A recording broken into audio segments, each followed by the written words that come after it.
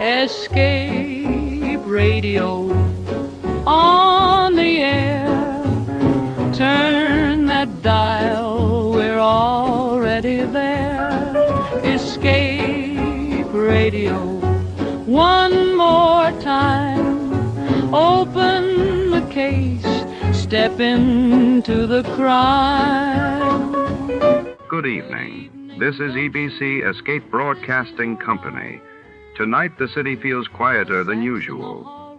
Not because there is less to say, but because some thoughts only arrive when everything else goes silent. We often believe that choices are loud moments, decisions made in a rush, in urgency, in light. But most of the time, they are not. They are quiet, almost invisible. A word not spoken, a door not open, a moment we thought would come again.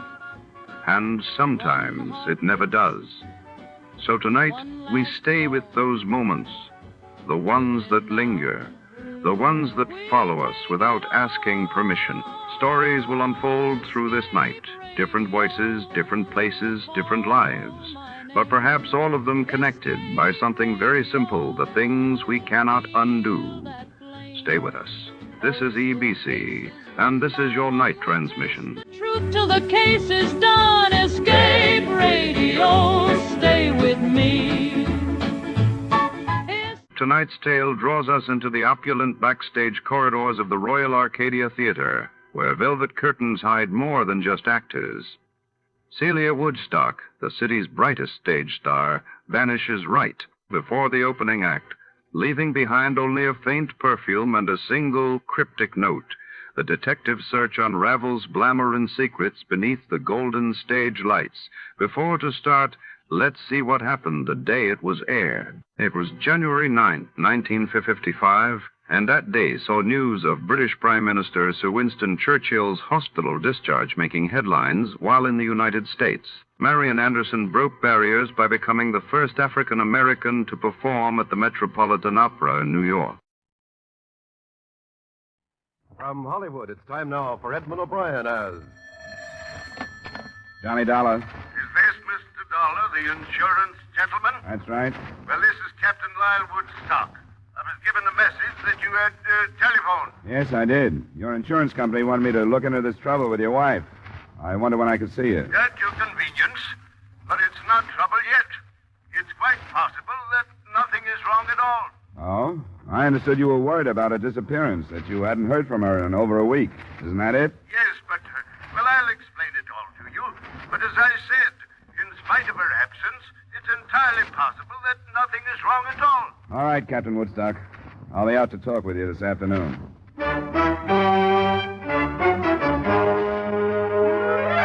Edmond O'Brien in another adventure of the man with the action-packed expense account, America's fabulous freelance insurance investigator. Yours truly, Johnny Dollar.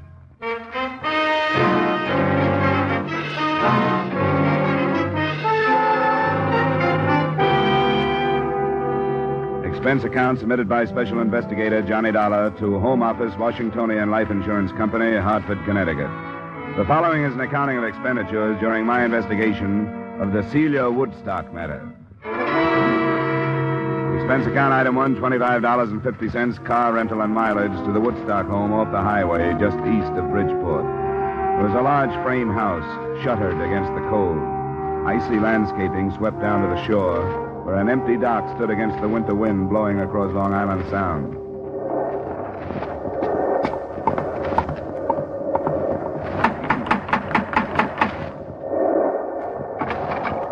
Captain Lyle Woodstock, please.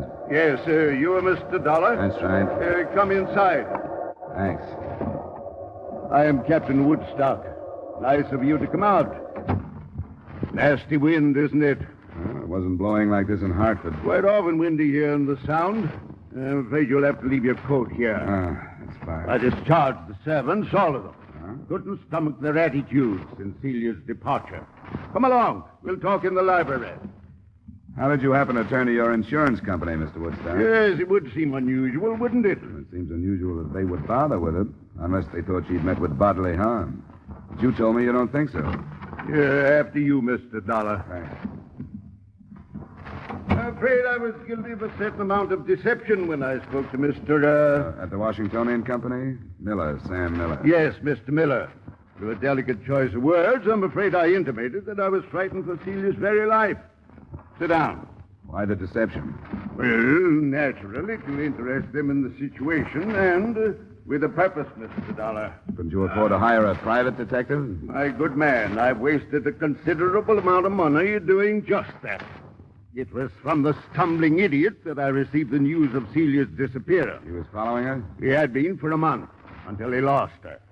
I'd entertained certain suspicions about Celia. What's this investigator's name? Slater, Mr. David Slater. He was recommended as the best in Bridgeport. Considering his dismal failure, you surely understand why I felt it necessary to turn to someone else. My insurance company struck me as a wise choice, since there's a large policy on her life. All right. I'll talk to this later. Now, will you give me everything you can on your wife? Description, so on? Yes, they're on the table. I brought out a few photos. Brunette. Yeah. How old? 27. That one was snapped on Doctor's Cave Beach on Jamaica. Striking woman, isn't she? Yeah. This one was taken while we were anchored off Hilo last summer. You get around. Travel has its advantages, Mr. Dollar. Your boat? Yes, 64-foot schooner in drive dock at the moment. As a matter of fact, I met Celia because on an impulse, I put into Pia della Cuesta instead of Acapulco. And it seemed that she, too, wanted to travel. Where do you think she's traveling now? I haven't the faintest idea. I started to tell you I'd been troubled by a certain suspicion. She was in seeing entirely too much of a young doctor in Bridgeport. His name is Masterson, Dr. Charles Masterson. You think he could have had something to do with her disappearance? That what you mean? No, I shouldn't like to say. I believe that she is a quite perfect physical specimen, yet she visited this doctor fellow at least 3 times a week. Mm-hmm. Anything else? As a matter of fact, yes. We were in Acapulco 2 years ago. Anchored off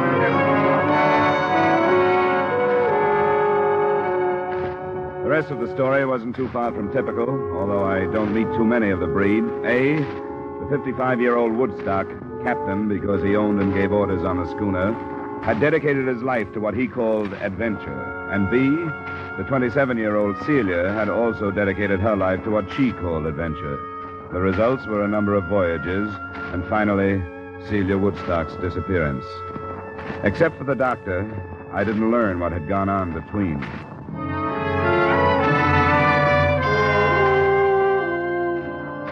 I found the private investigator, David Slater, in a conservatively crummy suite of offices on Front Street in Bridgeport. Well, you've met him, so you know what type he is.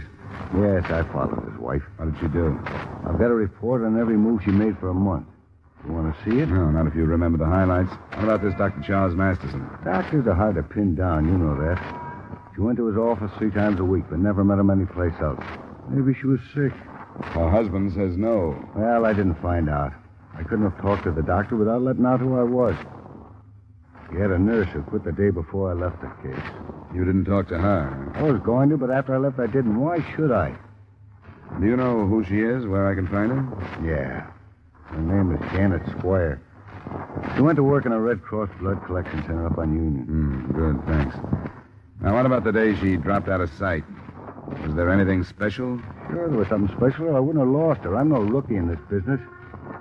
She bought a ticket to New York City on the 345. So did I. I got in the same car she did. I didn't see her, but I figured she was powdering her nose or something. Then when she didn't show before the train left, I went through the rest of the cars. But I never picked her up after that. She knew you were tailing her, huh? She must have. Must have got on the car and then right off. That and the money she drew out of the bank makes me think she was running out on old Woodstock and nothing else. No money was mentioned to me. That's funny. Woodstock knew about it. $2,000 the morning she left. I wonder what else the old renegade is holding out on me. The phone call she made? No, he didn't say anything about any phone calls. Well, she made quite a few from public booths. I finally got into one next to her. I couldn't get the number, but she talked to somebody named Spade. Didn't say much but the name, and then asked, "Where do you want me to meet you?" When she was answered, she said, All right. I'll let you know when everything is arranged. And that's all. Well, that's enough for me. If he thinks he's got a free wife chaser in me, he's mistaken. You going to drop it? Sure, if that's the way it is. I gave up that kind of work a long time ago. I don't like it.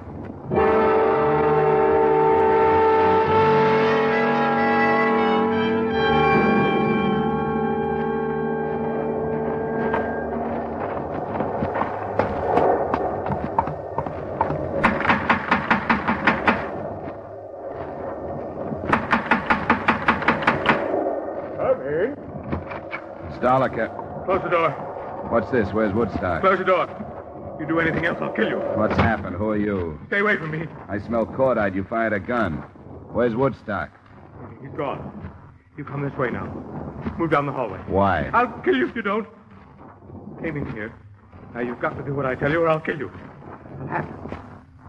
Come on. You better turn around and look at me. Walk backwards. You don't even know who I am. You're in trouble. Maybe I can help you. Never mind that. Hop now. Turn around again. Open the door and get in the closet. Now, wait a minute. Please, mister. Please do what I tell you. Won't make any difference if I kill you. Maybe I'd have more of a chance if I did. But I won't if you don't make me. Okay. Now, close the door. I heard him open and close some nearby doors, and shortly after that, the front door closed. Then I started kicking my way out. The paneling was heavy, and it caused a torn trouser leg and a scraped shin before I made it.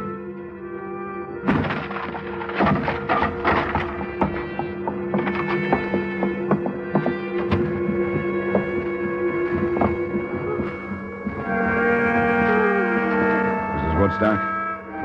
Mrs. Woodstock? Hello? Hello, operator.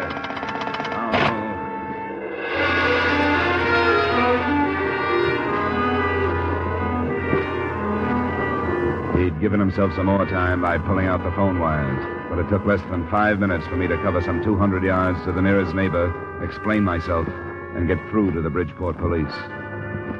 A short time after that, I met Homicide Lieutenant Al Jester, and with him watched 2 ambulance attendants start Mrs. Woodstock toward the hospital. What's the condition, boys? Can you tell? It's bad, Lieutenant. Her right lung. No chance of a statement? We'll do what we can, Lieutenant. Well, I guess it depends on her, how hard or easy this thing is going to be. Yeah, but better not count on him. I've been disappointed too often. What else did Slater tell you? That's about all. She'd drawn $2,000 the day he lost her on the train. He said he'd heard her talking on the phone to somebody named Sprague about where to meet him and about some arrangements of some kind. Now, what about Slater? Is he clean? Well, if he isn't, he's careful and he stays out of trouble. I guess the worst thing I can say about him is that he does a lot of divorce snooping. Why? I just wondered. I had no reason not to believe his story. He said as far as he was concerned, the girl was running out on her husband. The more I saw of it, the more it looked that way to me, too. And I came out here to drop the case, and it blew up in my face. The man you described, could he have been this Sprague? Well, he could have. I didn't ask him. He was half crazy. If he was Sprague and I'd thrown the name at him, I'm afraid he'd have killed me. He was that bad. Can you describe the gun? Yeah. Cheap revolver, nickel-plated, short barrel, .32 caliber. You sure of that? Well, I guess a smart lawyer could keep me from swearing it was a .32, but it was. I'll take that. I got only one definite thing out of him. He said Woodstock was gone. That's all he'd say. Then he put me in the closet. I didn't hear him drive away. I was kicking up some noise getting through that door. But the people in the house where I phoned said they saw it leave. The next house that way. Oh, Sergeant. Yeah, Lieutenant? Next house towards town. People saw a car leave. Send a man over and get what you can on it, will you? Yeah, all right. He said they didn't hear any shooting. You didn't see a car when you got here? No, it must have been parked on the other side of the house. Well, I'll get it roped off. Yeah. Snow ought to hold some good prints off the tires. Did I get the amount of the insurance on the victim right? $100,000? Lieutenant Jester. Yeah? You better go upstairs. There was shooting up there, too. Oh, where? In the hallway, toward the back. Jared says there's a man lying sort of half into a room, but there's no question about it, this one. He's dead.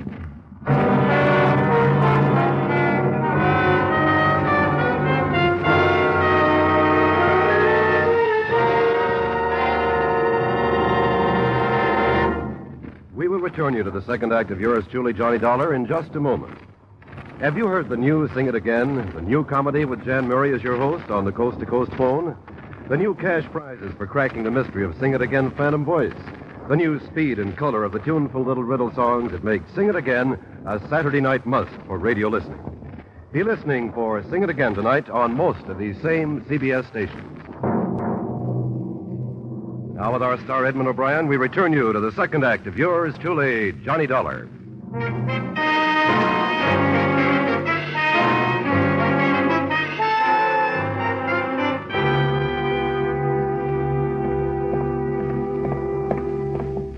It's a little gloomy, Lieutenant, but I don't want to handle any of the light switchers. Right back there. Oh, yeah. I see. Woodstock. Let me see. Huh? So it is. Get some light on in the room. The shutters are all closed. Push the switch for something that won't hurt Prince. Yes, sir. Car key ought to do it. Shot from behind. Here's a gun on the floor, Lieutenant. That guy told you Woodstock had gone, Dollar. He couldn't have been more right, could he? Oh, I guess not. Well, let's get out of here until the photographers show up. Neither the photographers nor the fingerprint men, nor a thorough search of the house, resulted in any progress. By the end of that first day, the description of the man I tangled with had been broadcast along with a possible description of the car he was driving. The police had also put out a futile search on the single name Sprague. And Celia Woodstock hadn't died, but she hadn't regained consciousness either, or shown any signs of recovery. I took a hotel room in Bridgeport that night where I'd be called if and when anything happened. Nothing did.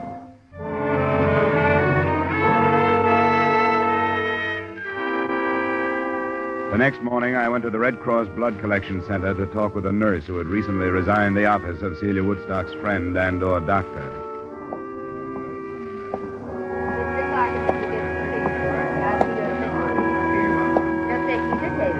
I'd come in with my mind tossing motives for murder around, motives of personal greed and selfishness and hate. And it was almost a shock to suddenly face a segment of this country, citizens, old ones, young ones, men and women, quietly going about the business of helping the best way they knew how. I stayed to give my own blood after Janet Squire talked with me, and I knew it would go overseas in the best of company. We can go in here, Mr. Dollar. Thank you.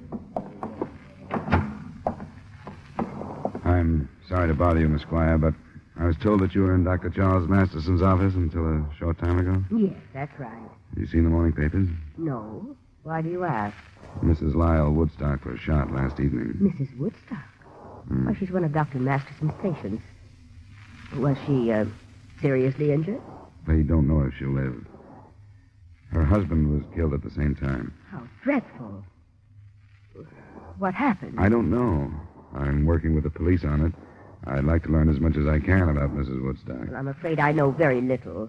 She was a patient, but other than that, I know nothing. Her husband seemed to have the idea that she might be more than just a patient. That there might have been romantic interest between them. Uh-huh. Was there? Well, not that I know of. I make it a point to do very little prying into other people's affairs, Mr. Dollar. Sometimes I wish I could. Do you know anything about anyone named Sprague? Sprague? No, I'm afraid I don't. I'm sorry. So am I. I hope the results are better when you start working on me. I am sorry, Mr. Dollar. If you'll step right through there, Miss File will take care of you.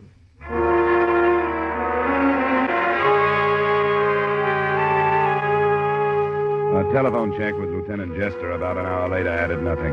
He'd been in communication with Mexican authorities, but they were unable to come up with any leads on Celia Woodstock, or even proof that she'd been in the Acapulco vicinity 2 years ago when Woodstock had told me he'd married her. Homicide men were searching the captain's schooner, and they were still working on the name Sprague. I played my last card and went to see Dr. Masterson. I read about it. Tragic. But, Mr. Dollar, I'm sure you realize why my name mustn't be dragged into it. It won't be if it doesn't belong there, Doctor. Why, there was absolutely no basis for his suspicions. Whatever made him say anything like that? He had a detective following her. He had an idea she came to your office too often. Then why didn't he talk to her? He did. He said something about a sinus condition and heat treatments. That's precisely the truth. I resent your attitude, Mr. Dollar. That puts us on a par. Your attitude doesn't set so well with me. Keeping your name out of this case isn't as important as clearing it up, no matter what you think. But I know nothing about it. You must have talked to the woman. As often as she was here, you must have become fairly well acquainted. No better acquainted than with most of my patients. Well, I don't ask for any more. What did she talk about? Why, the conversations were unimportant. She talked about her travels. They'd come here from Florida to have some work done on their yacht. She talk about her husband? Yes, occasionally. General things. Like what? I realized that he was much older than she was, but that she was quite satisfied with their marriage and their life together. That's what makes his suspicions of me so ridiculous. She was happy with him. Never anything about unhappiness, about leaving him? No, they were planning on a trip to South America in a few months. Dr. Masterson, did she ever mention anyone named Sprague? Sprague? Yeah, Sprague. This is one of the strangest things that's happened to me in a long time. Why? She went to pieces because of that name. Completely and helplessly to pieces. Just before she stopped coming for treatment. What happened? The last visit she made, the afternoon about a week ago. Someone telephoned and asked for a Mrs. Emil Sprague. My nurse and receptionist called in and asked if Mrs. Sprague could answer the phone. Was the nurse Miss Squire? No, she'd just left me. It was Miss Hall, who didn't know my patients by name. But when Mrs. Woodstock heard the name Sprague, she went into hysterics. I gave her a sedative. When she was calmed, I wanted to ask her about what had happened. But, well, I didn't. There was something about her that begged me not to. I decided to wait until she came... There was something about her that begged me not to. I decided to wait until she came back. But she never did. Well, it's Emil Sprague now. I'm sorry I was hesitant, Mr. Dollar.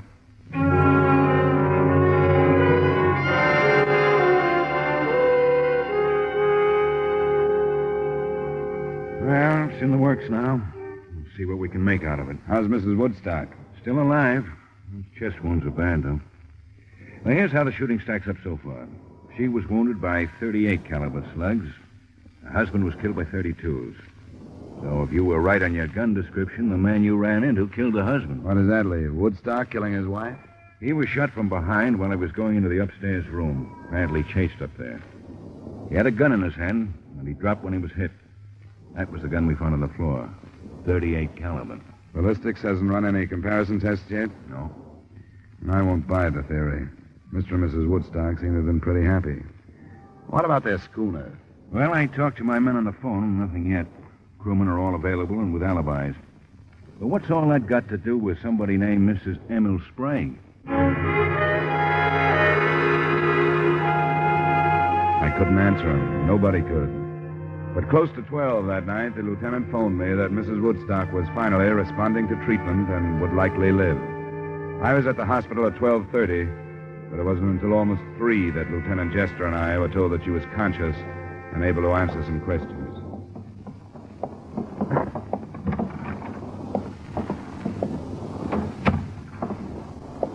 Good morning, Miss Woodstock. Feeling better? My name is Lieutenant Jester. This is Mr. Dollar. Hello, Mrs. Woodstock. We're both interested in what happened at your house the other evening. Mrs. Woodstock, do you understand what we're saying to you? Do you understand? My husband, Lyle. They told me he was all right. Is he? Yes, Mrs. Woodstock. He was shot. They tell you that? Yes. You know who did it? Yes, I know. I was there. I remember. We wish you'd tell us, Mrs. Woodstock. Emil Sprague? Yes. Yes, Emil. No one else was there. He made me go. Made you go where? To my house. To talk to my husband. Emil Sprague made you go? Why? How could he make you go? Because I'm Mrs. Emil. You're Mrs. Emil Sprague? Yes. And I hate him. But you were married to Mr. Woodstock. I shouldn't have. I think I understand. You were married to Sprague. Your marriage to him was never ended, but you married Woodstock anyway. Yes. I was wrong. I lied. I didn't tell him. And then it was money. He wanted money. Sprague did? Yes. I didn't know where he was. Mexico. I had to get away.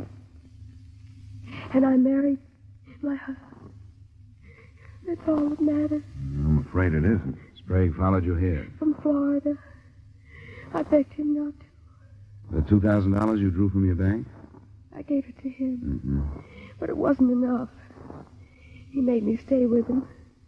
And made me go with him for some more money. And my husband, I tried to make him understand, and he wouldn't. He blamed me and called me things. He went to the drawer. Oh, why didn't he shoot Emil instead of me? Are you sure of that? Woodstock shot you? Going to the drawer. I remember. Turning around with a gun. And that's all. Do you know where Sprague would go? What happened? Why did he?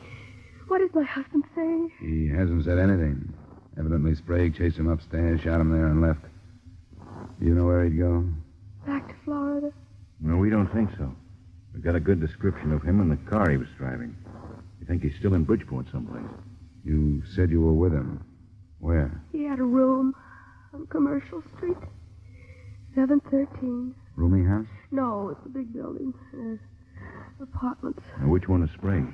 It's, number 12 on the second floor. Does he have a phone in the room? Yes. Pleasant 2132. Well, thank you. We won't bother you anymore. Thank you, Mrs. Woodstock. I want to help my husband. I'll do anything I can. I want him to know that. We'll tell him, Mrs. Woodstock. It's a little after 3. Rogers' trucks are going to be rolling on Commercial Street before long. Think Sprague will give us trouble? Yeah. If he's been holed up since the shooting, I think he's probably farther off as not the one I saw him. We might slip on him this time of the morning. I'll get some men started out there. You better come with me. Sure. I'll need you to identify.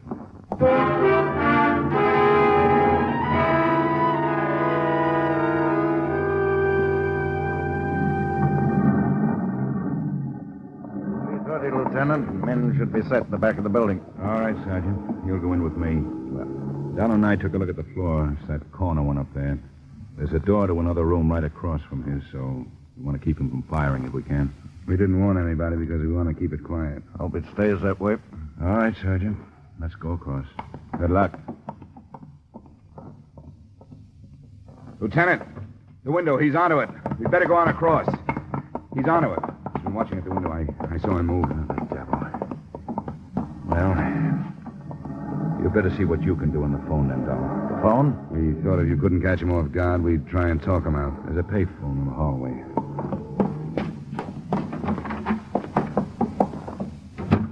His room's just to the right at the top of the stairs there. That phone's right in line from up there. And we'll cover him.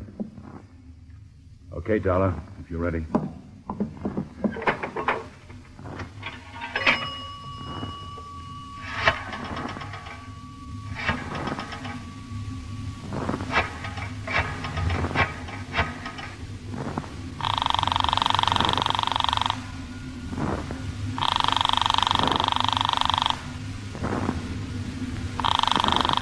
He won't answer. It's ringing. I can hear it upstairs. He'll do something with it. Hello? Hello, Sprague? Yeah? We just got a complete statement from Mrs. Woodstock. You blackmailed the works. She's alive? Yeah, and she's gonna make it. I thought she was dead. I saw her fall. I killed him because I thought she was dead. If I'd known, I wouldn't have killed him. I should have found out. You should have done a lot of things. What we want you to do right now is to give yourself up without any trouble. Every door in the building is covered by police. You won't get out if you try. We want you to come out of your room and down the stairs with your hands out where we can see them. You understand that? Are you listening to me? Come on, Sprague. Come on out and make it... Stairs, look out. Get down, Dolar. Stay there, Sergeant.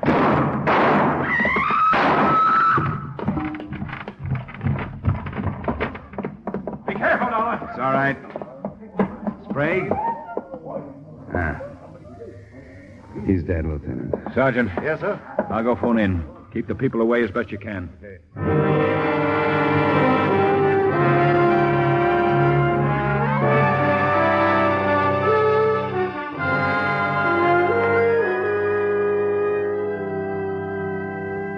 Expense account item 2, $45, miscellaneous, hotel, meals, etc. Expense account total, $73.60. Remarks? I understand the lawyers for the Woodstock estate are already measuring ways and means to cut the bigamous wife out of the estate. I don't think the Washingtonian Company has a chance of doing the same with the insurance money. Yours truly, Johnny Dollar.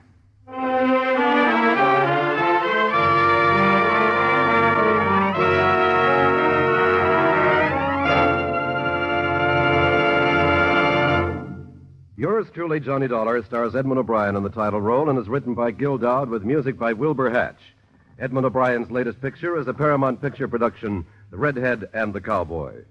Featured in tonight's cast were Francis X. Bushman, Jim Nusser, Ted Osborne, Lorraine Tuttle, Bill Johnstone, Tudor Owen, and Ray Hartman. Yours truly, Johnny Dollar, is produced and directed by Jaime Del Valle. This is Dick Cutting inviting you to join us next week at this time when Edmond O'Brien returns as Yours truly, Johnny Dollar.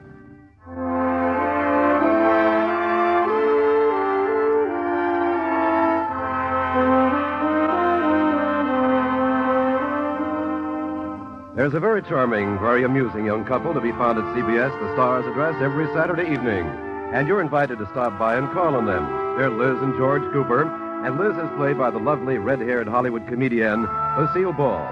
Liz is nice and easygoing. When trouble's ahead, Liz goes forward easily. It's wonderfully hilarious.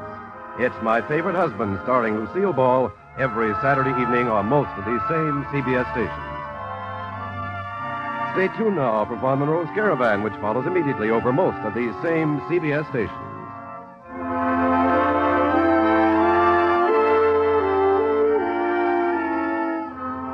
This is CBS, where you laugh at Jack Benny every Sunday night, the Columbia Broadcasting System.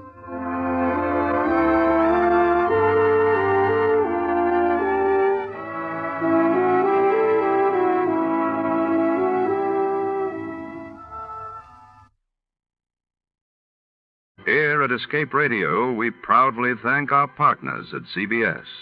And now, folks, a quick challenge before the next thrilling chapter.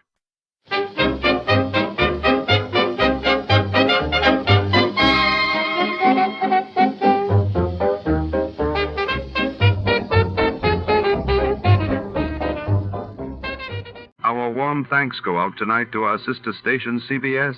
And before the curtain rises on another thrilling episode, let's enjoy a few delightful melodies for the road.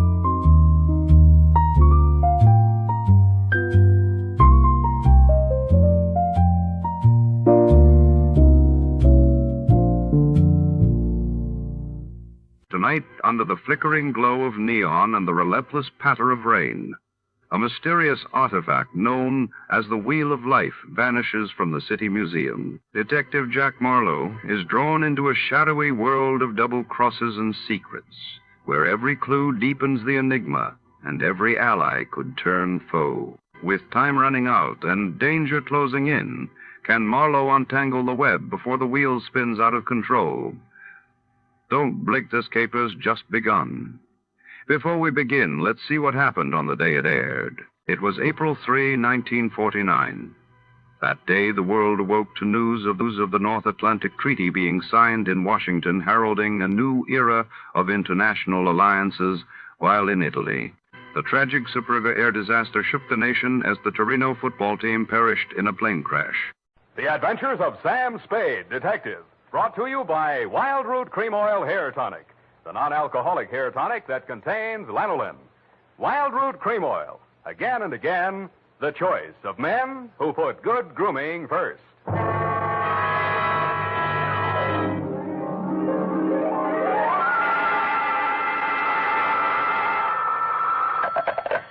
Sam Spade Detective Agency. Are you still there?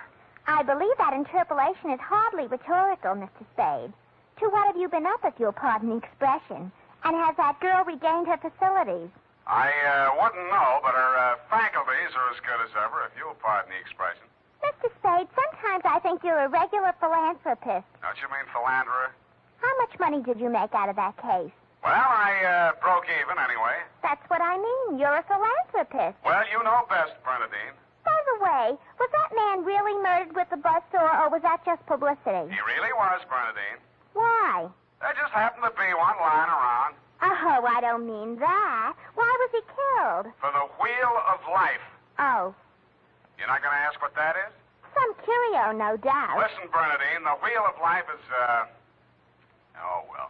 I suppose I don't have to tell you to stay where you are. Just sit quietly with your book in your hand, and I'll be right down to dictate my report on the Wheel of Life caper.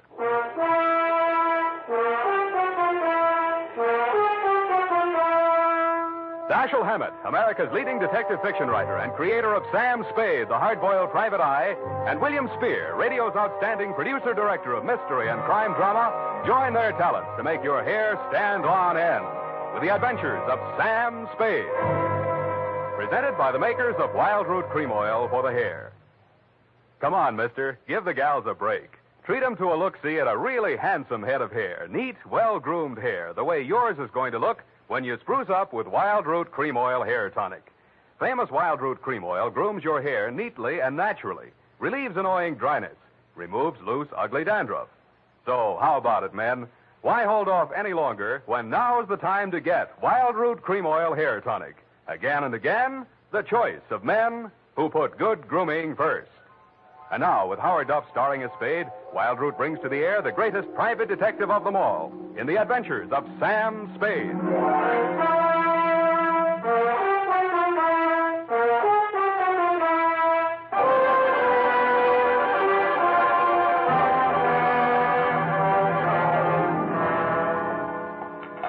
I went down to St. James Infirmary to see my baby there. Ready, Bernadine, little flower? I'm way ahead of you. Keep it clean. No more than 3 erasures per page. Okie dokie? Doke. I mean date. Oh, I'd love to. July 11, 1948. To Detective Lieutenant Dundee, Homicide Detail, San Francisco Police. Subject, the Wheel of Life caper. Now, don't go away, Bernadine. I don't know why these things always have to happen to me. Under private detectives in the San Francisco Classified Directory, they're listed somewhere in the neighborhood of 60 agencies, several with large display ads. But somehow she managed to find me. It's all so strange, Mr. Spade. I hardly know where to begin. Well, the beginning is always a pretty good place to start, Miss O'Farrell. Yes, the beginning. It was like waking out of a nightmare you can't remember. Everything seemed out of proportion. Even the buildings along the street seemed to be leaning at a crazy angle. And then I realized I was traveling down a hill. I looked wildly around for something to help me get my bearings. There was a street sign, O'Farrell, stuck in my mind, so I Gave it to your secretary when she asked for my name. Uh-huh. What's your real name? I don't know. I don't know who I am, where I came from, or where I'm going. Mr. Spade, I'm so frightened. Now, wait a minute. A lot of people suffer from temporary loss of memory. Most of them recover. But amnesia is a sickness, and I am not a doctor. Oh. And you won't even try to help me? Well, I can give you the name of a good head doctor right here in the building. There's also missing persons. Oh, but I'm not a missing person. I'm right here. Yeah, I mean, where you aren't, somebody might be missing you, n'est-ce pas? But the police... Oh, I'd rather not. I might be wanted for some crime. How do I know? You sure you want to find out? Oh, yes, I do. It's terrible not knowing. But I want to find out for myself.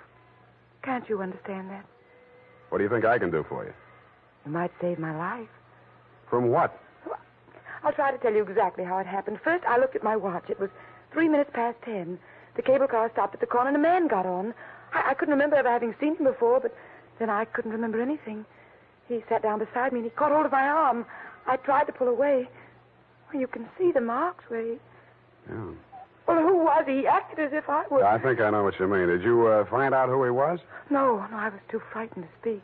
What did he say? He sort of growled it out of the side of his mouth, but it sounded as if he said, Lathrop wants to see you. Mm-hmm. You remember anybody named Lathrop? I can't remember anything before 3 minutes past 10 this morning. Well, let's go on with since then. The guy grabbed you, said somebody named Lathrop wanted to see you, and then what? I went into a panic. I managed to jerk away from him, and I jumped off the moving car, and then I looked in the classified section, and I found you. Why me? I don't know. The name, I guess. A spade to dig up my past. Please, Miss O'Farrell. Do you think I'm very silly? No, I think you're very beautiful. I wish you could remember whether you're married or not. Oh, no. Well, at least I have no wedding ring. What have you got? I mean, besides what's visible. Well, I couldn't find much of anything. I went over my clothing. There don't seem to be any marks of any kind. Oh. Well, you got any money? A little over $300. Let's have it. The purse, too. All right.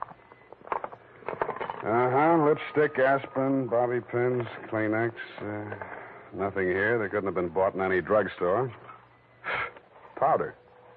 Hey, what kind of powder is this? Then there was this in my coat pocket. Match folder. Sailor's Rest Bar, Hotel Calcutta, 1100 Embarcadero. Little number written inside. 120. What's that, a room number? I don't know. My purse, you have to destroy it. Here's $10 of your own money. Buy a new one. Wow. Did you find something? Coin, Chinese bit. Good luck piece, probably sewn in by whoever made it, maybe in China. That ring any bells? No. No, I'm afraid not. Shoe. What? Your right shoe. Let's see it. Take it off. You aren't going to tear it up the way you did the purse, are you? Dust. Plaster dust. Is that a clue? I don't know, is it? I'm not a detective. Well, you are in this case, baby. If it doesn't mean anything to you, it doesn't mean anything. Well, it doesn't. That's everything. What am I going to do? Well, let me see. First, we better give you a name. Oh, Farrell's all right. You look like, Lana would do, but, well, that's in use. How about Poppy for forgetfulness? Poppy O'Farrell. That's a funny name. Oh, you think so? I think I like it. You do? I think I like you, too.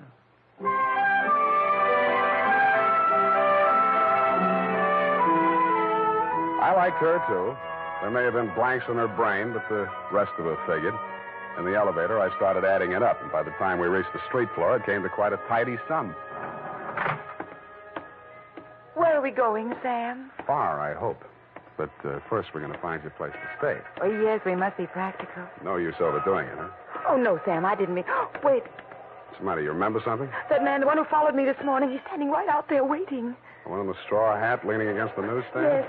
Where are you going, Sam? You stay here. I just remembered something I hoped I could forget. Hello, Shuggy. What brings you back to town? Do I know you? That doesn't matter. I know you. The name you were using when you blew this town was Shuggy Bellows. You wouldn't take the risk of showing your face here again unless the caper was worth it. You got a big nose. Keep it clean. You've been tailing that girl all day. Why? Dame? What dame? Who's Lathrop? I don't remember. Okay, I'll give you a chance to think it over. Hey, officer! You dirty shamus yelling. No, you don't. Here, what's going on here? Break it up. Oh, Mr. Spade.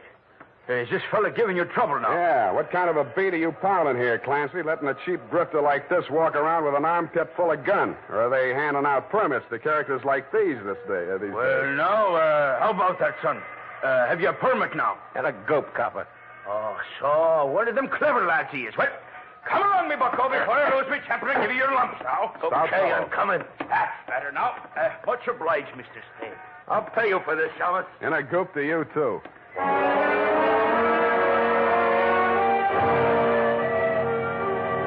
I was sure he would, but I was also sure that I wouldn't have to worry about him for the rest of the night. I checked Poppy O'Farrell in at the Belvedere, locked her in her room, and told Tiny Stover, the house dick, to keep an eye on her. When I left him, he was, and he seemed to be enjoying his work. Then I headed for the Embarcadero.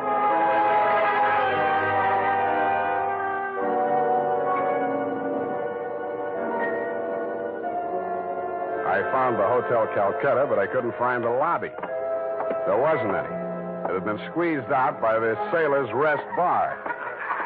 So I tried the bosun-type bartender. Howdy, mate. You got business aboard? Yeah, where do I find the purser? Hey, went ashore. All the officers went ashore except the janitor. He's passed out in his bunk. Oh? How about the passengers? You're in the thick of them right now. They spend most of their time and their money right here. Which one belongs to 120? You a dick? Yeah, but I got $10. Well, what I can tell you ain't worth it, but thanks anyway. He stayed in his cabin. I only saw him at once. That's when he went ashore. I says to the deck steward, that's room clerk to you. It was a general. He says, name of Korolenko. I noticed him because he was a real creep, see? 6'4", of solid brass. His head stuck up in the air, and he didn't move nothing from his stern to his shoulders. A real Frankenstein. Do I keep it then? Yeah. Do I get a look at his room? Yeah, sure. Go ahead. Who's stopping you?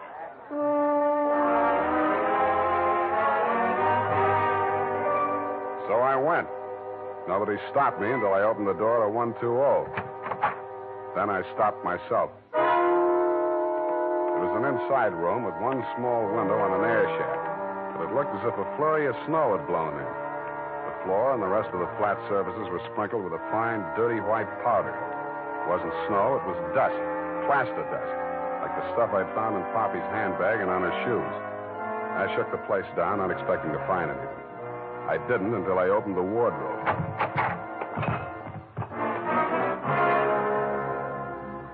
It was the body of a well-dressed ship surgeon, but his uniform was rumpled, torn, and bloodstained. From the look of him, his throat had been cut. I wondered if Poppy would be able to jog her memory that far back. When I found the murder weapon, I hoped she couldn't. I really did. It was not a knife. It was not even a razor. It was an electric buzzsaw. That tore it.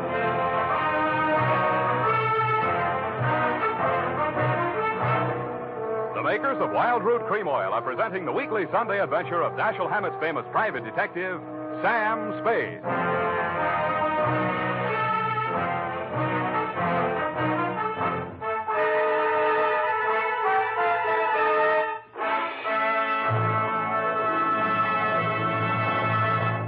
If you want the well-groomed look that helps you get ahead socially and on the job, listen.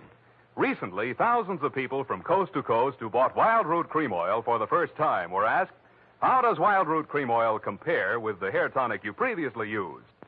Better than 4 out of 5 who replied said they preferred Wild Root Cream Oil. And no wonder. Wild Root Cream Oil grooms the hair neatly and naturally, relieves annoying dryness, and removes loose dandruff. What's more, non-alcoholic Wild Root Cream Oil is the only leading hair tonic that contains soothing lanolin. So ask for Wild Root Cream Oil Hair Tonic. Again and again, the choice of men who put good grooming first. By the way, smart girls use Wild Root Cream Oil, too. And mothers say it's grand for training children's hair.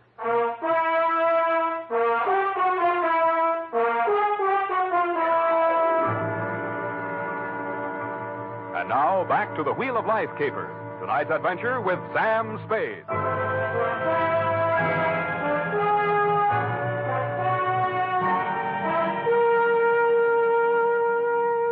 Times being what they are, I could use a little publicity. And so could you, Lieutenant Dundee, what with the elections coming up and you with no promotion all these years.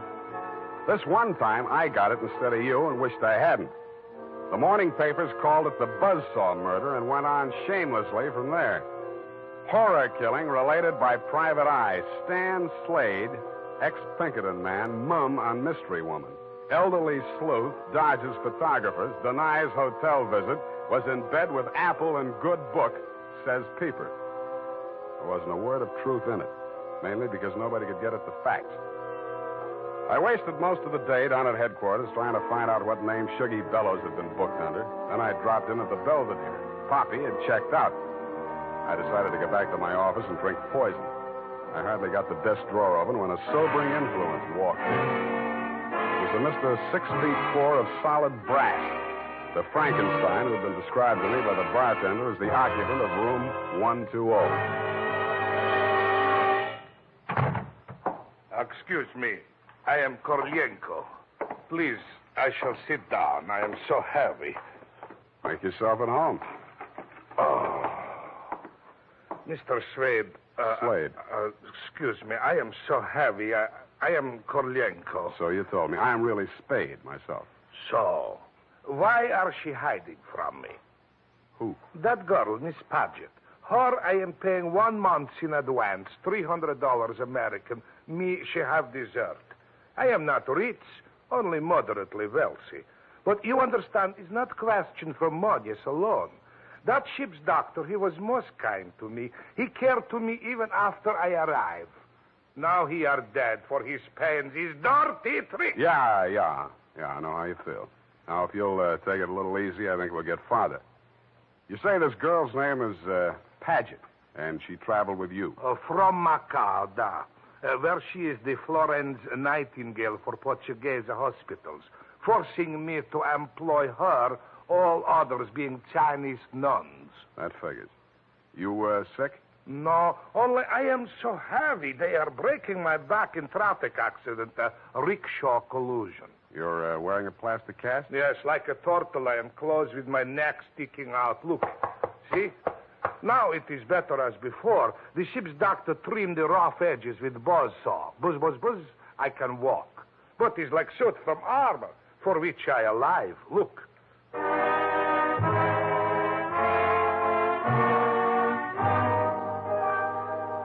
I looked again where he opened his shirt front, exposing the gray-white shell of plaster that surrounded his trunk from collarbone to hips. In a 6-inch circle over the left side of his chest, I counted 4 bullet gouges. I dug one of the slugs out and examined it. It was .32 caliber. The plastic cast, which was molded to the shape of his body, was no more than 1 inch thick. I didn't see how it had stopped the slugs, but it had. About then, the parts of Korolenko that were not held rigid in the cast began to tremble violently. Why are they doing this? Why? To a virtually helpless man. Why, Mr. Spade? Why? Where did you have that cast put on? Don't I said Macau? The Portuguese hospital there? The same. They are hanging me up with the neck and plastering me. Comes great pain, they put me to sleep from anesthetic. I are waking up in ambulance arriving at shipboard. Why you wish I should tell you my operation? More important things we should be discussing. I think so, too. I think Miss Paget and her friends had something they wanted to smuggle out of Macau and into San Francisco, and you're it. Oh, excuse me. I am not comprehensible. Look, I mean, while you were out with the anesthetic, they planted the goods, whatever they are, in or under your cast. Oh, that is why I am so heavy. The wheel. The The what? The wheel. Look, I'll show you. He hauled a manila envelope out of his overcoat pocket and waved it in my face. I took it over to my desk and fished out the contents. It was a set of X-ray films. 3 of his spine, showing the fractures, 4 of the skull, 3 I couldn't figure out, and 1 of his rib cage, only something new had been added. In silhouette, it looked like the wheel off of a child's wagon. What is it, this wheel? What to do? 6 months I must remain in this straitjacket. If I remove it, I die. If I keep it on, they kill me to get their smuggle. Well, you look to me like the luckiest man alive. That wheel, or whatever it is, saved your life by stopping 4 slugs. But still I shall die. How shall I die? When shall I die? Your best advices, please. Korolenko, I think you better die right now. Excuse me? It's the only safe place for you. The morgue.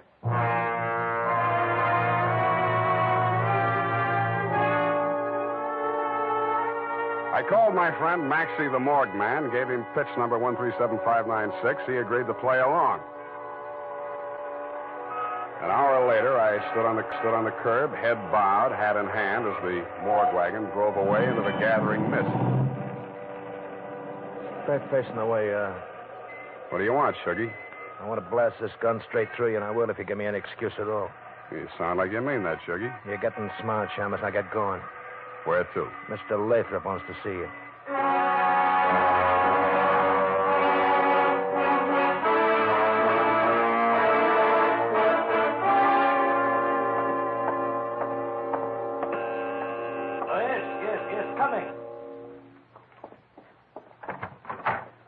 Shuggy, dear boy, you've not failed me this time.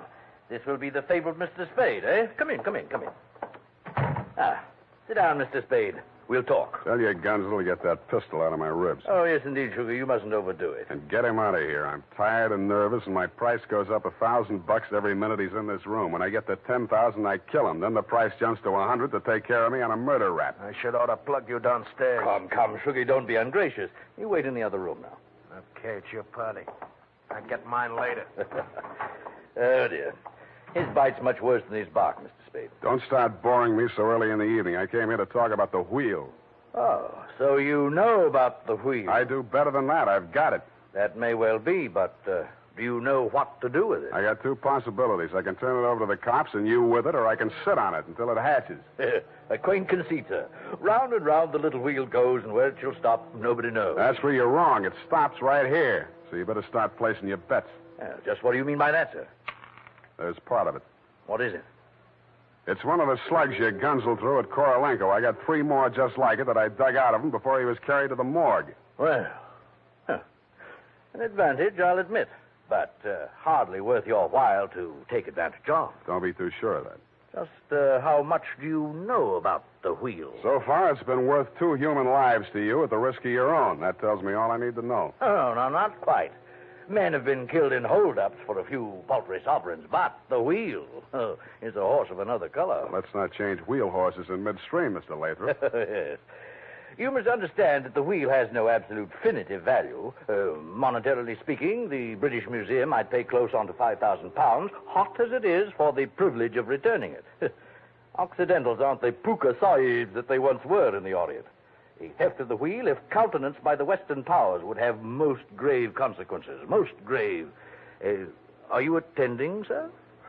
Wake me up when you get to the point. The point, sir, is this. That little wheel of gold, is the wheel of life, which the Buddha himself is said to have received into his hands from paradise. Now, given such a relic, a few old Buddhist monks can set up a shrine which, even in the most miserable surroundings, can attract enough pilgrims to outgross Radio City, Madison Square Garden, and Miami Beach in season. To say nothing of Hialeah. Yes, quite.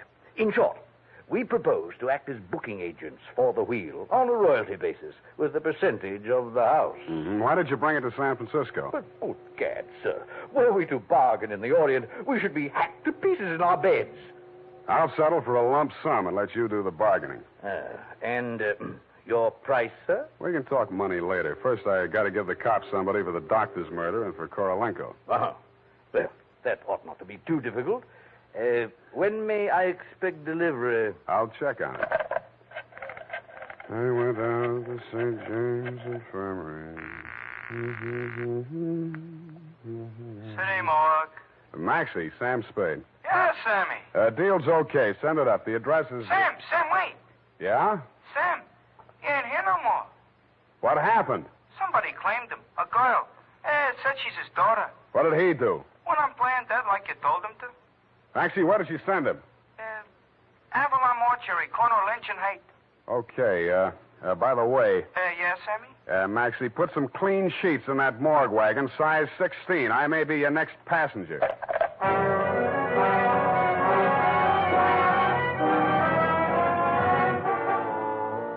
At the Avalon Mortuary, the night watchman let me in. He said Mr. Korolenko's daughter had brought an overnight bag and was keeping a vigil by his bier in slumber room number 7.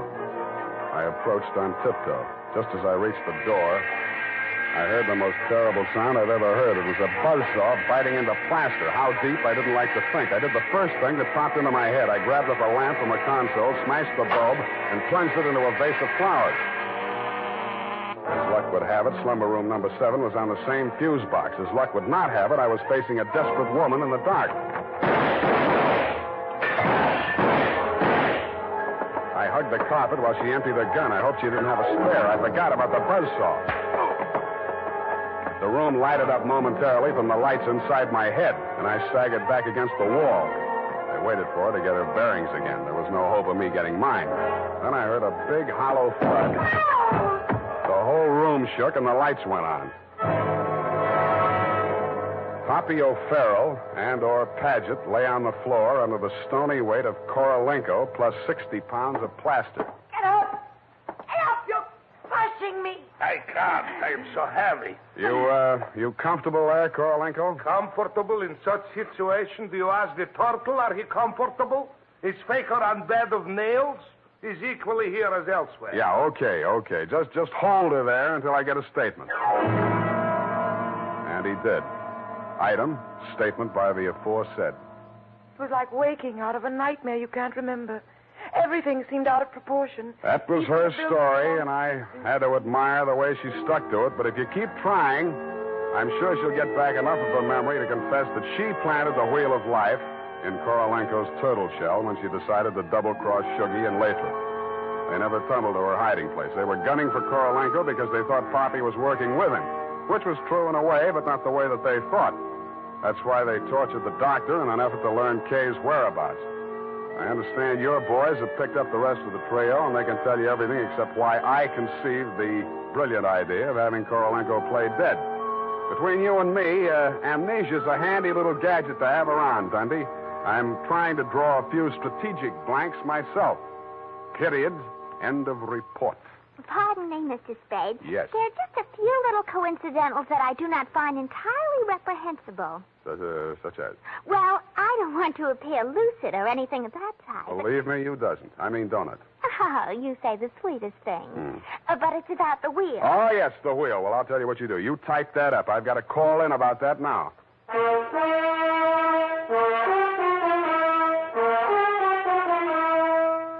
Tonight, when you're making out your must-do list for tomorrow, why not include a reminder to get Wild Root Cream Oil for the hair? Honestly, men, you'll be delighted with the neat, natural way Wild Root Cream Oil grooms your hair. The way it relieves that annoying dryness and removes loose, ugly dandruff. Just try it and see if I'm not giving you a good steer. Make a note right now to call at your drug or toilet goods counter for Wild Root Cream Oil. Get the big economy bottle and the handy new tube that's easy to pack when you travel. Also, ask your barber for a professional application of Wild Root Cream Oil Hair Tonic. Again and again, the choice of men who put good grooming first. Did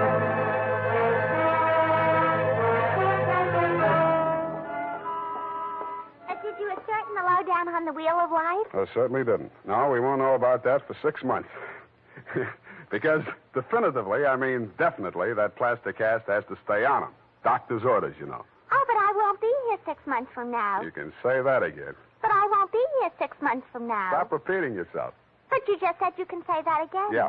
Just as distinctly as if I was sitting here. That's what I like about you, Bernadine. A woman of distinction. That's what you are. Well, if you want to take me dancing, why don't you just say so? Bernadine. It's leap year, and I always say discrimination is the better part of value. You are absolutely corrupt.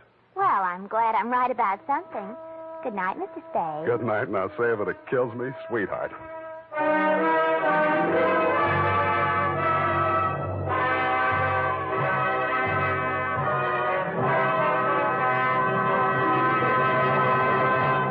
The Adventures of Sam Spade, Dashiell Hammett's famous private detective, are produced and directed by William Spear. Sam Spade is played by Howard Duff.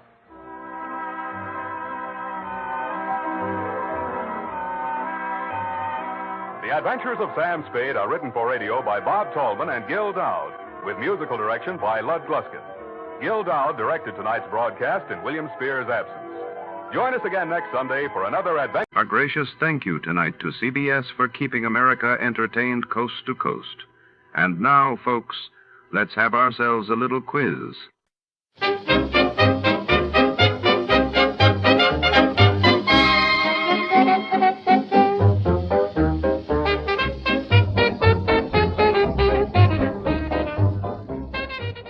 Tonight, in the shadowy heart of the city, a mysterious death inside a sealed iron coffin draws Detective Malone into a labyrinth of secrets.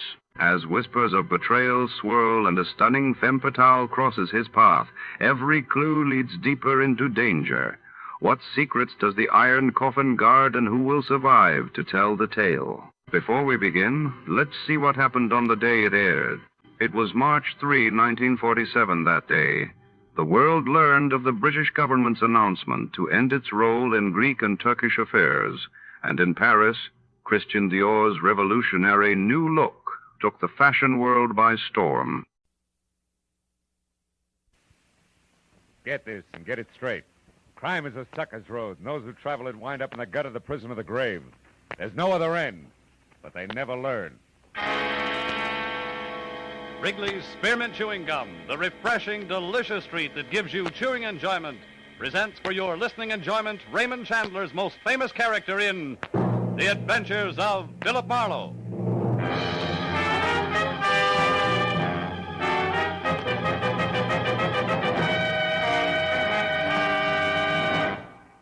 To make every day more enjoyable, treat yourself often to refreshing, delicious Wrigley's Spearmint Chewing Gum. Here's a taste treat you can enjoy indoors, outdoors, at work, or at play. The cool, long-lasting mint flavor refreshes you. The smooth, steady chewing helps keep you fresh and alert. Adds enjoyment to whatever you're doing. Wrigley's Spearmint Chewing Gum. Healthful, refreshing, delicious. Now, with Gerald Moore, starred as Philip Marlowe, the makers of Wrigley's Spearmint Chewing Gum are glad to bring you tonight's exciting story, The Iron Coffin.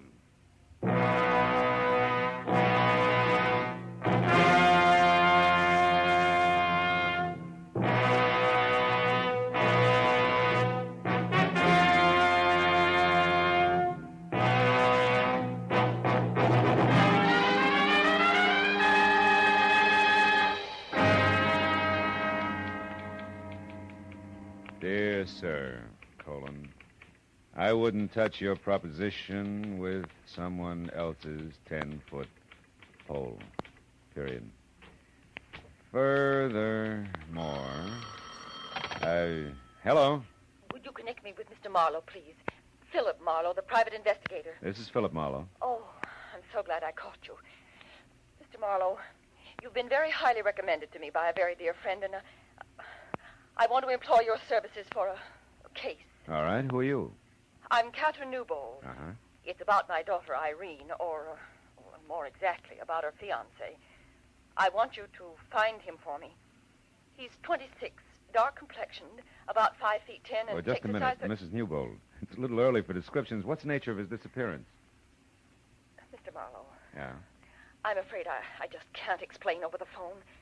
I'm at the boys' place now. Would you come over here? It's 4220.5 Bronx. 4220.5, huh? You see, Bennett is lost, and Irene's gone to help him, and she may get lost, too. Well, how do you mean that, Mrs. Newbold? Lost where? Back somewhere in the 16th century.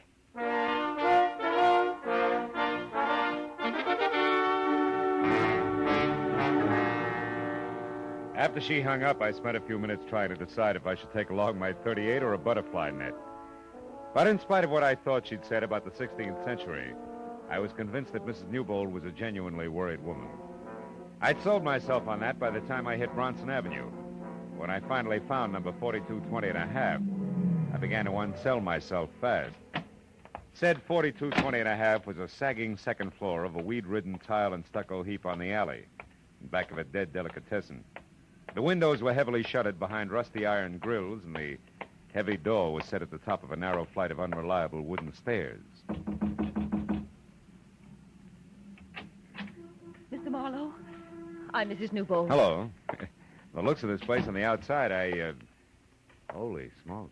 It's rather bizarre, isn't it? Yeah, to say the very least. These are Bennett Virago's rooms. He's a student. Of what, alchemy? His place is a museum. Everything in here must date back to the... Yes, to the 16th century. That's what you said, yeah. That's what I meant. Mr. Marlowe, 2 years ago when my daughter met Bennett, he was a nice, normal boy with a great enthusiasm for history. He's brilliant. I liked him, and Irene, of course, fell madly in love with him. But then... Then what, Mrs. Newbold? Then it began to change. He was working awfully hard toward his doctor's degree when suddenly he seemed to hit a snag. How do you mean? Well, he became obsessed with a particular period in history.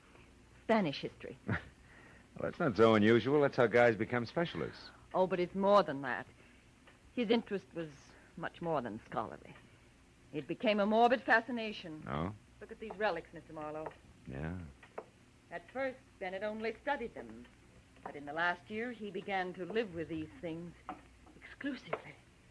More and more until he left a month ago. And now, well, I just don't know. You know, my guess is the boy needs a psychiatrist, not a private detective. Where's he now? I'm not sure, but this morning a note came from Irene. It was mailed in Santa Barbara 2 days ago, the day she left. She might be with him. Yeah, but you said you had an idea where they might be. I do. See this book? Yeah. It's a castle. Constructed in the year 1540 by Peter the Cruel of Lerma near the present city of Valdemoro. Seized in 1562 after a violent struggle by the Count of Castile. Dominique Virago. Yes. And look here. I found this old newspaper clipping in that book there. Uh-huh. It's about that very castle. It says it was torn down in 1887 by an eccentric millionaire bachelor and rebuilt stone for stone on an isolated part of the California coast known as Point Estero. Uh-huh. The man who spent his entire fortune on this single project was Philip Virago. For Pete's sake. And that's where they are. They must be. Well, considering what we started with, that makes sense. I looked it up, Mr. Marlowe. Point Estero is just above Morro Bay, about 200 miles north of here. Will you go up there and find out what's wrong? I'm awfully worried.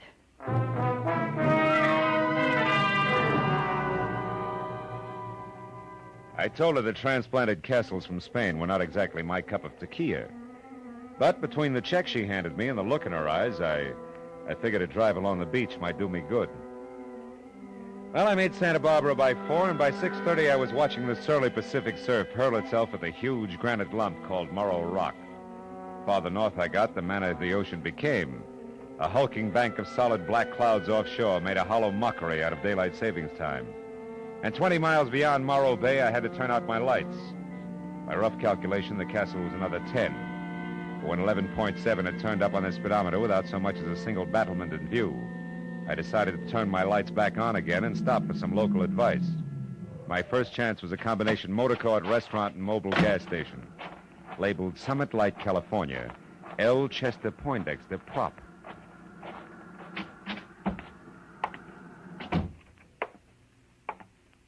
Howdy, friend. Bad night to be out on the road, huh? What'll you have? Yeah, a cup of coffee. Okay. Driving on up north? No, as a matter of fact, I'm looking for that old Spanish castle that's along this coast somewhere.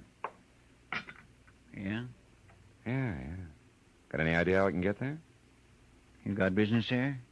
Yeah, I might have. Why? Just wondered. Not a good place, mister. Folks in these parts like to forget it's here. Oh? What's wrong with it? Nothing, maybe.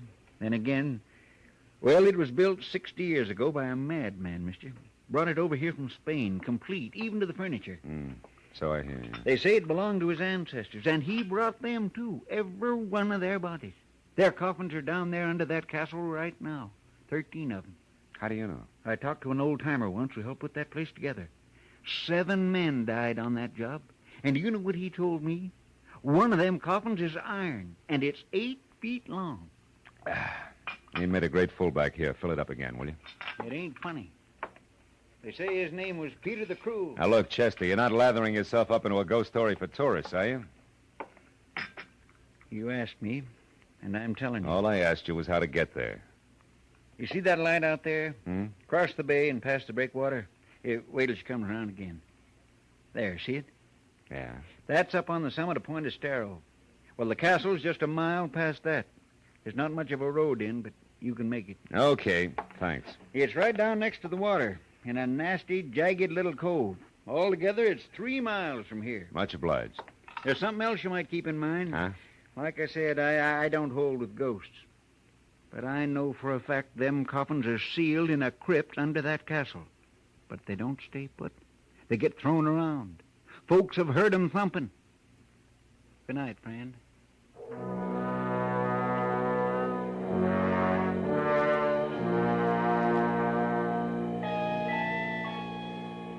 The highway dropped down close to the quiet bay, which was sheltered by the breakwater.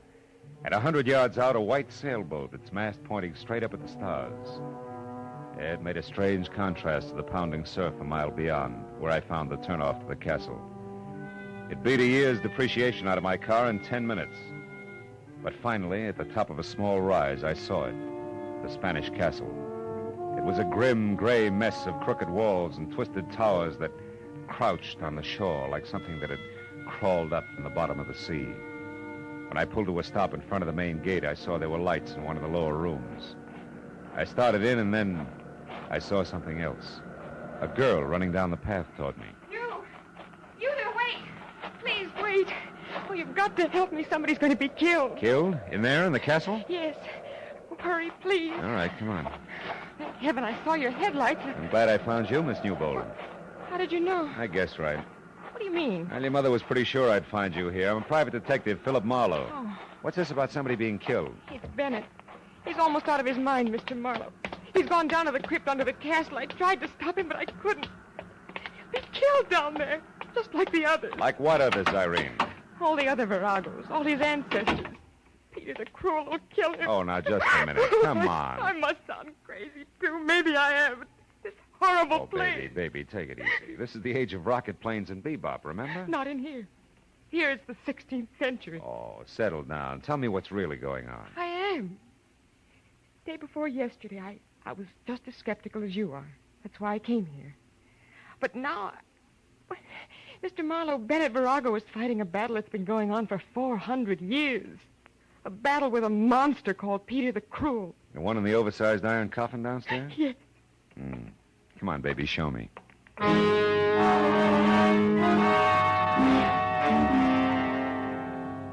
What I could see in the light of the 4 candles in the holder I picked up I didn't like. She led me first down a long flight of stairs, then through a maze of ponderous arched pillars that made the catacombs seem cozy by comparison. Finally, we stopped in front of a heavy door with an iron ring in it. I hauled it open and almost fell in. We were at the top of a deep circular room, carved from solid bedrock. Stairs that must have been designed by a reckless mountain goat followed the curving wall down to the bottom. And there, in the light of a torch stuck in a bracket, a man was working frantically over a big trap door set in the center of the floor. It was Bennett Virago. I told Irene to go back upstairs and wait, and then I started down. There. Who is it? Philip Marlowe. I'm a friend of Irene. She told me I'd find you down here. Get out of here. I refuse to be responsible. I'll be responsible for me, fella. I'm used to it. Hey, you sure you can't use some help? You look pretty tired. I'm exhausted. And I'm not going to stop until I've settled this business once and for all. And I won't tolerate any interference. Do you understand? No. Interference in what? I'm going to spend the night in the crypt under this door. I've got to know the truth. Listen, if you're really Irene's friend, please take her away into town at Poindexter's place. She's not safe here. Nobody is. Every document I found verifies it. Verifies what? Mr. Marlowe, I'll show you. On one condition. Give me your word that once I'm in there and this door is closed, you'll leave here and take Irene with you. Well? Okay, Virago, it's a deal. Show me. All right. Take that crowbar and help me get this open. Okay. Tonight I broke the seals that were put on this door 30 years ago.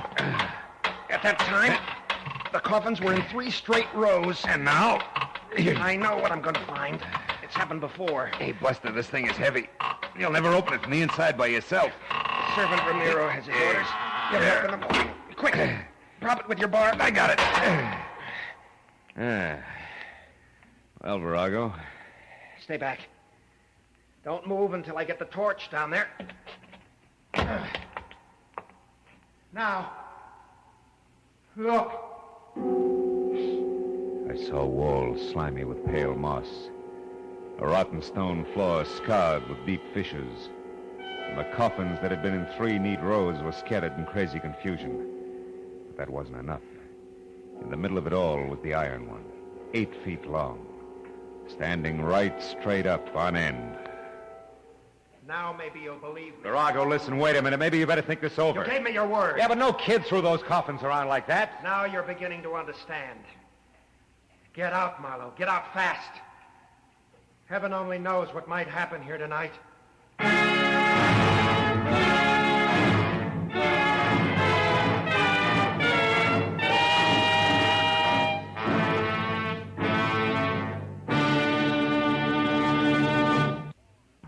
To make every day more enjoyable, treat yourself often to refreshing, delicious spearmint chewing gum.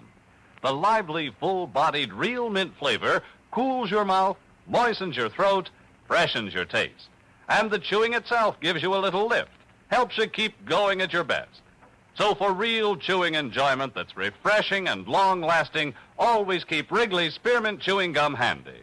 Healthful, delicious Wrigley's Spearmint Gum will make every day more enjoyable. Now with our star, Gerald Moore, the second act of Philip Marlowe and tonight's exciting story, The Iron Coffin.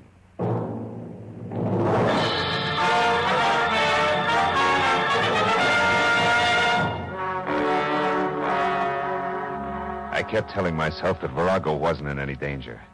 That this was 1950 and spirits from the 16th century didn't stand a ghost of a chance against a determined man. But I couldn't quite believe it.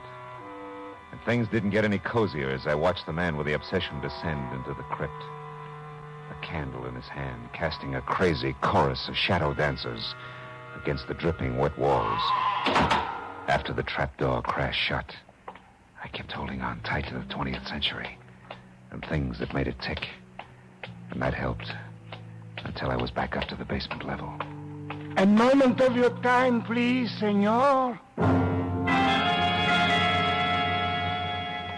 A tangle of gray, black, shaggy hair fell all around a grisly old face that could have scared a Halloween mask. And the rest of them fit from a build that included almost no shoulders, ape-long, scrawny arms, and an outfit that was medieval. I did not mean to alarm you, senor. Yeah, you couldn't miss. It's so dark in here. You're Ramiro? Si, Ramiro. Ah. I, senor, wait upon the master of this house, even as my father did, and his father before him. Always, senor, a Ramiro has been in service in this castle. Always since Peter the Cruel. You mean you came over here from Spain? You were imported with this castle? Si, indeed. It had to be that way, senor. None else but a Ramiro knows the castle. Every stone, every fixture, every sound in the night. Why, senor, there where you stand, a Ramiro stood on that fateful day in the year 1562 when Dominic Virago, the Count of Castile, sentenced Peter the Cruel to his death. Oh, it was an awesome occasion, senor. I'll bet. The story of that day lives in my mind as though I had been present. I hear and see it all. Hear and see the fantastic spectacle in this very room. The place lighted by flaming torches. The prisoner was Peter the Cruel. His legs bound in heavy chains and weighted with an iron ball. The crowd surged forward to hear what the Dominic Virago, Count of Castile, to this day proclaim the tyrannical rule of the prisoner before me at an end. And I do further proclaim that the prisoner, Peter the Cruel, be hanged, wearing the shackles and weights of a common thief. And when his body is dead, I order it cut down and sealed in an iron coffin, the chains not removed. Only by right of the royal blood of our fathers do I allow his remains to be placed in the family crypt below this room. Now, Peter the Cruel, you have heard this sentence. How do you speak?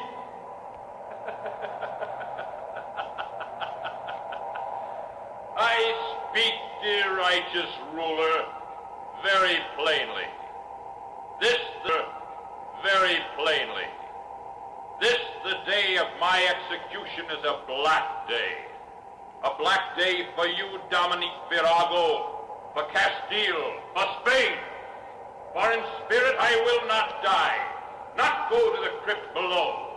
In spirit I will not rest until I have had my revenge through all the years that follow this day. This black day! You and your ancestors, beware, Virago! Beware!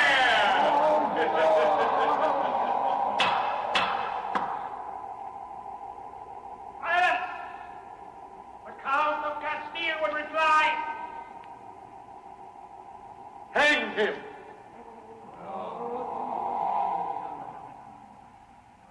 And that, senor, they did. Hanged him and buried him below us. That is why I stopped you here, to warn you.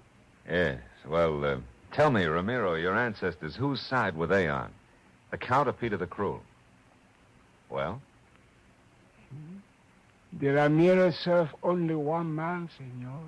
The master of the house. Even as I today serve only one man. The master of the house. Good night, senor. He glared at me for a long moment with sickly yellow eyes. Then he stepped back and was gone. Well, a few minutes later, I found Irene Newbold and told her what had happened at the crypt and of Virago's wish that she spend the night at Poindexter's place. When I saw her make one valiant try to keep from going to pieces, I picked up her coat and bag, held her firmly by the arm, and walked her fast outside into my car. It kept her thinking for a while. When we arrived at Poindexter's, I promised to awaken her at dawn for the return trip to the castle. She thanked me and went to her room, and a few minutes later, I went to mine.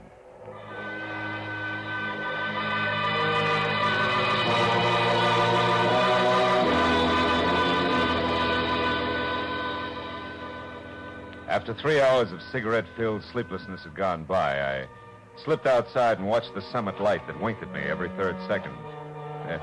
I didn't wink back.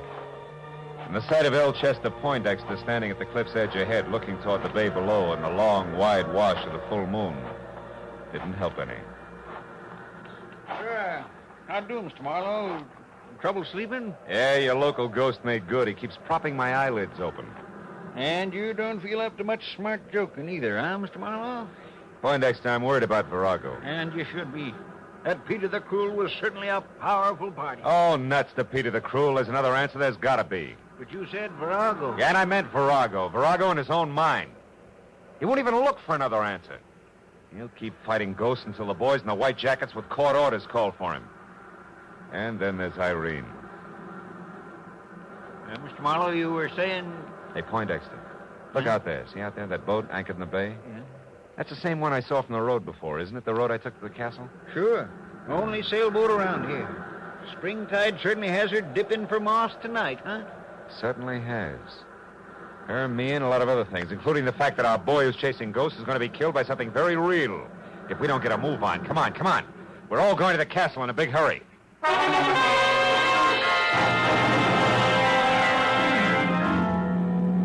Marlowe, are you sure you're right? I can't believe the answer's that simple. Doesn't matter, Irene. Simple or not, it can still kill. Come on, Poindexter. We're going to run for it. Every second counts now. You catch up to us, Irene. We're going ahead.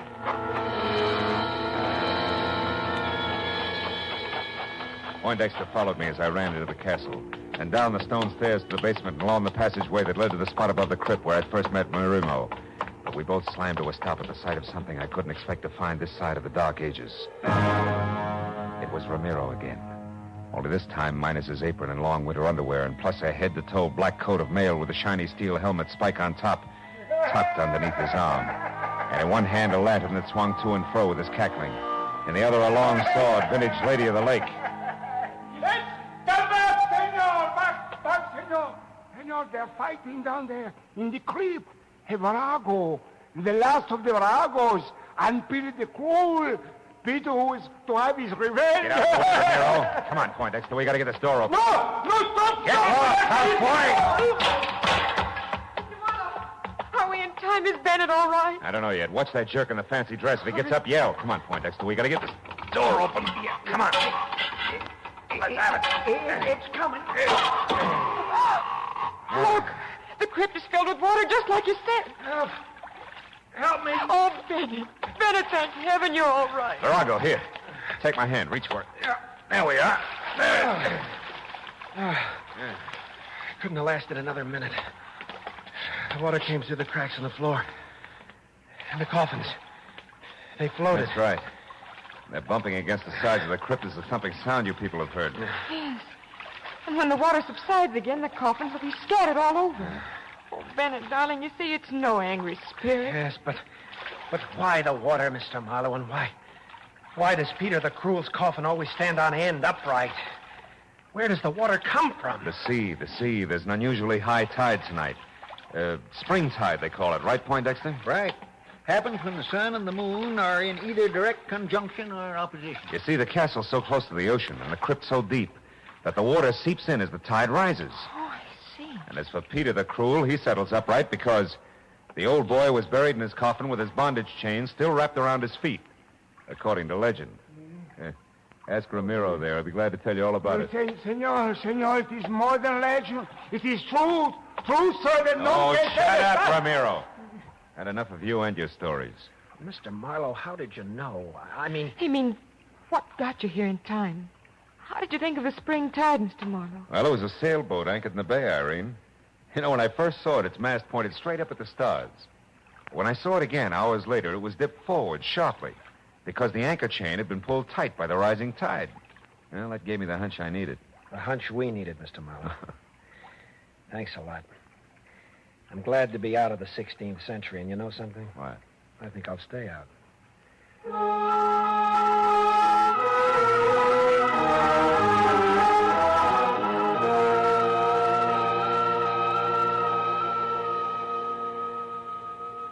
Well, it was another hour before we left the strange relic of another day. An hour in which everybody found himself thinking of Peter the Cruel's vengeful spirit. Oh, well. The tide took care of him. Oh, Marlowe, did you hear that? No. Yeah, well, as I was saying, that's the beauty of reality. Yeah, you can figure everything out. Marlowe, there it is again. Oh, that's nothing. It's probably just the wind. Look, that figure up on the rampart. Figure? Ramparts? Oh. Why, that's Ramiro. Or is it?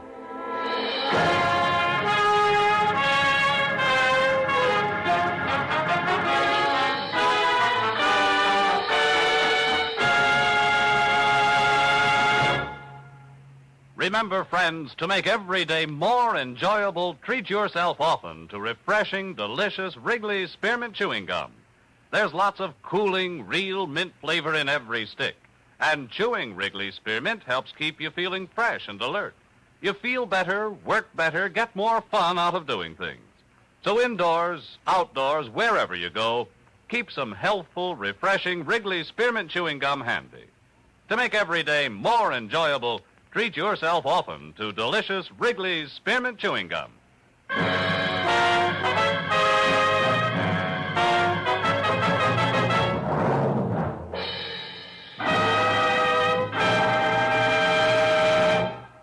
The Adventures of Philip Marlowe, presented by Wrigley's Spearmint Gum, bring you Raymond Chandler's most famous character and star, Gerald Moore. Philip Marlowe is produced and directed by Norman MacDonald and written for radio by Robert Mitchell and Gene Levitt. Featured in the cast were Irene Tedrow, Lillian Baeff, David Ellis, Jane Novello, Parley Bear, Barney Phillips, and Edgar Barrier.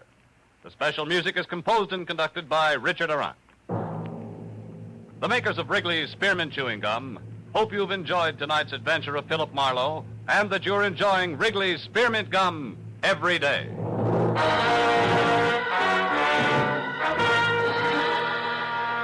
We invite you to be with us next week when Philip Marlowe says... This time a dying man's last wish led me from a gunman with orders to stop me, past a battered corpse in a crumbling mansion, to a ruthless redhead playing for keeps. And when it was over, the one in the middle got away with everything, except the dying man's last wish. This is Bob Stevenson speaking, and this is CBS, the Columbia Broadcasting System.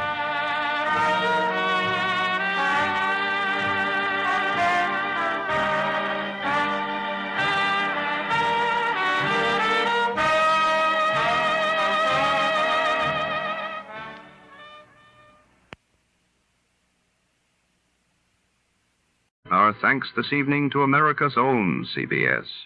And before the orchestra strikes up again, let's see who among you really knows the golden age of radio.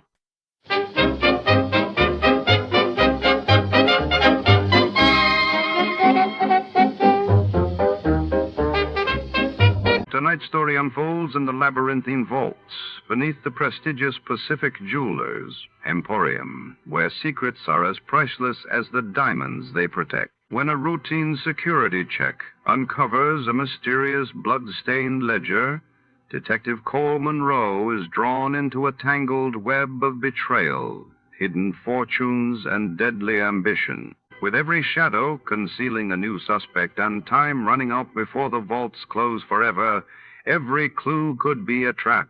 Before to start, let's see what happened the day it was aired. It was January 23rd, 1952.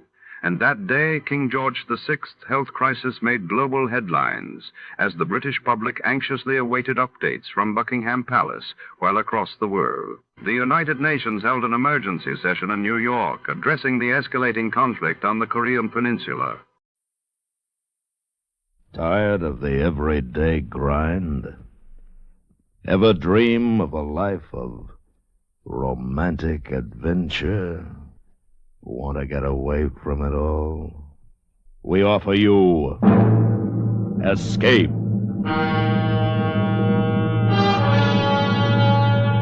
Escape, transcribed to free you from the four walls of today for a half hour of high adventure.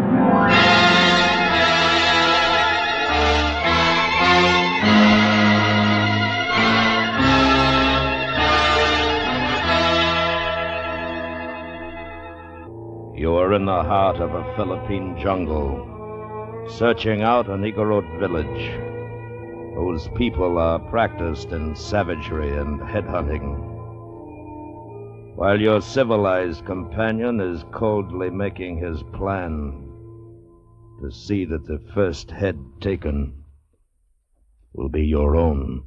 Listen now as Escape brings you Kathleen Height's exciting story, A Good Thing.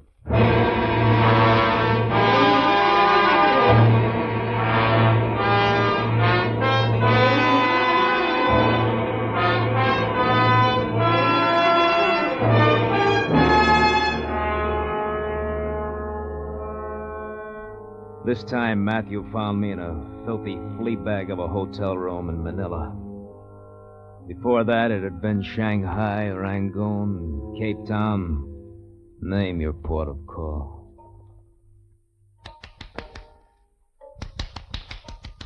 Come on, boy. Come around. Come on. Come on, Dan. Dan, come on, snap to. You really tied one on this time, didn't you? Well, we've done it before. Here, boy. Catch. Easy. Easy, boy. Easy. Down. Oh, it's you. How long you been like this? This time? Too long. You found me. You always send for me, Dan, in your own unique fashion. I send for money. Give me the towel over there. I always check on my investments. Next time, just send the money. Won't be a next time here. This time you're going with me. You know I'm not. No, I think you'll get a kick out of this joint. I'm going up in the back country of Nueva Ecija. Get material for my book. No expedition, no fancy trappings, just you, me, and the Igorots. It's just you and the Igorots. No, it'll be good for you, Dan. We'll get you in shape. Rest up a bit before we strike out. And we'll get all that stuff boiled out of your system. Might even get you to quit hating yourself. I know, you think you hate me. Maybe you do. All I know is you're my brother, and I'm not going to let you go completely to pieces.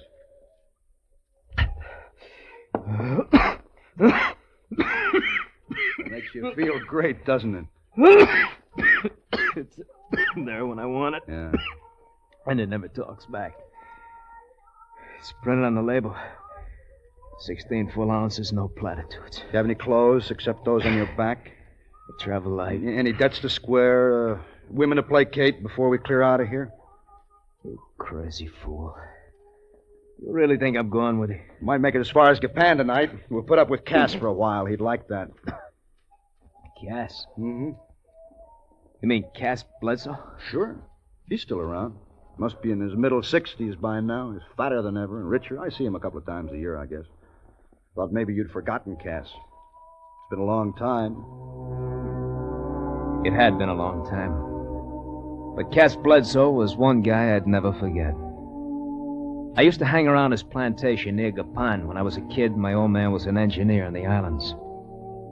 I knew a good thing when I saw it, even then. And Cass had it made, but good. A lot of cheap native labor, all the money in the world. That's what I call a good thing. That's what I'd look for all my life. Brother Matthew, I hated his insides. I always had. It wasn't so bad when he was off somewhere, but when he was around, I thought I'd blow my core. I hated him that much. He had me this time, though. I was flat broke, and he knew it. I had to go with him. You see, no one's done exactly the kind of study I want to do on the Igorots. The lecture can wait till we get to Cass's. Come on, Dan. Admit it's not a bad idea? I think it's a lousy idea.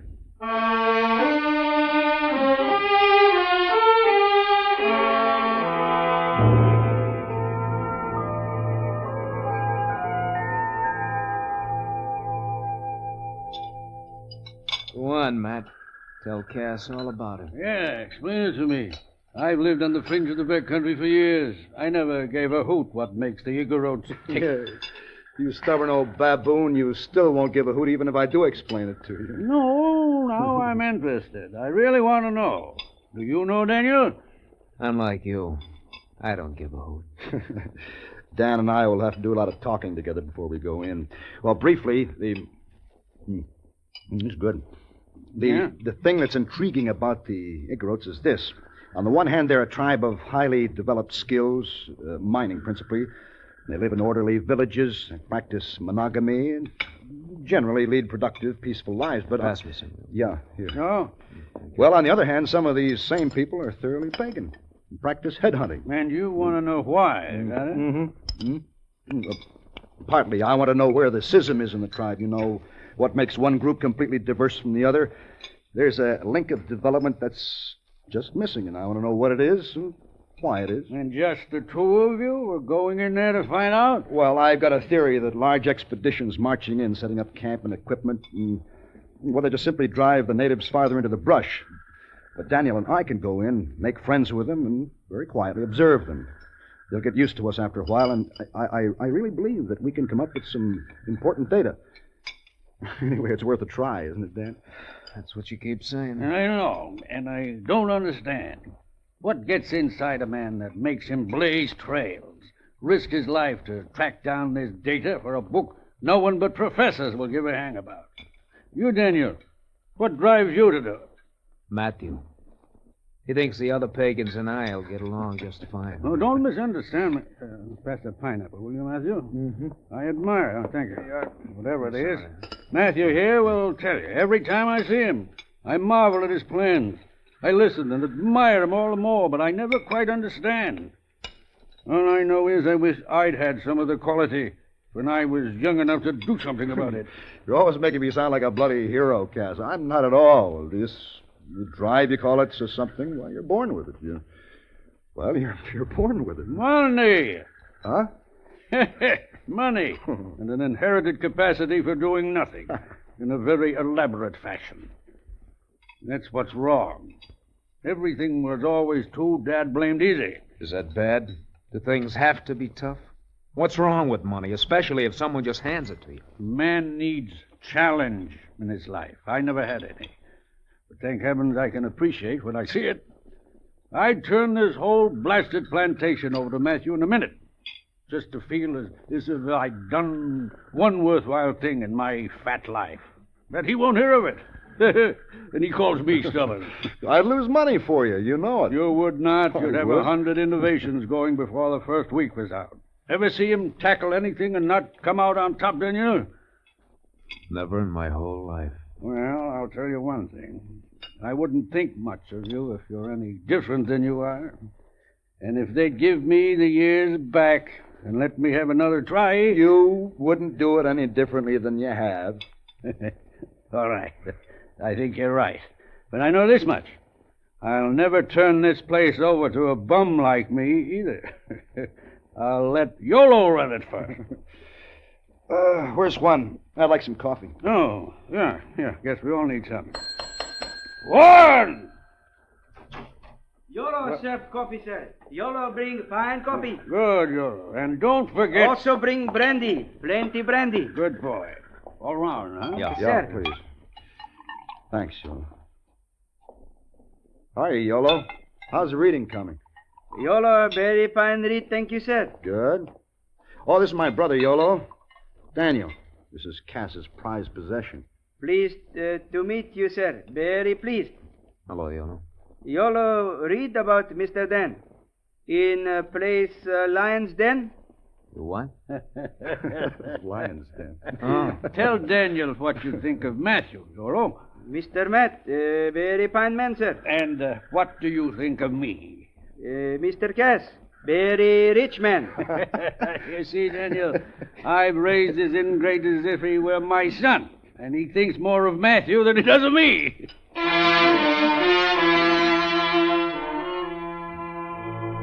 The love feast went on and on and on. Every time Cass took another slug of brandy, he'd hand the plantation over to Matthew again, and Wonder Boy just kept handing it back. I had time. We were going to stay on with Cass for a few days, and hard as it was on my insides, it looked smart to come off as a carbon copy of Brother Matthew. The drunker he got, the more old brandy bloat began to look like a good thing to me. A real good thing. I was a model boy those next few days. Now, if we start out early enough in the morning, YOLO thinks we can make it to... Yeah, to this clearing right here. It's about tomorrow night. Yeah. What does YOLO know about it? Well, this country's the back of his hand. Hasn't Cass told you? YOLO's an Igorot. His family still lives back up in the hills. Okay. So we're here tomorrow night. Yeah. When do we hit the first village? Well, about mid-afternoon the second day. We'll set up headquarters there and work out of there as soon as we know the territory and make a few friends. Sounds real cozy. All right, guess we're set then. Huh? Mm-hmm. Dan? Yeah? You're doing a good job. I'm proud of you.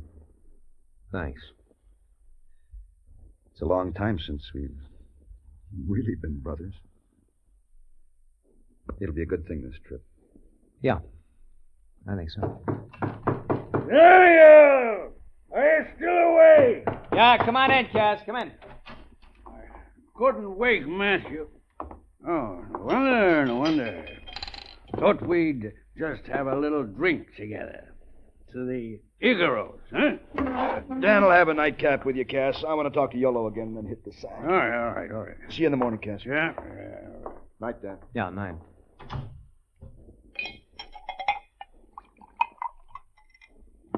You sure you need that drink, Cass? You sound just like him. Pretty sure I don't need it, boy. Pretty sure. I don't need most of them I take. Pretty sure. Here. Okay. Igorots? To you. To you and Matthew. Safe journey. Safe. Thanks. I don't know you like I know him, but you've got something. I can tell. Something. Doers. That's what you are. Amount to something. Never did myself. Look, you're pretty hard on yourself, aren't you? Guts. You've got guts, both of you. Guts. Never had any myself. Never. You've done all right without them. Listen, boy. Listen. Don't let anything happen to Matthew. Like a son to me. Don't know you as I know him. I know this, though. You're a bad one. A lot of devil in you, like me. Matthew, just like a son to me. Man needs a son. And when you get back, if you get back,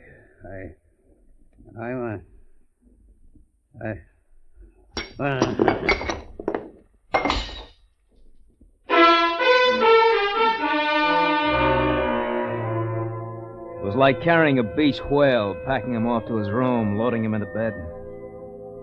I made him comfortable.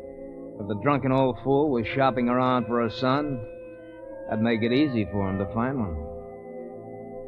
Matthew and Cass had one more good-natured exchange before we left the next morning. Cass killed me. Didn't even have a hangover. It'll be my way or I won't let you go, Matthew. If you're idiot enough to go in and pay court to headhunters, I'll at least have the satisfaction of knowing I sent you in good hands. Cass, you can't. Yolo's your right hand. You need him here. Just let him lead you to his old village. Then he'll come back. Won't you, Yolo? Yes, sir. Make very fast with Yolo to lead. No trail, very good. Also, help make friend. Well, you'd be a big help, Yolo, sure, but... Matthew, I think it's a good idea if Cass can spare him a few days. I certainly can. Besides, it'll make me feel as if I'm doing something for you. At least you can all do right. it. All right. But you hurry back to Cass as soon as we're safely in the village, Yolo. Yes, sir. Yolo understand. Yeah, that's better. And you, Daniel, any young man who can lift me and my full load of brandy is worth having around. Anytime Matthew doesn't need you, let me know. Well, thanks, Cass. I'll remember that.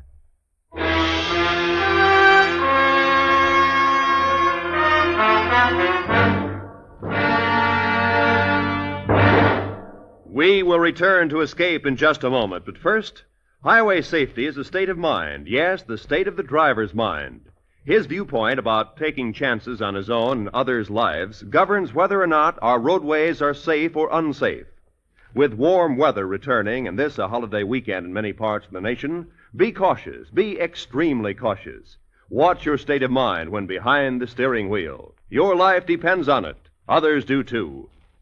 And now, back to Escape.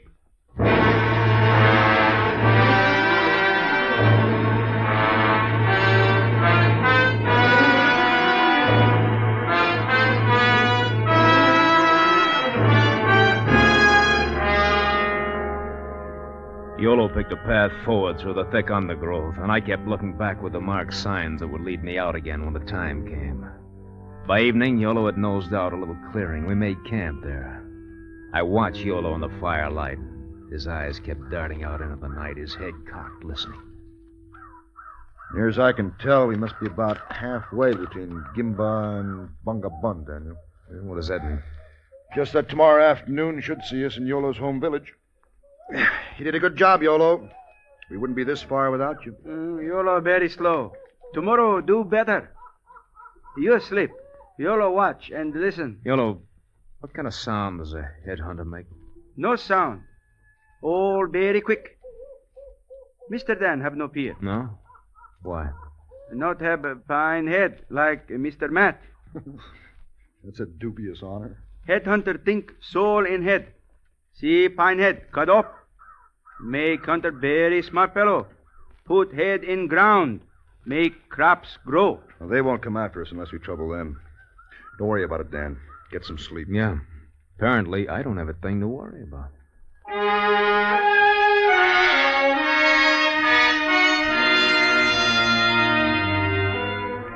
Yolo routed us out and on the trail early the next morning. I got so I could sense the path. look around at the brush, know where the footing was. We made good time, and by afternoon we could see the village ahead. As we moved closer, Yolo seemed somehow to become warier. His head snapped in all directions at the slightest sound. But finally, he led us into the clear, flanked by huts on all sides. What few natives we saw backed away and disappeared at the sight of us. They're more frightened of us than we are of them, Dan. Smile. Must smile. Show 'em we're friendly. Over there. Hut my family. We go there. You go on. Tell him we're friends. He'll know what to do. What we do is much more important. Just smile now. And don't panic. In here. This hut. You go in. Hut all empty. You go in. Come on, Dan. I hope you know what you're doing. They'll see we didn't come to harm them. Once they're sure of that, they'll come back. Come on inside. They'll come back. Come on inside. Yeah. Just keep Yolo handy, that's all. Don't worry about Yolo. Yolo! Yolo, come back here! Look at that. Run out on us first chance he gets. Come back here, you dirty... Come here, fool, Dan! Let him go. He did his job. Now just calm down. What are you, a brave man? It's just that I've been through this kind of thing before. Natives always run fast. And they steal back to take a look at you. If you convince them you didn't come to destroy them, you're all right. Yeah, well, I think you're nuts. Well, I'm not. Now, come on, lie down. Take it easy, come on. I'll keep watch. Dan, we don't have a thing to worry about.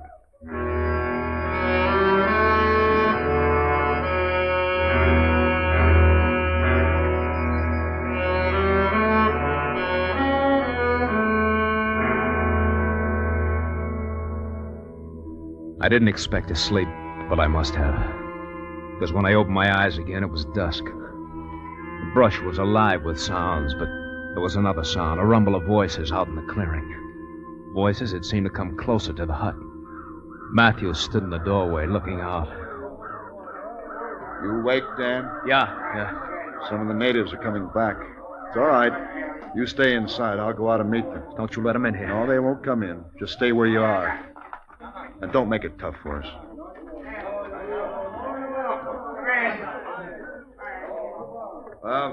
White man, one big friend. You see? Good.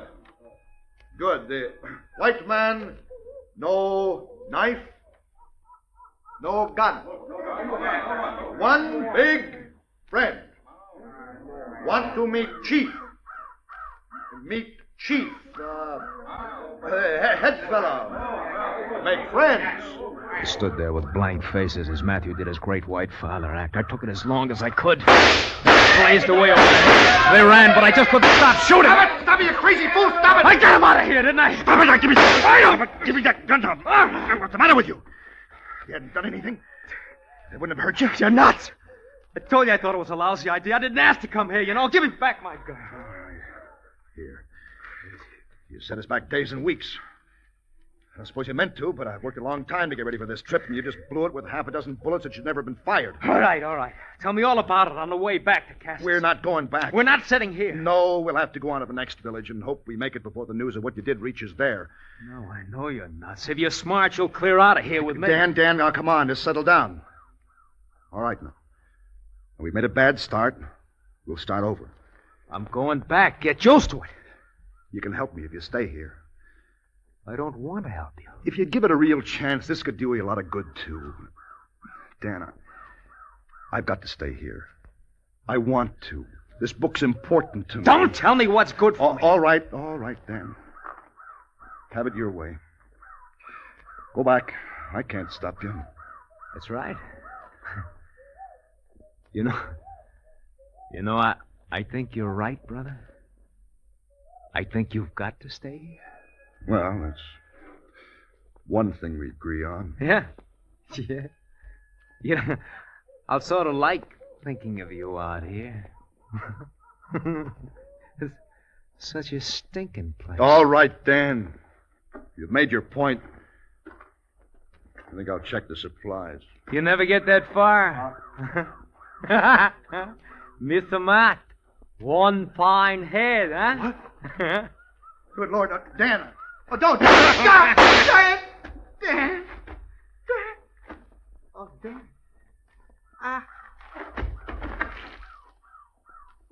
All right, you book, brother.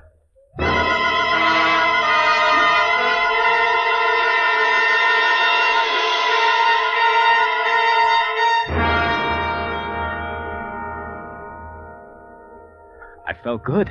Good. Because now all I had to hate was the idea of him. My nerve held until I got to the part about his head. I couldn't do it. All night long, I tried to find a nerve, but I couldn't. By morning, I picked him up, hauled him out into the brush. There wasn't a sign of life. I dug a grave, crammed him into it, pulled the thicket back over it. Would make a good story.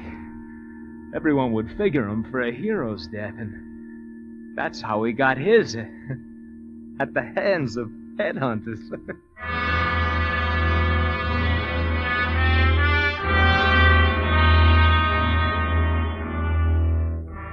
2 days later, Matthew's weary brother, Bramble, scratched and sick with grief, stumbled into Cass's plantation and told the sad news. Poor devil. Must have been horrible. Oh, it was awful. You don't know how awful. Take it easy, son. I know how you feel. But it was his life. He was doing what he believed in. I want to go back. I want to get a party and go back, clean them all out for what they did. I know. But you won't. I won't let you. I tried to stop Matthew. I've got to stop you. I'm so tired, And Cass. you'll get rest. A long rest. Then we'll talk about plans. Don't try to think now. No, it's no use thinking. I can't help him now. Any more than I could help him then. Don't beat yourself, son. You did everything you could. I thought YOLO was the answer. But I guess not. YOLO. He ran as soon as we hit the village. And he didn't show up when the trouble started? No. He headed back here like he was supposed to. I told him to stay in the background. He was supposed to be there when you and Matthew needed him. He isn't here? He didn't come back? May have reverted to type. They do sometimes. I thought I was giving my boys some protection. Cass, I think I'll go lie down. I feel sick. Sure, son. Sure. Mr. Cass! YOLO! Cass! YOLO, come back! YOLO! You promised to watch after them! YOLO there, Mr. Cass.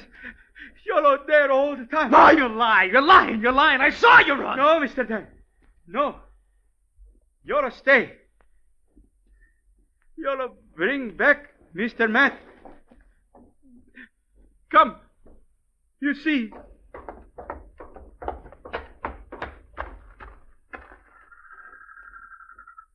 But his head.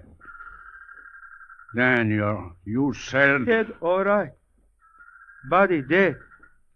All shot. Mr. Dan, no? All shot.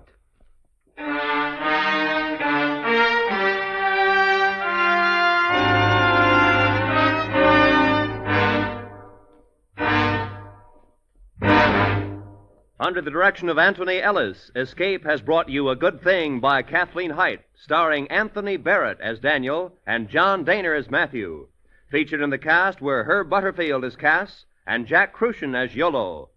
The special music for Escape is composed and conducted by Leith Stevens.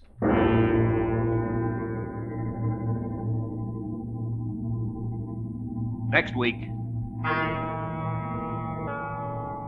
You are living in a new and fabulous land, surrounded by all that is generous and kind, while your hosts, heedless of your pleas, are planning, as is the custom of their country, to kill you in a strange and terrible manner. So listen next week when Escape brings you a fantastic adventure in The Voyages of Sinbad.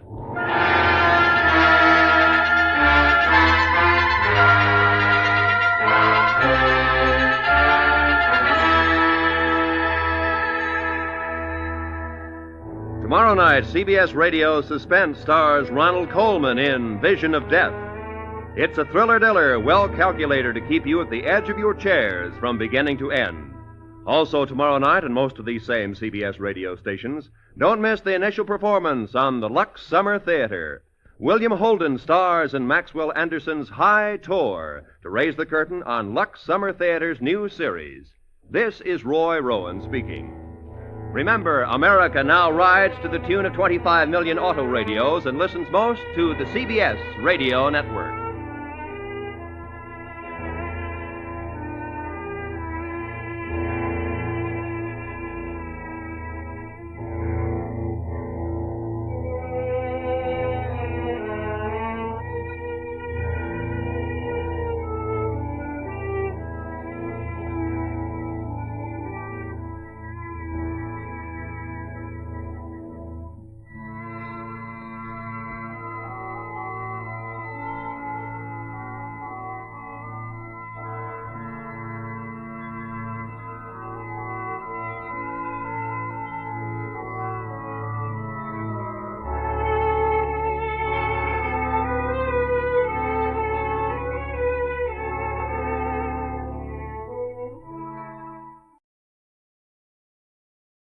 This is Escape Radio speaking, with our thanks to the fine folks at CBS.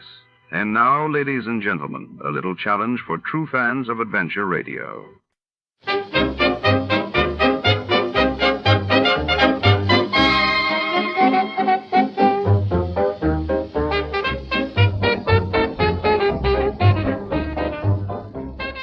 This is Escape Radio speaking, with special thanks to the fine people at CBS. Stay tuned, ladies and gentlemen. A little music first, and then tonight's exciting story.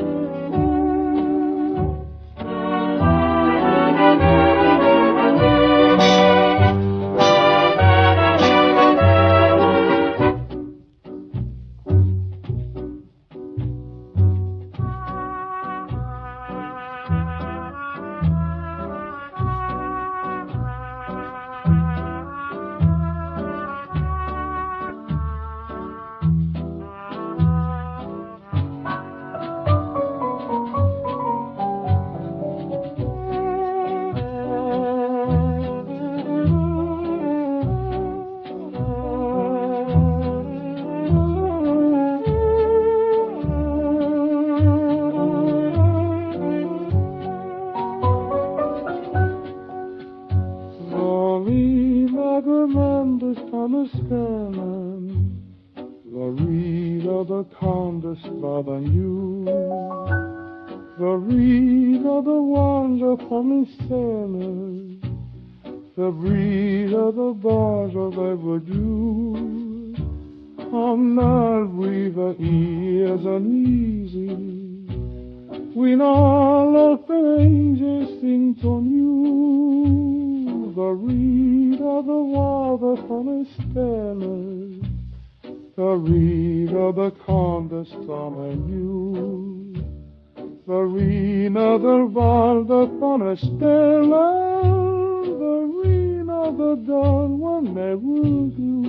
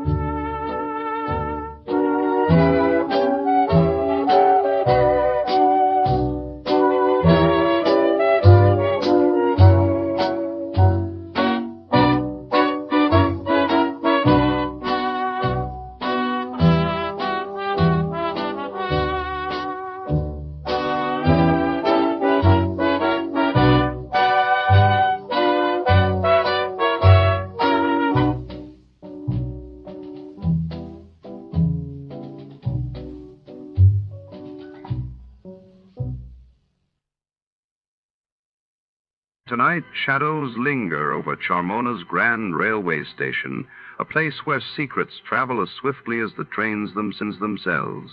When a priceless diamond vanishes from a locked luggage compartment, Detective Sam Riker steps into a tangled web of deceit, luxury, and danger. Among the clamor of steam engines and whispered alibis, every passing stranger could be a suspect. Will Riker uncover the truth before the next train leaves the platform?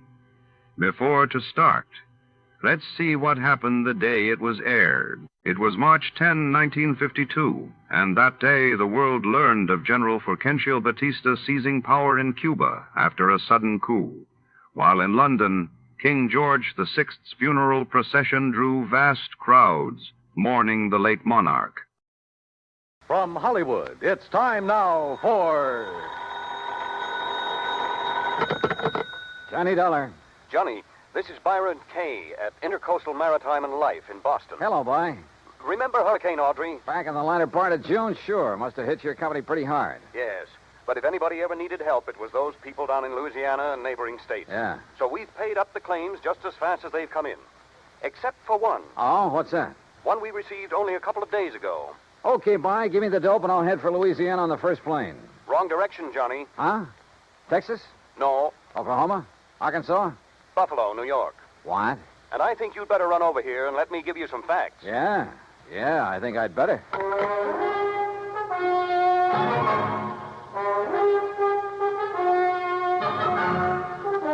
Bob Bailey in the exciting adventures of the man with the action-packed expense account, America's fabulous freelance insurance investigator. Yours truly, Johnny Dolar.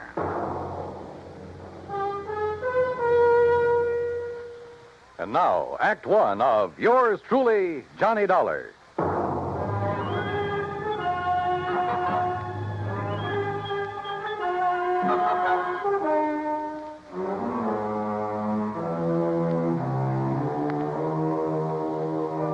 Expense account submitted by Special Investigator Johnny Dolar to the Intercoastal Maritime and Life Insurance Company, Boston, Massachusetts.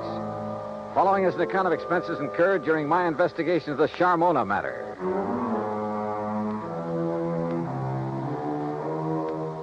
Expense account item 1, 1845. Plane fare and incidentals, Hartford to Boston, and a cab to Byron Kay's office in the Little Building. Glad to see you, Johnny. Hi. I'm glad you can take this on for me. Sit down. Okay, thanks. Ever hear of Charles Francis Keeley? Keeley? A very much reformed man, Johnny, who was apparently making a valiant try to live down some of the things he did earlier in his life. Like what? Well, he was I guess you'd call him a promoter, stock manipulator, that sort of thing. The point is, he made himself a lot of money a few years back until the authorities, the Securities Exchange Commission and so forth, put a stop to his fancy dealing. Sounds like a real nice guy. In any event, he had enough money by the time he quit to live pretty well. Nice home, beautiful wife, 62-foot cruiser, and that, by the way, is our biggest problem. Oh, I wish my biggest problem was a 62-foot cruiser. It is, Johnny. Now. Then tell me all. Yes. Early in June, he took his boat across Lake Erie to Detroit to have some work done on it at the Detroit Yacht Basin. Then, a couple of days before the end of the month, he started back for Buffalo. Oh, yeah, that hurricane was moving north about then, wasn't it? Yes, it was. And his failure to appear in Buffalo within a reasonable time didn't worry his wife a bit. Often before making that same trip, he'd stopped off in Cleveland to visit some of his old cronies. Uh-huh. But by July 20th, she began to get worried. She called the friends in Cleveland. They hadn't seen him. Then she called the Coast Guard. No word. A few days later, a couple of the life preservers from his boat washed up on the south shore of Erie near the little town of Lindsay. That enough for you, Johnny? How much insurance did he carry? On himself, $35,000. On the boat, $106,000. I see. Okay, bye. I'm on my way. Expense account item 2, transportation to Buffalo, where I signed in at the Statler Hotel. Item 3, $5.20 for dinner. Then taxi, that's item 4, to the Keeley home north of Delaware Park on Colvin Avenue. I don't know just what I'd expected Keeley's wife to look like. Suffice it to say, I was pleasantly surprised. She was young, tall, blonde, and beautiful, with eager, sparkling eyes and none of the signs of grief I'd anticipated. I don't know why you registered at the hotel, Johnny. May I call you, Johnny? Why, sure. Please call me Mona. May I pour you another drink? No, thanks. As I started to say, you could have stayed here. There's plenty of room, as you can see. Yes. This is a very beautiful house, Mona. Yes, but so empty now. I get terribly lonely, Johnny. Well, of course, I don't blame you. But now suppose we talk, if you don't mind, about the Johnny, thing if you have to be around for a few days, why don't you move out of that hotel and... Oh, I'm sorry. I shouldn't say that. I guess I'm sorry. It's all right. But I am lonely. Sure. Now, Mona, you realize this investigation is, it's just routine. Of course, Johnny. Now, as I understand, every effort has been made to find your husband. Of course. And to find the Charmona. Charmona? The cruiser. Oh, yes. It was a beautiful thing, Johnny. But now it's gone. And Paul. Paul? Yes. Paul Matthews was the pilot. Only he was more than that. He was very nice. Yeah. Well, now, as I... Oh, excuse me. Every time that phone rings, I hope it's some word, some news that perhaps... Well, you know. I'm not sure that I do. What? But by all means, answer it. Yes, excuse me. There was something distinctly wrong with this whole setup, that was for sure. The Coast Guard, yes. Yes, this is she. This is Mona Keeley. Perhaps Charles Keeley wasn't the only one in this family to arouse suspicion. What? Say that again. Especially now, with nearly $150,000 involved. Yes, well, how about Paul? I said, how about Paul? Then, when she finally finished with the phone call, came a couple of other surprises. Thank you. Johnny, he's all right. Huh? That was the Coast Guard. They found him. He's all right. Isn't it wonderful? That was the real surprise. Not what she said. Isn't it wonderful? Or even the way she said it. But something deep back in her eyes that gave her away, that told me beyond the shadow of a doubt that she was lying through her teeth.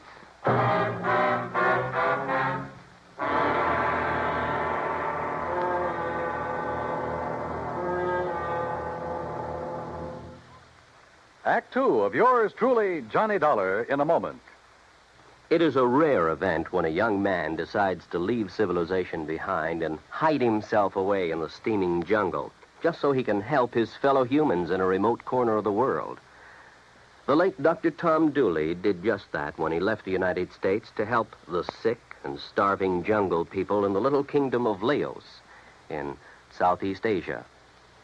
Dr. Dooley's story is well known to nearly everyone. And all over the world, people talk of his little jungle hospital on stilts. That's where he treated the dread diseases of the jungle and trained native medical technicians so that they might help their own people. Dr. Dooley wrote and lectured to many people so that the work of his medical assistance program, Medico, might go on. It was not easy for someone so young and so talented to give up the bright lights of the city and plant himself down in an unknown jungle just for the purpose of helping unfortunate people he didn't even know. But through Medico, Dr. Tom Dooley wanted to help people. He wanted to help people to help themselves. Today, the work of Medico is going forward in a number of countries besides Laos.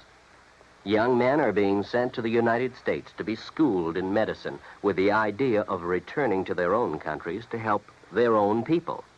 Hundreds of thousands of dollars worth of medical supplies have been donated by American businessmen and pharmaceutical companies.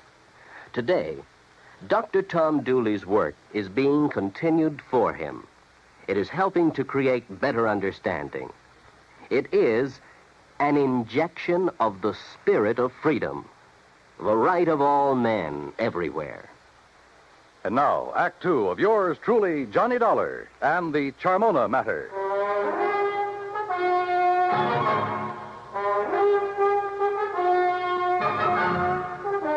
The news that her husband was still alive came as quite a surprise to Mona Keeley. Isn't it wonderful, she said. But I didn't believe that she meant it. On the south shore of the lake, Johnny, near the little town of Lindsay, west of Cleveland. He was picked up on the beach by a farmer who's been caring for him ever since. Isn't it kind of funny that you haven't heard from him before?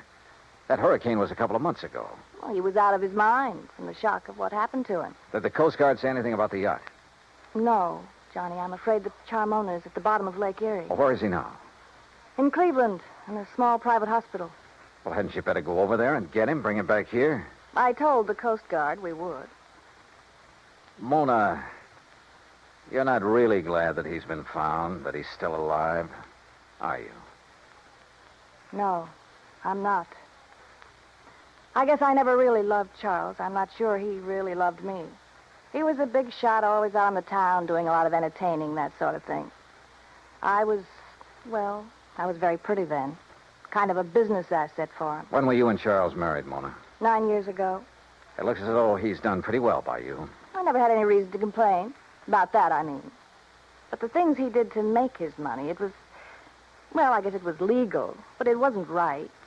It was almost like stealing, the way he promoted a lot of worthless inventions, penny stocks, worthless real estate, that sort of thing. But he always did all right. And you. Well, who worries about conscience when things are going well? A lot of people, Mona. But then they made him stop the things he was doing. And Charles became very strange.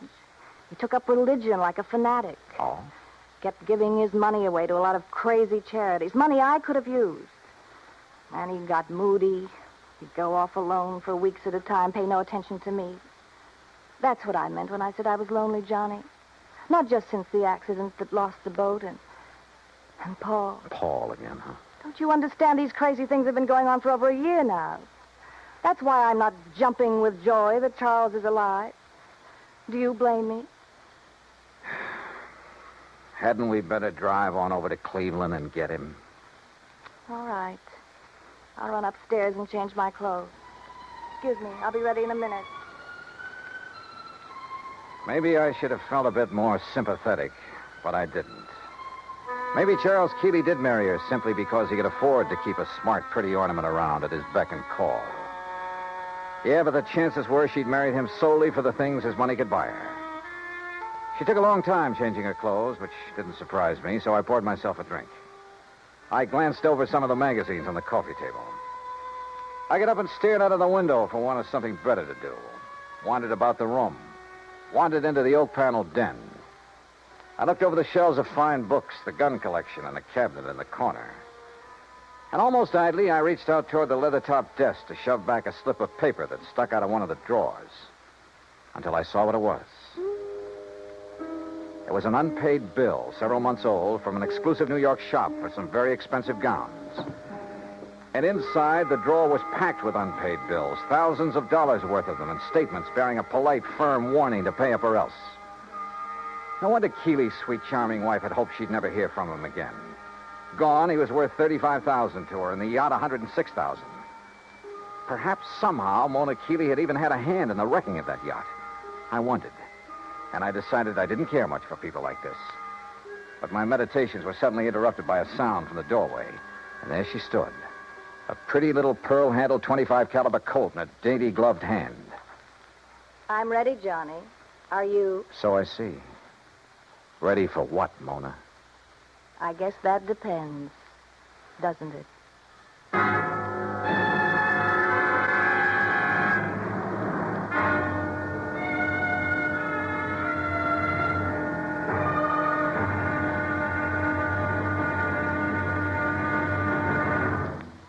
Act 3 of yours truly, Johnny Dollar, in a moment. Our flag now numbers 50 stars, and behind each star there stands yet another flag representing one of the 50 states. Wisconsin's state flag bears the state motto, Forward, and a likeness of the state mascot, the badger. The word badger was a nickname for the miners in southwest Wisconsin. During the mining boom just prior to 1830, the people who came from Illinois mined only during the good season and left during the bad. They were called suckers, just like the fish in the streams. But the busy Wisconsinites, with either too little time to leave or to build a house, moved into abandoned mine shafts to live as badgers. The Wisconsin banner pays tribute to these industrious natives. Wisconsin's state flag, the flag of the 30th state to enter the Union, was adopted on April 26, 1913. And now, Act 3 of yours truly, Johnny Dollar, and the Charmona Matter.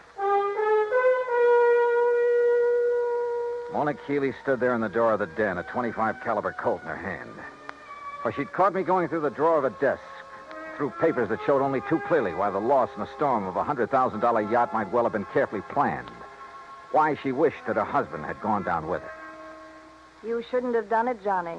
You shouldn't have looked in that desk. Pretty good proof, isn't it, Mona, that the wreck of the Charmona was no accident. I don't know how your husband worked it and still managed to get back to shore alive. You don't know what you're talking about. But he almost didn't make it, if what you've told me is the truth. Maybe that's because he didn't anticipate that the storms from Hurricane Audrey would hit Lake Erie. Maybe it's because... well, we'll soon find out. Will you? Yes, when we drive over to the hospital in Cleveland and talk with him, if he's really there. Oh, he's there, all right. And you and I are going for a drive, but not to Cleveland. All right, now. Oh, put that thing down, Mona. Sorry, sweetheart. That little thing in your hand is about as accurate as a slingshot. Now, why don't you... No, don't move. I still don't get it, though. Oh? What? And I'm sure you must have been in with your husband on his deliberate sinking of the yacht. If you think Charles sank it deliberately, Johnny, you're all wrong. Then I certainly don't get it. Because if... oh, now, wait a minute. You've made a couple of cracks about... what was his name? Paul? Do you want to know the truth? Paul was the pilot for Charles, and there's been no word about him. So he must have gone down with the Charmona. That's why I'm lonely and feel the way I do. Mona, this whole thing smells worse to me every minute. He was young, and he was kind, and he loved me. I was glad when they found that Charmona had gone down, because the money for it would be mine. And I could get free of Charles, and Paul and I could... That's why I hoped Charles was gone. Yeah, another $35,000 for you. You're about the crummiest lot I've ever run into. Look at this, Mona, here on the desk. What? This solid gold table lamp. What about And it? there beside you, that expensive mirror. What are you talking about? Well, look. Why did you do that? To get this gun away from you. No, you... Oh, you... A lot of good this would have done you with the safety on. I'll kill you for this, Johnny. No, I don't think so. And I don't think the police would like it if you tried. Oh, no. Do you think they'd blame me for trying to stop you from going through the papers in my desk? For shooting you? No. Wait. I didn't mean that. I couldn't have shot you, Johnny. Johnny? Before we go, is there anything you'd like to tell me? Go? Where? Is there anything you'd like to tell me about why Charles really sank the Charmona? No. And I don't think you'll ever know how and why the Charmona went down. Want to bet? No, stay right there. Now I've got the gun, remember? Hello? What? Charlie? No. This is a friend of the family. Oh, well, this is Harry Nelson. You gave me a real start. I thought Charlie'd come back from his watery grave. He has, Mr. Nelson. What? Yes, he's in a Cleveland hospital. He's okay. Oh. Well, then I'll talk to him when he gets back. You see, I'm the man who was going to give him $98,000 for the Charmona when he got her back from Detroit. Oh? Oh, yeah, sure. But since the Coast Guard tells me she was a complete loss, well, naturally, I think I ought to have my deposit back. I'm sure you'll get it, Mr. Nelson. Yeah, okay, Mr. What did you say your name is? Bye. Who was that? Someone who threw some very interesting light on this whole matter. Come on. Where? Our little drive, remember? To Cleveland. During the 5-hour drive to Grace Hospital on the outskirts of Cleveland, I questioned her, using every trick I could, but she refused to talk. The theory that Charles Keeley had deliberately sunk his yacht had gone up in smoke. If he had a buyer for it, he wouldn't need to try to collect the insurance on it. But I still knew the whole case was anything but lily white, and hoped that Keeley could explain a few things. When we arrived at the hospital, there was a police lieutenant in Keeley's room and a stenographer. When she saw them, Mona gasped slightly and sank into a chair, to which the lieutenant promptly handcuffed her.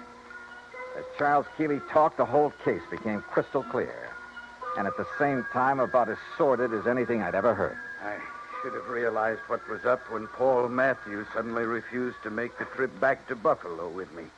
He was my pilot, Lieutenant. I phoned the Coast Guard about him as soon as... Yes, sir. It was on the Coast Guard's tip that we ordered Paul Matthews picked up. Picked up. Then he's all right. Shut her up, Lieutenant, or get her out of here. As I started to say, they not only picked him up, but found where he bought the various parts for the little device he used. Good. Device? What are you talking about, Lieutenant? Let me tell him. Sure, go ahead, Mr. Keeley. Then the stenographer will have it all down on the record. I should have known what was up when Paul suddenly decided not to go back with me just before sailing time. You see, I've suspected for some months that he and my wife behind my back... Charles. Shut up, you rotten little... Go on, Mr. Keeley. I should have known then, but I had to get the cruiser back to Buffalo to a friend who'd offered me cash for it. Harry Nelson. Yes. Enough to get me back on my feet again. And I didn't know why Paul had left me to make the trip alone until the explosion about 5 hours out. What? Yes, Mr. Dolar, up forward, where there couldn't possibly have been anything explosive. A bomb of some sort? What else, Dollar? It was luck, sheer luck, that I was sailing in close, that I'd put on a life preserver because of the storm. That was the tail end of the hurricane down south, you understand? Yes, and it was luck that she went down right off Palace Rock. Yeah, that's exactly where the Coast Guard divers found her early this morning. A hole as big as a house blown out of her front end. Yes, that storm, that hurricane may have taken a lot of lives, but it saved mine.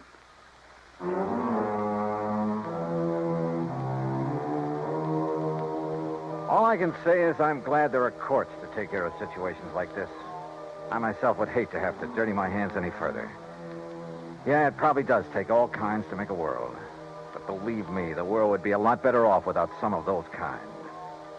The claim on the yacht, sure, it'll have to be paid. And to a man I honestly think is trying to live a decent life for a change. Expense account total, including incidentals, and the trip back to Hartford, $103.80. Yours truly, Johnny Dollar.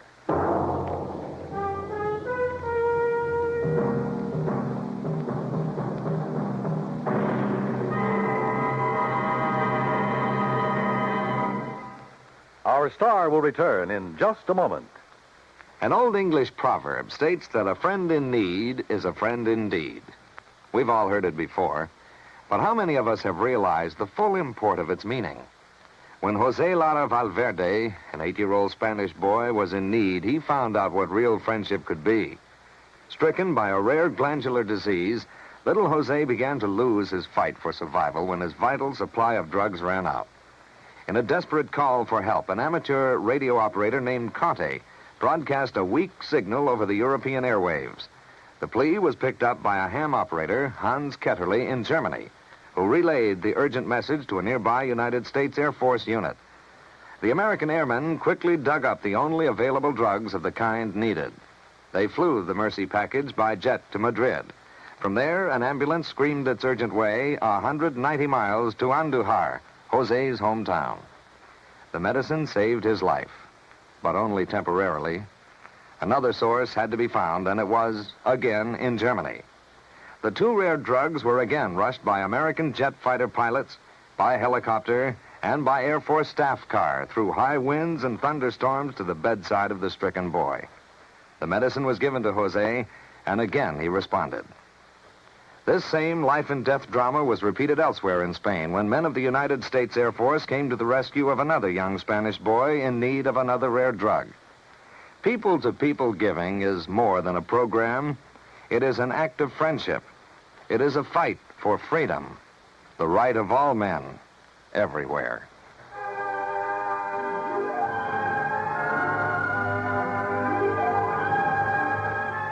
Yours truly, Johnny Dollar, starring Bob Bailey, originates in Hollywood.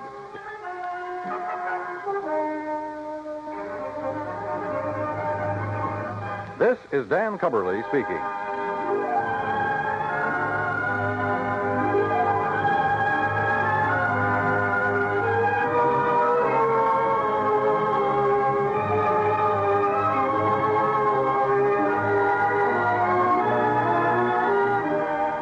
This is the United States Armed Forces Radio and Television Service.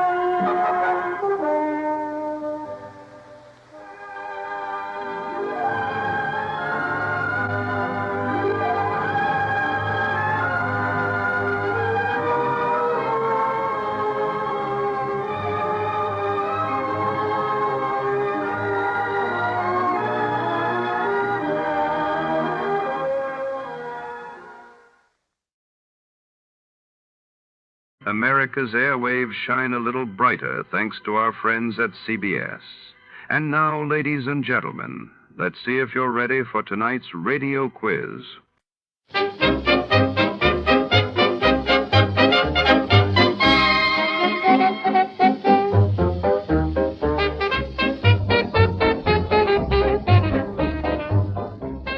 In the shadow-drenched alleyways of the city, a vengeful secret stirs.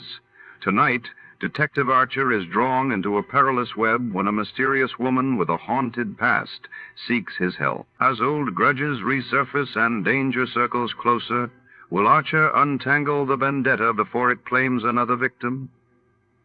Step inside the Vendetta capper, where every whisper could be a threat, and trust is the most dangerous gamble of all. Before we begin, let's see what happened on the day it aired. It was March 15th, 1949. That day, the world watched as the Soviet Union announced new economic reforms, while across the globe Israel was officially admitted as a member of the United Nations.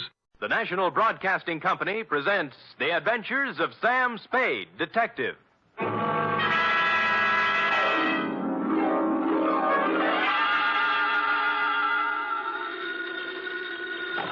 Sam Spade Detective Agency. Me, sweetheart. Sam!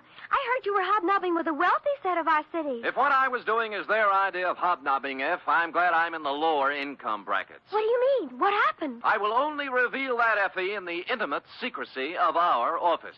Was it that bad? Worse, F. Emotions ran amok. Passions were strewn from Fisherman's Wharf to the peninsula. Hatreds festooned the very air. And there was jealousy, too. My. It was positively lurid, as they say. Do you think it's all right for me to To hear it? Well, I'll expurgate it a little, F. I'll water it down to your strength. I'll use monosyllabic instead of polysyllabic words, and so on. Now, Sam, I want you to tell me everything you think I should hear. And then just a little more. It's a deal, F. Prepare yourself for listening, and I will shortly make my entrance with a saga of society skullduggery, the lowdown on the uptown and all that. Now, if we need a name for it, why not call it the Vendetta Caper or the Revenge of Monte Cristo?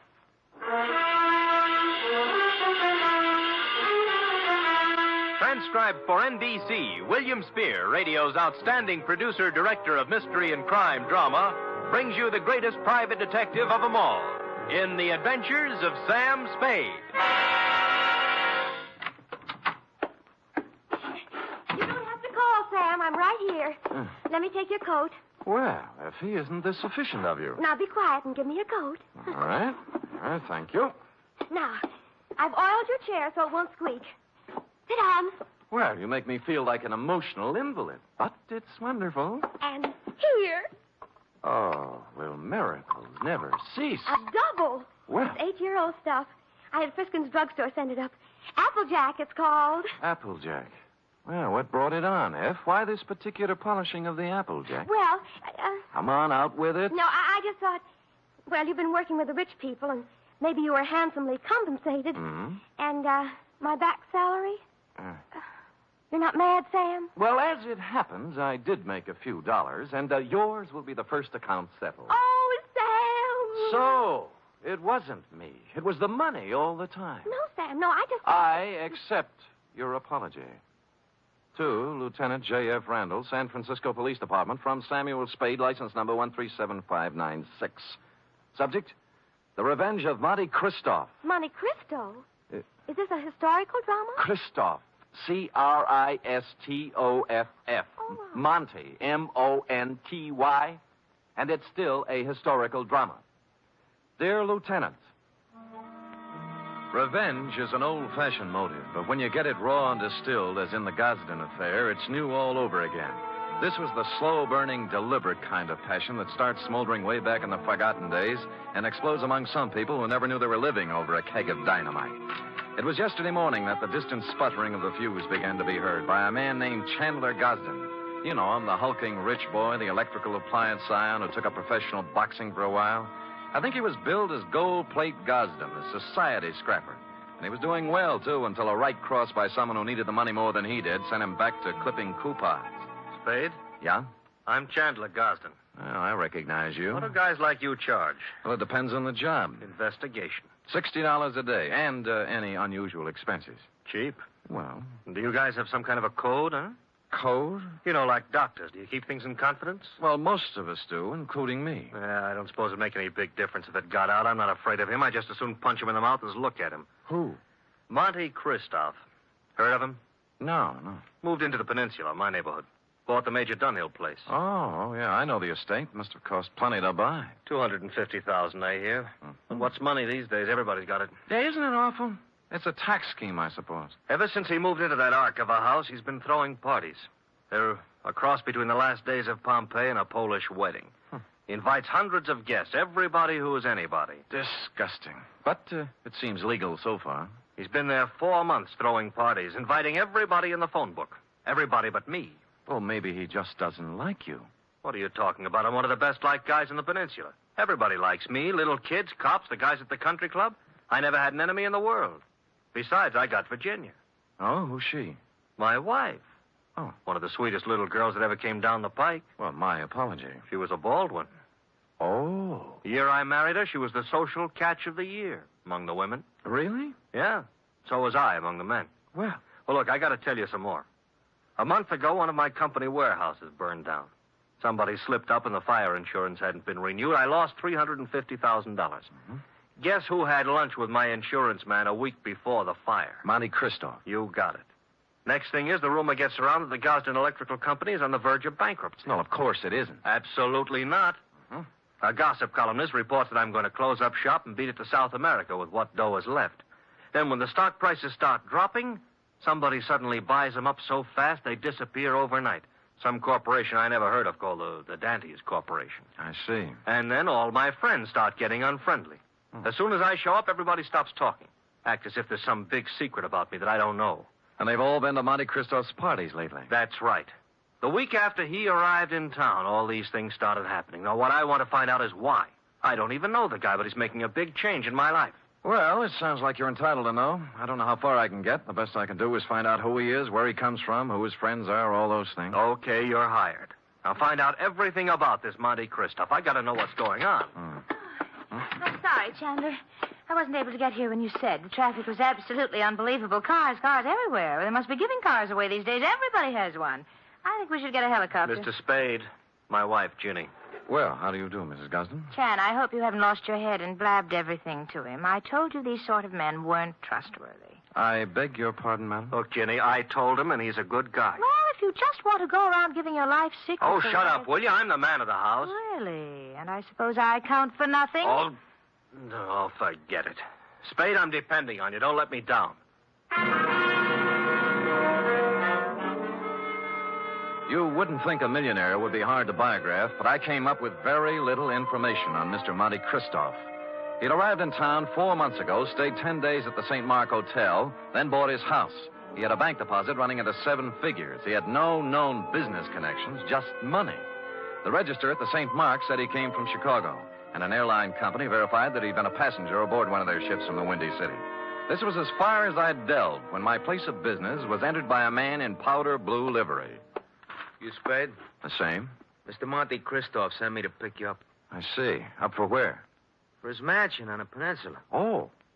He said he knew what a rough time you must be having at your present job and that he'd be glad to make the whole thing simple to you. Oh, he really said that? That's what he said. Oh.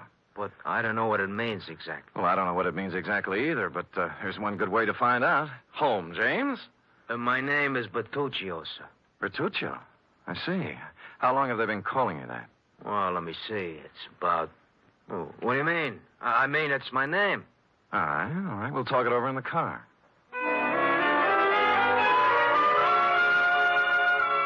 The car was long and blue and smooth. I'm as democratic as the next guy, and I would just as soon have ridden up front with Bertuccio, but no, he wouldn't hear of it. I had to ride in a back seat with a window of bulletproof glass separating us. And thus we rode down to the peninsula. We glided down elm-shaded streets and finally through the gate of Monte Cristo's estate. The driveway was lined with spring green poplars. The mansion door was opened by a rear admiral, and I was ushered in. I wouldn't want to say that the living room was large, but I coughed once, and it was a full minute before the echo came back. A door opened somewhere, and a tan, hard-bodied man walked in across the marble floor with an outstretched hand. It was tougher than whalebone. I appreciate your coming, Mr. Spade. Mr. Christoph. Did you have a drink? Champagne, Scotch, Irish, what? Oh, anything, whatever you like. Good. I figured you for rye. It's already ordered. Rye it is. Cigar? No, thanks. They're custom rolled Havanas, made expressly to my own taste. No, thanks anyway, but I have some beat-up cigarettes here, son. Oh, try mine. The King of England, I did him a favor once. He ships them over. How is George? You drink, Mr. Spade. Oh, thank you, Bertuccio. Now, you've been investigating me. Yes. And you haven't found out anything. How'd you know, Mr. Christo? There's nothing to find out. Well, you read. I'll do you a service and save you time and money. Well, that's a handsome offer. I accept. I was born in Michigan to a prosperous lumber family. I went to Phillips Andover and Harvard. Well. Mark's fair. I served with the Army in the recent war. Major, military police, wounded twice. Parents died while I was in Italy. I inherited enormous lumber holdings, which I sold. Hence my bank account. I like San Francisco. Came here, settled down. Well, you're very kind, but I don't need all this information. I have more money than a man can spend in a lifetime. And by that, I don't mean to boast. It was an accident of birth. Yes. Now, Mr. Christoph, I'm only trying to find out. I know what you're trying to find out. Chandler Gosden put you on my trail. Well, there's no need to deny it. And what would you take to get off my trail, Mr. Spade? Well? New car, a selection of fine liquor, a better job, cash? All rather enticing, but I'm afraid you've misjudged me, sir. I only work for one client at a time. Is there anything wrong with switching your allegiance? Well, I'm afraid it wouldn't be cricket. Is that the way they say it at Andover? Very well. Then I'm afraid I've given you all the information I can about myself. Well, you've been very generous. But just one other thing. How long did you live in Chicago? Chicago? Yes. I never lived there. But you flew here from Chicago. Oh, that. I was just there on business. Well, if you say so. Bertuccio is outside with the car. He'll drive you back to your office. And with that, he turned and left me. Outside, Bertuccio was waiting. Impassively, he ushered me into the limousine and started out. Only we didn't head for my office. Instead, we seemed to be leaving town. I banged on the glass between us, but Bertuccio didn't choose to answer. When we stopped at a light, I tried the doors, but they were both mysteriously locked. I was a prisoner in a moving jail. I made desperate signs to passers-by and traffic policemen I knew, but they just smiled and waved back at me. It was all very jolly. So I sat back and waited. About 20 or 30 miles out of town, we pulled onto a lonesome road and stopped. Here we are. Well, just where are we and why? Now, don't blow your top. Christoph told me to take you out here and to give you this. Oh? What's in the envelope? Money. $2,000 to be exact. Well, that's a lot of grands. They're going to do a lot for you. You're going to take it and keep going north. 48 hours will be long enough just so you keep out of Frisco. Well, just so you know how I stand, I'm going back. You know, I was hoping you'd say that. Now I can do things my own.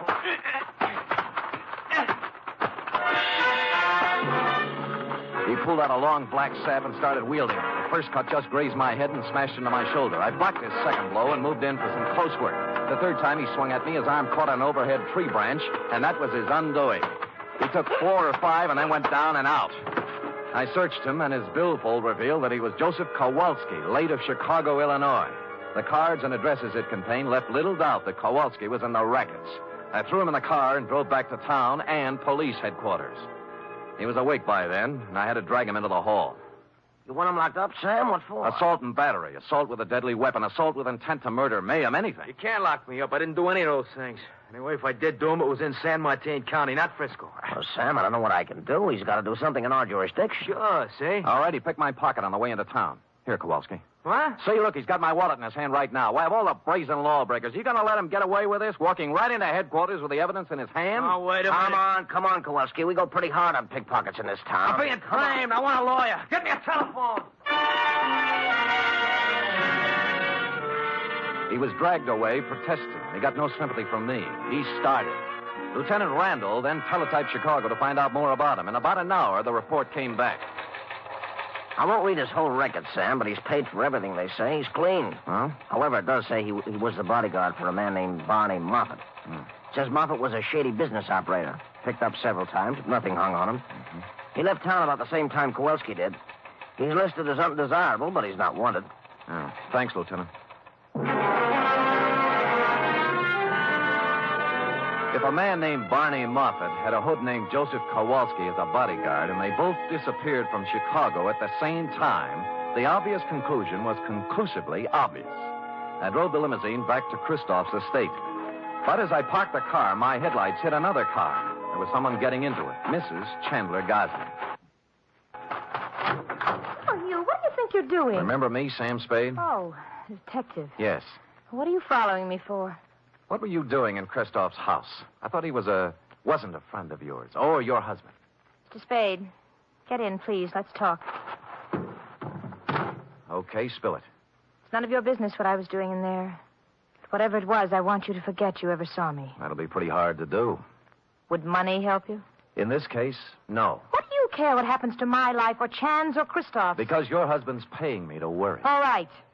But if I were you, I'd just forget that you ever met any of us. Because this mess we're in is so bad that nothing you or anybody else can do is going to get us out of trouble. With that, she burst out crying, and I couldn't get anything else out of her, so I let her go, and she drove off. I walked up to Christoph's house, knocked on the door, and a servant opened it. I took a couple of steps inside when 6 pairs of arms grabbed me. Some of them had fists on them. The struggle was just getting lively when Christoph appeared. All right, let him go, let him go. Well, I don't appreciate this kind of treatment, Christoph. You weren't hurt, Spade. All right, men, take a walk. Now, what's it all about? It was my orders if you ever showed up here again. Why'd you soften? I just heard about Kowalski. You managed that very well. I admire resourcefulness. How would you like to work for me? No, thanks, Moffat. Moffat? Barney Moffat, late of Chicago and the rackets. So you know, huh? Well, I wasn't sure until just now, but you've cleared up the doubt. How much do you know? Very little. Just that you were a shady operator, but nobody's looking for you or anything. Spade, I did a lot of things. Several years at tightrope walking with the law. But I never did anything they could jail me for. I have an idea you're considering doing something in the near future. What makes you say that? Well, it's a vendetta, isn't it? Monte Christoph and Bertuccio the Steward and the Dentist Corporation. You couldn't resist the drama, could you? All from Dumas' novel. But why? Why do you want to play the Count of Monte Cristo? What did Gosden do to you to merit all this revenge? Tomorrow. It'll be over tomorrow. And with that, he clutched at his heart and fell forward at my feet.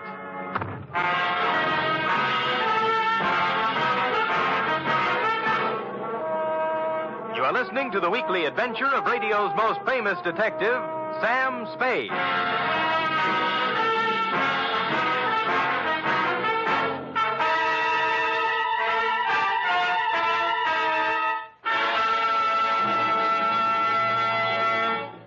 Three chimes mean good times on NBC.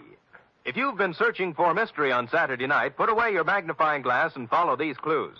Dial this NBC station tomorrow evening and listen for the chimes, and then you'll be off on a perilous trip with The Man Called X, starring Herbert Marshall.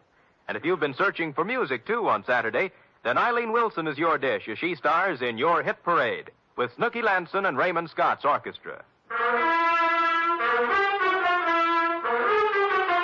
And now back to the Vendetta Caper, or The Revenge of Monte Christoph, tonight's adventure with Sam Spade.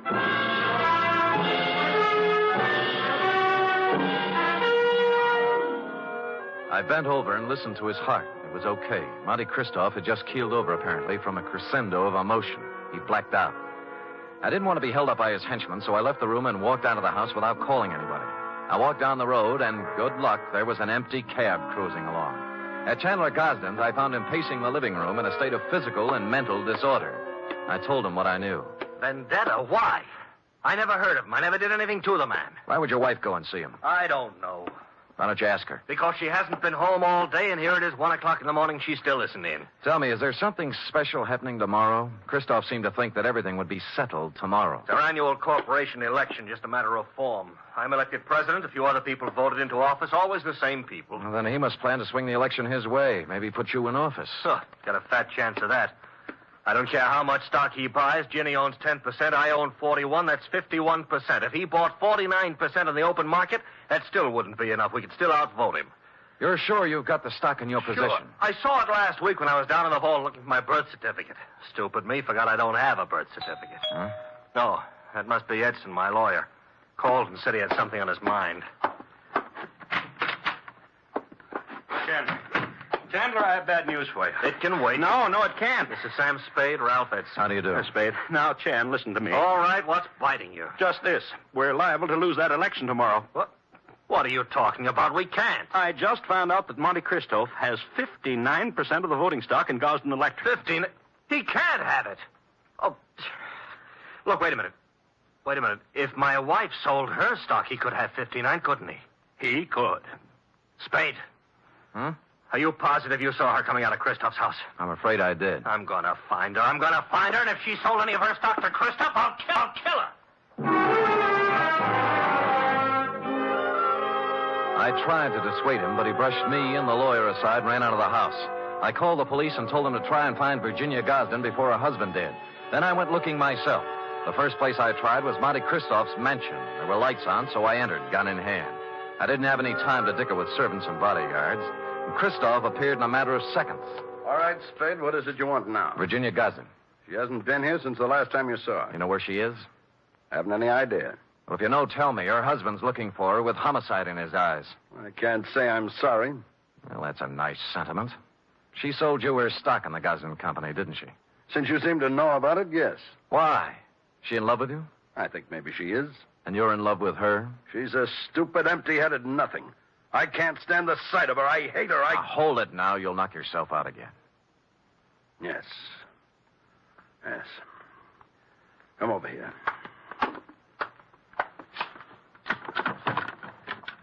Take a good look at that. No, it's a pillow. An ordinary pillow. So? You notice how dirty it is? Yeah. Notice that it isn't even stuffed with feathers. They were too good. It's stuffed with dirty cotton rags. Well? My father's head was lying on that pillow when he died. I've kept it ever since as a reminder of who killed him. Who did? A man named Elwood Gosden. A man who cheated and lied and stole everything he had in his life. Chandler's father, huh? Yes. My father and Elwood Gosden had a hardware store once. My father invented an electric iron. Ever heard of the Gosden iron? Yeah. It should have been the Moffat iron. Elwood Gosden stole the plans from my father, registered them first, and then drove my father out of business. He made a fortune out of it, and then went into other electrical appliances. Well, things are beginning to gel now. My father became a peddler and died poor and broke and ill. My mother died 20 years before she should have from overwork, while the Gosdens grew fat and respected on the Moffat brains. So you started your vendetta, huh? I started it the day my father died. I set out to make one thing in this world, money. And I made it in handfuls. You can look me up. Barney Moffat, Chicago. Gambling, black markets, gun running, slave trading, anything and everything that had a big profit in it. And then I set out for San Francisco to break that Creighton son of Elwood's and his whole family. And on the way, you lost a guy named Barney Moffat. What difference? Look, you've got money now and everything you need. Why go on with it? I don't care anything about money. I only want to use it against them. Do you know why I had all those parties? To buy stock from people. Yes. Stock in the Gosden Company. I've paid twice, 3 times what the shares were worth. But right now, I own 59% of the Gosden Enterprises. And tomorrow morning, when the two of us meet at the stockholders' meeting, I'm going to vote him out of office and take over the company. And then, I'm going to drive it right into bankruptcy. And you got Mrs. Gosden's stock by making her fall in love with you. I had to. Don't let's talk about it anymore. About Chandler Gosden, he's a man with a very short and violent temper. He might come gunning for you. That's just what I hope he does. Ask the man at the door to show you out.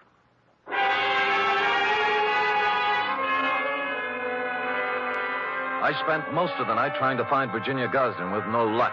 Chandler didn't return to his house, so I didn't know what he was up to. It was early the following day when I got my first report.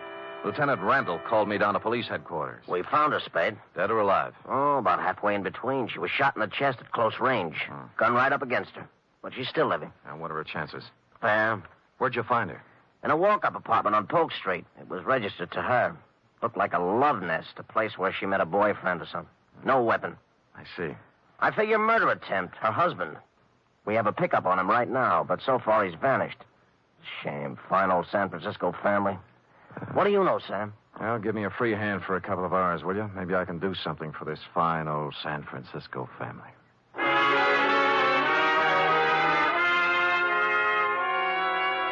I had no more idea than the police where Chandler Gosden was at the moment, but I had a good idea where he might be later in the morning. I put a call into Ralph Edson, his lawyer.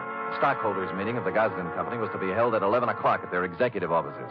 Edson got me in, and at 5 minutes to 11, Monte Christoph walked in. There were 3 of us. None of us spoke. We just sat around a long, polished table, alternately watching the clock and the door. At 11:03, the door opened. Chandler Gosden stood there, rumpled, red-eyed, vicious. He had a gun. The first man who moves is going to get a bullet right in the face. Chandler, for heaven's sake. Shut up. Is that the gun you tried to kill your wife with? It's the gun, but I didn't try to kill her. She did it herself because he drove her to it. Me? Yeah, you, Christoph. You were meeting her in an apartment. Don't think I've been dumb. Put the gun away and let's get down to business. Are you kidding? I got the same gun she used on herself, and I'm going to use it on you. Well, stop talking and get it over with. You act as if you want me to do it. All right. Edson, Spade, clear out of here. Gosden, use your head. I said get out of here. Now go on. Okay, but don't take your eye off him. He's got a gun in his pocket. Don't worry, I won't. You were working for him. Working for him all along. Everybody was. No, now listen to me. He wanted you to kill him. He doesn't care about himself. He just wanted you to be put away for murder. Spade, this is our affair, not yours. Now, look, both of you shut up and listen. This is a tough thing to try to settle something that's been boiling up in you, Moffat, ever since you can remember. You spent all of your grown-up life trying to get back at the wrong man. It appealed to some ironical sense of yours to carry out the Monte Cristo revenge story. Now, let me ask you this. You remember all about Monte Cristo and how he ruined the people who had ruined his life and how his father died heartbroken. But do you remember the end of that book? Go on. He found that he couldn't bring himself to revenge the wrongdoings of families on their innocent children. That reads good in a book, but I don't feel that way. Well, maybe you will when you hear this. What? This man right here that you spent 20 years getting ready to ruin is not even a Gosden. Huh? What? He's an adopted son. Mr. Elwood Spade, Gosden adopted him from an Oakland orphanage on October 11th, 1907. I got the records to prove it this morning. I don't believe it. I would have known. Mr. Edson, you've always been the family lawyer. Isn't this true? It was a long chance that Edson would play along with it. But to bring it off, it needed the final clincher. Lawyer Edson looked at me, then looked at Chandler Gosden. He gulped and licked his lips. It's true. It's true, Chandler. Adopted? Your father never wanted you to know. Chandler didn't move. He just stood there stunned. But Barney Moffett sank down into a chair and buried his head in his hands. Edson and I looked at each other and waited. And finally, Christoph looked up and spoke. Start the meeting. Mr. Edson? I hereby declare the annual stockholders' meeting of the Gosden Company open. Mr. Gosden? I don't care what happens now. I bow to the majority stockholder. Oh. Mr. Christopher... I beg your pardon, Mr. Moffett? As the majority stockholder, I vote that the chairmanship of the Gosden Electrical Corporation remain as it has for the past 20 years with Chandler Gosden.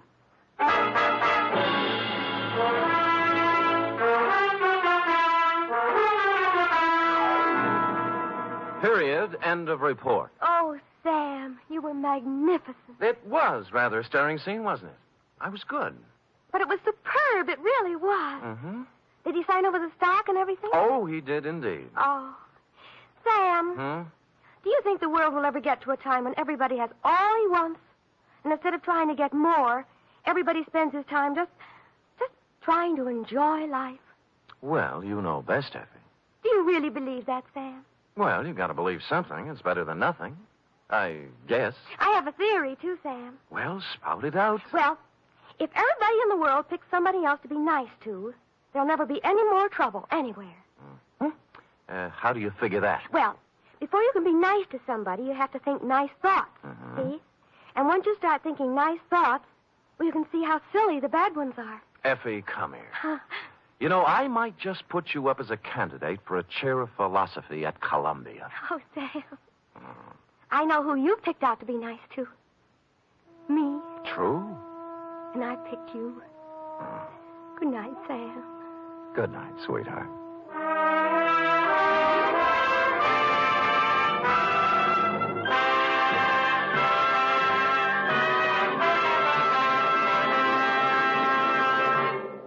Tonight's transcribed adventure of Sam Spade was produced, edited, and directed by William Spear. Sam Spade was played by Stephen Dunn, Lorene Tuttle as Effie. Script for tonight's adventure by John Michael Hayes. Musical scoring by Lud Gluskin, conducted by Robert Armbruster. Join us again next week, same time, for another adventure with Sam Spade.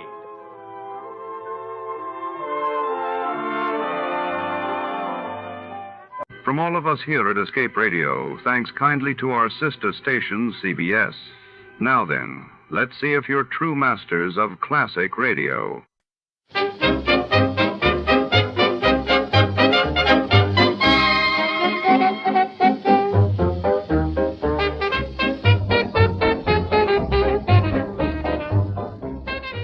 Tonight, under the flicker of neon and the shroud of midnight fog, our trench-coated detective stumbles upon a chilling enigma. A high-colored cape left at the scene of a vanished heiress. Shadows move, secrets whisper, and every clue leads deeper into a labyrinth of deceit. Who owns the cape and what are they hiding? Stay tuned as danger lurks around every corner. Before we begin, let's see what happened on the day it aired. It was March 2nd, 1947. That day, the world awoke to headlines of British Prime Minister Clement Attlee announcing the plan for Indian independence, while in New York, the International Emergency Food Council warned of severe grain shortages affecting Europe and Asia. Get this and get it straight. Crime is a sucker's road. And those who travel it wind up in the gut of the prison of the grave. This time, a nervous breakdown in a driving rain. A cape with a high collar and a tiny sliver of glass led me from the ballet and a beautiful dancer to the edge of a cliff and death. It happened like this. From the pen of Raymond Chandler, outstanding author of crime fiction, comes his most famous character in The Adventures of Philip Marlowe.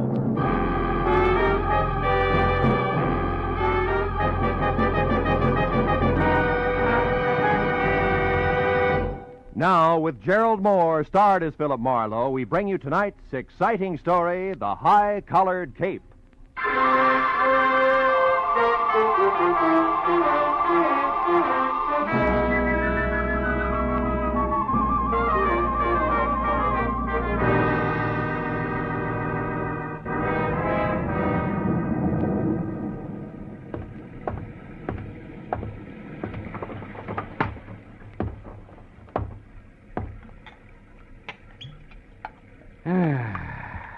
Nothing like a drink and a good book on a rainy night.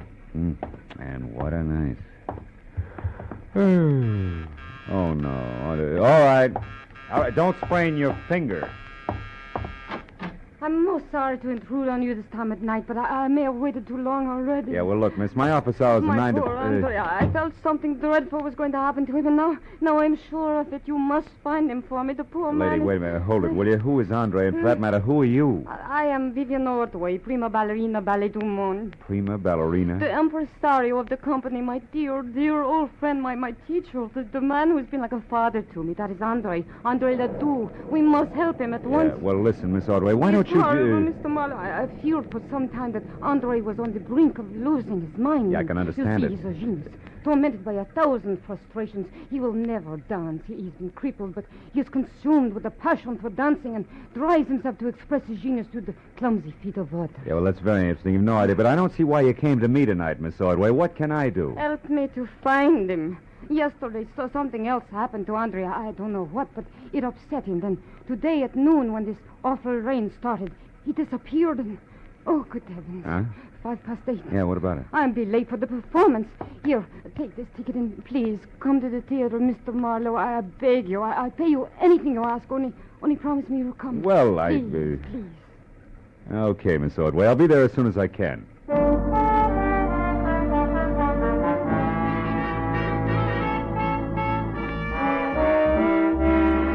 The ballerina swept out of my apartment like a frightened whirlwind.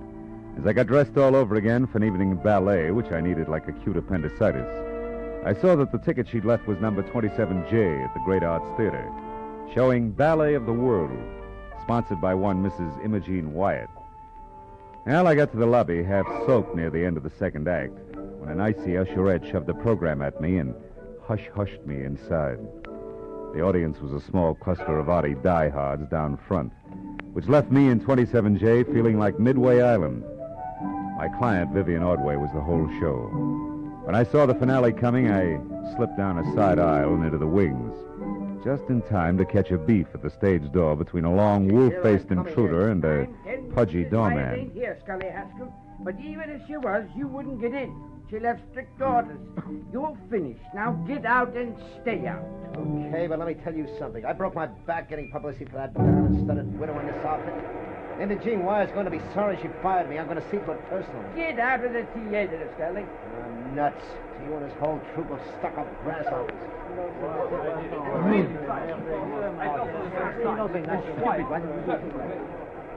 Oh, Mr. Marlowe. Yeah. Here. Coming this way to my dressing room. Tell me, have you heard from Andre Ledoux, Vivian? No, nothing. But I did remember something that may help. Oh? Andre once mentioned that he had a friend here in Los Angeles, a Mr. Baker, who lived at the Winthrop Arms, the Winthrop Hotel, the Winthrop something. Come in, Mr. Marlowe. Thank you. Andre may be there. I'm grasping at straws, I know, but if his mind is gone and he is lost,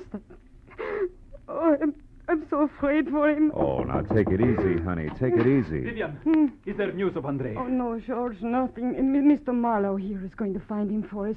He's a private detective. Oh, I see. Wonderful. I am George Melikov. Glad to know you. Vivian, I'll be at the hotel. If I can help, please do call on me. And, my dear, you shone as beautifully tonight as the full moon. Как красивая луна. We mere stars were hardly visible beside you. До свидания, душа. Fast man with a compliment, huh? He's very sweet. Yeah, what hotel did he mean? The Wilshire Gardens, most of the ballet stay there. Oh. How about you, Miss Ordway? I have a house, a studio on Lookout Mountain, 857. 857. Yeah. Can I reach you there? No, I'm going to wait here in the theater. If Andre should remember and come back, I'd want to be here. He's a very sick man.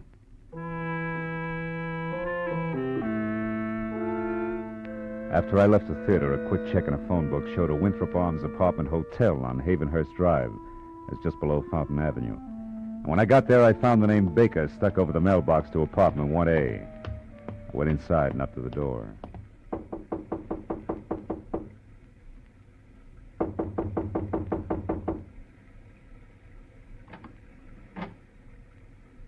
Yes? Andre Ledoux? What do you want? Well, your friends at the theater are worried about you. My friends? I have no friends. George Melikoff's worried about you. George Melikoff, my friend, is worried about. So is Vivian Ordway. Vivian. Uh-huh. Oh, that dear child. What will become of her now? Well, what do you mean? What's happened? Who are you? Miss Ordway sent me to find you. She's waiting for you at the theater. Waiting at the theater? Why? Why? The ballet is finished. What's that? Mrs. Imogen Wyatt withdraws her support completely. There is no more Ballet du Monde. I'm penniless. And all our work has been for nothing. I tried to reason with her, but it was hateful. Afterward, I drove here on the dark street, the rain slashing, clawing at me. Rain. Andre, where's your friend, Mr. Baker? This place is packed in mothballs. He is in Europe. It is all right that I am here. He sent me the keys long ago, said I could use his apartment and his car. I came here to be alone, to think. My head aches. Andre, what time was it when you left Mrs. Wyatt's yesterday? Do you remember? I can't remember. Only that it was dark. Very dark. And it was such a difficult drive. Tomorrow she will notify her lawyer to alter the papers and order that imbecile. I wish she were dead. You hear me? I wish that Imogen Wyatt were dead. What was that? Stay where you are.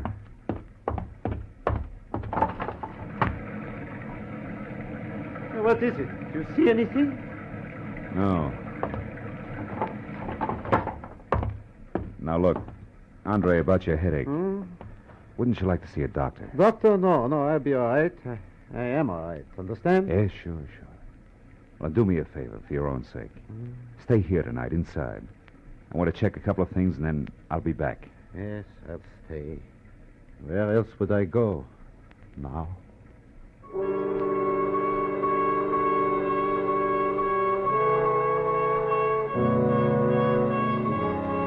When I left, I was convinced that if the ballet impresario hadn't already slipped his trolley, another slight bump would do it. But two things bothered me. So first I walked around to the window again, but any trace of an eavesdropper had been washed away by the rain. Item number 2 was the strong imprint the drive home in the rain had made on Andre's troubled mind. I wanted to know why. The garage was under the building on the far side. The door was unlocked and a small light burned in the back. I finally found the car, a sleek, close-to-the-ground Hudson registered to Olin Baker, and found it with the first grim discrepancy. The left headlight and fender were still streaked with rain marks, but the right had been wiped clean. And when I reached in and switched on the lights, that cinched it. The glass in the right headlight had been replaced. It was brand new. Hey there. What are you up to? Just testing my friend's car. I may borrow it. You the attendant? That's right. You in here last night tinkering around with this here car? No. Maybe it was Mr. Ledoux. He had it out last night. Oh, no, it wasn't him. That was somebody else. I heard a noise. See him when I come out of my back room there. This guy beat it. He took off like a scared turkey. He had a big black cape on with a high collar, flapping in the wind. You better watch it, old-timer. That stuff's getting your eyesight. Looked like a cape to me. Yeah? Well, I looked around, but I didn't see no harm done, so I went back to my room. What time was all this? Oh, way past midnight. Maybe 1, 2 o'clock. I didn't pay much attention. By the way, mister, careful the nip. No, thanks. I'd like to use a phone. You got one? Oh, sure. Back in the corner. I'll show you. I'll find it. The call is personal. Do you mind? Me? Should say not. Help yourself, Sonny. I'm too old to even be curious.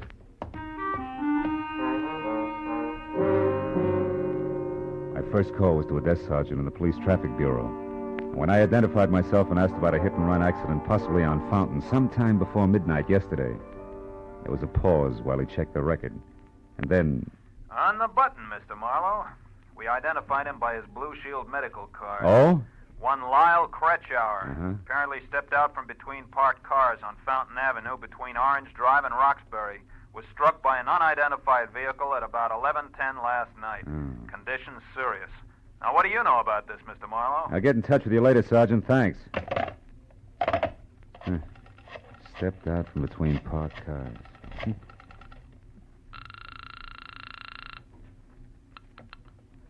Great Arts Theater. It's Philip Marlowe. I want to talk to Vivian Ordway. Oh, hang on a second, Mr. Marlowe. She's right here. Okay. Have you found him? Is Andre all right? Yeah, for the present. But listen, Vivian, I got to talk to Imogene Wyatt. Where does she live? Mrs. Wyatt. Yeah. Beverly Hills. Let me think. It's 21 Cameo Terrace. 21 Cammy. Meet me there right away, will you? I may have a couple of rough answers for you, baby. But I'm still in costume. That doesn't matter. All right, I put something on over it. I'll be there just as soon as I can.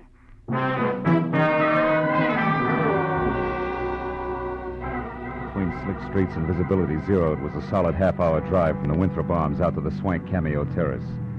But when I pulled up at number 21, I wondered what the wealthy widow had spent her money on. The house was so small, it must have been shingled with $20 bills to meet the zoning restrictions.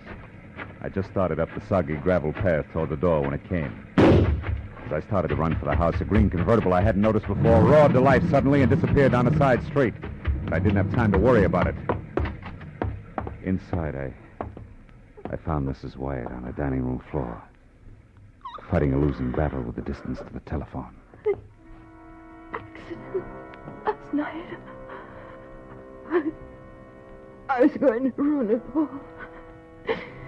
Now, Andre let me.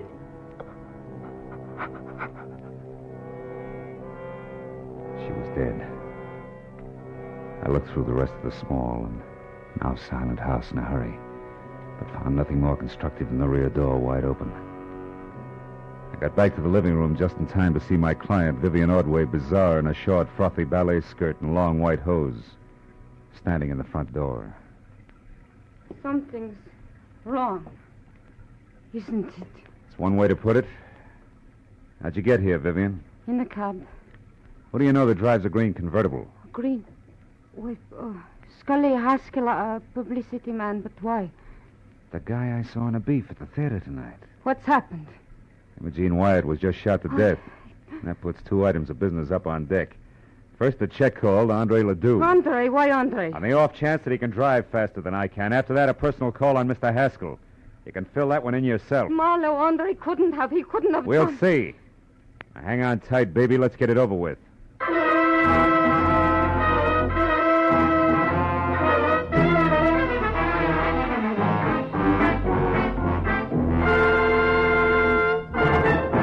In just a moment, the second act of Philip Marlowe. But first, the great international comedienne Beatrice Lilly will be Bing Crosby's guest on CBS this Wednesday night. The CBS Bing Crosby Show always guarantees enjoyment. So be listening when B. Lilly joins Bing on most of these same CBS stations this Wednesday night. And now with our star, Gerald Moore, the second act of Philip Marlowe. And tonight's story, The High-Collared Cape.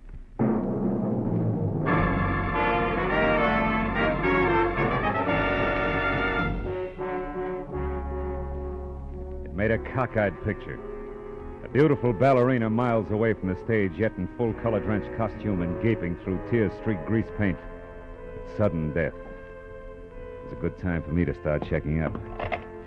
Andre Ledoux, the high-strung impresario, was first. If he was still at the apartment, I could cross him off as having done it personally.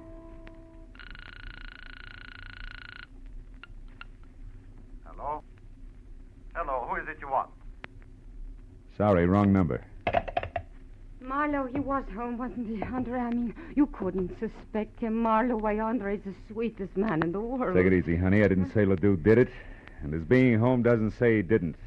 People sometimes pay other people to do their dirty work for them, you know. Just what are you trying to say? You hired me to find Ledoux, and I did. But also I found he was suffering from shock, and has been since last night when Mrs. Wyatt told him she was going to fold the show.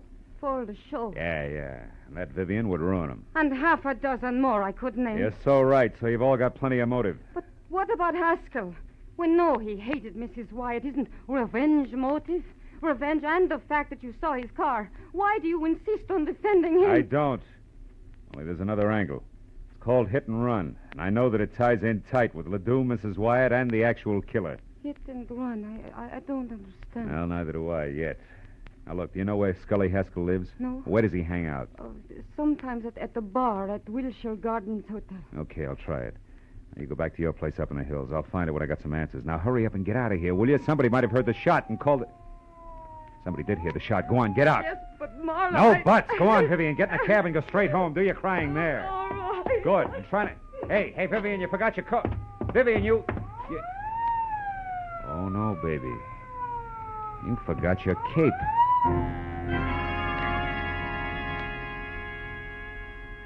For a long second, I just held it tight and stared. High Elizabethan collar, enough gathered cloth to rig old Ironsides. It could have been what the garage attendant thought he had seen running away from the car Ledoux had used. But the garage attendant could have been mistaken, too. I told myself that leaping high to conclusions was strictly for ballet dancers. I jammed the cape into a small bundle and left via the service entrance just as the police sirened up. I took the Great Circle route back to my car, tossed the cape on the seat next to me, and drove fast to the bar at the Wilshire Gardens Hotel.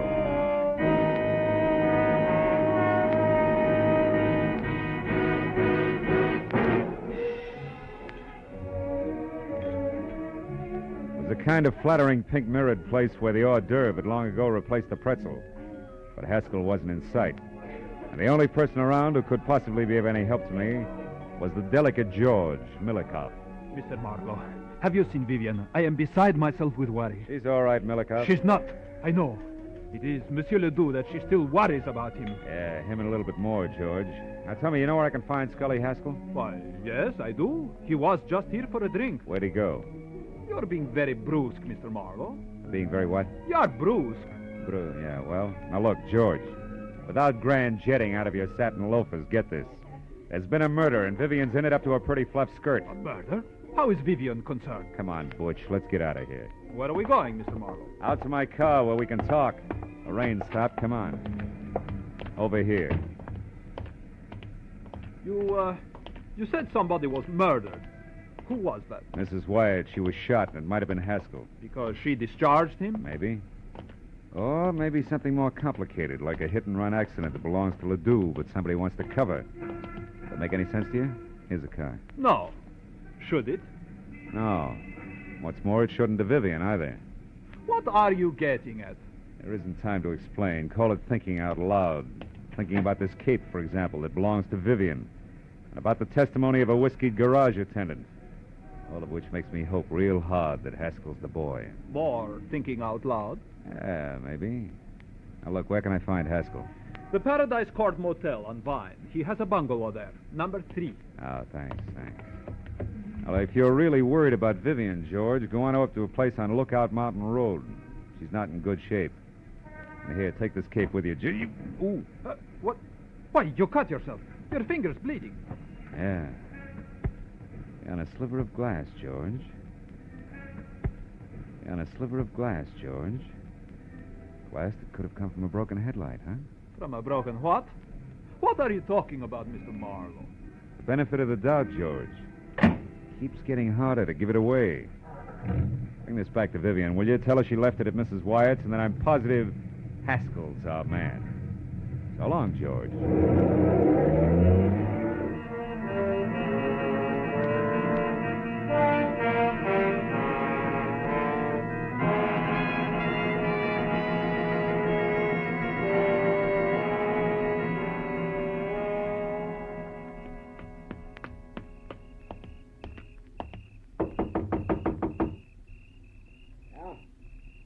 Nancy? Not quite. The name's Marlowe. I want to talk to you, Haskell.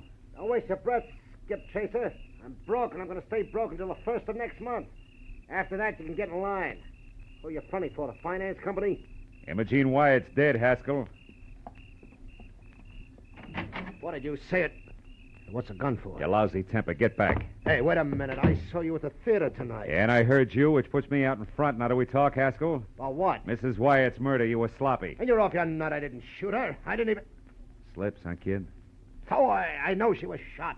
Doesn't prove I did it. Come on, why'd you kill Mrs. Wyatt? I didn't. How'd you know she was shot? Because it happened just as I got out of my car and started toward her place. I was going up there to read her off. The shot scared me away. Use your head, Marlowe. I was sore, but I didn't kill her. No, but interference on that hit and run you were covering was plenty of reason. What are you talking about, hit and run? Hit and run! Don't move, Haskell. Nuts. Come I on in, said Haskell. don't move! Congratulations, handsome. That's just what I had in mind. Close the door and stand still. Sure. Now what? The name's Nancy Connor. Occupation? Ex-friend of the unconscious. Don't look so worried, handsome. I'm on your side. I had something in mind exactly like that left cross you just threw. Is that cold, Yeah. What's your beef? I took this louse to a party with me last night, and he got so stinking drunk that I'm still apologizing to people. He was with you last night? Mm-hmm. Me and a couple of fifths of bourbon. From 8:30 till 5 a.m. And on Malibu. He never left? Not for a second. The loudmouth was positive. Nobody could get along without him. What's that got to do with you? Too much. Tell Haskell I'll be in touch, will you? I gotta run now. Oh. What are you looking at? It's just a program from the ballet, isn't it? Hmm? Yeah. Well, Haskell has them all over the place, after all. Yeah, sure. So? Hmm? Oh, so like I said, Nancy, I gotta run.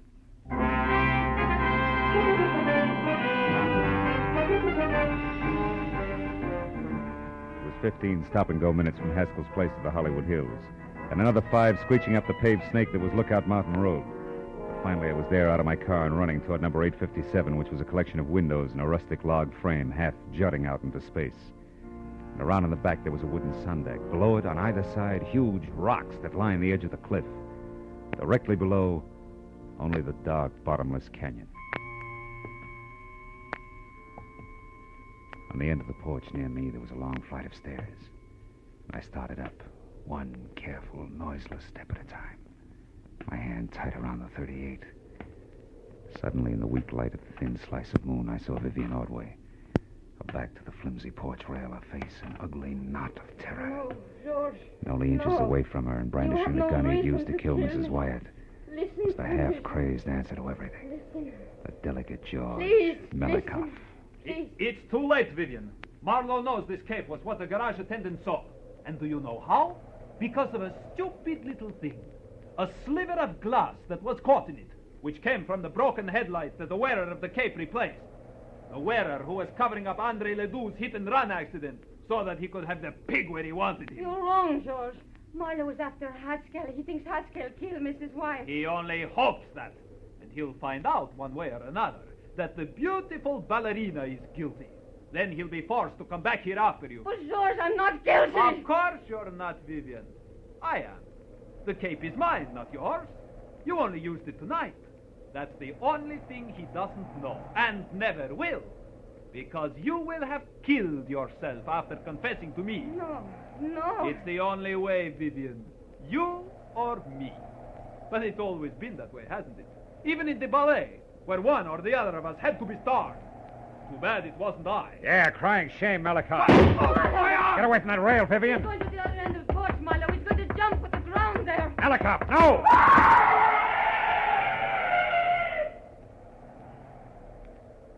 Oh, no. Too great a leap. Even for a ballet dancer. Let's get out of here.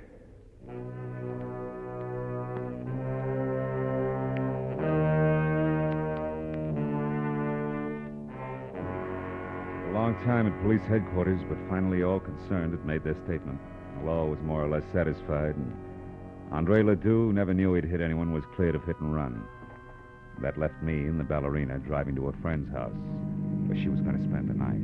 Phil, I know you must have had enough of questions and answers, but... But? Yes. The reason George killed Mrs. Wyatt. Well, you see, Vivian, it started last night when George went to see Andre Ledoux because he was so bitter about his part in the show being cut down. And that was when he saw Andre returning from Mrs. Wyatt, shaken up and half dazed. And with a broken headlight and other signs of having hit someone, huh? Yeah. And from there, George thought fast, covered it all up, found out exactly what had happened from this morning's paper, probably, and waited. When you hired me tonight, he must have followed me to Ledoux's and overheard Andre tell me that Mrs. Wyatt was going to pull out. Oh, so he went to her, tried to stop her, and couldn't. Yeah. Anything else? Oh, yes. Oh, one thing. Oh, that's the house there, Phil, the white one. Oh, okay. What made you hurry back to my place from Haskell's motel when time meant so much? A hunch, honey.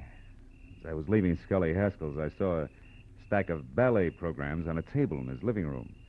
The cover on it was very interesting. It features you and a picture of George, majestic in his high-collared cape. So that was it. Yeah, that was it.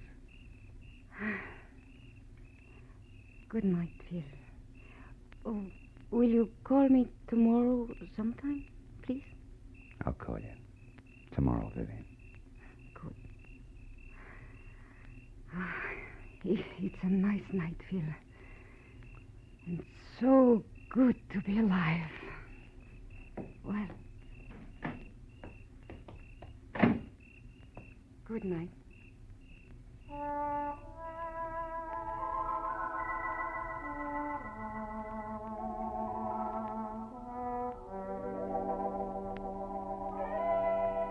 I drove straight home in the quiet, empty hours through the quiet, empty streets, thinking all the way about ballet, which to me had always been something very delicate. You know, for the long hairs, strictly the arty side. And I thought about the people I'd met who were connected with it. A ballerina with a lot of courage when courage counted. The high-strung Andre Ledoux, Haskell the muscle man, and George. As vicious as anything I'd ever met on Skid Row. And I was still thinking about them when I got out of my car.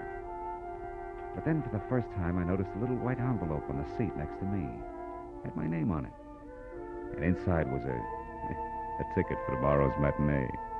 Same seat I had before. Yeah, well, I figured I'd go. You know, those leaps they do, they're pretty good.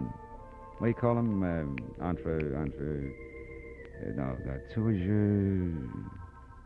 Yeah, they're pretty good.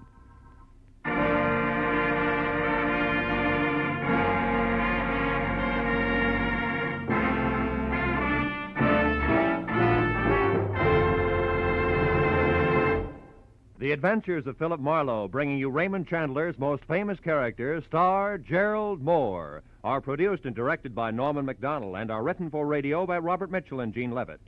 Featured in our cast were Georgia Ellis, Edgar Barrier, Elliot Reed, Lou Krugman, Wilms Herbert, and Michael Ann Barrett.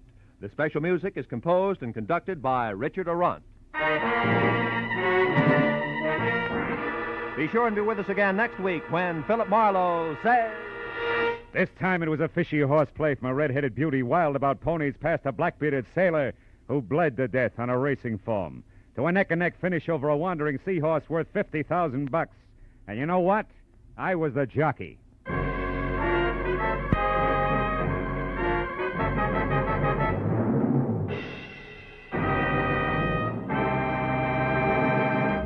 Remember, every Wednesday night, CBS brings you Groucho Marx with his wonderful quiz, You Bet Your Life.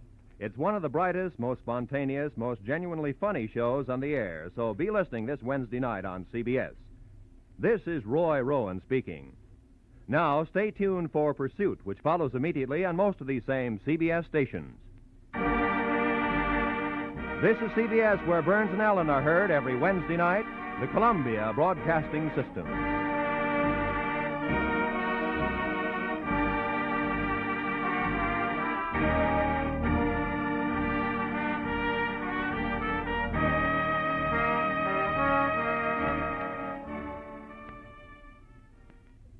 From all of us here at Escape Radio, thanks kindly to our sister station, CBS.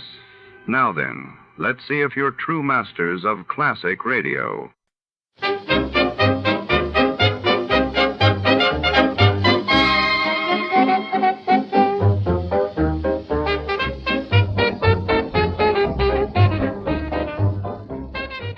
night our story unravels in the shadowy vaults beneath the opulent Vargas estate on the outskirts of Los Angeles, 1947. Here, greed and desperation collide as a fabled fortune draws a cast of schemers, detectives, and betrayers into a deadly game of cat and mouse.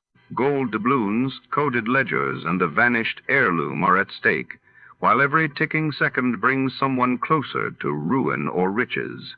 Step inside, where marble floors echo with whispered secrets and danger lurks behind every velvet curtain. Before to start, let's see what happened the day it was broadcasted. It was March 6, 1950, and that day the world reeled as Klaus Fuchs, the British atomic scientist, was sentenced for espionage, while in India, Prime Minister Nehru announced sweeping land reforms set to reshape rural society. 2 weeks from tonight, October 5th, You Bet Your Life, starring Groucho Marx, will be heard at this time over most of these same CBS stations. We offer you Escape, starring Victor Mature. Escape, designed to free you from the four walls of today for a half hour of high adventure. You are camped in the dry mountains of Mexico. 100 yards from a treasure in buried gold, a beautiful girl is sitting across the fire with a gun. And somewhere out in the night, a horseman waits, like the girl, for you to make just one mistake.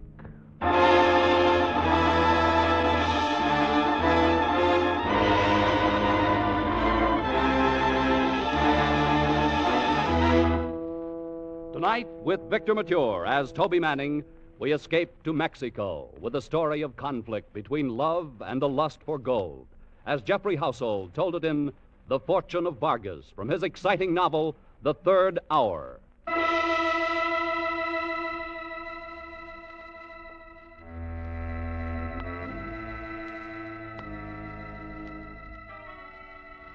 It was dark and hot. The tropic night air was like warm steam. Night sounds drifted over from the docks, and from the native quarter of Panama City, I stood outside the hotel entrance and looked up at the lighted window on the third floor where Bately was waiting. After tonight, I hoped I'd never see his ugly face again. Somewhere, somehow, I had to make the break. Okay, you can have your 3 weeks off. But you'll never do it. You haven't got the guts to break away. Bately, it doesn't take guts to break away from a lousy job peddling mining machinery in Latin America. Now, look, Toby. You could be South American manager in 10 years if you'd settle down and work at it and stop beating your head against the wall. Yeah. Maybe in 25 years I could retire and drop dead. Look, all I need is one right break, and I'll take it from there. Any kind of a break. You need more than a break, Toby. If one fell right in your lap, you'd play it just so far, and then you'd start doubting yourself. Or somebody else. And that's what would beat you. Maybe so. But I've got the next 3 weeks. Now, look. Every time I come to Panama, you say you're going to quit. Every time you tell me a big chance for real money is just around the corner. Why don't you get wise to yourself? All right. Lay off of me, will you, Bately? Report to me in New York on the 29th. I'll lay out your new schedule for you. Don't count on it. You'll be there, all right. I'll give you odds on it. I'll bet you don't do a thing except sit in the sun for the next 3 weeks.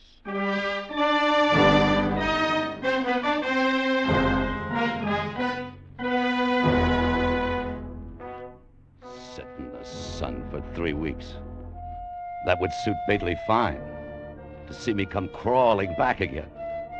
Well, I didn't have a definite plan, but I knew I'd keep on the move. I was so fed up with Bately, the job, mining machinery, I'd have jumped at anything. A guy in a mood like that can get into plenty of trouble. And 3 days later, I found it. Gracias al Dios. Bienvenido, Senor Manning. Welcome back to Cologne and to the Cafe Madrid. Hi, Emmanuel. What's new? New? Pues nada, amigo. The world grows older, but that is not new. Here.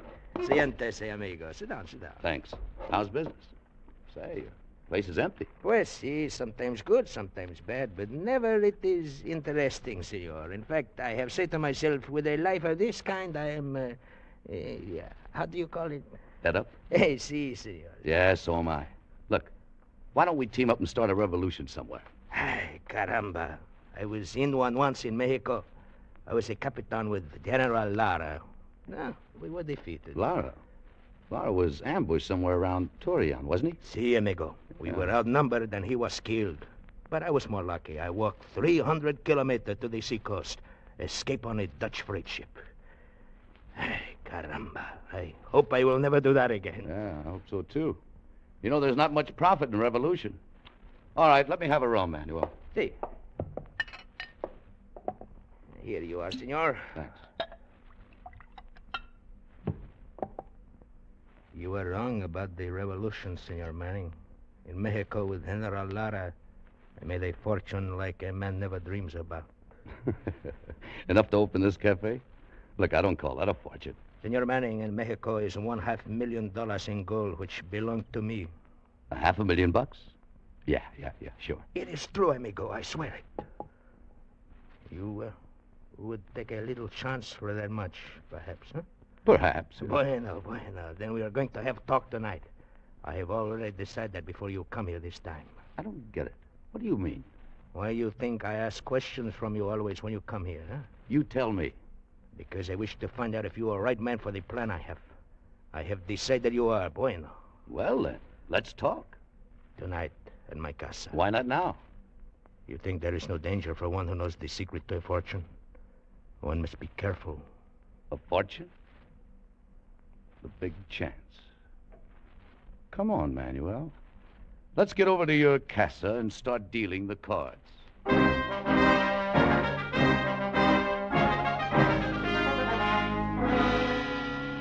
So as I tell you, Senor Manning, everything works according to the plan which General Lara has made.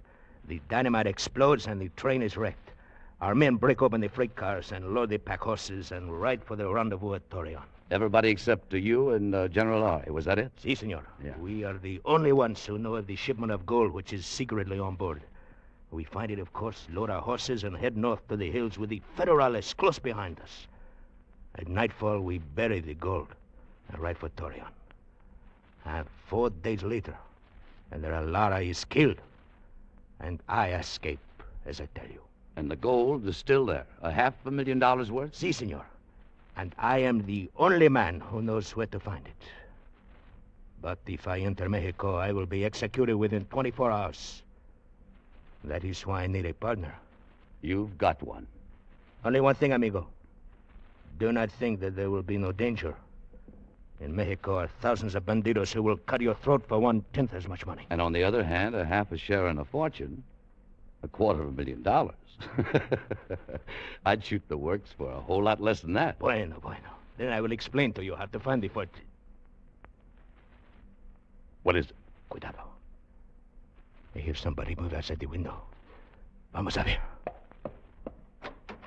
Careful, Manuel. Manuel, away from that door. Here, let me get the lights off. There. Did you see who it was? No. I think the shot come from the bushes across from the door. Well, maybe we'd better take a look. Let's get to the door fast and step to the side. You got your gun? Si, senor. Okay, let's go.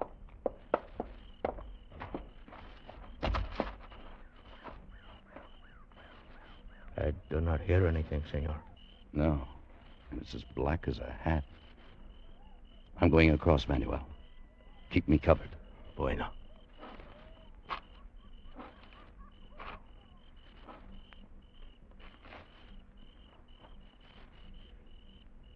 There is nobody there, amigo? No. Whoever it was must have run down the alley there as soon as they fired. Say, you got any ideas? Pues no, amigo. Look, Manuel, if nobody but you and Laura knew about this gold, and Laura is dead, then how come the shot? And why have you been packing a gun? Senor Manning, when there is a treasure so big as this, it is possible that even the coyotes can smell it. You still wish to go on? Yeah, I still wish to go on.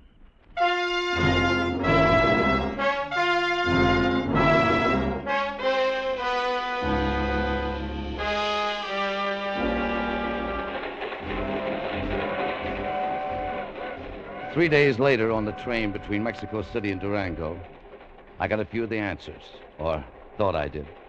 The coach had been empty most of the way except for a couple of soldiers up ahead and a few Indians near the back. I was busy watching for some of the landmarks Vargas had given me, so I didn't pay much attention to the Mexican girl who came in and sat down in the seat opposite. That is, not until she spoke. Senor, you're wasting your time. It's 3 kilometers farther yet. What? The place where the train was wrecked. I said we're not there yet. Honey, I don't think I know what you're talking about. Oh, you're lying. You know well enough. And do not call me honey, senor. My name is Consuela. Consuela? That's a pretty name, honey. Do not play the fool with me. Manuel Vargas tell you where he hide the gold, so do not lie to me. Oh, so it was you out there in the bushes with the gun that night. You know, you're a bum shot. I do not try to hit somebody. I only shoot to have the chance to get away. You are a fool if you think because I am a woman I am weak. I know all the tricks of men. They are perros, dogs, all of them. And I would not trust one that far. Okay, honey, take it easy. Take it easy. I spent a long time to find Manuel in Colon. I watched him. But I learned nothing until you come. And now I am here for my 1/2 share of the gold. What do you mean? Your half? General Lara was my father. So that's your angle. Well, you'll have to work that out with Vargas. I don't know anything about it. I am telling you now. You still think I'm a silly girl who can do nothing, huh? Look, senor. All right, look. It's a nice gun. Now, you better put it back now. You see, honey, if you shoot me, you'd have no one to lead you to the gold. I know where it is. You don't. Si, senor. So you lead me to it. And don't forget, I'm very good at shooting. Okay, honey. For the time being, count yourself in. Gracias. But have no mistake, senor. I shall take my share of this gold, even if I must kill you to get it. You understand? Sure, I understand. We'll argue about that later. And something else, senor. Yes? Do not call me honey.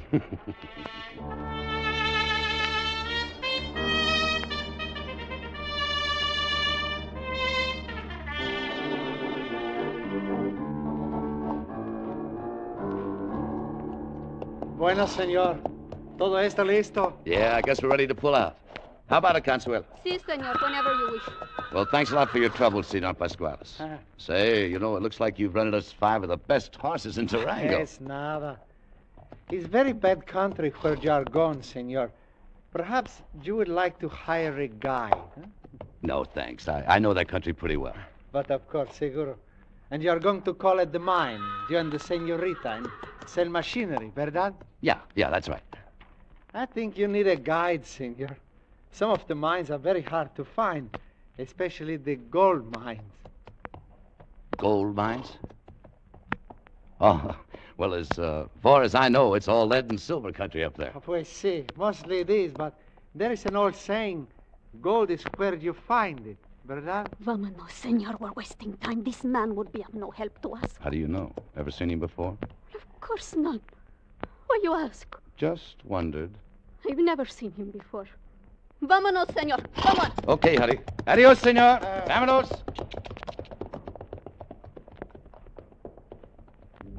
Goodbye, my children.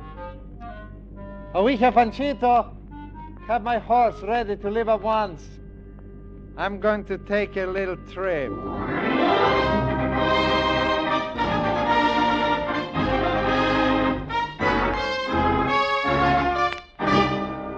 You are listening to Escape, starring Victor Mature.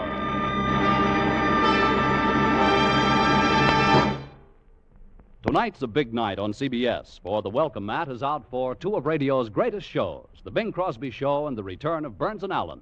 In just a little while, over many of these same stations, Der Bingle will be on hand with his songs, his humor, and his guests, comedian Abe Burrows and Peggy Lee. Right after Bing's housewarming, George and Gracie will keep the celebration going with the first of their new series. So stay with us tonight for Bing Crosby and for Burns and Allen in their opening shows on CBS, where this fall you hear them all. Tune in this fall for the shows that you love best of all. Listen carefully, here's the address. It's CBS. And now back to Escape, starring Victor Mature.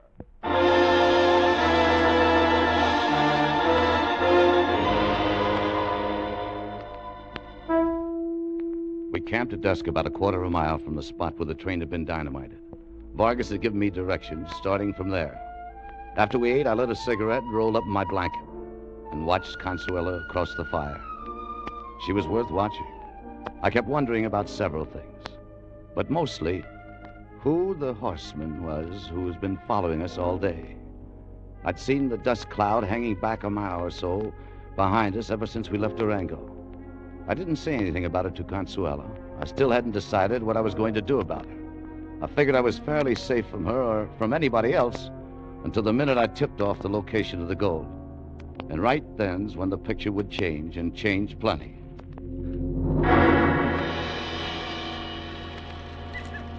Senor Manny, why you stare at me like this? Just wondering some things. Things? What things? If a girl like you would really kill me just for gold. I do not trust anybody, senor. All right. But let's drop the senor. Make it Toby, huh? You wish. It's of no matter to me. Toby. Look, suppose I made a deal with you. String along and don't start any trouble until I get the gold to New York. Then if you're really Laura's daughter, I'll try to get Vargas to agree on a three-way split. 1/3 for each of us. What do you say? I think I do not like it. In New York, I will be in strange place. Here I'm at home. Here, too, I have a gun. ¿Quién sabe? Well, think it over anyway. It's your best bet. I'm going to turn in now. We'll start early in the morning. Pues, see, I will think it over. But, senor, Toby? Yeah? I wish you to know that I do not trust you either. Okay, honey. I do not trust anybody. You understand that? Sure, I understand. Good night, Consuela.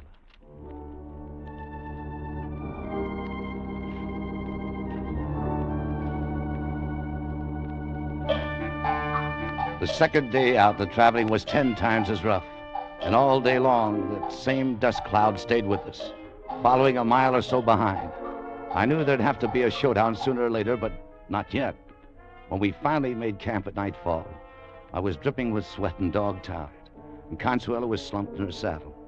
All of Manuel's landmarks had checked out during the day, and although she didn't know it, the gold was supposed to be buried within 100 yards of our camp. This was the night to trim the cat's claws.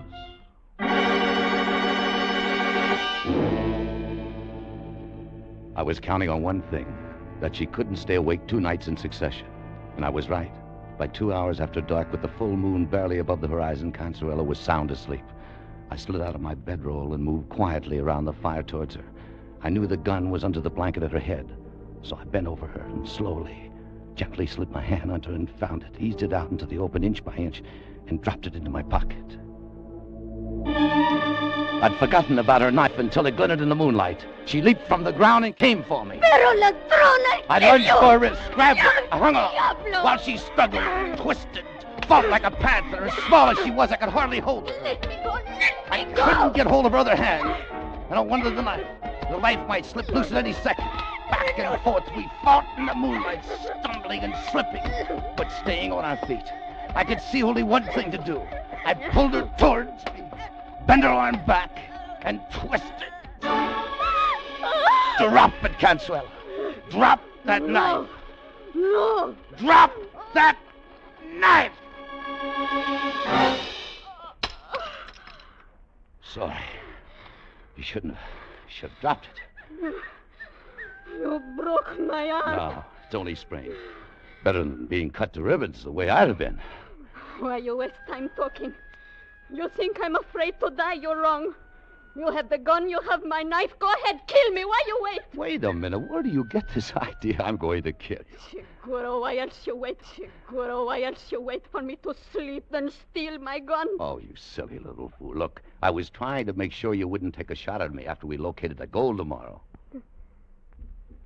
You were not going to kill me? Of course not. Look, why don't you get smart and find out you can trust somebody once in a while? Now, wake up now and get some sense in your head. Your hands off I'll me. shake some sense into you if I have to... That you're hurting me.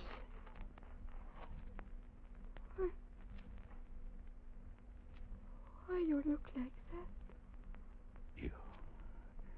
You little devil.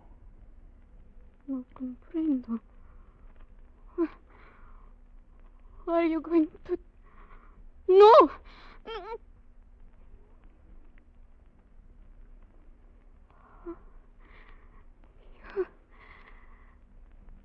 Kiss me. Yeah. Why? I don't know. I think you're going to kill me, then you kiss me. Yeah. Here. Here's your knife.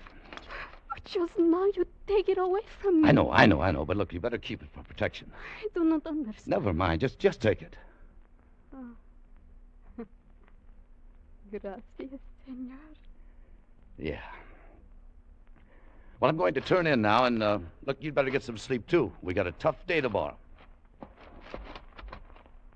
And, honey, if you decide to cut my throat during the night, make a clean job of it.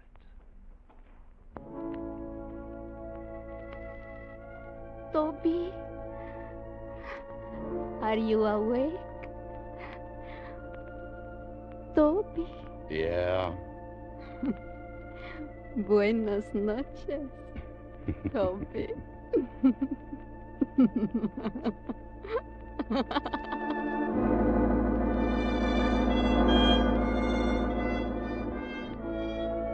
Maybe I was a fool to give her back the knife.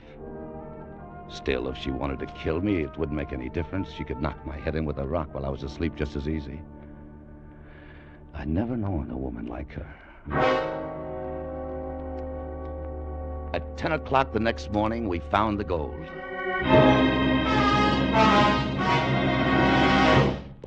That is all you need, Toby. There's no more? No, it's all on the pack horses. Now look, starting right now, we're going to ride hard until we hit the Narcissus River. Somebody's been following us ever since we left Durango. What? Why you know this? I don't know who it is or why. Maybe you do. How could I know? Toby, I swear I do not. Okay. Here. Now, look, you better take your gun back. You may need it in case we get separated. Separate? I'm going to stay with the gold. Sure you are, but you better take the gun anyway. Now, come on, let's go.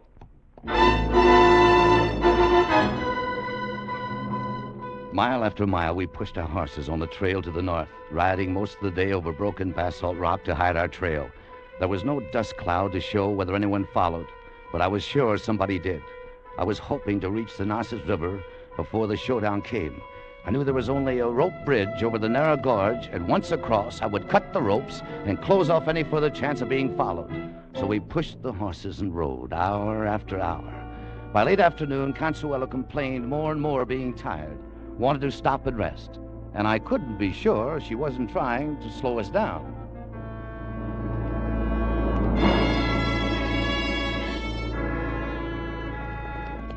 Two hours after dark, we reached the river.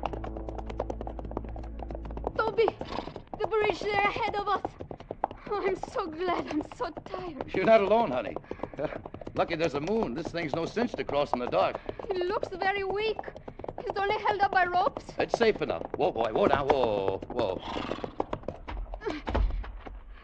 Here. Hold my horse. I'll lead the pack animals across on foot. Toby, be careful. Are you worried about me? Or the gold? Hurry, please. Take them across. Wait. I think that will not be necessary, senor. You will put up your hand. Do not move. Can you see him? He's in the shadow, right by the bridge. It's Pasquales, that guy in Durango. Were you expecting him? Toby, I swear to you that... Bastante, senor. You will drop your pistol on the ground. Very slowly, please. Gracias. It was very kind of you to discover the gold for me. How did you know we were looking for it? Oh, I forgot to tell you, in Durango. I'm Sergeante Alberto Pasquales, formerly with the 4th Regiment of General Lara in the Army of the Revolution. One of my father's soldiers. For 5 years, I have waited for Captain Vargas to come back for the fortune which I knew he had stolen. Stand out in the moonlight, please. Bastante, that's far enough. Now I lead the horses across the bridge, and then I cut the rope so that you cannot follow me. If you move, I will have to kill you. Toby. Quiet and don't move. He does not know I have a gun. No, Consuelo. No! No, don't! Don't! I had you move!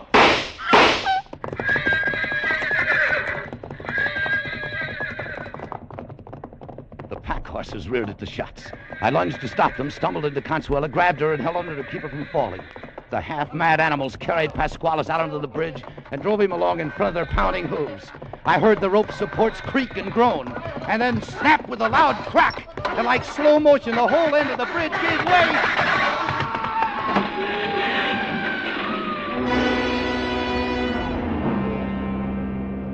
Pasquales and the 3 pack horses loaded with gold had plunged down into the gorge below. Toby. I'm hurt. Very bad. Hurt? What do you mean? When he shot, I feel the bullet here. No, easy now. Look, you're going to be all right. Now, don't worry. No, I'm not afraid to die. Toby. Yeah. I like it very much when you call me honey. Sure, honey. I'll be calling to that thousands of times. Well, I'll be... Consuelo! Consuelo!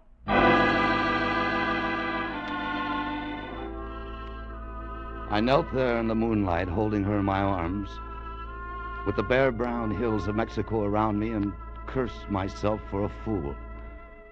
The gold was gone, lost in the torrent at the bottom of the gorge. But it didn't seem to matter very much. I'd found a greater treasure. And because I had too little faith, that treasure lay dead in my arms. I lowered her gently and sat there for a long time. Then I picked up the gun she died trying to use. The empty gun I'd taken the cartridges out of because I didn't trust her, and threw it into the gorge. Then I dropped down on the ground and wept.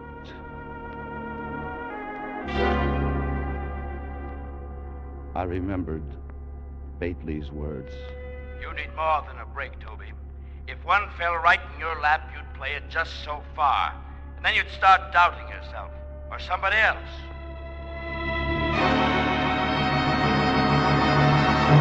I told you you'd show up, Toby. You even got here a day early. Yeah, I know, Bately. Well, let's settle up my schedule.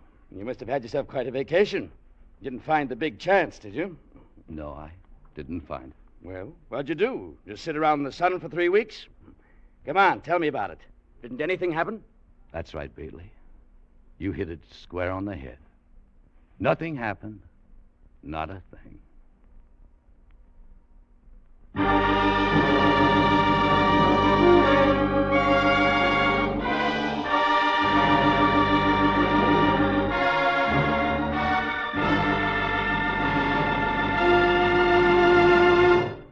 Escape was produced and directed by Gordon T. Hughes. With Victor Mature starring as Toby Manning, tonight we have presented The Fortune of Vargas, adapted for radio by Les Crutchfield.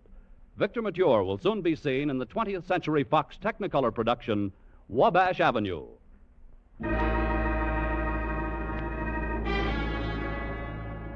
Next week, we escape with Van Heflin, starring in Joseph Hergesheimer's terrifying story, Wild Oranges. Good night, then, until this same time next week, when once again we offer you Escape, starring Van Heflin.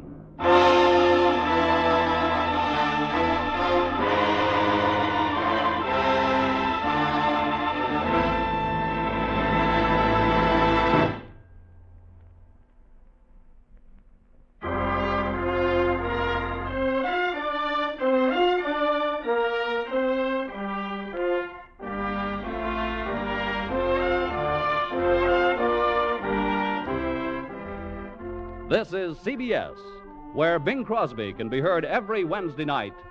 The Columbia Broadcasting System.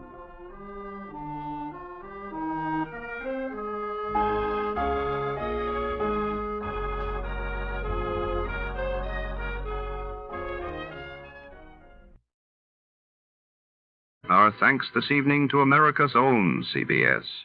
And before the orchestra strikes up again, let's see who among you really knows the golden age of radio.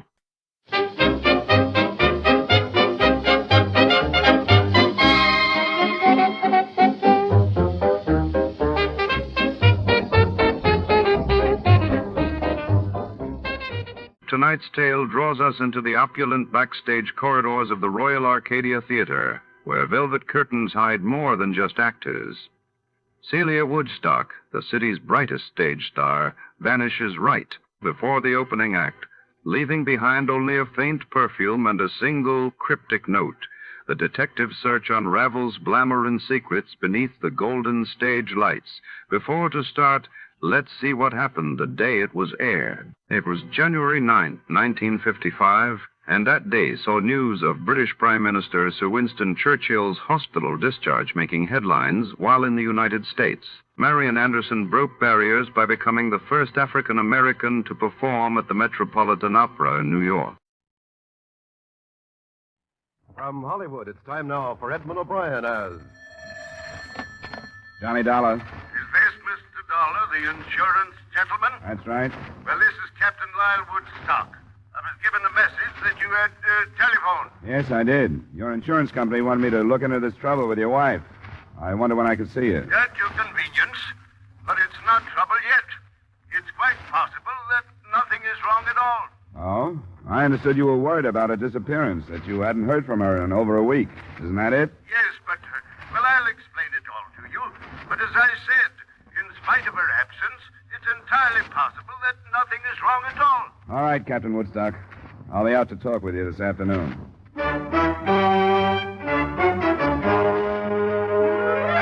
Edmond O'Brien in another adventure of the man with the action-packed expense account, America's fabulous freelance insurance investigator. Yours truly, Johnny Dollar.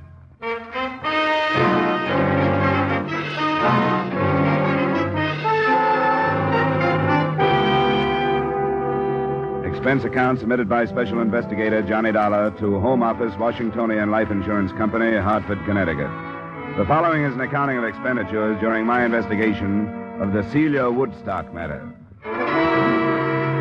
Expense account item 1, $25.50, car rental and mileage to the Woodstock home off the highway just east of Bridgeport. It was a large frame house, shuttered against the cold. Icy landscaping swept down to the shore, where an empty dock stood against the winter wind blowing across Long Island Sound.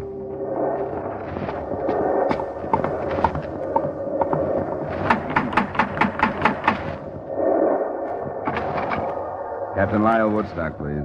Yes, you are Mr. Dollar? That's right. Come inside. Thanks. I am Captain Woodstock. Nice of you to come out. Nasty wind, isn't it? Well, it wasn't blowing like this in Hartford. Quite often windy here in the Sound. I'm afraid you'll have to leave your coat here. That's fine. I discharged the servants, all of them. Couldn't stomach their attitudes since Celia's departure. Come along. We'll talk in the library. How did you happen to turn to your insurance company, Mr. Woodstock? Yes, it would seem unusual, wouldn't it? It seems unusual that they would bother with it, unless they thought she'd met with bodily harm. But you told me you don't think so. Yeah, after you, Mr. Dollar. Thanks. I'm afraid I was guilty of a certain amount of deception when I spoke to Mr. At the Washingtonian Company? Miller, Sam Miller. Yes, Mr. Miller. Through a delicate choice of words, I'm afraid I intimated that I was frightened for Celia's very life. Sit down. Why the deception? Well, naturally, to interest them in the situation and with a purpose, Mr. Dollar. Couldn't you afford to hire a private detective? My good man, I've wasted a considerable amount of money doing just that. It was from the stumbling idiot that I received the news of Celia's disappearance. He was following her? He had been for a month, until he lost her. I'd entertained certain suspicions about Celia. What's this investigator's name? Slater. Mr. David Slater. He was recommended as the best in Bridgeport. Considering his dismal failure, You surely understand why I felt it necessary to turn to someone else. My insurance company struck me as a wise choice, since there's a large policy on her life. All right. I'll talk to this later. Now, will you give me everything you can on your wife, description, so on? Yes, they're on the table. I brought out a few photos. Brunette. Yeah. How old? 27. That one was snapped on Doctor's Cave Beach on Jamaica. Striking woman, isn't she? Yeah. This one was taken while we were anchored off Hilo last summer. You get around. Travel has its advantages, Mr. Dollar. Your boat? Yes, 64-foot schooner in drive dock at the moment. As a matter of fact, I met Celia because on an impulse, I put into Pia del Cuesta instead of Acapulco. And it seemed that she, too, wanted to travel. Where do you think she's traveling now? I haven't the faintest idea. I started to tell you I'd been troubled by a certain suspicion. She was in seeing entirely too much of a young doctor in Bridgeport. His name is Masterson, Dr. Charles Masterson. You think he could have had something to do with her disappearance? Is that what you mean? No, I shouldn't like to say. I believe that she is a quite perfect physical specimen, yet she visited this doctor fellow at least 3 times a week. Mm-hmm. Anything else? As a matter of fact, yes. We were in Acapulco 2 years ago. Anchored off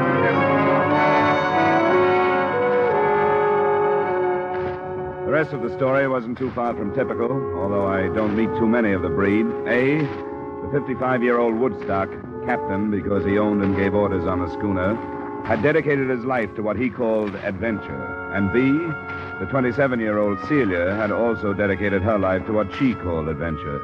The results were a number of voyages, and finally, Celia Woodstock's disappearance. Except for the doctor, I didn't learn what had gone on between.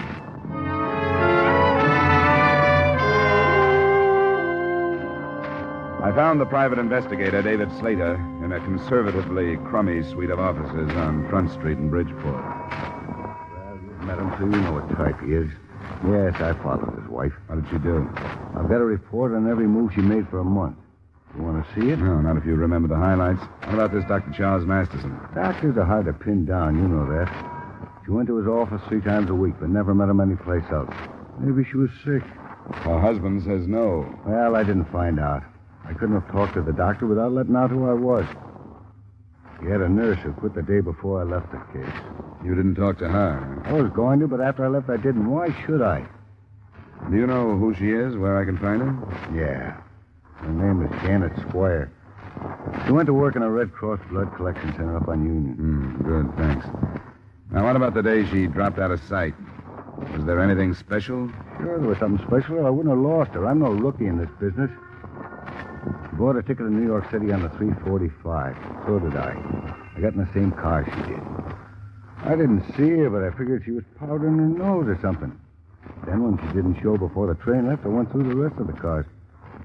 But I never picked her up after that. She knew you were tailing her, huh? She must have. Must have got on the car and then right off. That and the money she drew out of the bank makes me think she was running out on old Woodstock and nothing else. No money was mentioned to me.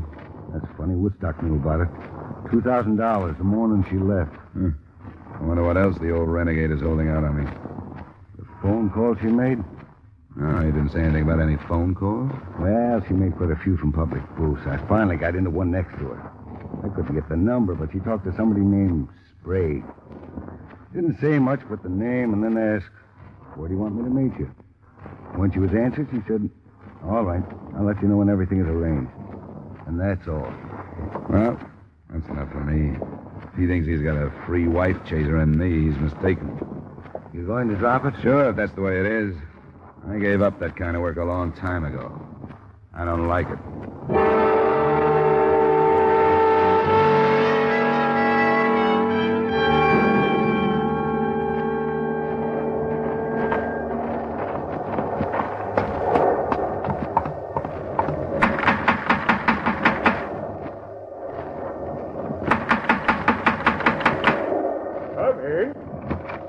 Dolar, Close the door. What's this? Where's Woodstock? Close the door. You do anything else, I'll kill you. What's happened? Who are you? Stay away from me. I smell cordite. You fired a gun. Where's Woodstock? He's gone. You come this way now.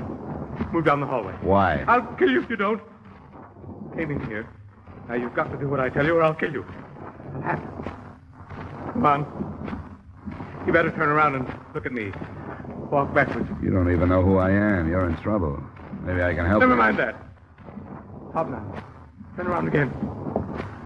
Open the door and get in the closet. Now, wait a minute. Please, mister.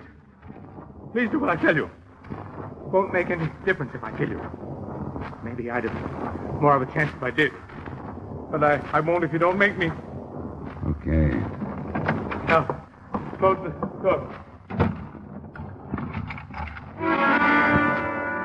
I heard him open and close some nearby doors, and shortly after that, the front door closed. Then I started kicking my way out. The paneling was heavy, and it caused a torn trouser leg and a scraped shin before I made it.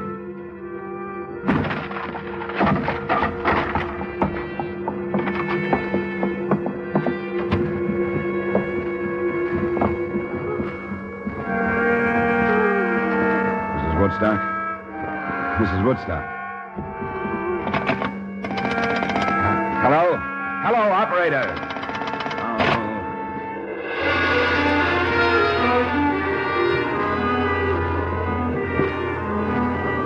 He'd given himself some more time by pulling out the phone wires, but it took less than 5 minutes for me to cover some 200 yards to the nearest neighbor, explain myself, and get through to the Bridgeport police.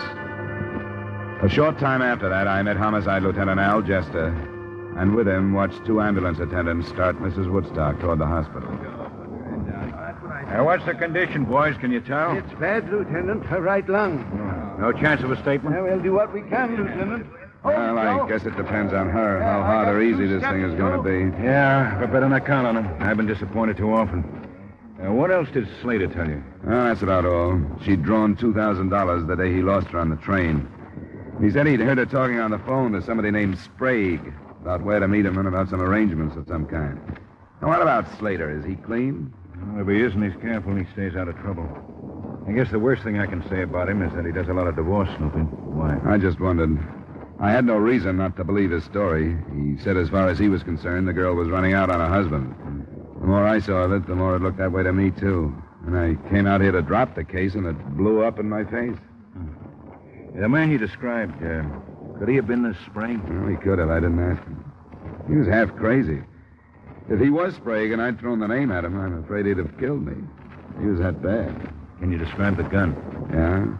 Cheap revolver, nickel-plated, short barrel, .32 caliber. You sure of that? Well, I guess a smart lawyer could keep me from swearing it was a .32, but it was. I'll take that. I got only one definite thing out of him. He said Woodstock was gone. That's all he'd say. Then he put me in the closet. I didn't hear him drive away. I was kicking up some noise getting through that door. But the people in the house where I phoned said they saw it leave. The next house that way. Oh, Sergeant. Yeah, Lieutenant? Next house towards town. People saw a car leave. Send a man over and get what you can on it, will you? Yeah, all right. He said they didn't hear any shooting. You didn't see a car when you got here? No, it must have been parked on the other side of the house. Well, I'll get it roped off. Yeah. Snow ought to hold some good prints of the tires. Did I get the amount of the insurance on the victim right? $100,000? Lieutenant Jester. Yeah? You better go upstairs. There was shooting up there, too. Oh, where? In the hallway, toward the back. Jared says there's a man lying sort of half into a room, but there's no question about it. This one, he's dead.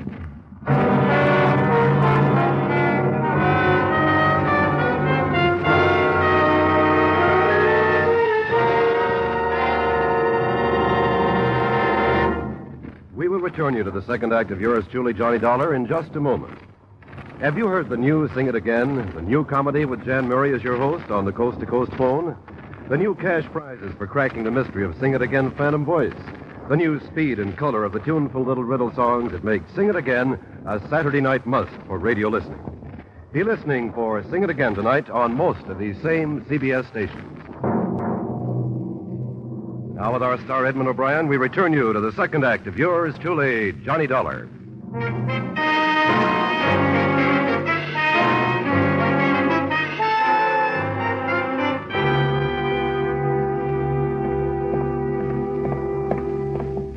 A little gloomy, Lieutenant, but I don't want to handle any of the light switches. Right back there. Oh, yeah. I see. Woodstock. Let me see. Huh? It's So it is. And get some light on in the room. The shutters are all closed. Push the switch with something that won't hurt Prince. Yes, sir. Car key ought to do it. Shot from behind. Here's a gun on the floor, Lieutenant. That guy told you Woodstock had gone, Dollar. He couldn't have been more right, could he? Oh, I guess not. Well, let's get out of here until the photographers show up. Neither the photographers nor the fingerprint men, nor a thorough search of the house, resulted in any progress. By the end of that first day, the description of the man I tangled with had been broadcast along with a possible description of the car he was driving. The police had also put out a futile search on the single name Sprague. And Celia Woodstock hadn't died, but she hadn't regained consciousness either, or shown any signs of recovery. I took a hotel room in Bridgeport that night where I'd be called if and when anything happened. Nothing did.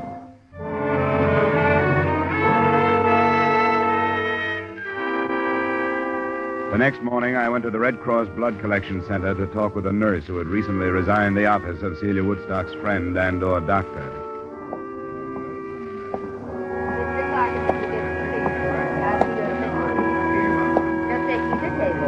I'd come in with my mind tossing motives for murder around, motives of personal greed and selfishness and hate. And it was almost a shock to suddenly face a segment of this country, citizens, old ones, young ones, men and women, quietly going about the business of helping the best way they knew how. I stayed to give my own blood after Janet Squire talked with me, and I knew it would go overseas in the best of company. We can go in here, Mr. Dolar. Thank you. I'm sorry to bother you, Miss Squire, but I was told that you were in Dr. Charles Masterson's office until a short time ago. Yes, that's right. Have you seen the morning papers? No. Why do you ask? Mrs. Lyle Woodstock was shot last evening. Mrs. Woodstock? Why, she's one of Dr. Masterson's patients. Was she, seriously injured? They don't know if she'll live. Her husband was killed at the same time. How dreadful. What happened? I don't know. I'm working with the police on it. I'd like to learn as much as I can about Mrs. Woodstock. Well, I'm afraid I know very little. She was a patient, but other than that, I know nothing. Her husband seemed to have the idea that she might be more than just a patient. That there might have been romantic interest between them. Uh-huh. Was there? Well, not that I know of. I make it a point to do very little prying into other people's affairs, Mr. Dollar. Sometimes I wish I could. Do you know anything about anyone named Sprague? Sprague? No, I'm afraid I don't. I'm sorry. So am I. I hope the results are better when you start working on me. I am sorry, Mr. Dollar. If you'll step right through there, Miss File will take care of you.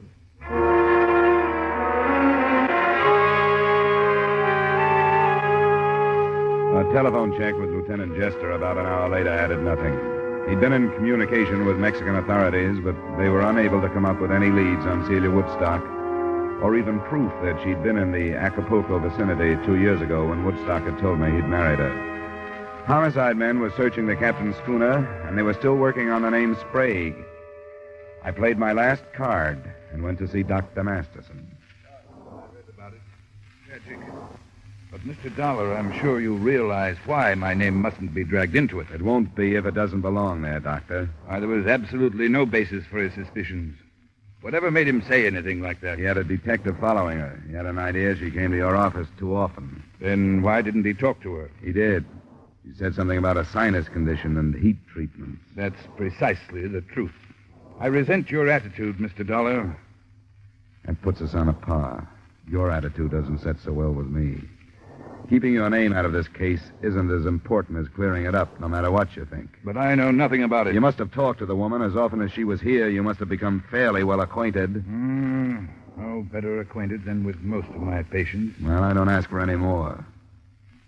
What did she talk about? Why, the conversations were unimportant. She talked about her travels.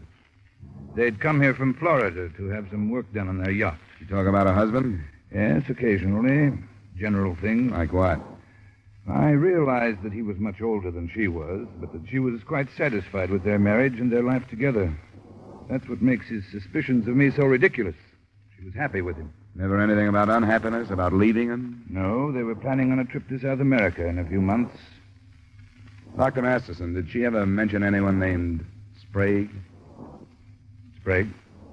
Yeah, Sprague. This is one of the strangest things that's happened to me in a long time. Why? She went to pieces because of that name. Completely and helplessly to pieces. Just before she stopped coming for treatment. What happened?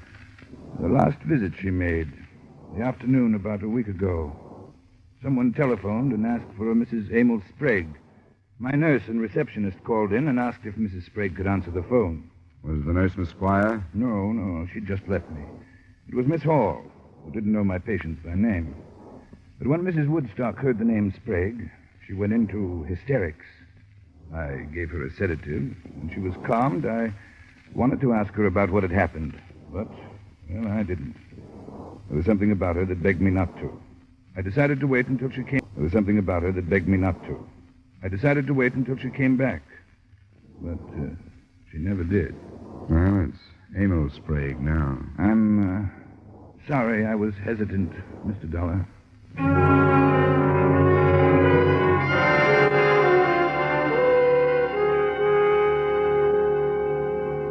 Well, it's in the works now. We'll see what we can make out of it. How's Mrs. Woodstock? Still alive. Those chest wounds are bad, though. Well, here's how the shooting stacks up so far. She was wounded by 38 caliber slugs. Her husband was killed by 32s. So if you were right on your gun description, the man you ran into killed the husband. What does that leave? Woodstock killing his wife?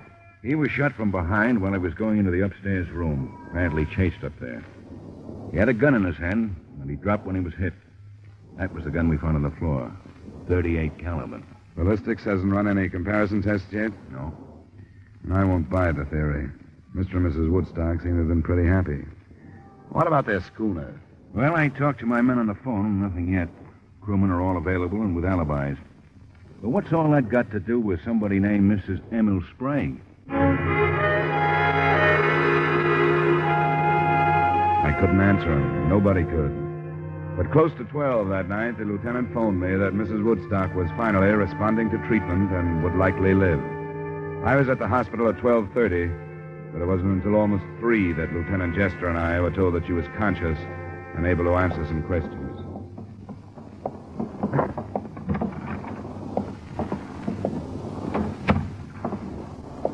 Good morning, Miss Woodstock. Feeling better? My name is Lieutenant Jester. This is Mr. Dolar. Hello, Mrs. Woodstock. We're both interested in what happened at your house the other evening. Mrs. Woodstock, do you understand what we're saying to you? Do you understand? My husband, Lyle. They told me he was all right. Is he? Yes, Mrs. Woodstock. He was shot. They tell you that? Yes. Do you know who did it? Yes, I know. I was there. I remember. We wish you'd tell us, Mrs. Woodstock. Emil Sprague? Yes. Yes, Emil. No one else was there. He made me go. Made you go where? To my house. To talk to my husband. Emil Sprague made you go? Why? How could he make you go? Because I'm Mrs. Emil. You're Mrs. Emil Sprague? Yes. And I hate him. But you were married to Mr. Woodstock. I shouldn't have. I think I understand. You were married to Sprague. Your marriage to him was never ended, but you married Woodstock anyway. Yes. I was wrong. I lied. I didn't tell him. And then it was money. He wanted money. Sprague did? Yes. I didn't know where he was in Mexico. I had to get away. And I married my husband. That's all that matters. I'm afraid it isn't. Sprague followed you here. From Florida. I begged him not to. The $2,000 you drew from your bank? I gave it to him. Mm-hmm. But it wasn't enough. He made me stay with him. And made me go with him for some more money. And my husband, I tried to make him understand, and he wouldn't. He blamed me and called me things. He went to the drawer. Oh, why didn't he shoot Emil instead of me? Are you sure of that? Woodstock shot you? Going to the drawer. I remember. Turning around with a gun. And that's all. You know where Sprague would go? What happened? Why did he? What did my husband say? He hasn't said anything. Evidently, Sprague chased him upstairs, shot him there, and left. Do you know where he'd go? Back to Florida. No, we don't think so. We got a good description of him and the car he was driving. We think he's still in Bridgeport someplace. You said you were with him. Where? He had a room on Commercial Street. 713. Rooming house? No, it's a big building. Apartments. Now, which one is Sprague? It's, number 12 on the second floor. Does he have a phone in the room? Yes. Pleasant 2132. Well, thank you. We won't bother you anymore. Thank you, Mrs. Woodstock. I want to help my husband. I'll do anything I can. I want him to know that. We'll tell him, Mrs. Woodstock. It's a little after 3. Rogers' trucks are going to be rolling on Commercial Street before long. Think Sprague will give us trouble? Yeah? If he's been holed up since the shooting, I think he's probably farther off as nothing when I saw him. We might slip on him this time of the morning. I'll get some men started out there. You better come with me. Sure. I'll need you to identify.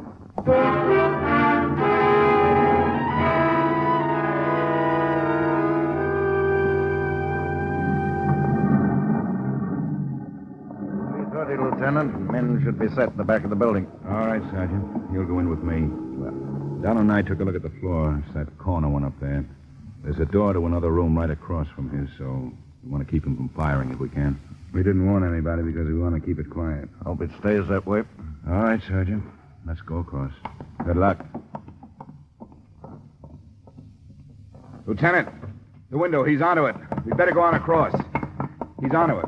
He's been watching at the window. I saw him move. The devil.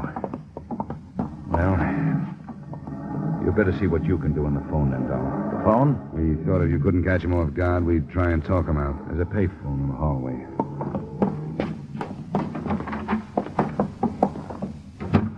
His room's just to the right at the top of the stairs there. That phone's right in line from up there. And we'll cover him. Okay, Dolar, if you're ready.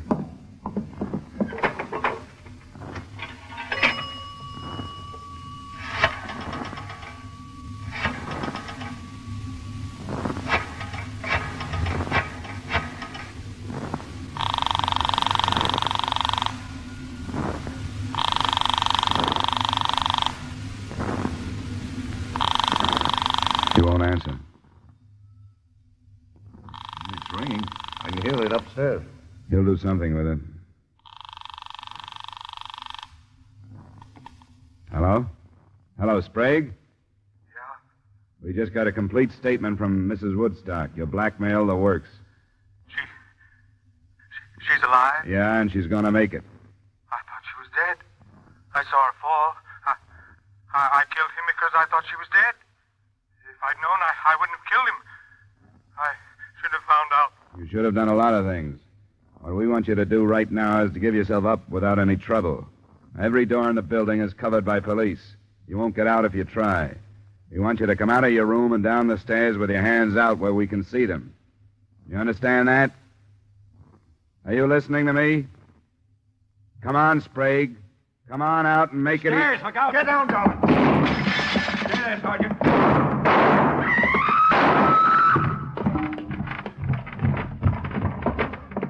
Be careful, Dolan. It's all right. Sprague? He's dead, Lieutenant. Sergeant. Yes, sir? I'll go phone in. Keep the people away as best you can. Okay.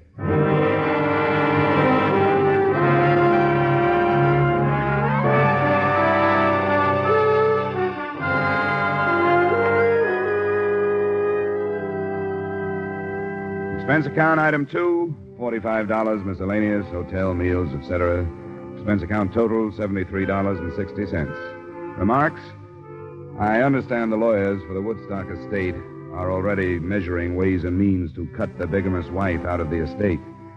I don't think the Washingtonian Company has a chance of doing the same with the insurance money. Yours truly, Johnny Dollar.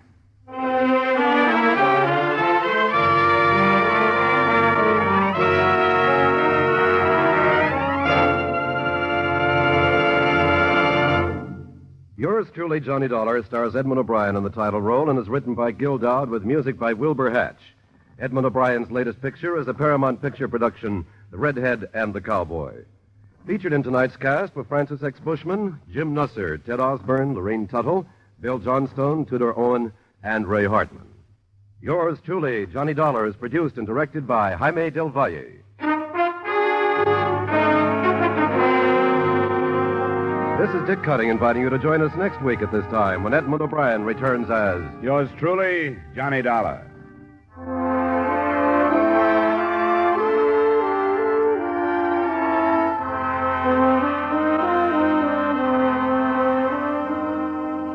There's a very charming, very amusing young couple to be found at CBS, the Star's address, every Saturday evening.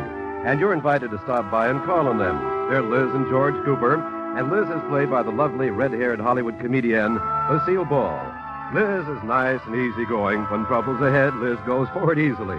It's wonderfully hilarious. It's My Favorite Husband, starring Lucille Ball, every Saturday evening on most of these same CBS stations.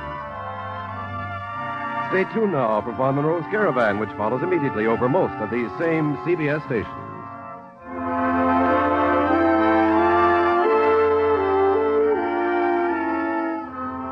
This is CBS, where you laugh at Jack Benny every Sunday night, the Columbia Broadcasting System.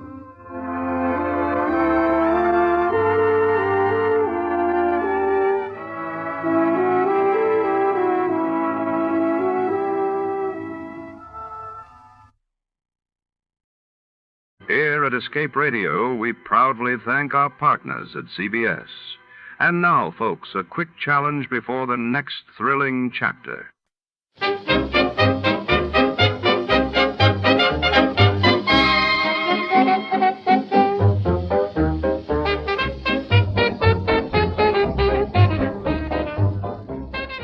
Tonight, in the shadowy alleys of the city, a trembling turkey vanishes just days before Thanksgiving. Our hard-boiled detective is on the case, joined by a mysterious woman whose secrets are as deep as her crimson lipstick. As the clock ticks, hidden motives surface. Who's behind the terrified turkey capper? Stay tuned as we peel back the layers of this feathery mystery. Before we begin, let's see what happened on the day it aired. It was November 20, 1947, and that day the world watched as Princess Elizabeth married Philip Mountbatten in a grand royal ceremony in London, while in the United States the House Un-American Activities Committee intensified its Hollywood witch hunt, subpoenaing more prominent actors and screenwriters. The National Broadcasting Company presents The Adventures of Sam Spade, Detective.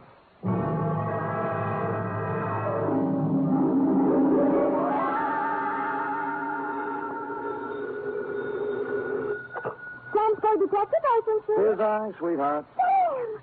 Oh, I was worried to death. This office, glass all over the floor, holes in the wall. That was just business going on as usual during altercations, F. Well, what was it all about, Sam? They tried, Effie, just tried to pluck my feathers and cook my goose. On Thanksgiving, too. How could they? Oh, they were a mean lot. Are you all right? Hale and hearty, every giblet in place and not a feather ruffled. Did you have a nice Thanksgiving? Oh, it was heavenly. Mama had a turkey dinner, sage dressing, cranberry sauce, candied yams. Hard cider? A little. Come clean, Effie? Well, I had 2 glasses. Everyone was there. Cousin Gertie, Dwight, Mrs. Floss. I was disappointed when you didn't show up, Sam. Did you have Thanksgiving dinner? Sure. Sam? At the Helping Hand Rescue Mission, where there's plenty of free parking and never a cover charge. For further details, consult the report, which I will presently be down to dictate on a tasty chronicle of foul play.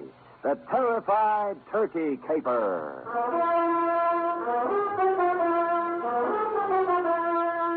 For NBC, William Spear, radio's outstanding producer-director of mystery and crime drama, brings you the greatest private detective of them all in The Adventures of Sam Spade. Sam, hey! Oh, you were waiting for me. Having Thanksgiving dinner at a rescue mission when Mama cooked a perfectly wonderful... Thank your mother for me, F. Tell her I'll be over to break wishbones with her tonight. And to atone for my social indifferences, here's a little something I brought for you. Oh, Sam! You shouldn't have. It's beautiful. What is it? A blunderbuss. A blunder what? Bus, as in step to the rear of. Oh. Well, what does it do? Shoot, Seth. It's a gun. Our founding fathers used it in foraging for feathered food when they settled this abundant continent. And it's mine. To do with what you will. Where did you get it? Pencil boy? Well, who gave it to Pad me? open? Oh, yes, but I don't know. Knees crossed? Did you mean the founding fathers? Don't peek. Date, November 24th, 1952. Detective Lieutenant I.C. Kelsey, Homicide Detail, San Francisco Police. From Samuel Spade, license number 137596. Subject, Turkey. Dear Kelsey, this was a big week for the cranberry pickers, the butchers, the sage makers, and the stomach pill people. But for private detectives, it was strictly from hunger. My office door opened only twice a day, once to let me in and once to let me out. And when on Wednesday I heard a knock on the door, I went into a paroxysm of delight. Come in! Come in! Come in! Entrez-vous! Entrez-vous! Airline!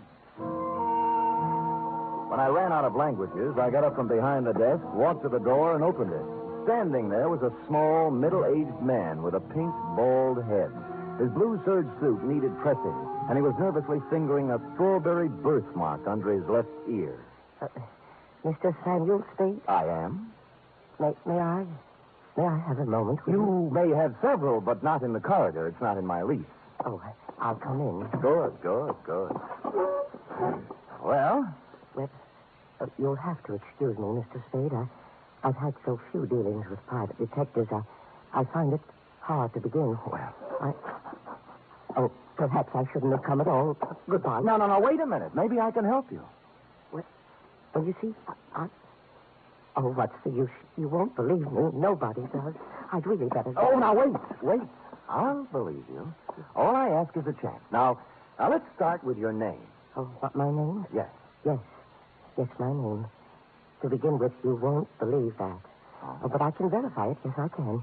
It's on the registration book of the old Colony Hotel, in the 1943 phone book, and on my old driver's license. Well, I'll have to know it before I can verify it. Yes, of course you will. It's Tom. Well, now that's not so hard to believe. Oh, you haven't heard the rest of it. It's Tom Turkey. Well, you see, I told you wouldn't believe it. I'd better go. No, now, let me be the first to believe you. Now, Mr. Tom, what's your problem? Oh, dear, that's even harder to explain. Well, now that I don't believe. But take a breath and jump into it. Breath, yes. My name's Tom Turkey, and they're going to kill me for Thanksgiving.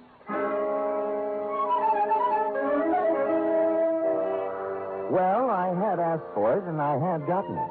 And I sat back wondering who had gone to all the trouble to play this funny joke on me.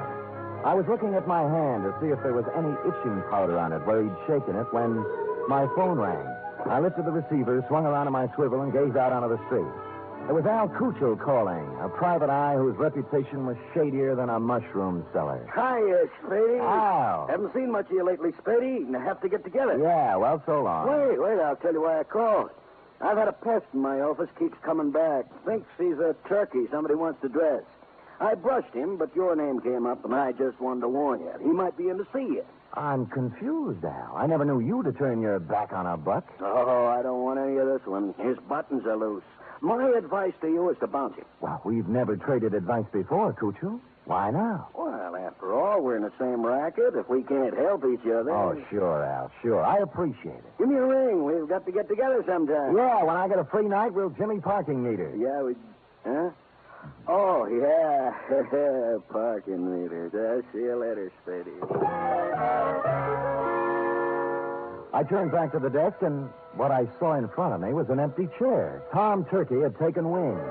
I got up and walked to the window, and a minute later, I saw him come out of the building downstairs and start to cross the street. And then I saw something else. A large 4-ton truck was tearing down the street, picking up speed. Instinctively, I shouted a warning, and at the last second, Tom Turkey scrambled from in front of the truck and disappeared into the alleyway. The truck roared up the street, and on its side was printed in gold letters, "Haynes, you drive it." There was nothing to say it wasn't coincidence, this near mishap, but somehow I found myself intrigued and wanting to hear more of the little guy's story. He said the old Colony Hotel, On the way, I stopped at the library, found an old 1943 phone book, and looked. He was listed.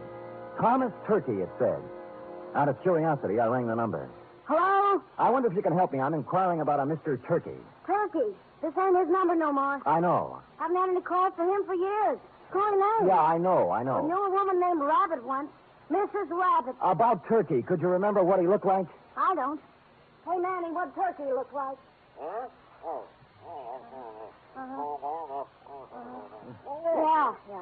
Small man, around 50.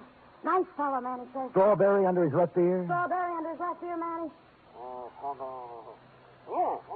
Yeah, strawberry under his left ear. Well, thank you, madam, for your information, and thanks to Manny. Well, you're welcome, but I don't know what you're going to do with it. Old man Turkey's dead. Been dead for years. Curiouser and curiouser, I thought. They had described the man who came to my office 20 minutes ago, and now he'd been dead for years. I continued on to the Old Colony Hotel. Room, 75 cents, it said. Tom's room is 114. Who is it? Sam Spade. Oh, come in, Mr. Spade. I'm sorry I ran away. I didn't think you really believed me. Well, I'm not sure I do yet. Tell me, was that truck an accident? Oh, I don't think so, no. They made 3 attempts before to kill me. Somebody tried to push me in front of a train, and then a wheelchair full of cement dropped off a building and just missed me, and then I was shot at. Well, who were they, and why would they want to kill you? I don't know. I just don't know. Look, let's tack. Tack? Tack. I dialed your old phone number, and the people who answered said you're dead. Oh, a lot of people think I'm dead. Yeah. Look, do you still want me to work for you? Oh, yes, please. Well, you'll have to tell me more, then. I can't... I guess I'd better tell you everything. Oh, it's hard to talk about, Mr. Spade. It's not easy to admit to someone you've been a foolish man. You see, I just turned 50. I was quite tired of the life I'd led. Proper, dull, and unfruitful, except in money. My business was wearing, and so was my wife, Henrietta. This has a traditional ring. Anyway, to make it short, I decided to run away. One day I drove to work. I parked my car in the middle of the Bay Bridge where the suicide note left it and disappeared. Where did you go? Oh, all over the world. I took a job on a boat. I did. On a boat. And then I settled in Sao Paulo, Brazil, under another name. Now you're back. Why? Well, maybe I got lonely. Maybe I got wiser. Maybe I felt I paid enough for my mistakes. Let's just say I'm back. I want to be with Henrietta. Have you seen her? I checked into this hotel and wrote her a letter saying I wasn't dead.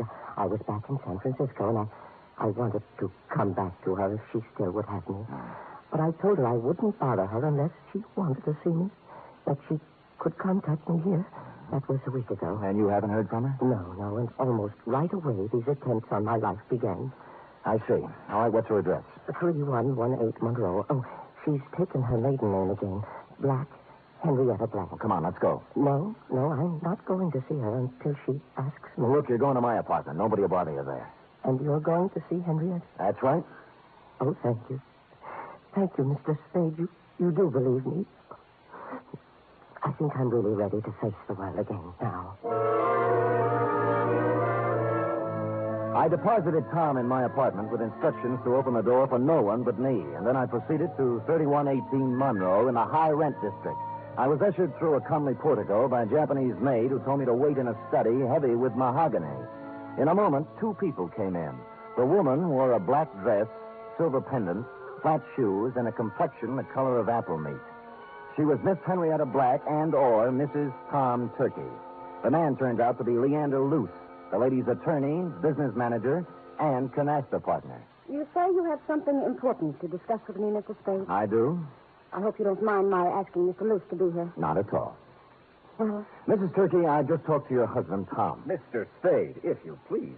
I say something? a rather feeble attempt at comedy, Mr. Spade. Well, I wasn't trying for a laugh. You are Mrs. Turkey, aren't you? I was. You undoubtedly still are. I'd expected to hear another one of these cruel jokes about my name. At Thanksgiving time, Mr. Spade, someone was always going to stuff Tom, baste him, dress him, slice him. This season, they're going to kill him. They are not going to kill him. He is already dead. He's not dead, Mrs. Turkey, and you should know it. I should. Yes, he sent you a letter saying he was back in San Francisco and wanted to see you. Mr. Spade, this has gone absolutely far enough. Not quite. What about the letter? I know of no such letter. I see. Well, thank you for your time. I'm sorry I bothered you. Oh, you used bad judgment in coming in the first place. Yes, maybe you're right. There was falsehood in this someplace, Lieutenant, and it stuck out like a fat girl in slacks. The only thing to do was to go back to my apartment, get Tom Turkey, and confront Mrs. T with her husband in the flesh.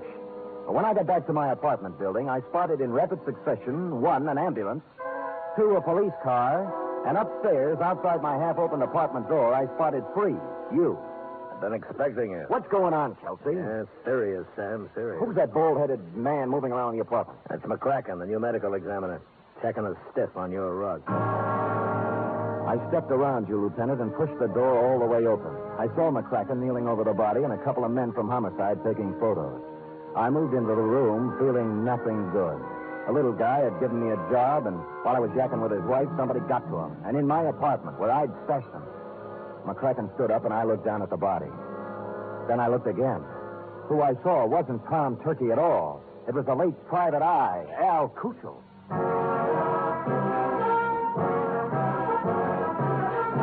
You are listening to the weekly adventure of radio's most famous detective, Sam Spade.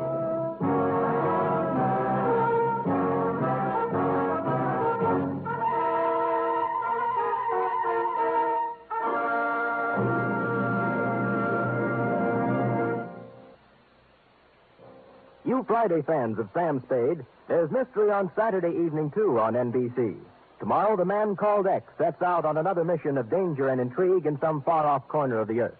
Herbert Marshall stars as the man called X, a man without a name who travels the world over protecting his country's interests. He lives by his wits, and his business is danger. He's the man called X, tomorrow over most NBC stations. For top Sunday listening, it's another broadcast of The Big Show on NBC. This Sunday, your stars include Fred Allen, Jack Carson, Mindy Carson, Ed Archie Gardner, Ed Wynn, and many, many more. And Tallulah is your MC as usual. This Sunday, it's The Big Show on NBC.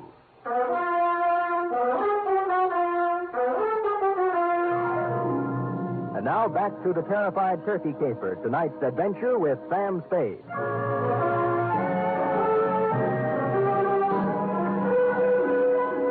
While the men from homicide were taking pictures, etc., you and I, Lieutenant, were going round and round on the question, if I didn't kill the man found in my room, who did? And you were sufficiently impressed with my insult, Kelsey, not to hold me for the murder. We bowed to each other, and I left. Thinking back to the truck that had almost run Turkey down, I went to the Haynes U Drive truck rental garage.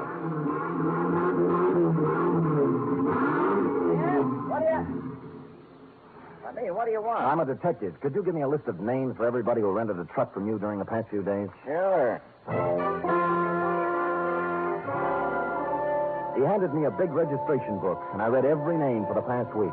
For the first 5 days, they all seemed to be nice, normal, abnormal names. And then, under the rentals for the day before, was the name of John Smith. John had given his address as 7200 Kearney. And I happen to know that Kearney only goes up to 2000. The dispatcher said that Smith had returned the truck about 3 hours before, and he remembered him as an ugly, heavy-set, and rough-voiced character who looked like an ex-longshoreman. They had already washed the truck, so the fingerprints were all out up.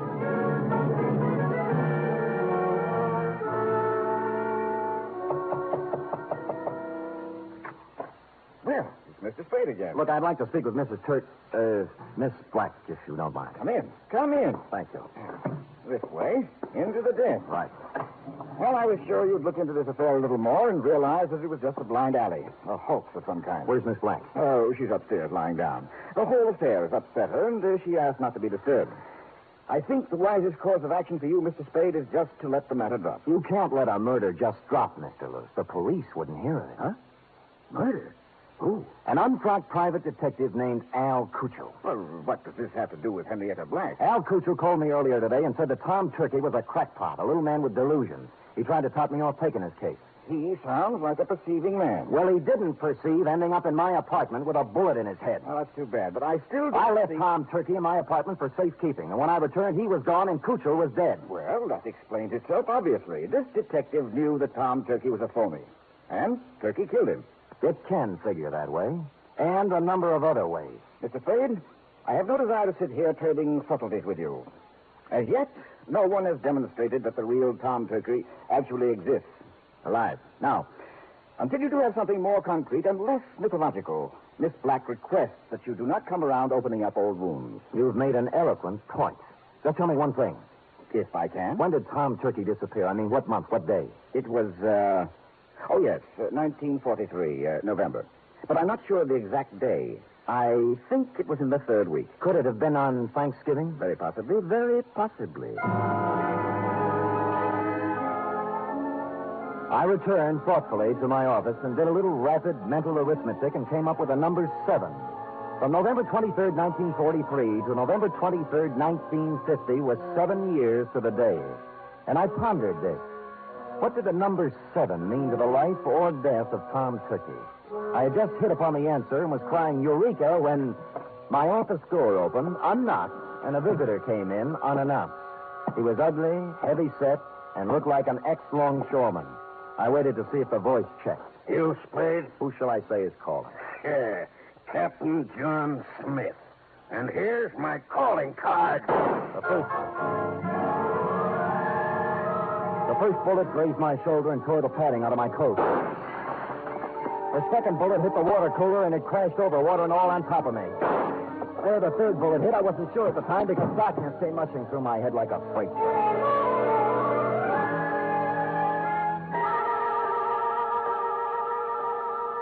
When I opened my eyes again, I expected to see St. Peter checking my ID card. But all I saw were the dust balls under my desk and a fly bathing himself in a pool of water spreading slowly over the floor.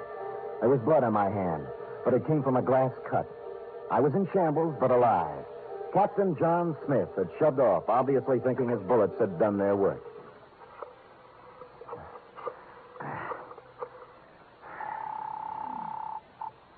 Homicide, Lieutenant Kelsey. Sam, Kelsey, have you found anything more about Tom Turkey? Nothing, Sam. Frankly, I'm beginning to wonder if there is such a guy. Well, clever Kelsey. A few minutes ago, a gorilla by the name, believe it or not, of Captain John Smith just tried to kill me in my office. Oh, go on, Sam. I find it hard to think. You find it hard to think. You find it hard to think, period. Really, Sam? Did you get him? No, but my office is a wreck, and there's a hole blasted in my wall big enough to put a basketball in. Well, what did he use, a bazooka? I figured dum-dum bullets. Dum-dum? Well, that's illegal, ain't it? Kelsey, doesn't it strike you as significant that every attempt on Turkey's life has been vicious, as if someone not only wanted to kill him, but also mutilate him? Yeah, now that you mention it. Somebody probably wanted to make identification difficult. Even dead, they didn't want anybody to know who he was. Now, listen carefully, Kelsey. This is real deep. Tom Turkey disappeared on Thanksgiving of 1943.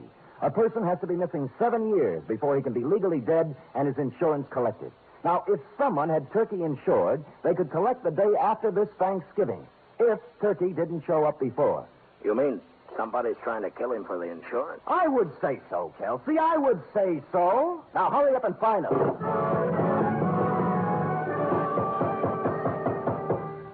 When I put down the phone, I heard a heavy pounding. For a minute, I thought it was in my head, until I turned to face the door, and standing there was a small pilgrim with bandy legs in black stockings, pantaloons, white-collared coat, and stovepipe hat. Hallelujah! He wore silver buckles, and what he was pounding on the floor was an 18th century blunderbuss. Hallelujah! Have I got the right place? Oh, offhand, I'd say so. If you're looking for Captain John Smith, he just left. Pocahontas is expected any minute. Now, don't you go trying to confuse me. I'm too thirsty. What's on your mind? Well, I'm looking for a fellow named Dan, oh, I'm so thirsty I forgot. Sam Spade? Yeah, that's it. Yeah. Oh, you broke your water bottle, huh? Yeah. Good. That stuff's poison anyway. Hallelujah. Hey, say, do you happen to have any hard cider around? Fresh out. Oh. I'm kind of thirsty, you know. Any type of corn squeezing? Here, try this, Dad. Well. Good, huh? Oh. You like that, huh? Oh.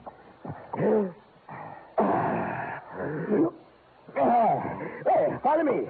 But before we go, do you suppose we could have a little something for the road? It's bitter cold. I gave him a little, but not too much, because I didn't want him to lose his way. He walked me right down Market Street so he could look in the liquor store windows. He said it gave him a comfortable feeling to know there was so much good in the world. And then we turned right a few blocks until we came to the Helping Hand Mission. Across its gray front, a banner promised special holiday food and comfort to the unfortunate. And on the street in front of it, there was a brass band sending out signals to the fraternity that any minute the great feast of Thanksgiving would begin. The band members and other volunteer workers were all dressed as pilgrims, a quaint conceit. My pilgrim led me to a dark corner of the clubroom, and sitting there unhappily was none other than Tom Turkey. Hello, Mr. Spade. Oh, hello, Tom. What happened to my apartment? And why did you run away? Well, I was afraid. You told me not to answer the door until you came back. Well, somebody knocked on the door and said it was you, so I opened it, and two men came in. Tell me, was one of them Al Cuccio? Yes, the detective. The other man was a big, ugly-looking fellow, and when they saw I was alone, they started arguing. About what? Well, the detective said that now that he'd brought the ugly man there, he wanted his money. Yeah? The ugly man pulled a gun, and they started to fight. Oh, dear, I slipped out the door, and when I was halfway downstairs, I heard a shot and kept on running. Well, Al Cuccio is dead. Oh, my. I thought so. This was the only place I could think of to hide. Oh, when Henrietta finds out I've been mixed up in a murder, she'll never take me back. Henrietta. Hey, tell me, did your wife ever have any insurance on you? Oh, before I ran away, she did. A $50,000 policy, but, oh, that would have lapsed by now. Maybe. Did it have a suicide clause in it? A suicide?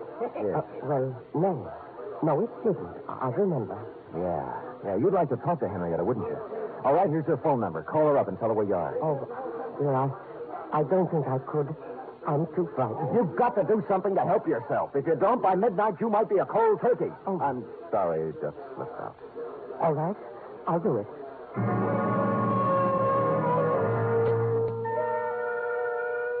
Well, he went and made the call. When he returned, he said that a man had answered who said Henrietta would come down and pick Tom up. He didn't want to wait, but I sat on him. The pilgrim brought us a dish of turkey dinner, saying he couldn't stand food himself, and we munched a spell. In a little while, a limousine pulled up in front of the mission with someone in back whom I couldn't see. The chauffeur stepped out and came in inquiring for Tom Turkey. It was Captain John Smith himself. When he saw me, a look of shocked surprise came over his unhandsome face. Hoping to catch him off balance, I drove at him. It was the liveliest thing that has happened at the Helping Hand Mission in years, and we had a good house, too. Money was even changing hands. When I heard the odds starting to go against me, I realized I'd better come up with something. Use it, partner. And I did. The bandy-legged pilgrim shoved his blunderbuss right in my hand. And I swung. Smith dropped like pheasant on the wing. I looked up. The passenger from the limousine was just coming in. What's the meaning of this? It means, Leander Luce, that you're not going to carve Tom Turkey up for your Thanksgiving insurance policy. Hallelujah. Drumstick, anyone?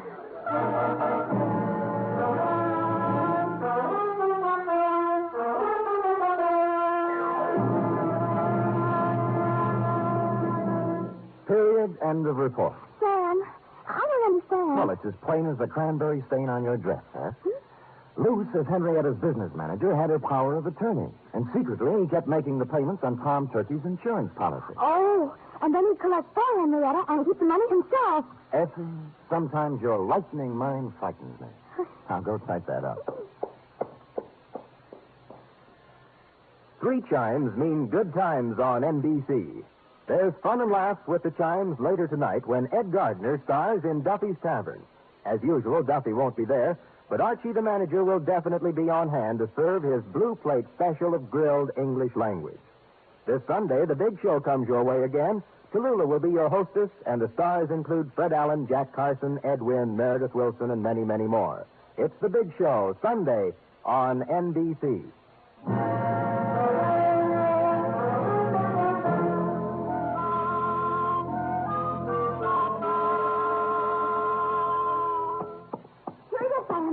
Sam, the man who killed Al Cuccio and tried to kill you, was his name really Captain John Smith? Now, Effie, could we have a Thanksgiving caper without a Captain John Smith? It wouldn't be right. It was a coincidence, wasn't it? Well, if you promise not to tell anyone. I won't. His real name was Michael Giuseppe Yablonsky Smith. I called him John for short. You're so kind. Are we going over to your mother's for cold turkey snacks? Well, all right, but I don't think there'll be much left. Oh? You see, my cousin Judy couldn't find a little boy. And Mother phoned and said they just found him. He was inside the turkey, eating his way out. Effie, is there no way to curb that tongue of yours? There's one way. Well, come here. Oh.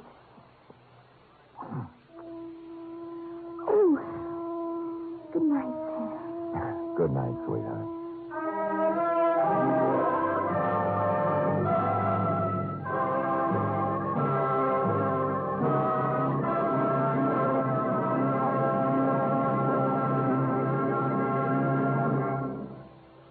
The Adventures of Sam Spade are produced, edited, and directed by William Spear.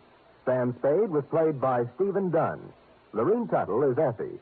Script for tonight's adventure by Larry Roman and John Michael Hayes. Musical scoring by Lud Gluskin, conducted by Robert Armbruster.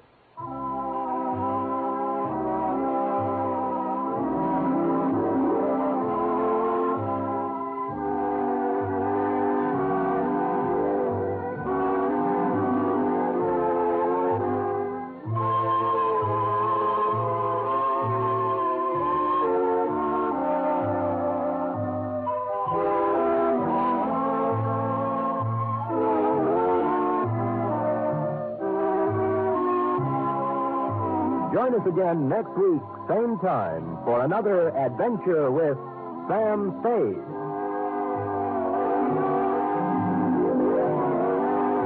America's airwaves shine a little brighter thanks to our friends at CBS. And now, ladies and gentlemen, let's see if you're ready for tonight's radio quiz.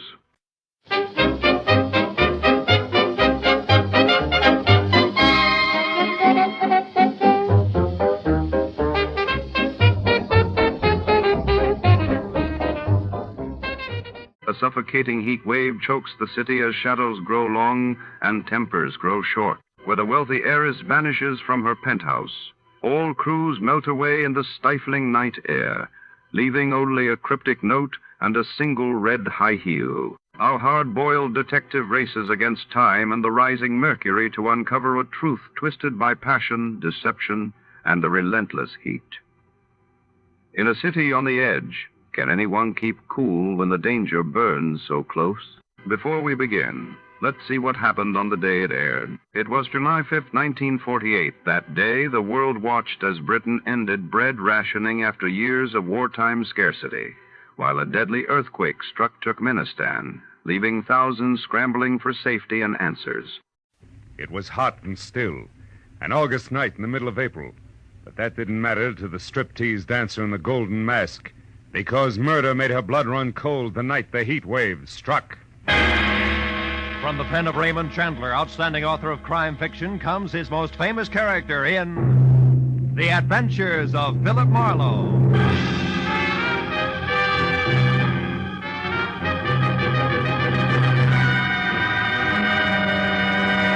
Now, with Gerald Moore, starred as Philip Marlowe, we bring you tonight's exciting story, The Heat Wave.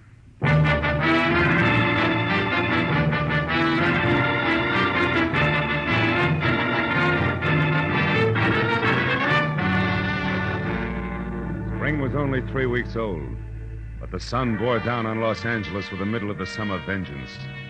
At noon, it was 102 in the shade, and by 3:30, with doors, window, and shirt collar all open as far as they would go, I still sweltered in the kind of heat that wilts both your clothes and your character. As I tried to make sense from the crisp words of a telegram I just received from one Karen Driscoll, Jr., no less, of Nob Hill, San Francisco. It told me to go to the Palace Theater, a burlesque house on Main Street, watch the performance of the featured dancer, get backstage, and take a close look at her face. Then meet the 7 o'clock plane from San Francisco and report what I'd seen to Miss Driscoll, Jr. It was a strange request coming from Nob Hill, but the enclosed $50 money order wasn't kidding, so I perspired my way down to the Palace Theater.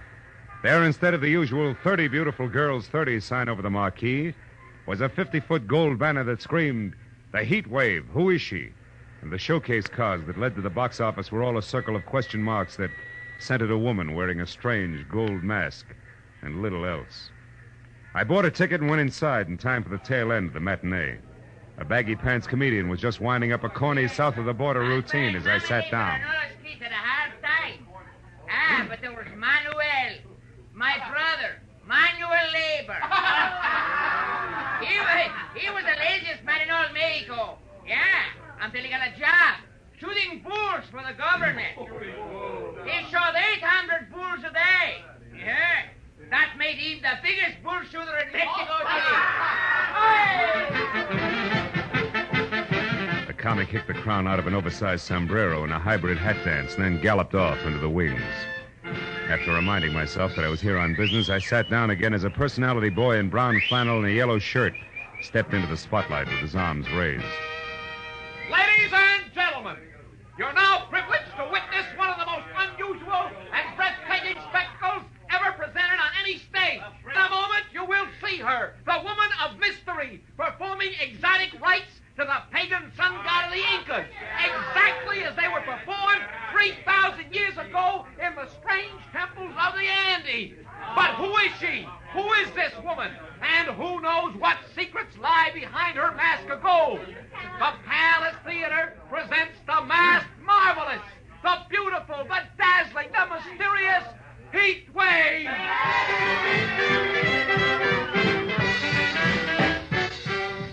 Oh, I had to admit it. This was special. She was the color of alabaster and as supple as a cat, and as she moved across the stage, she got more convolutions out of her two arms than a restless octopus could with 8.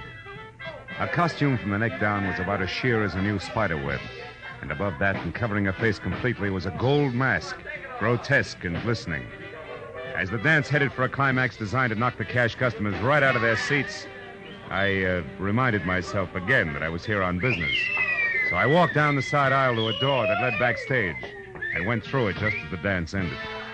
And while the audience tore the house down begging for more, the heat wave tossed a couple of kisses through a gold mask and ran to a dressing room.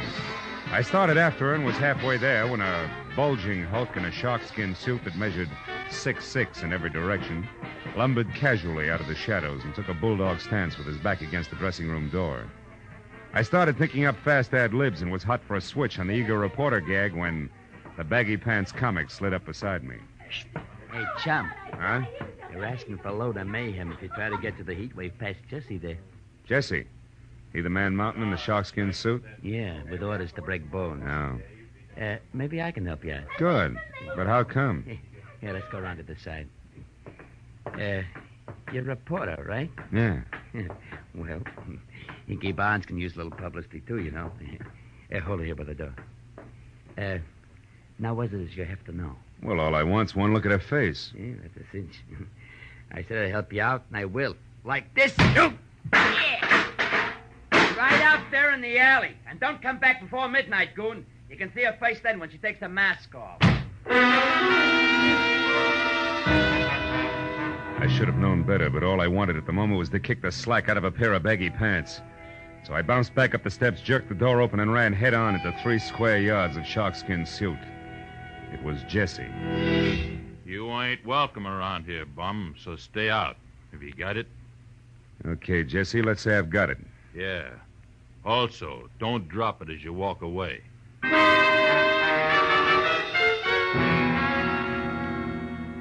I was glad to remember that I had a client to meet at the airport. So in spite of the fact that the heat wave's face was still a well-kept secret behind a gold mask, I took Jesse's good advice and left.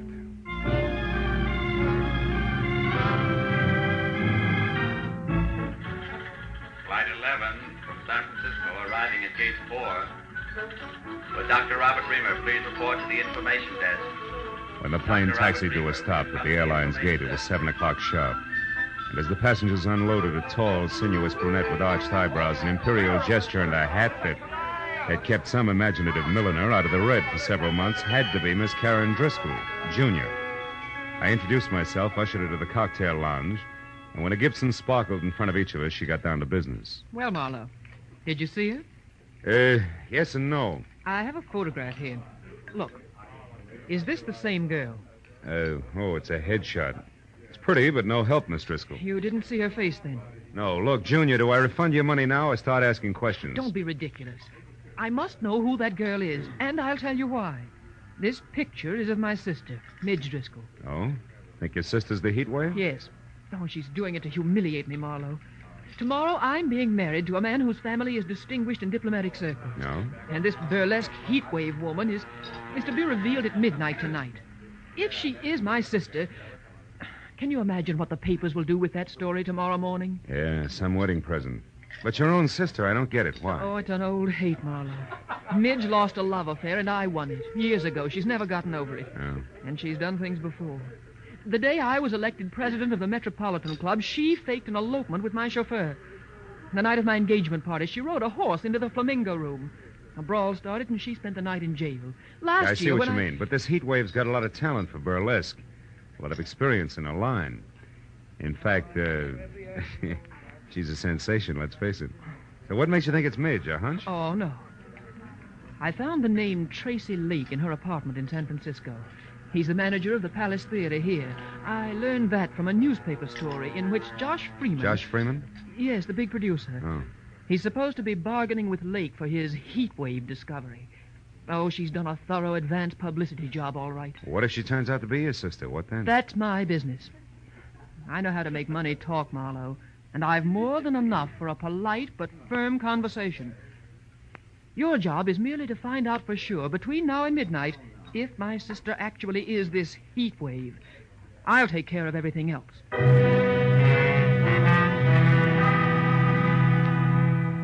Karen Driscoll Jr. gave me her local phone number, then got up, cursed the hot night, bid me hurry, and summoned a taxi. All with a regal wave, one hand. And I was left to my own devices in something less than 5 hours to make them work in, so I drove back to the Palace Theater, which was stalling until midnight by showing a triple feature movie. Paid another admission and slipped backstage again. It was deserted except for 2 electricians tied up in pinochle under the switchboard light.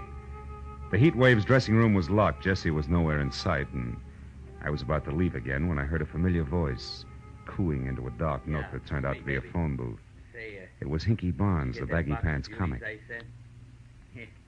Beauty to the beautiful, you know. Hey, listen, baby. About that other deal, did you talk to her? She won't. You sure? Yeah. Yeah, well, look, I gotta talk to you. How about dinner? You can't? Well, I know you got things on your mind, but... Yeah, honey, I know you're tired. Well, okay. Don't worry, things are gonna be okay. You'll see. Bye-bye, baby. Hey, Hinky. Oh, you again. Yeah, that's right. That brings us up to date, even Steven. Now get this. First, I'm not a reporter. Second, I represent Josh Freeman's office. And third, I haven't got all night. You mean Josh Freeman, the big producer? Know any other Josh Freeman? I want to talk to Tracy Lake about the heat wave, but I want to see her before I talk. Is she here? No. She won't be back until the big midnight show. Where's Tracy, then? He's home. The Toppert House on in Wilshire. About 2 blocks down from Arthur Murray's. Hey, but listen, tell me something. Is Josh going to make a star out of her? With a talent like hers? What do you think, Hinky? I left Hinky with his mouth hanging open and the fire of ambition burning like an alcohol lamp in each eye as I drove out to the Toppert House on Wilshire. Leaning on the bell at Tracy Lake's apartment, I got ready to be a hard-hitting, practical-minded producer's right-hand man. Yeah, what is it? Tracy, my name's Marlowe out of Josh Freeman's office. Caught the heat waves act this afternoon, willing to wrap her up and take her home right now. But not sight unseen. Who is she? Wait a minute. Huh? You say you're from Josh Freeman, Marlowe? That's right. And I got a blank check right here in my pocket. Authorized to fill it out unless you're completely unreasonable. I see. Well, now, look, Marlowe, this heat wave thing is going over 1,000% better than any of us expected. Yeah, I know. But you see... The price is high already, and the bids have only started to come in. Oh, excuse me. I just opened a bottle of Paul Masson over there. Help yourself, Marlowe. I'll be right back. A perfectly good telephone sat within an arm's reach of Lake. But instead he went down the hall to an extension and closed the door behind him. It was distinctly malpractice, but time was running out on me, so I picked up the phone and listened. Is Mr. Ridgely the jeweler? Oh, yes. What is it, Ridgely? The bracelet you selected is ready now. We can deliver it immediately. Fine. It goes to Miss Nita LeVar, 44 Edgewood Terrace. Oh, enclose a card. Don't worry, darling. You're my real heat wave. Sign it, Tracy. Lovely, lovely. And the engagement ring? The sunburst? Yeah, that's for Miss LeVar, too. But deliver that to the theater at midnight. You got it? Yes, indeed, sir. Thank you. And congratulations. Tracy Lake and Nita LeVar. Who might she be? Sorry, Marlowe, a little personal business. Now, you were saying... Yeah, I was saying I can hand you a nice fat check if this mass marvelous is really okay. You're building up to quite a surprise, Tracy. You must have something. Yes, indeed I have, old boy. Plenty. Yeah? I can't reveal the lady's name until midnight. All right. Play coy. What's her background? Has she got class? Class? Marlowe, you wouldn't believe it. Not blue book stuff. Society girl in burlesque? Why, anything's possible, Marlowe. Sure. She could even be from Nob Hill, huh? Yeah, like I said. Anything's possible, sure. Okay, Tracy, that's what I wanted to find out. See you after the unveiling, and you got a great night for it. Oh, Marlowe, I suppose Big Ed Peters is in on the deal as usual, along with Josh? Yeah, it's a regular Josh Freeman deal, just as usual. See you later, Tracy.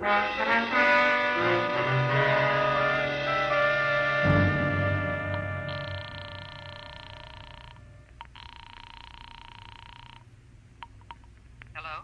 This is Marlowe, Jr. I just wound up an interview with Tracy Lake. When I threw Nob Hill at him, he turned green. But it's not official yet. The odds are high that it's your sister Midge, all right, who's knocking him dead as the heat wave. I knew it. That horrible, vindictive little tramp. What else, Marlowe? Did you find out where she is? Yeah. She's going under the name of Nita LaVar and staying at 44 Edgewood Terrace near MacArthur Park. But listen, it's not positive yet, so I'm going there to check right now. Where are you calling from, Marlowe? A phone booth at a closed gas station out here on Wilshire. But Oh. What's the matter? What is it, Marlowe? I am about to start earning that fee of yours, baby. 300 pounds of muscle in a sharkskin suit just walked up. Goodbye.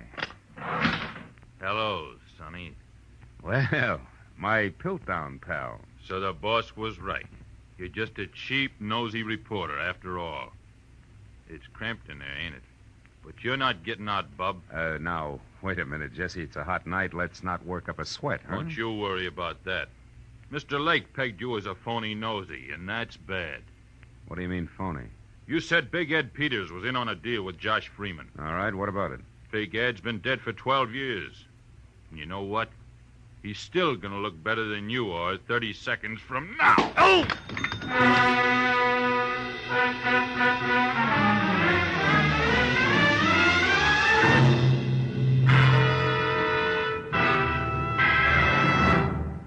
In just a moment, the second act of Philip Marlowe. But first, tomorrow night, in order of their appearance, you'll hear Joseph Cotton, Ozzie and Harriet, Jack Benny and his gang, Amos and Andy, Sam Spade, Lum and Abner, Helen Hayes, Eve Arden, and hold tight now, a special show with Bing Crosby, Bob Hope, Claudette Colbert, and Dinah over most of these same CBS network stations. And Jack Benny with Mary, Phil, Dennis, Don, and Rochester will be heard over them all.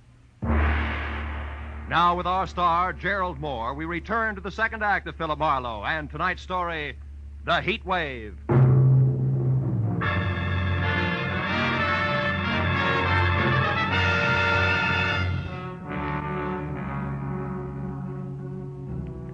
When the little man in big iron boots who were kicking at the lining of my temples finally quit, and I dragged myself back up to the vertical, Gargantua was gone. I was sure of only two things. Tracy Lake did not know that I was anything other than a nosy reporter, and second and more important, it was time for me to head for Edgewood Terrace and the lady known as Nita LaVar.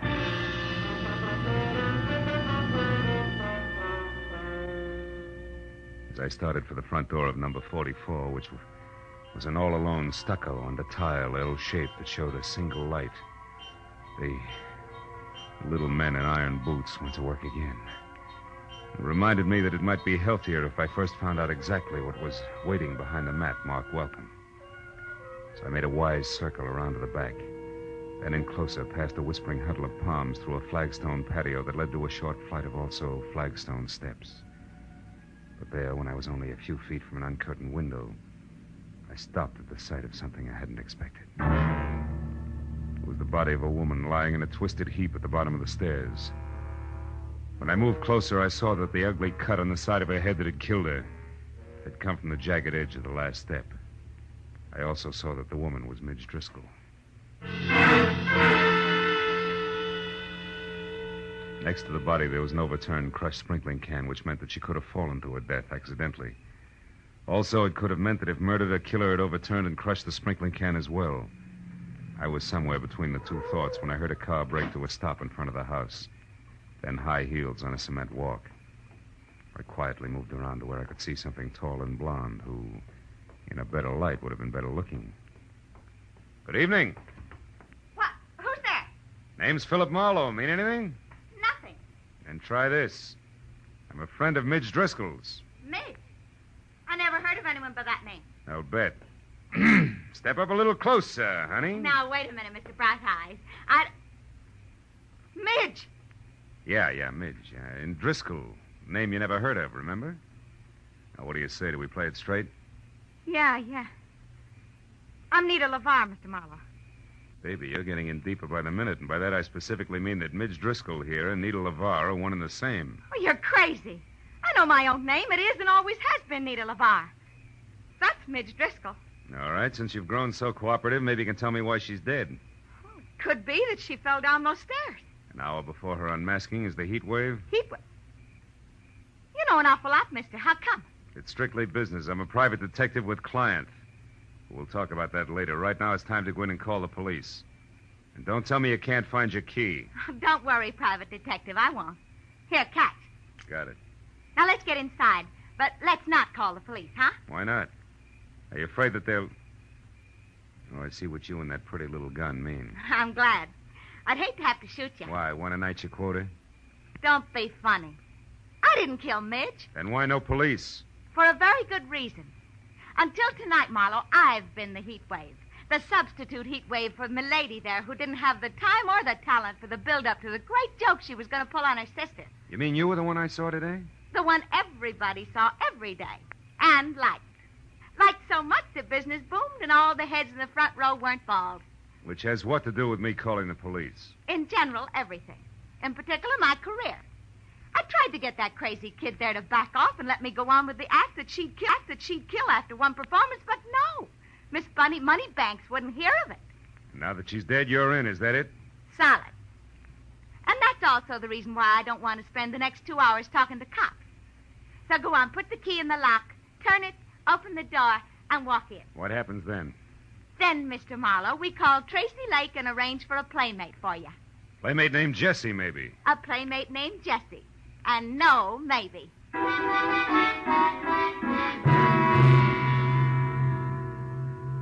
When we got inside, Nita LeVar, who handled the prisoner with the finesse of a Marine Guard detachment, took my gun, threw it across the room, put me into a faraway straight-back chair, and got through to Tracy Lake without once taking her baby blue eyes off me. Then when she told the man she called Darling all about Midge's death, which could have been for my benefit, she placed a rush order for the monster. After that, she hung up, sat down, lit a cigarette, and waited. But a second later, she was back on her feet. When I said that friend Jessie was fast, she said I should shut up and more. Listen, Marlowe, you do exactly as I say. Coming! Now stay right where you are and don't so much as open your mouth. Who is it? It's me, Nita. Hinky. Oh, good. Come on in, Hinky. Hello, Nita. Hi. I just happened to be going by, and since I knew it was Midge's night, I thought that... Never mind what you thought. Just come in and listen. It isn't Midge's night, Hinky. It's mine. And don't ask questions now. Here. Ooh, what's the gun for, Nita? What's the matter? A private detective, but public nuisance named Marlowe. Marlowe, a detective? Mm-hmm. You told me he was from Josh Freeman's office. He was lying. Now get this, Hinky. Midge Driscoll is out and back, dead. But why? I don't know why, and I care less. But Marlowe here is crazy for calling the cops, which would leave me at midnight doing my big number for the desk sergeant. Great. So use that gun, see, and hold him here until Jessie shows up, which should be any minute. Now goodbye, and be careful, Hinky. So long, bright boy. Gentle soul, huh, Barnes? Never mind, Marlowe. Save the gap for Jessie.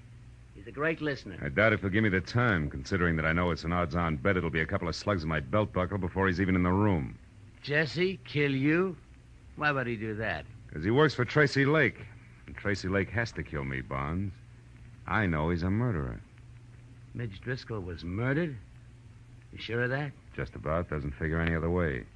Nita herself told me how much this chance means to her and how hard she tried to get Midge to back off. Yeah, but Tracy, how does he tie in? 2 ways. The money he'll get out of the show continuing indefinitely, and better than that, the fact that he and Nita are going to be married. Those two get married? You're nuts, Marlowe. No, it's straight, Barnes. I know because I overheard Tracy talking to a jeweler about the ring he ordered. Now, you mind if I have a cigarette? Hey, Barnes, can I reach for a cigarette? Oh, yeah, okay. Hey, Marlowe, you sure of this? Everything you just said, I mean, about them getting married and all? Sure I am. Why, a little disgusted with your buddies? Yeah, a little. So as of right now, you can do as you want. I'm leaving. No, you're not, Mr. Barnes. Jesse, hey, Jesse, don't shoot. I won't, Mr. Barnes. Unless, of course, you or Buster try to get out of here. Oh, who, me, Jesse? Yeah. You were going to let Marlowe go, Mr. Barnes. I don't think Mr. Lake would like that. I'm sure he wouldn't, Jesse. So why don't you just save everyone a lot of time and start pulling that trigger? While you can still see what you're doing. Hey, the light! Get going, Barnes! You dirty louse. I'll fix you. You'll never get out of here alive. Where are you? Come on, talk. Where are you? Where are you? Answer me, do you hear? Answer me! With pleasure. Oh, you stinking slime. I'll tear you apart if I get my hands on you. Which, Jesse boy, is the trick? And now for our meeting in a phone booth, flowers, you big ape, bars and all.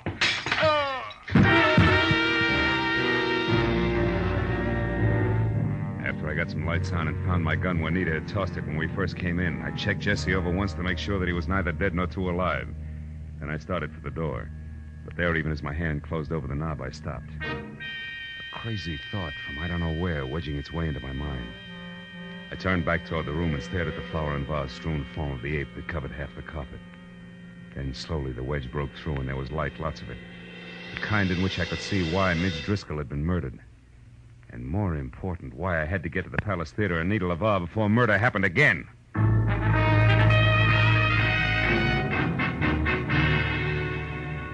I lurched from the curb in front of Nita's at 20 minutes to 12. When I screeched to a stop downtown at the Palace without somehow hitting or being hit along the way, those 20 minutes were gone.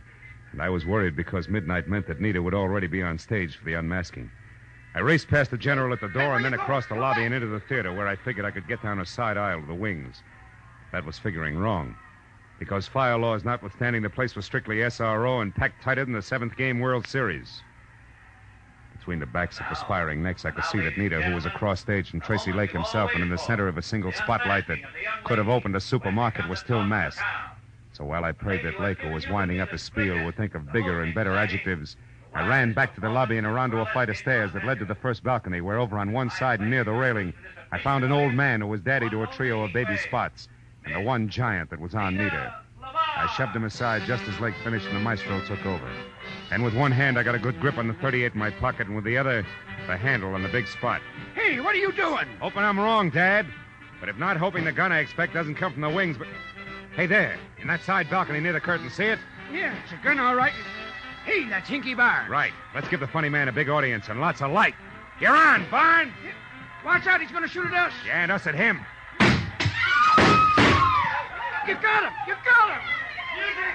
Music! Play something! Play music! Play some music!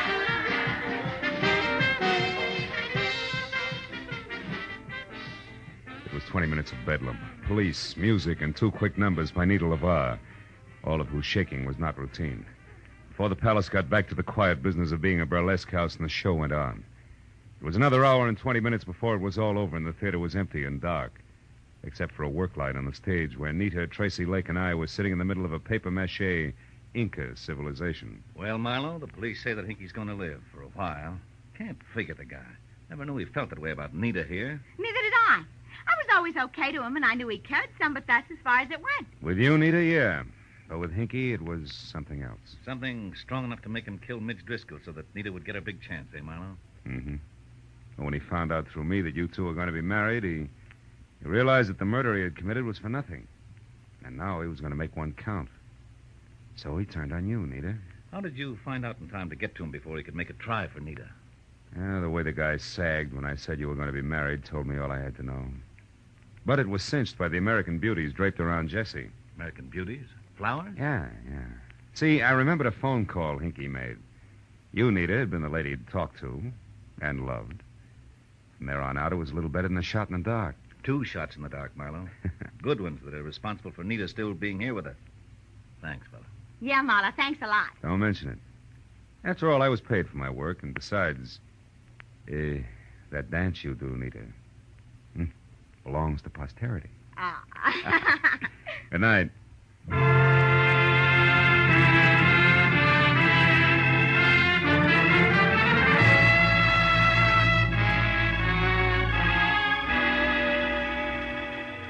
It was still hot in the city. I had no enthusiasm for further conversation, and a very sticky feeling from head to foot. So I took care of Karen Driscoll Jr. in a fast telephone call and then pointed my car for my apartment. I couldn't help thinking of poor little Hinky Barnes, who brought laughter to everyone else, but could find no happiness for himself. He was like the man who went to see a doctor one day and said, "Doctor, I can't laugh anymore." And the doctor said, "Go and see Grok, the greatest clown of them all. If he can't make you laugh, there's no help for you." The man smiled and said, "Thank you, doctor. You see, I am Grok."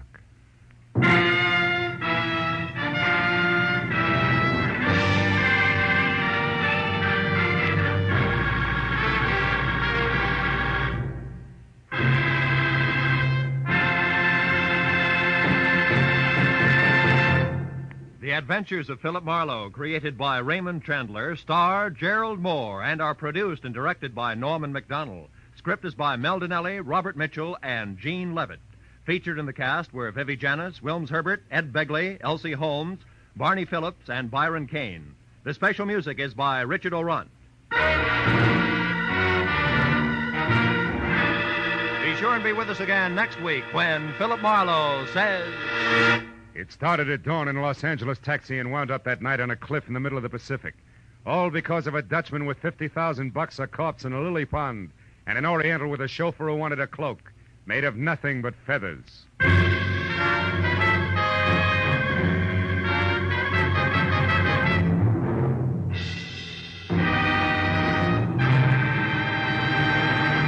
In just about an hour from now, $50,000, the biggest jackpot in radio history, will be waiting CBS listeners from coast to coast on the Sing It Again program over most of these same CBS network stations. This is Roy Rowan speaking. Now, stay tuned for Gangbusters, which follows immediately over most of these stations. This is CBS, the Columbia Broadcasting System.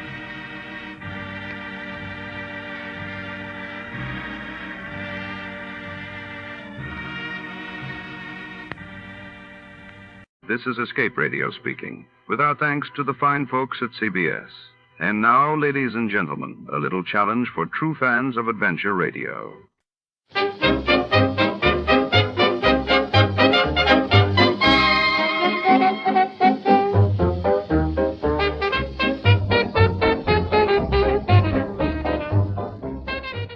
Tonight, under the humming fluorescence of the Wilshire Forensics Laboratory, a single dusty footprint brings the city's secrets to light. In this labyrinth of glass slides and steel cabinets, our detective prowls through chemical scents and cold evidence chasing a phantom whose step may unlock a locked room murder.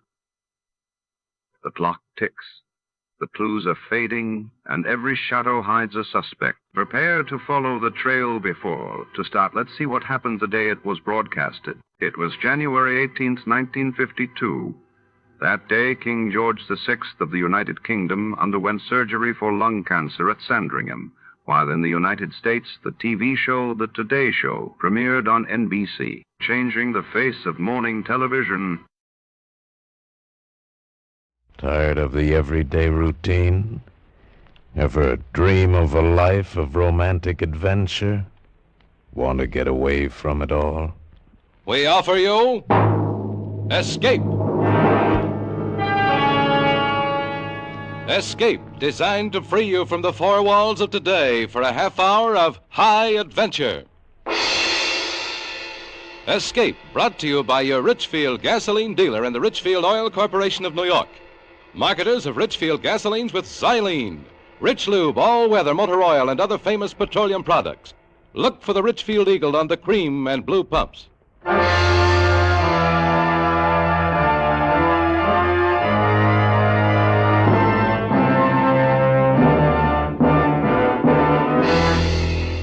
Tonight, we escape with the story of the murderous priests of a weird cult hidden in the barren deserts of Mexico. As Governor Morris tells it in his famous tale, The Footprint.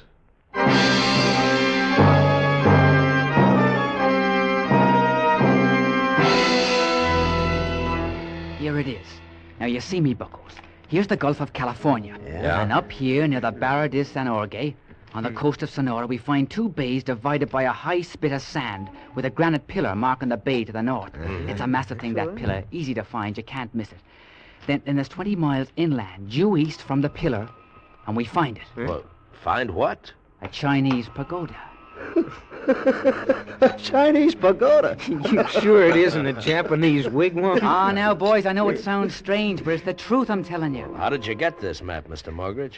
From a Chinese, God rest his heathen soul. I did him a sort of a favor once. You did him a sort of a favor, and he tells you where to find a fortune and rubies? How come there's a Chinese pagoda full of rubies in Mexico? If you know the facts, me buckles, it wasn't the Spanish who first set foot in these shores. It was the Chinese. Come on, you guys. Thanks, Mr. Morgridge. We're sorry to take up your time. Now, wait a minute.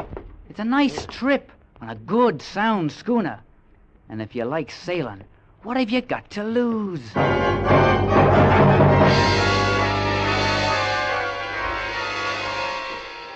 And there was nothing to lose except the $200 a head he charged to outfit the schooner.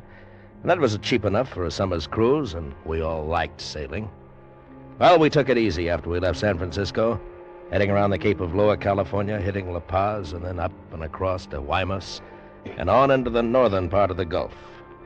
And after 2 weeks of searching for a pair of bays marked by a granite pillar, we finally anchored in a small inlet to look for fresh water. The relief from constant sailing was good. Come on. Draw a card, will you, Chris? Jim, you're blitzed. You're a lousy card player. Yeah, you're just lucky, Pinhead. And that makes 500 you owe me. Yeah. I'll pay you when we find the rubies. You deadbeat. Chin up, lads. We'll find that pillar yet. Nuts, Morgridge. We've looked into 50 of these bays. Why don't you cut out the act? What are you talking about, lad? Just come right out and say it. You cooked up this whole deal as a meal ticket. You can't see anything through those binoculars except what we've already seen 100 times. There isn't a hunk of granite in 500 miles. You know it. Well, to think the thought could enter your mind. Why, I'm as put out as any of you. But now's the time to persevere, and we'll find it. Skip it. Come on, deal. Hey, wait a minute. Now, there's something for you. What? There's a boat heading into the bay. We scrambled up to Morgridge at the bow. Boats were rare this far up the Gulf. She was just rounding into the bay a quarter mile off. She looked like one of the fishermen we'd seen down by Guaymas, but not quite. Better one of you get the guns out of the locker. There's no use taking any chances. I'll get it. By the time Meph came back with the guns on deck, the stranger was close inshore. And as she came about, we saw him through the binoculars, seated on the open stern, holding a yellow umbrella to keep off the sun. A Chinese dressed in gleaming white. He was mountainous with fat, and his big, round, smiling face glistened with sweat. Another Chinese, stripped to the waist, came out of the big cabin, lowered a dinghy, and hopped in. The big Chinese swung his rolling fat over the rail. We watched the fat man being rowed into shore and continued watching as the dinghy skipped back to the boat which headed out to sea. Until it rounded the horn of the bay, the Chinese just stood there. And then he picked up his yellow umbrella, turned, and waddled across the beach, lumbered over a dune, and was gone. Oh, what do you make of that? I don't know, but now's the time to find out. Let's go ashore.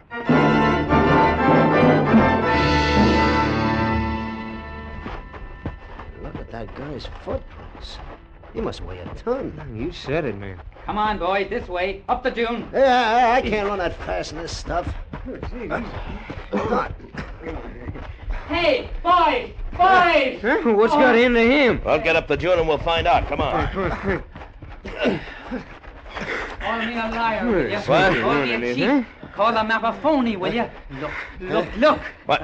Why, it's the pillar, the granite pillar. No wonder we couldn't find it. It's almost buried in the sand. Will you look at the size of it? The rubies, boys, we've as good as got 'em. What about our fat friend? Looks like he has the same thing on his mind. We follow him, me buckos. It's 4 with guns against a yellow umbrella. Come on, lads.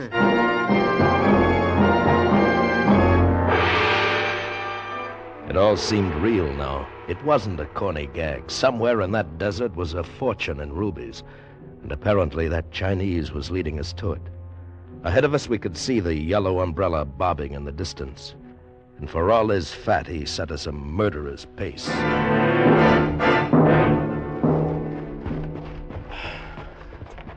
Hey, why doesn't he stop? This is killing me. He will, but we got to pull closer to him. Save your breath. But he didn't stop. He kept it up the rest of the day. And the sun was like a red-hot iron on our backs, and the heat waves danced off the desert like crazy devils. For a while, just before the sun set, the heat threw up a mirage, and the fat bulk of the Chinese seemed to waddle through the sky. And then it was dark, and we lost him. Until... Hey, look. He's coming back. What? It's the Chinese. Huh. I come back to say I go 20 miles without no stop. You like to come all the way, I say nothing. Only tell you all the way nasty sand. You go back. Wish you pleasant halt and return journey. We're not going back. Very well. Only I experienced traveler and put up with no complaints. Pleasant conversation and all good friends at end of journey. You. He means you, Johnny. What? Me? You got nice respectable face. Walk with me. Okay.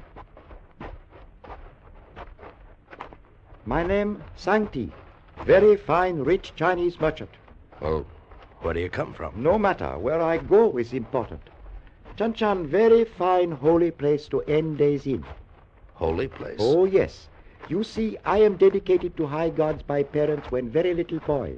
Oh. They ask high gods I be given very fine, successful life. It is accomplished. Now, must pay our promises of parents to high gods. Well, you're very lucky. Luck?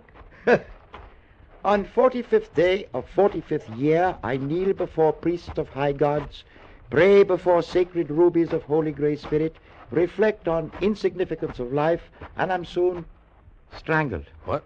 Strangled? I give you honest word, being strangled at 45 is no joke. But cannot break promises of dead parents. Well, maybe so, but I arrange for you and friends to see ceremony. It is very dignified, interesting occurrence. Excuse me now. Please, I meditate. He folded his hands inside his sleeves, dropped his chin on his chest, and drew ahead.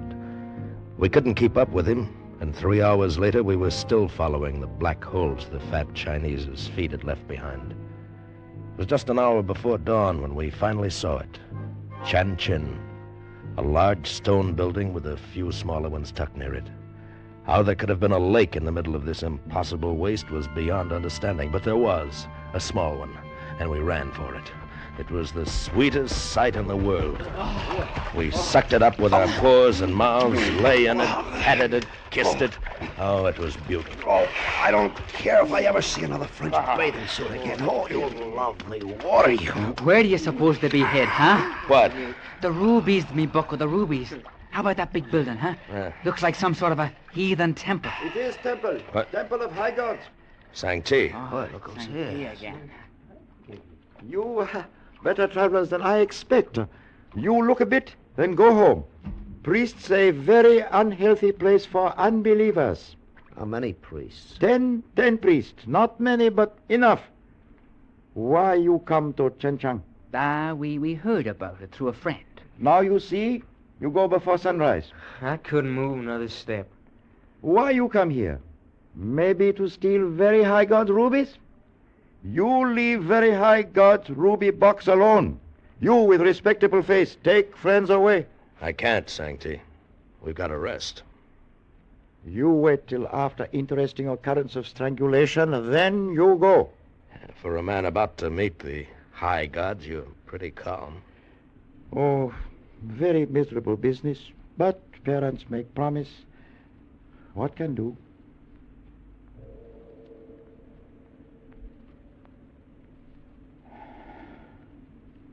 It is time.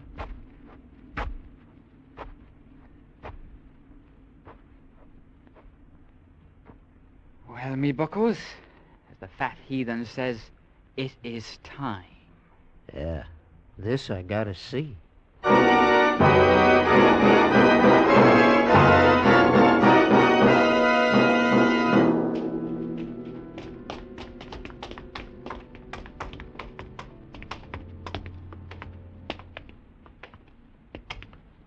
black as pitch. You see anything? No. Hey, wait. You hear it? Easy. Sounds like it's coming from somewhere in front. Hey, look at that up there ahead. You see? Looks like it's suspended in midair. Holy... It's the rubies, me buckos. Gold casket studded with them. Look at them glow. Where's the light coming from? From that hole in the roof there. See? Sun's rising. Hey, now look. It's a heathen idol. And it's got the ruby box held in one of its hands. And in the other hand, a snake. A little gray enamel snake. Watch it. Somebody's coming.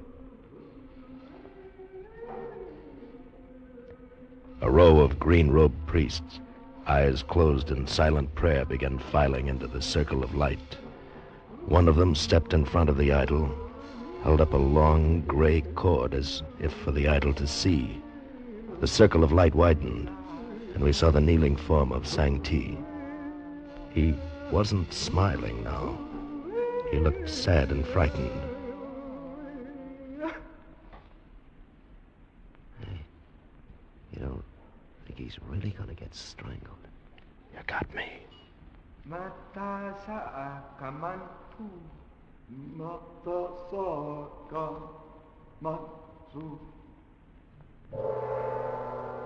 As if he'd been waiting for a signal, the priest stepped quickly in back of Sang-Ti, looped the cord over his neck, and jerked.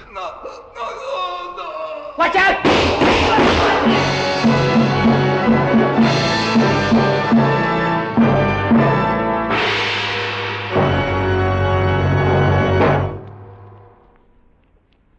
C6H4 add CH3 taken twice. No, that's not Pig Latin, and it's not a secret code either. It's the scientific description of xylene. Xylene is one of the highest antinought gasoline components ever discovered by science. But here's the big news. Every drop of Richfield gasoline you buy contains xylene. Richfield gasoline contains this super antinought component to take the knock out of hill climbing, to put a new wallop in your motor, to zip you out ahead in traffic, give you power to spare on the open road. And Richfield offers you two great gasolines to choose from, both with xylene. Get Richfield High Octane at regular price for the average motor, or Richfield Ethyl. Ethyl at its best for smooth, knockless performance in the highest compression motors. Get Richfield gasoline with xylene tomorrow. Stop where you see the Richfield Eagle under cream and blue pumps. And now we return you to Escape. You got him, Mortgage. You got the priest. The murdering hyena. Come on. Come on.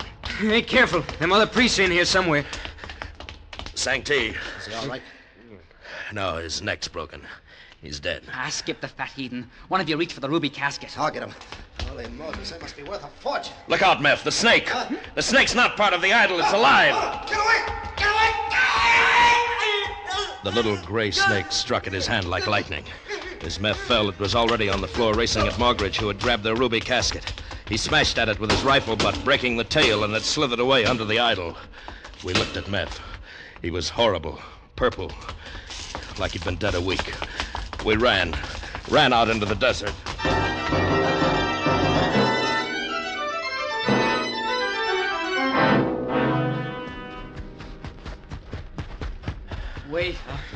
Wait up, will you?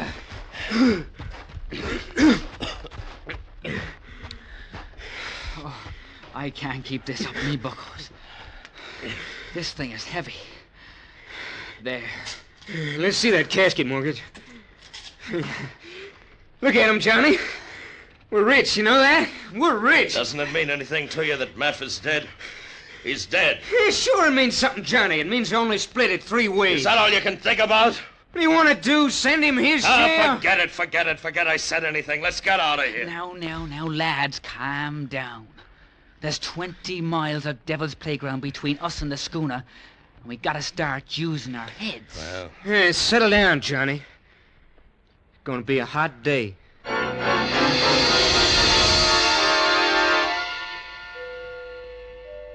The rubies flamed in the early sun, Crisp leered at them, and Morgridge's face had a look I'd never seen before. All they meant to me was meth and that sudden, horrible death. I don't remember it getting hot. It just was. It jerks not to get that water out of the lake. You feel like going back? Not me. I got what I came after. Are we going the right way? Yeah. Sun sets in the west. We'll be walking right into it. How far we come? I don't know. I don't know anything except that it's hot. Here, Chris. It's your turn to carry the casket. Oh, it's a job lugging that thing. All right.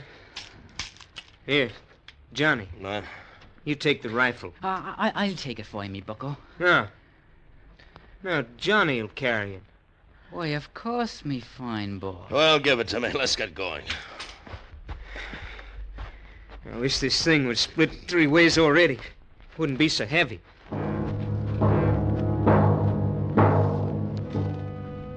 Seemed like the day was endless.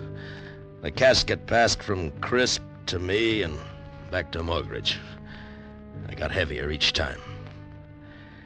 I didn't think of Meph anymore. The sun burned all thought of him out of my brain as it headed down for the horizon with maddening slowness. How much longer is it going to hang there? It's enough to drive a man crazy. Hey, let's stop. I gotta stop. We can't stop. We'll never be able to get up. I'm no fat Chinese. I can't walk 20 miles without a stop. If only one of them lake mirages was real. Look. Look, do you see it? Over there on the left. Yeah. Looks like somebody walking in the sky just over them dunes. Looks like one of them priests. Don't you see what it means? We saw the same thing when we were following Sancti. I mean, one of them priests is following us? Yes, it's the casket. He wants the casket. Now, don't get all excited. Remember, we got the gun. There's only one of the devils. Just let him show. He knows we've got a gun. He won't show while there's still sunlight. He'll wait for the darkest time, just before the moon. Well, what could he do? I don't know what he could do, and I don't want to find out either. Johnny's right. That's when he'd try. Yeah. You know, I'm not as tired as I thought. We best be moving along, me buckos. Yeah. There goes the sun.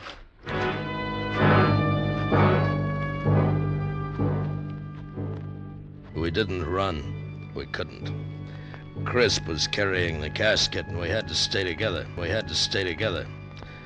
All day we'd prayed for the sun to go down, and now that it had, we almost wished it was still there. The blackness was sudden and complete. We kept walking, waiting, ready for anything. But nothing happened. The dark hour passed and the moon rose. We fooled him. Aye, it seems that we did, me buckos. If he was there at all. He was there, all right. Those priests let us get away too easy. And look, you guys. Let's stop. I'm bushed. There's enough moonlight now to see anything. We'll be making it to the schooner tomorrow, easy. It's my turn with the rubies. I'll stand first watch. Well, I guess it's safe. Moon's pretty bright. Oh, my bones. My muscles. We dropped where we stood.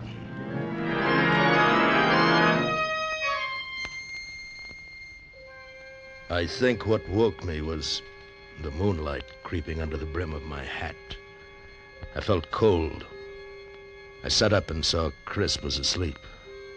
His hat had slipped down over his face, but his fingers were still wrapped tight around the casket. And I looked across the desert and froze. Just for an instant, I saw a yellow face duck back behind a low dune. When I got to where it had seen it, there was nothing. Not even a mark in the sand. But I had seen a face. Morgridge and Crisp were still dead asleep, only it seemed that Crisp's hat had slipped a little.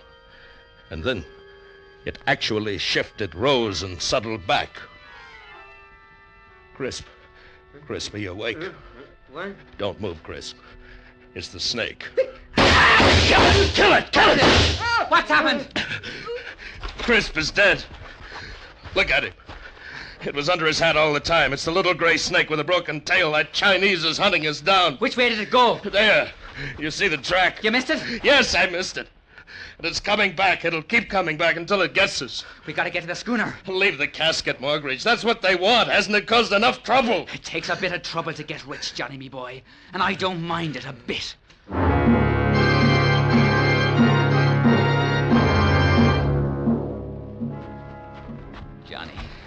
Johnny, me bucko. I gotta have water. Oh, help me, Johnny. There isn't any. We've got to get to the schooner. I know the signs, Johnny. There's water out here. Help me look. Don't, Margaret.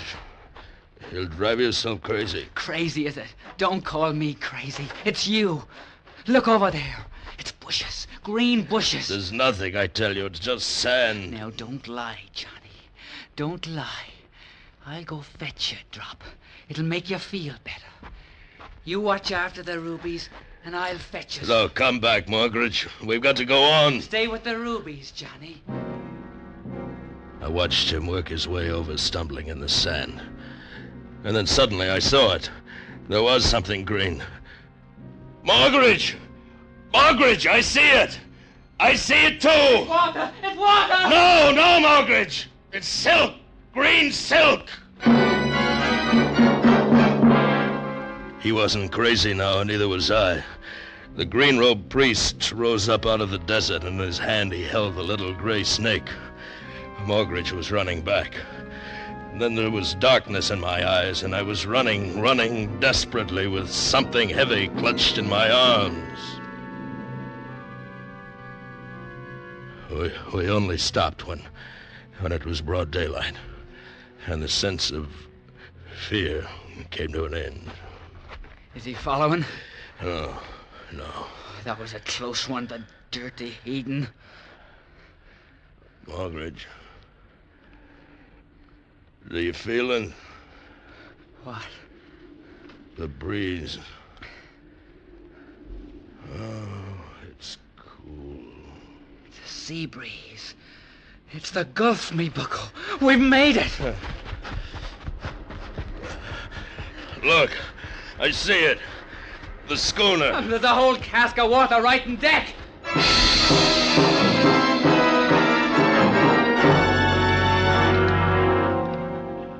The tide's up. Let's get out of here. The two of us can handle the schooner, can't we? Even one. I done it many times. Johnny. Step away from the rubies, Johnny. What? Johnny, lad, you see the gun. Now step away from the rubies. Margaret, you're kidding. You don't think I'd cut you in on a fortune in rubies for $200, do you now? Put down the gun. I didn't plan on you getting this far.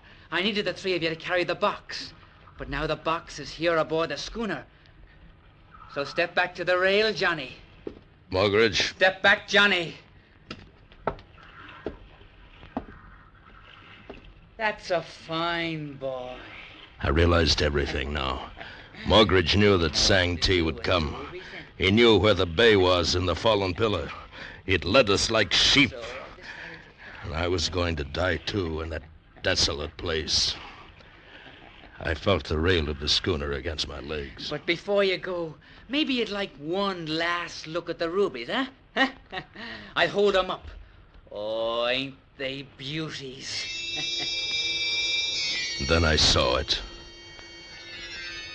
The little gray snake slithering across the deck behind Morgridge. But he didn't see it. Ain't they beauties, Johnny? Look at the colors. Red like blood and worth a fortune that won't be divided. Won't be divided at all. And then the snake struck.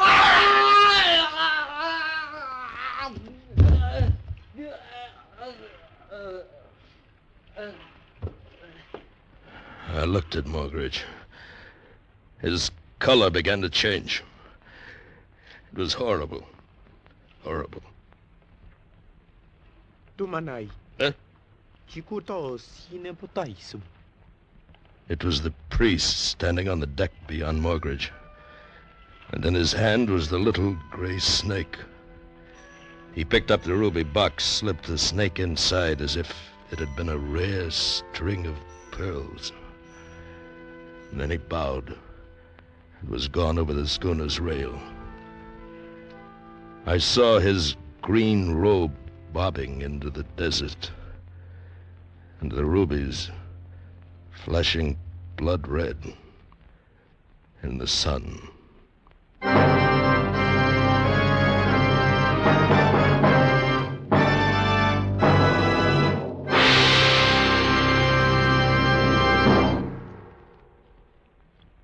You don't need a fortune teller to tell you this. From now on, you'll probably have to wait longer for a new car. So don't neglect the car you've got. See to it that all points have the protection they need to save wear and breakdown in hot summer weather. And to give you that needed protection, Richfield All Point Safety Service is made to order. Richfield All Point Service gives your car the sturdy protection of Rich Lube lithium lubricant. The premium lubricant that's better all ways. You'll get expert protection for your motor, chassis, transmission, differential, and wheel bearings. Lubrication that stands up under the toughest summer driving. If you have automatic transmission, you'll get top-rated Richfield automatic transmission fluid. And finally, as an extra precaution, you'll get a safety check on your battery, tires, spark plugs, and radiator. So tomorrow, stop where you see the Richfield Eagle on the cream and blue pumps. Get Richfield All Point Safety Service. Escape is produced and directed by Norman MacDonald, and tonight has presented The Footprint by Gouverneur Morris, adapted for radio by Richard Chandley. Featured in tonight's cast were Bill Conrad, Charles Davis, Luke Krugman, Tom Holland, and Ramsey Hill. Special music arranged and played by Ivan Ditmars. Next week. You're creeping through the dark streets of Paris in the middle of the night. Ahead of you, the Gestapo is lying in wait, and relentlessly tracking you down from behind is a murderous madman from whom there is no escape.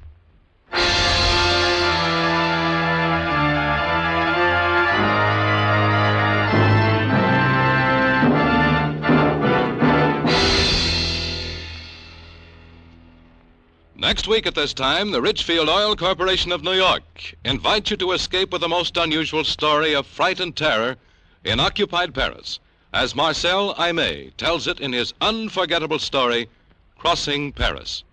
Be listening. Goodbye then until this same time next week, when once again we offer you Escape. Tom Hanlon speaking over CBS, the Columbia Broadcasting System.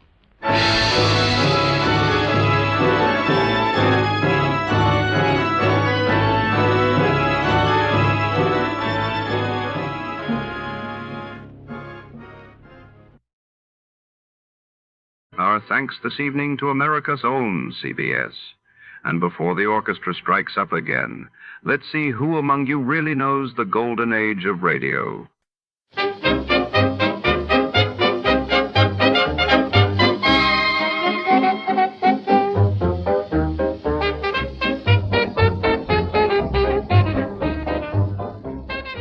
Tonight, under the relentless hum of fluorescent lights, secrets and shadows intermingle within the sterile corridors of the city's most renowned fertility clinic. Detective Riley is drawn into a case where science and desire clash. Someone is sabotaging the dreams of desperate couples, and every staff member harbors secrets of their own. Tension simmers among test tubes and confidential files in a place meant for hope, not heartbreak.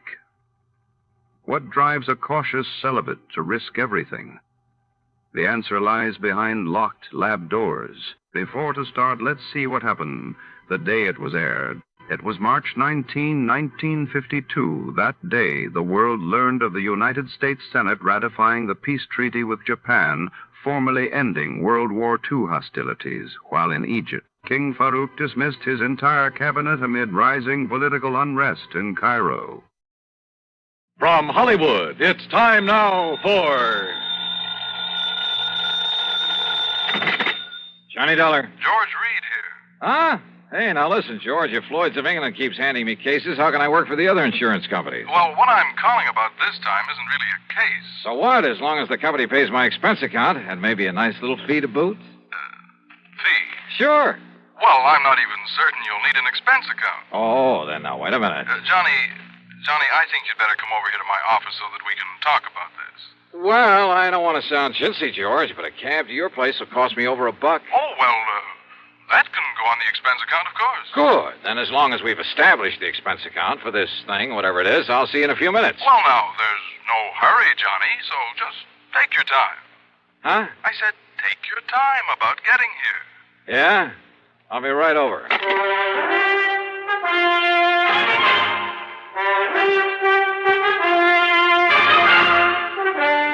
Bob Bailey in the intriguing adventures of the man with the action-packed expense account. America's fabulous freelance insurance investigator. Yours truly, Johnny Dollar. And now, Act One of yours truly, Johnny Dollar.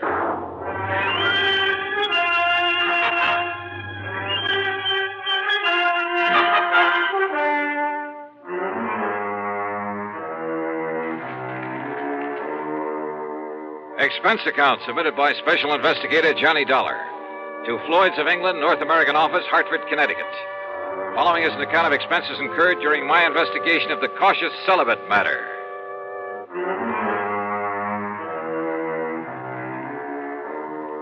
Wait a minute. Over the phone, George Reed did not tell me what he wanted me for. Also, he very plainly said not to hurry. Item 1, $1.20. No, make it $1.50 for a taxi down to his office. Go right in, Mr. Dollar. Mr. Reed's expecting you. Okay, thanks. Oh, come in, Johnny. Yeah. As I tried to tell you on the phone, there was no reason to rush over. Oh, yeah, I got the message, George. That's why I did rush. Oh, well, sit down. Sure. Well? Cigarette? No, thanks. I'll smoke one of my own. Oh, sure. But here, let me give you a light. Okay. Funny, I filled this thing just this morning. Here, give it to me. Oh, that's all right. I'm sure I can make it work. Well, what is this, George? Some kind of a stall? Oh, here, give me. Well... As for me, I don't think you were trying. I guess I didn't flick it hard enough. Yeah. Now, what's on your mind? Well, you got back from that assignment out in Oklahoma sooner than I expected, from that town with the unlikely name of Bum Spung. Well, it's really the name of Durango Laramie Delhart's ranch. Crazy old character, but I like it. Bum Spung. Now, what can a name like that possibly mean? Are you kidding? You told me yourself the other day, just before I went out there. Oh? Did I? Well, of course you did. It's an old Indian name. Means bum, means bad spring, bad water. Oh, of course. You, cleaned up everything out there? What's the matter with you, George? Didn't you read the report I handed in with my expense account? Well, I sort of glanced over it, but you're coming back so soon, and with Durango's pretty niece out there, Carol Dalhart.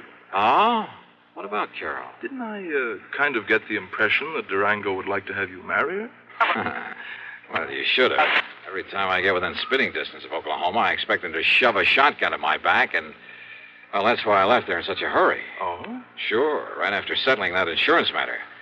Only it was for Durango's old pal, Sidewinder Wilson. Another character. Yes, Durango was here in Hartford, but Carol was there, wasn't she? Yeah, she certainly was. And, George, I'd love to have stuck around a while, to be with her. But when I got word that Durango was about to get back there, that he was bringing along a preacher, oh, brother, I took off. Why, Johnny? Why? Well, let's face it, George. I'm afraid I'm a confirmed celibate. Well, at least you say you are. But, aren't you rather fond of Carol Dalhart? Well, I've told you, she's a living doll. She's tall, dark, and very beautiful. She's intelligent. She has a lot of spark, a lot of spunk, too, and a wonderful sense of humor. Uh-huh. Yeah, to put it bluntly, Carol has everything. Everything a man could possibly want. And, George, when I take that gal in my arms... Why don't you marry her, Johnny? Confirmed bachelor, eh? But you don't sound like it. No. Sometimes when I think about her, I don't feel like it. Well, then? No. Let's stop talking about it. Why? Because, George, I'm not marrying. Not Carol or anyone else. At least, not right now. Someday, perhaps? Not now. Best years of your life, Johnny. And with someone like her. George, I've made up my mind about this whole thing, and that's that. Yes, but I'll bet if she were to walk in here suddenly... I said, cut it out, please. And listen, what difference does it make to you? What business is it of yours? Well, of course, it wouldn't hurt me a bit from the standpoint of client relationship. Huh? And after all, Durango is a mighty good client. You mean to say you've been giving me this big marriage build-up just... George, so help me, I ought to wring your neck. Oh, well, now, Johnny... But come on now, you've been stalling around long enough. Stalling? Yes, stalling. Now, what did you want to see me about? Well, actually, it's about Durango. Johnny, he asked me to have you come here. What for? And to keep you here. What? Yes, until he can arrive. You mean Durango's on his way here? Well, he thought of asking you to fly out to Bum Spung again, but he was afraid you wouldn't. George, can't you see what this means? Can't you see why he's coming here? And probably with that shotgun I mentioned. Oh, now, Johnny... No, sir, George. When old Durango gets here, you tell him... Hi there, Huh? Dugan. Where is he? Durango. Ain't that Johnny Dollar got here yet? Wait, the fire escape. What did you say? Oh, yes. Well, then I'll go right here. Johnny, wait! Tell him I left town. No, wait, listen! Well, where is he? Durango. Hi there, Georgie. Where's he at? The window. You mean went out the window? Yes. Dollar, Johnny! You come back here, Johnny! You hear me? I said come back here! And now, Act Two of yours truly, Johnny Dollar and the Cautious Celibate Man. Because Durango's presence in Hartford can mean only one thing. Yes, sir. He was still obsessed with the idea that I should marry his niece, Carol Dalhart. Sure, I care a lot for Carol. Maybe even love her, I don't know. And I know that she likes me a lot. But I also know that neither of us is going to be railroaded into marriage by old Durango. Yet there couldn't be any other reason for his coming here. So I dragged out a couple of handbags and proceeded to pack them well. Then item 3, another dime for a phone call. George Reed here. So what happened, George? The cops haul him off and throw him into the clink? Durango? Who else? Johnny, this man is unbelievable. It's fantastic. Huh? I don't know how he worked it, how much it cost him. And, of course, as always, he came here loaded with money. Thousands, Johnny. Yeah? Well? But the police didn't even take those 6 guns away from him. Oh, brother, all the more reason why I'm getting out of here. Yes, Durango still thinks he's living in the old days of the wild and woolly West when the only... What? You're leaving? Oh, you bet your life I am, and I'm putting all the costs of transportation on expense account. Well, now listen. After all, it was you who got me into this whole thing. Listen to me. Where are you going?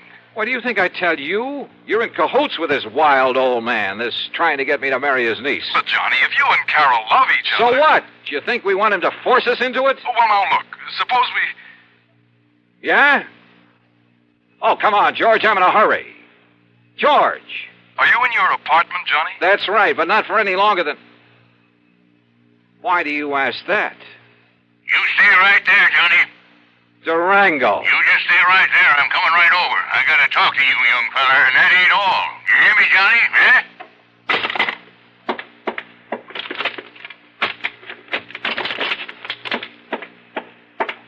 California, here I come. Thanks to the late hour, I was able to get a plane without any trouble, though I half expected to see Durango come tearing out to the field with those crazy 6 guns blazing before we took off. Incidentally, I used the name of Bailey when I grabbed my ticket, just in case. Oh, and incidentally, George, item 4 is a $146.85 ticket to Los Angeles.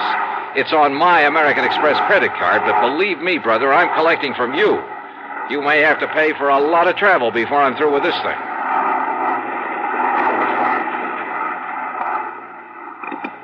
This is the pilot speaking. We'll be landing in Chicago in about 10 minutes.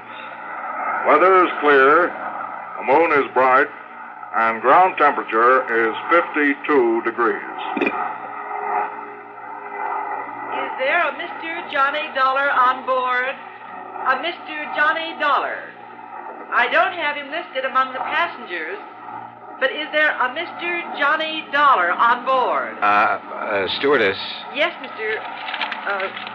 Bailey, isn't it? This Johnny Dollar you're asking for, a friend of mine. I guess he missed the flight. Yes, I guess he must have. Anything important for him? Well, just a radio message. Well, as I say, I'm a good friend of his, so why don't you let me see that message, and perhaps I can, well, you know. Oh, no, sir. I'm terribly sorry, but that would be against regulation. Well, what if it's anything important? I'm sorry, but thank you just the same. Fasten your seatbelt, please. Yeah, sure.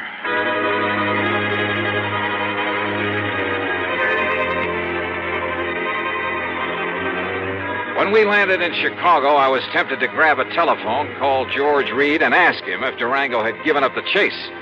For I knew that by now George must have realized he'd have to be on my side in this whole silly business. But during the stopover, I didn't even risk leaving the plane. Finally, we took off again, and I managed to sleep for a while. But all I could dream about was Durango chasing me. Through streets and alleys, across the plains, on foot, on horseback, in a car, a boat, a train, and all the time firing those handguns at me. Wild, fantastic dreams. By the time we got to Los Angeles, I was a physical, mental wreck. But I knew that for the time being, at least, I was clear of Durango. So, after picking up my bags, I elbowed my way through the crowd to the taxi stand. Excuse me, please. Pardon me, ma'am. Sorry. Thank you. Taxi! Taxi! Hey, taxi! Here you are, Johnny. I hired this here now fancy limousine for you and me. Huh? Say, you ought to took one of them new jet flights like I done. Durango. Would have got you here a lot quicker. Durango, listen. Well, Sir Johnny, I finally catched up with you, didn't I?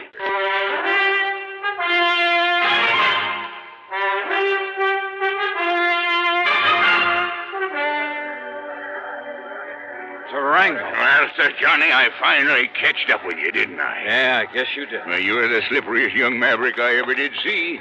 Now, heist yourself up in this here now fancy limousine that I hired for it. Okay, Durango, whatever. Huh? Huh? What's the matter? Look, that man. Where? The other side of your car. Hasn't he got a gun there? Well, I have, so I'll soon find out. You wait here, Johnny. Oh, sure.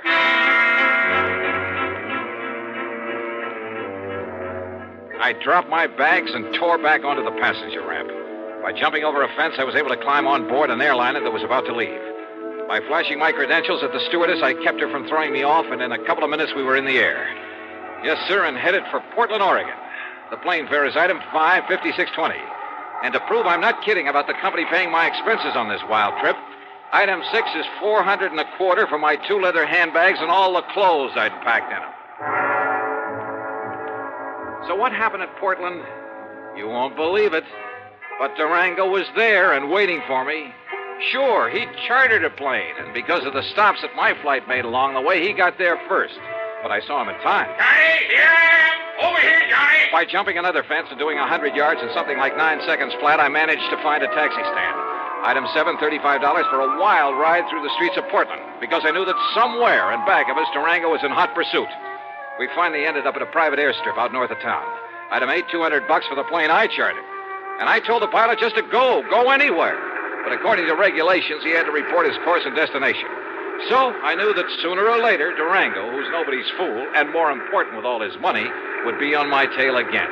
I racked my brain trying to figure out some way, trying to think of someone who could possibly... Yeah, someone. And then it occurred to me. There was someone. Sure, of course. The one person in the world who was in the same spot I was. Sure, it could be like walking into a lion's den. But item 9, a total of $114. Plane, bus, train, and rental car. First to Enid, Oklahoma, then north to the broken-down little ranch at Bum Spot. And yep, Carol was there. That lovely, loving Carol.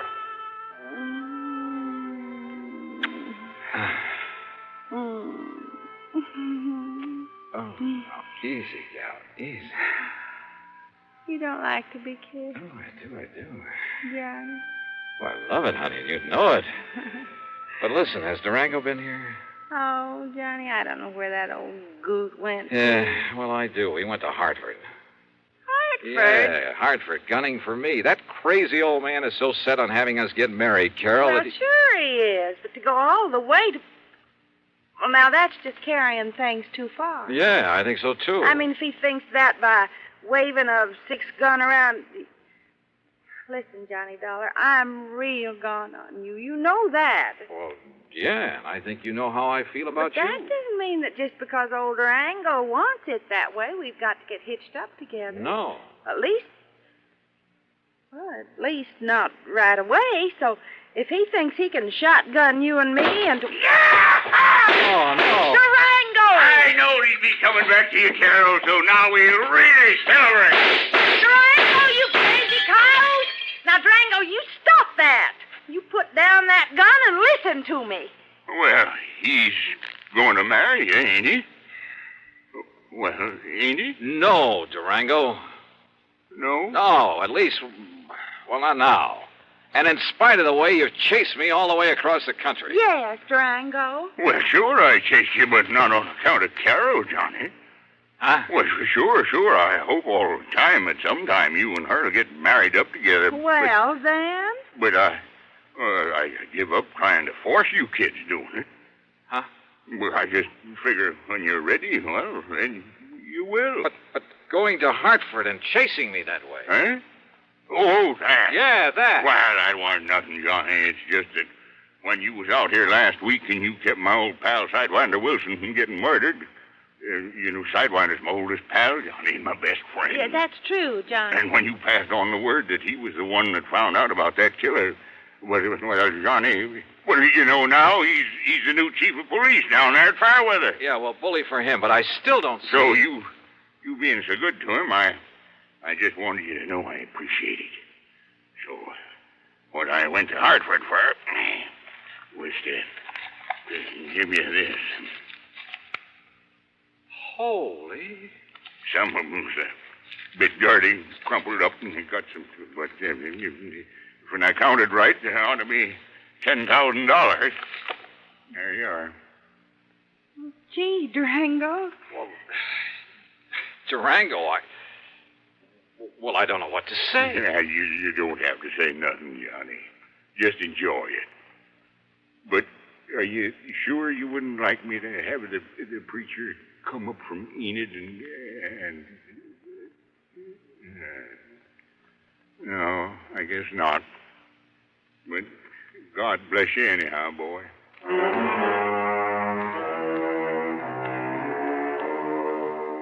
This time I did stay over for a couple of days. Yeah, and if I ever do take the leap... The expense account? Well, George, I'll still argue with you about it, but that's all. And the total, $1,053.45. Yours truly, Johnny Dollar. Here's our star to tell you about next week's story. Next week, a string of holdups, and behind them all is... Well, why don't you listen, find out for yourself. Join us, won't you? Yours truly, Johnny Dollar.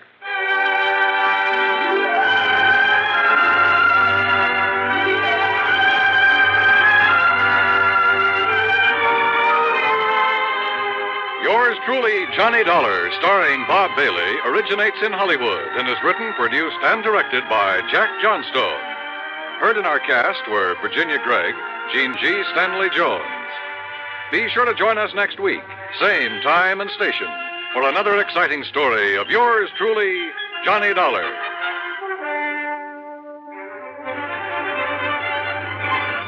This is Dan Cubberly speaking. See How He Runs on Suspense is next on the CBS Radio Network. We tip our hats tonight to our partners at CBS. Stay tuned, folks, because before the next story begins, it's time for a fast and fun radio quiz.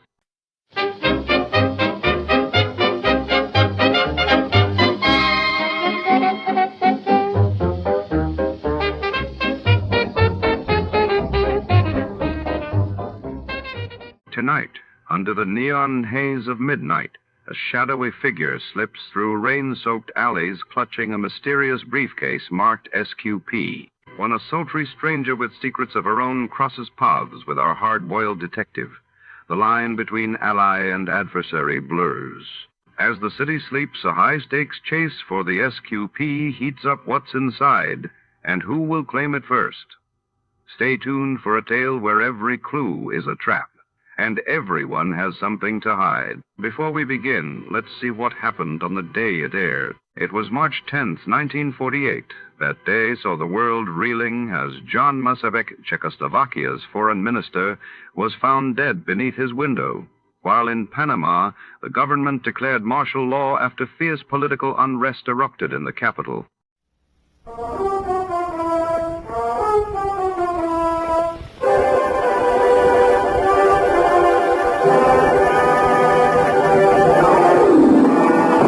I'm looking over ruffle and... I got up broken glass, but there's something terribly wrong with my typewriter. Looks okay to me. Those old models stand up, Eph. They don't make them like that nowadays. I should hope they don't. Somebody shot it. SQP again. No, the alphabet is all right, Sam. It's just the one key. One missing? No, but it's Sam. This one right here, Sam. Look at the at and Sam. That makes sense. You won't need it for this one. Come on in. Oh, Sam, wasn't I smart? I got the answer right away. The answer to what? That to which you referred to, Sam, is the whole ghastly ribble. SQP, to be exact. Well, I was tired. Of course you were. And besides, I was right here where I can see it, right out the window. See, the neon sign, Sam, over the Misty Drugstore. See? Like a stability, quality, purity. And a blink. Say. Wasn't I smart, Sam? Wasn't I? Yeah, of course you were. But that isn't quite the answer. Well, what is that? To Detective Lieutenant Dundee, Homicide Detail, San Francisco Police, from S. Spade, Life Na, 137596. Subject, the SQP caper. The minute she walked into my office, I smelled trouble. But it also smelled like $50 an ounce. She was small and brunette. Her eyes were large, appealing, and moist. But her pitch was disappointing. And now I realize that what he really came to San Francisco for was to be with her. This isn't the first time, Mr. Spade. There have been others. I don't know who this woman is, and I don't care. This time I intend to do something about it. They're registered at the Belvedere Hotel, and I want you to go with me. Just a moment, Mrs. Pierce. Yes? I think I know what you're leading up to. You want a detective to go with you and be a witness so you'll have grounds for divorce. Is that it? Yes. I can't go on any longer with a man I can't trust. Oh, it's so humiliating. Mrs. Pierce, please, I do sympathize with you. Honest I do, but I can't take the job. After I poured out my heart to you, exposed myself. Oh, now, please, it's not as bad as that. It happens every day. It's just that I don't take divorce cases. But I do know a detective who might help you. You'll be much better off with me. But I'm sure I'd feel much better with you. Maybe after your divorce, Mrs. Pierce. Patricia, my friends call me Pat. All right, Pat, I'll see what I can do. Belvedere Hotel, good afternoon. Tiny Stover on duty. Tell him Sam Spade. Just a moment. Who is he, Mr. Spade? Friend of mine. House detective at the Belvedere, but he likes to pick up an extra fee now and then. Sam? Tiny? Sam? Tiny? Sam? Roger. Who? Look, Tiny, I'll stop if you will. Oh, Sam. Yes! What's with you? Yeah, about a guest in your register. Pierce, Donald, Mr. and Mrs. Oh, yeah, sure. Clerk gave you the high sign on him. Pierce, yeah. Checked in alone, but registered for both, Sam. Said the wife would be along later, but it's okay. She finally got here. Yeah? Well, his wife is in my office now. Huh? She wants to crash the party. Oh, I get it. Want the job?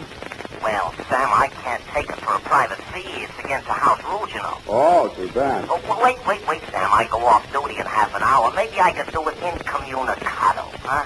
Send her around, Sam. Okay, Tiny, will do. Will he help me, Mr. Spade? Yeah. Ask at the desk for Tiny inside, but don't let that put you off. He's an all right guy. Oh, thank you, Mr. Spade. You've been very kind. Goodbye. Good luck. Sam, what happened? Why did you leave so quickly? For the same reason you shouldn't have let her in the first place, Effie. It was a divorce job. Oh, but Sam, she looked so refined and all. And being the first of the month, I thought you might take exception. I do. Of course, you know best, Sam. But it seems to me you might welcome a little change now and then. I know you feel it's underneath you, but it's such nice space work, and between 9 and midnight alone, you could... Effie, there are 2 words for that kind of work. What, Sam? Never mind.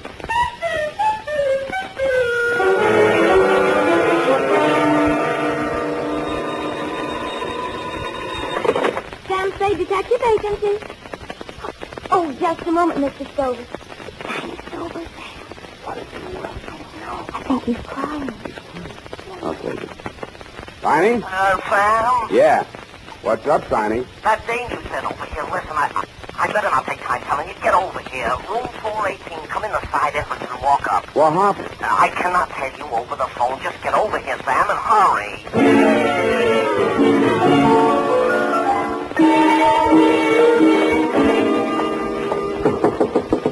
It's me, Tiny. Sam, open up.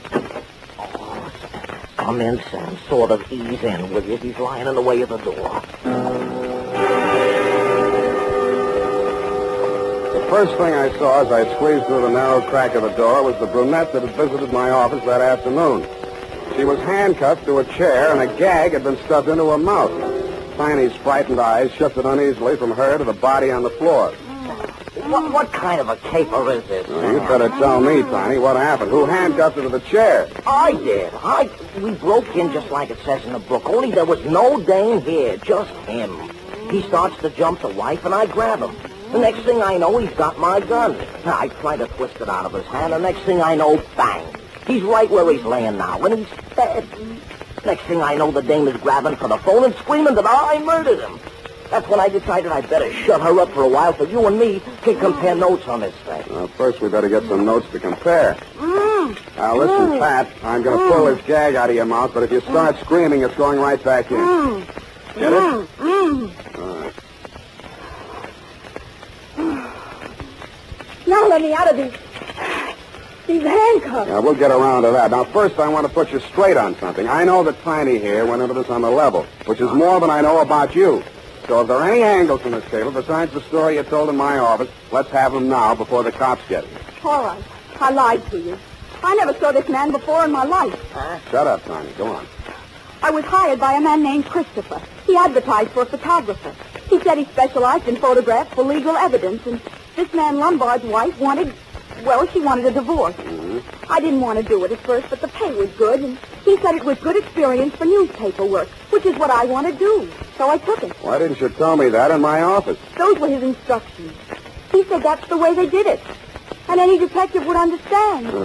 And I was sure you did when you wouldn't take the job. Hey, wait a minute. I don't get it, Sam. Is she some nut or something, or is she just dumb? I guess I'm just dumb. No comment. Let's get some facts. Your name? Patricia Vane. My friends call me Pat. That part of my story was true.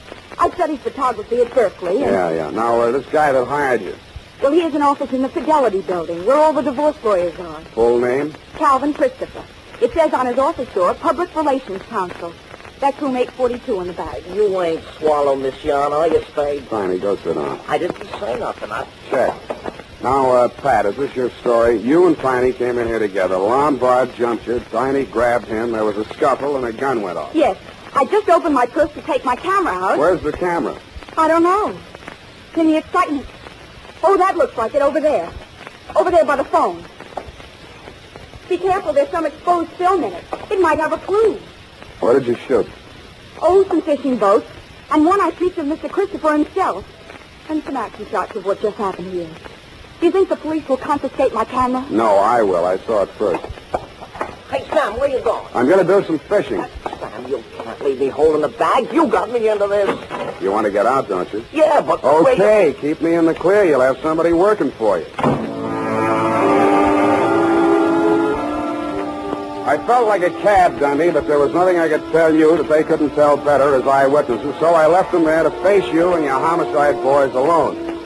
My first stop after leaving the Belvedere was Ludkin's Lightning Photo Finishes, where I left Pat's camera and films. Then I mushed across town to the Fidelity Building. It said on the door, sure enough, room 842, Calvin Christopher, Public Relations Counsel. Well, sir, what can I do for you? You, Calvin Christopher? I am. I'd like to ask you some questions. Detective? You hired a girl named Patricia Vane to take some pictures in the Belvedere Hotel, right? Why, no. I advertised for a photographer, but so far no applicants. What do you need a photographer for, Mr. Christopher? Well, that, sir, with all due respect, is none of your business. There's nothing illegal in advertising for a photographer. And if I had employed one, I would tell you so. That's a straight answer. Then your story is that you did not employ Miss Vane and that you have no knowledge of her. That is my story. The girl's story is that she was here in this office and even snapped a picture of you. That film is being developed now. Still want to stick with that statement? Look, friend, You do not have to be acquainted with the person in order to have your picture taken by. Or her, as the case may be. I know that, but if your picture shows in that film, I'll know you're lying. Mind if I use your phone? Thanks.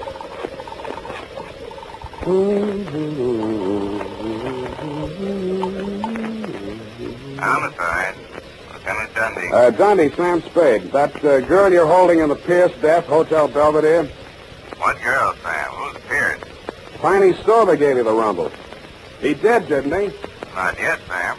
Well, you're getting it now, stiff in room 418. Gunshot. I'll meet you there.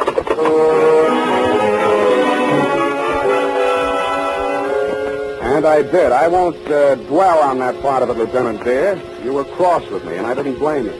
Pearson's body was still there, and it was still dead, but there was no brunette, no house stick, no gun, and no bullet wound. The medic called it death from natural causes, heart attack, but the worst was yet to come.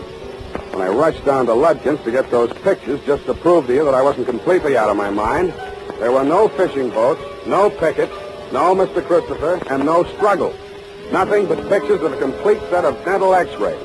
There was a date on them, 7/14/48, and some initials, S.Q.P.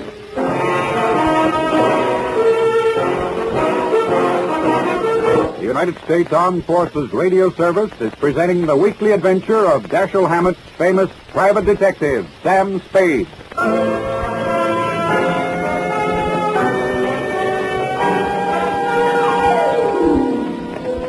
S.Q.P. Seemed very familiar somehow. Society of Quail Prevention? Too neat. After you and your boys had cleared out, Dundee, I went back to room 418. I wondered who had fired the shot that both Tiny and the brunette believed had killed Mr. Pierce. I didn't find out, but I did find a .38 slug in the floor under the rug pad. The fibrous material had been scuffed by somebody's foot to hide the bullet hole. Tiny had been reaching for the phone as I left. According to the operator, there had been no flash on her board from 418. That meant that whoever had stopped them had done so in a matter of seconds. I didn't know whether it had been done with a kiss, at gunpoint, or with a blunt instrument. I doubted anybody would have knocked Tiny out because he was too heavy to carry down 8 flights of stairs. I checked Tiny's room on the first floor. It had been ripped to pieces by somebody who obviously had been searching for something no bigger than, say, a roll of film. About there, I decided to go and pay my respects to the late Mr. Pierce.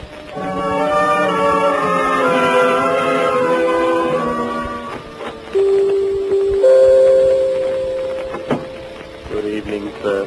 I'm Converse Jeffrey. You never remember me, do you? Was it in connection with the columbarium? No, we decided against it. Oh? Which was your dear departed? Pierce. Donald Pierce. Late afternoon pick-up at the Belvedere. Oh, dear, he's still on the flat. He's not quite ready to be viewed. Would you like to see the floral tribute? They're truly lovely. Who made the arrangement? Mrs. P. A truly lovely tribute. Small but perfect. A heart-shaped wreath with their initials intertwined. D.P. from S.P. P.S., that isn't S.Q.P. No, sir. The middle initial is usually omitted.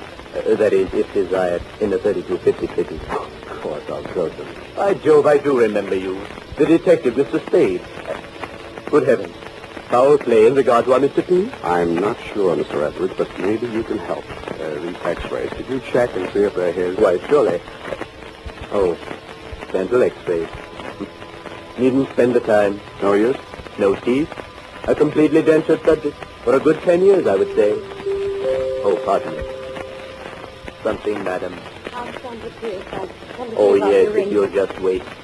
Do you know Mr. Spade? Oh, they told me at the hotel. Very fortunate that you're here, Mr. Spade. Well, I'll go and see how things are backstage. I'll see you later. Oh, these awful things that people must go through when death comes. No, it's not pleasant. Were you married long? 2 years. We were married in prison once. What? I suppose it shouldn't be a surprise to me. We both knew it could happen at any time. You mean he'd been sick quite a while? Yes, coronary effusion. Heart trouble, huh? And you agree that's what killed him? I read it. Do you have any reason to think otherwise, Mr. Spade? Well, I think you know more about it than I do. His physical condition? Let's start with yours. How are your teeth? I don't understand. These your x-rays? What? Heavens, no, this is a man's mouth. Where did you get them? What are they supposed to mean? I think they mean blackmail. Teeth and fingerprints are two of the best identity clinches. These initials, SQP, could be Sandra something Pierce. they yours? No. Do the initials SQP mean anything to you? Well, only I thought, of course, the prison. The what? San Quentin prison. San Quentin. Oh, I've been stupid. That's what you meant, married in prison. Of course, I thought you knew. Ronald was head of the prison dental laboratory there for 11 years.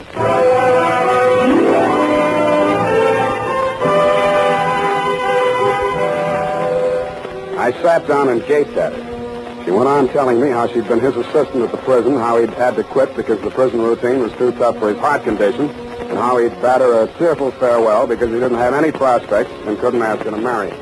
And practically the first day we arrived in San Francisco, he wired me to come here immediately, and we'd be married.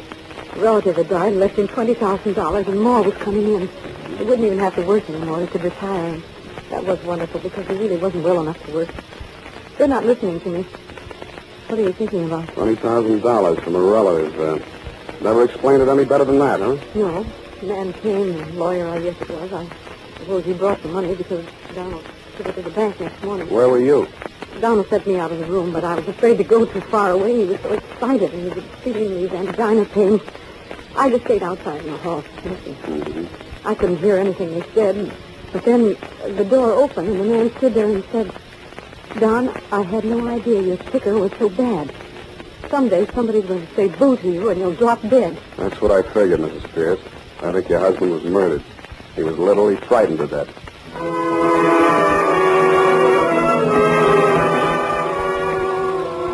I had almost all of it now. Just a name and a number were missing, and I thought I might have them in my office under SQP. There was a light showing in my outer office as I came down the hall. It went out as I turned the doorknob.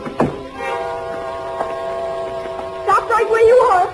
I've got a gun. That you, Pat? Oh, it's you, Sam. You were so long, I thought you'd never... Hey, don't do that. Here. Come on, honey. Don't give up like that. Here. Like this. What happened? Oh, I'm so tired. My ankle, I think I broke it. I jumped out of the car. Let's see. I think it's just a sprain. Christopher's car? We were in the back. He slowed down on the ramp. There was something stuffed in my mouth. I couldn't make a sound. What's funny? Sorry, baby. You seem to have spent the entire day bound and gagged. I'm sorry. Go on. Oh, after you left us in that awful hotel room, he came in, and he was furious. Wanted to know why we had spoiled everything by letting the gun go off, even though Mr. Stover explained that it was only accidental. Yeah? And then he started laughing and said he was only fooling, and he would take charge. So Mr. Stover left. And then Mr. Christopher held a gun on me and took me down the hall to another room. He pushed me in there, and then he tied me to a chair and put the gag in me. I'm sorry, honey. So he let you cool off in there until it got dark enough and late enough to get you downstairs and in the car without attracting too much attention. You say he was heading over the bridge to Oakland, huh? Yeah. Why are you shouting so? I guess I'm just excited. And I was, but not over Pat's story. It was something I'd just seen. The shadow of a man against the frosted glass of my office door. I went on talking, I hoped loud enough for him to hear every word I said. Pat, I don't know how to tell you this. It's going to make you feel bad, but sooner or later you'll have to know about it. This guy named Calvin Christopher, that isn't his right name, and in just a minute I think I'll have that too. He gave you a phony pitch about a photography assignment to help somebody get a divorce. But what he had in mind from the beginning was to use you as a murder weapon. Me? A murder weapon? You and whichever detective happened to go there with you. You see, Pierce was a blackmailer. He'd been a dentist at San Quentin, and who did he run into one day here in San Francisco but an escaped con whose teeth he had worked on, and of whom, by a happy chance, he had a complete set of dental x-rays. This con bought the x-rays from him for $20,000. He's still at large and thinks he's safe now that Pierce is dead. But what he doesn't know is that Pierce took snapshots of the x-rays before he turned the originals over. The cameras got switched, and I have the x-rays right here. Look at them, sweetheart. What are you... Get down, lie flat.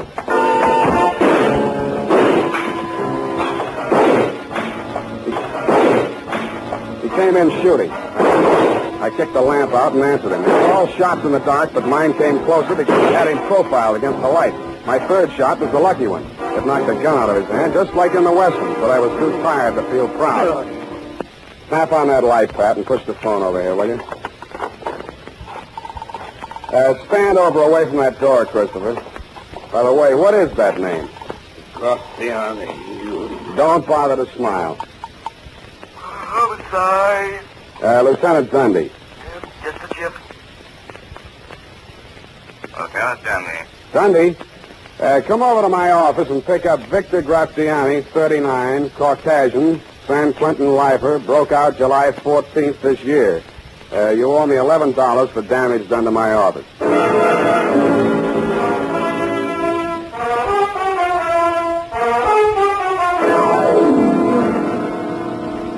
Period. End of SQ paid. Oh. Sam Spade Detective Agency. Oh, yes, just a minute. He's right here. It's Mr. Tiny Stover, Sam. Hello. Sam? Tiny? Sam. Who? Tiny. No Tiny here. Can I call you back? Sam. Ain't you interested in what happened to me? I got a clue, Sam. What were those initials again? SQP. That's it, SQP. I'm here now. Where? Seymour Kelly's pool room. Seymour Kelly's pool room? Yeah. Look, Tiny, don't even you realize that Kelly isn't spelled with a Q? Since when, Sam? Kelly is without a Q. Oh, no, Sam. I think you must be wrong. He's chalking up now. His shot's coming up. Good night, Tiny. Sam? Tiny, I'd like to go around again with you, but this airtime costs plenty. As you'll know if you ever get your own radio show, which, if you did, would be sponsored by the makers of SP Stupid Pills. Hey, Sam, you should have seen it. Seymour just made a three-cushion shot with the handcuffs on. You should have seen it. Sam? Good night, honestly, Tiny. Anything for me, Sam?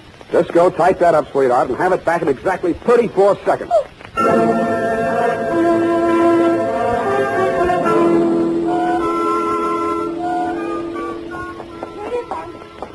confused about who's getting divorced. Sam, you shouldn't accept divorce cases. Effie, it was not a divorce case. You actually mean we require the usual partial recap? Partial recap? Oh, yes. The dental x-rays would have shown that, wouldn't they? Effie, you're not happy here. What? You have no one to talk properly to. Have you ever thought about maybe Tiny Stover? Oh, thanks. A lonely man, Effie. All these evenings free. Forced to pool rooms for diversion. Sweetheart, you could take him away from all that snooker. Oh, thanks. I could fix it up for you with Tiny. Thanks. Come here, sweetheart. Has anyone ever told you how lovely you are? You know what always happens when you get me mixed up. I just... No. My earrings. Cotton Well. Say, I'll let you stay out another week. Thanks for everything. Forget it. Good night, Sam. Good night, sweetheart.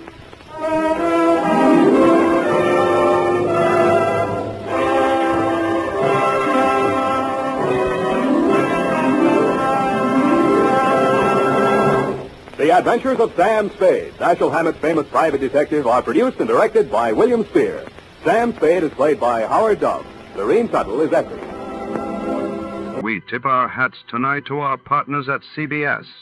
Stay tuned, folks, because before the next story begins, it's time for a fast and fun radio quiz.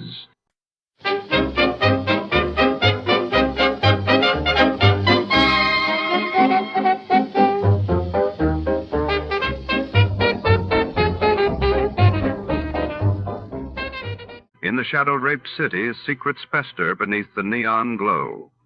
Tonight, a hard-boiled detective stumbles onto an ominous clue one that leads him to a woman on the run and a deadly secret hidden in plain sight.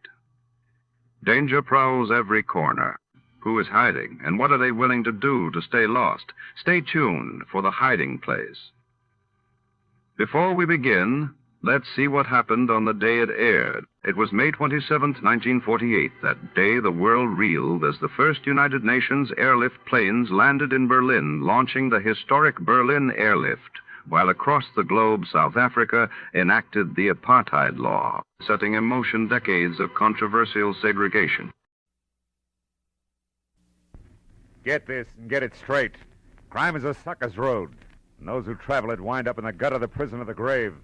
There's no other end, but they never learn. From the pen of Raymond Chandler, outstanding author of crime fiction, comes his most famous character in The Adventures of Philip Marlowe.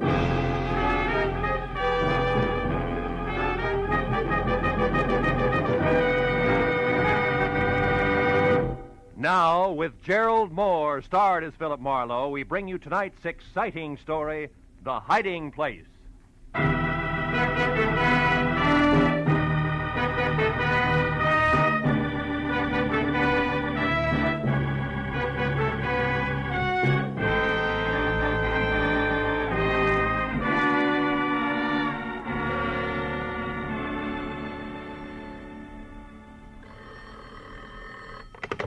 Mrs. Brown's gift shop. Oh, yes, Mr. Waltman. The bookends? Well, let me see now. That was the little Dutch figurines, wasn't it? The boy and the girl? All right, fine. Well, I'll have to... Oh. Hold the line a minute, Mr. Waltman. Mr. Marlowe, you're back. Yes, Mrs. Bryant.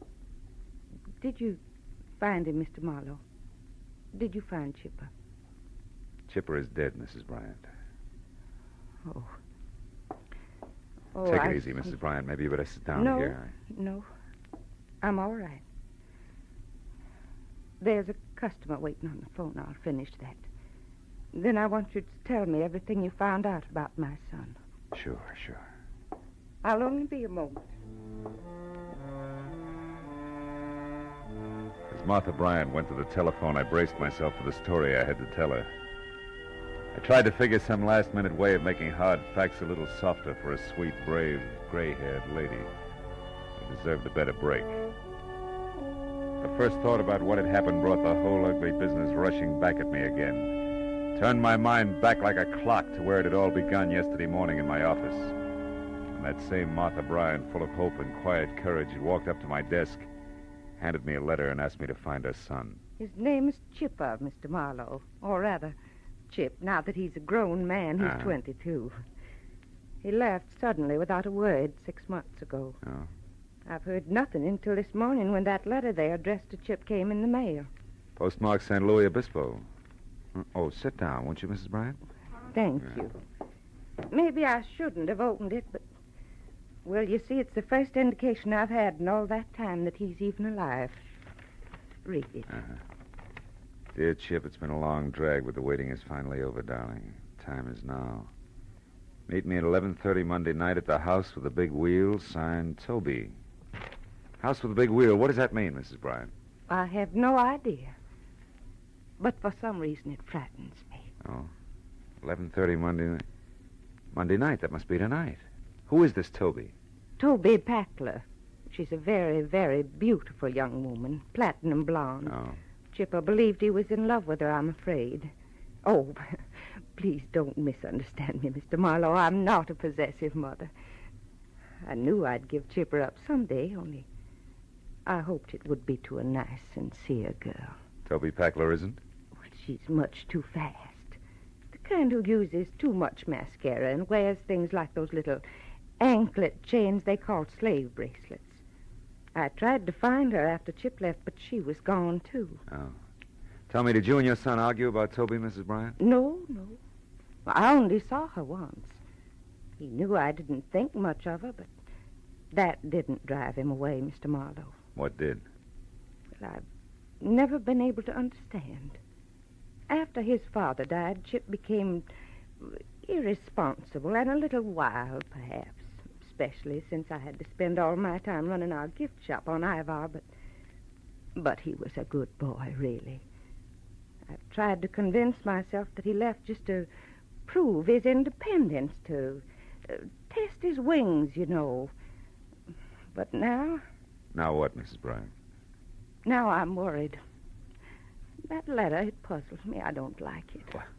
Well, it may mean nothing more than you're getting a daughter-in-law who uses too much mascara. I hope you're right. I want Chip to be happy, to settle down. I want to turn my business over to him, and... Will you try to locate him for me? Here, I have his picture here in my wallet. See? Say, Chip looks a lot like his mother, doesn't he? Yes. Please find out if my son is all right. Sure. I'll do my best.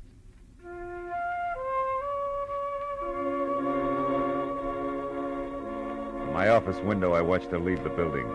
Saw her stop politely and answer a question for an oily sidewalk passerby in a black pinstripe suit. Then move quietly on down the street toward her shop on Ibar. A neat, gentle, very lonely woman. I hoped I'd find a happy story for her in San Luis Obispo. She had one coming.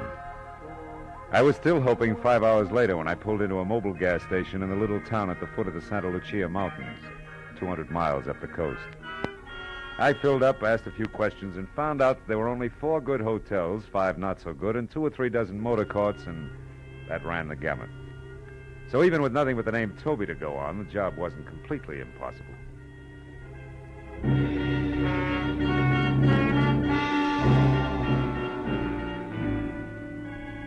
By the time I'd worked my way down into the motor courts, the sun was sneaking off between the rocky hills toward the ocean, and I was still collecting negative answers. Until I tried a mirrored neon combination bar, restaurant, and motel called Pinky's on the north edge of town.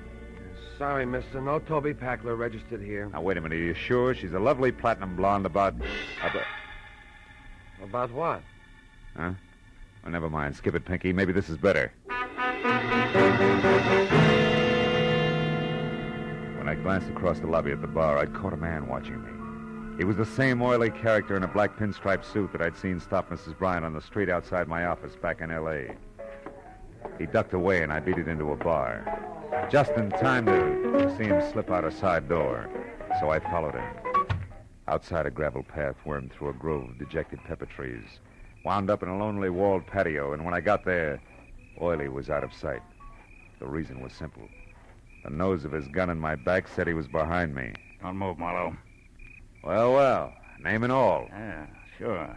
I've been tailing you every inch of the way since old Lady Bryant went to see you this morning. What's the connection, Oily? Exactly 6 long months of watching and waiting. For what? For a move a new 2 skunks that have to make some time. And from the way you've been working, you don't know enough to do yourself any good or me any harm. So take some advice. Go back to L.A. Leave it alone. Leave what alone? That's none of your business, people. I'll take over from here. But just in case you run into Chip Bryant or Toby on your way out of town, tell them from me they're not cutting Lou Race out of his share of $110,000. I'm going to get it, one way or another. And so's you won't forget, use this. Oh! For a reminder.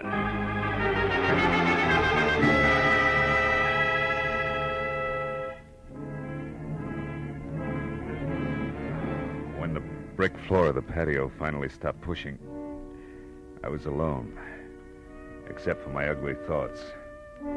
I knew I was on the right track, but from the sound of things, Chip O'Brien was much less a mama's boy than his mama believed. I made sure Lou Race was nowhere around the motel. Then I went into the bar again to see what a double scotch would do for my headache. The bartender obviously was the type who got around, so I took a chance and asked him about Toby Packler. It was no good. But when I described Toby as a beautiful platinum blonde, a girl sitting alone 2 stools down, a girl with a short, ragged, mouse-brown hair and extremely flat, misformed face, dropped her eyes and looked away. I suddenly felt very cheap. I flipped the silver buck on the bar and got up. You know, it was the kind of dumb stunt you can't apologize for. You just leave. I was halfway to my car before I realized that the girl had followed me out. Hey, mister. Yeah, you. Just a minute. I turned and watched her come toward me. In the garish neon light, her face was jarringly unreal, the color and texture of hard putty. I heard you inside when you asked about Toby. Yeah, I thought you had. Do you know her, Miss... Palmer. Oh. Yeah, I know her. She's one of my few friends. What do you want with Toby? Well, my name is Marlowe. I'm from L.A. I want to talk to her about a fellow named Chip Bryant. She's my only lead. Chip Bryant. Yeah. She never mentioned that name to me. Anyway, you're too late, Mr. Marlowe. What do you mean? Toby left town this morning. Left town? Oh, no. She was going up north to Seattle, I think, on some kind of personal business. Now, listen, did she ever say anything to you about a house with a big wheel, where it was, what it means? House with a big wheel? Yeah. No, I'm afraid not. I'm sorry, Mr. Marlowe. I guess I'm not much help. Well, Good night. Thanks anyway. And good night, Miss... Palmer. Yeah, Palmer. Good night. As the girl walked back to the bar, the little gold chain I'd spotted around her ankle glinted in the brittle light. It was like an echo of a memory. A slave bracelet on her was as out of place as a morning glory in a bed of toadstools. But that gave me a crazy hunch, a hunch that somehow in the last 6 months, a gorgeous blonde named Toby Packler had become a drab brown head with a flat, stiff face. So I didn't chase wild geese to Seattle. Instead, I got in my car and I waited. An hour went by and it was almost dark before she finally came out again, stepped down into a sleek new convertible and drove north out of town. I followed as she turned off a neglected side road, and for 8 miles twisted through jagged rocky hills toward the mountains. Then suddenly, from the crest of a small rise, I saw what she'd been heading for. An old stone house squatting in a grove of eucalyptus trees. The girl I figured to be Toby Packler had slowed almost to a stop. I watched her creep along until she was out of sight. And I got out of my car and I went down for a closer look. Round, brown shingled cupolas reared proudly out of choking overgrowth, and on a huge rusty iron gate in front was the name Escobar. But in the trees behind the house I saw more. Turning slowly in the stream, there was a giant water wheel. A big wheel. I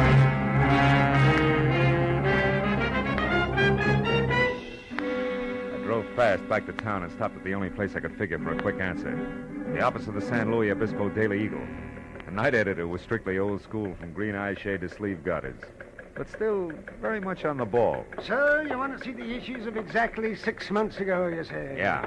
That'd be November. About the 8th, 9th, and 10th. Here you are, son. Help yourself. Thanks a lot. If I'm right, this ought to cinch it. Careful there. Don't rip those copies. Say, by the way, what story are you looking for? Oh, a small something on a party named Toby Packler. It's not here. Wait a minute. Maybe it'll be in... Yeah, sure. This is it on page 3. A woman identified as Toby Packler of Los Angeles suffered severe injuries to head and face today when the car she was driving skidded into a bridge abutment 2 miles north of here. So that's how come the face. Miss Packler's condition was announced as critical by Clark Emergency Hospital attendant. Huh? Is that all you wanted? That's enough. If that answers your question, young man, I'll put these copies away. Gotta be careful with Wait a minute, that headline. Huh? What was that? Let's see that. Santa Barbara jewelry store robbed. Daring thieves escaped with gems valued at $110,000. $110 grand. Yeah, I remember that. 2 men and a woman. Got away clean, too. Never caught a one of them. Hey, you don't mean there's a connection between these stories, do you? I don't know. Ask me again after I've checked in at the old Escobar place. Adam Escobar's place? Out in the hills? Oh, you're joking, son. What in the world could that crackpot possibly have to do with a jewel robbery and a car wreck 6 months ago? It beats me, but there's some tie-in. You can count on it. I think you're crazy. But if you're going out there, maybe you should be. Now, what's that supposed to mean? You'll have something in common with Adam. He's lived in his own private dream world for so long, he's forgotten what the real world's all about. Goodbye, son. I'll see you later. I hope.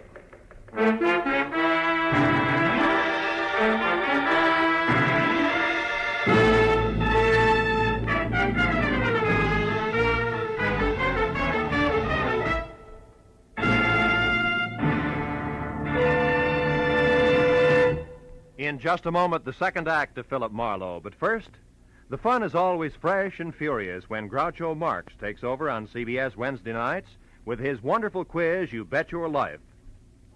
Groucho, the master of ad-lib, teams up pairs of opposites and then goes to work with his quips and questions. Very, very solid with laughter, this Groucho Marx show. Hear it this Wednesday and every Wednesday on most of these same CBS stations. Now with our star, Gerald Moore, the second act of Philip Marlowe, and tonight's story, The Hiding Place.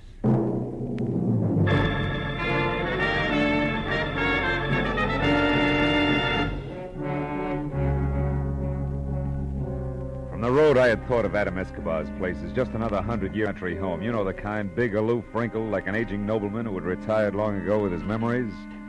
But now that I was there and at the rusted iron gate that resented my intrusion out loud, I changed my mind. I saw now it had to be a degenerate nobleman. Also, the nobleman had to be flat broke. I saw it everywhere. The name Escobar on the gate in copper lettering had turned a sickly, spotted green. The scuffed, faded family crest inlaid in tile in the cement walk was cracked and crumbled. The exquisite stained glass door was cracked all the way down the middle. Only the engraved card in the slot under the knocker that said Adam Escobar, Esquire, was neat and new. The landed gentry's last-ditch stand. I was about to knock when... You need not bother knocking, sir. I saw you coming up the walk. I am Adam Escobar. He was a small, slight man of maybe 60-plus with a large head held high in spite of the frayed cuffs, patent leather slippers that were cracked and peeling. I introduced myself, then followed him into a musty living room. There, Wiley apologized for no longer having any servants and poured us each some brandy from a cut-glass decanter. I told him all about my search for Chip Bryant, complete with Toby and Lou Race. Frankly, Mr. Marlowe, I am puzzled. Your drink, sir. Oh. Confused. What does all this have to do with me? Well, maybe nothing, Mr. Escobar, but the only guess around is that the jewels were hidden here on your property. The house with the big water wheel the night of the robbery 6 months ago. But why? For what reason, sir? The police? Oh, probably. Trio wouldn't want to be picked up with the stuff on him. Salud. Under yours, sir. Thank you. Then, Mr. Marlowe, soon after they did that, hid the jewels, I mean, the girl, the one with the injured face, had that accident. Those are the circumstances. Oh, more or less. And if I've added right, company's coming by 11:30. It's 10:30 now. It might be a good idea if you left the home grounds for a while. Me? Leave my own home because of some thieves, because of 3 common degenerates? Mr. Escobar, it's that or the police, and I'd rather not have them in it for a while. I still owe my client the slight benefit of the doubt that's left. You think I am afraid? Is that what you are trying to say? No, of course not. But I don't see why you should stick your neck out. These people have nothing to do with you. You are wrong, sir. Every honest man has something to do with every criminal. His duty. I know that now, Mr. Marlowe. If I had known it many years ago, I might still have both my wealth and my property intact. Well, okay. Who knows, when I come back, it may be... Come back? But where are you going, sir? Into town. I'd still like to catch up to Chip Bryant before the reunion. I don't think there's going to be the time or place for conversation. Conversation with that Bryant hoodlum? About what sort? About a mother, Mr. Escobar. A nice old lady who doesn't deserve a kick in the teeth.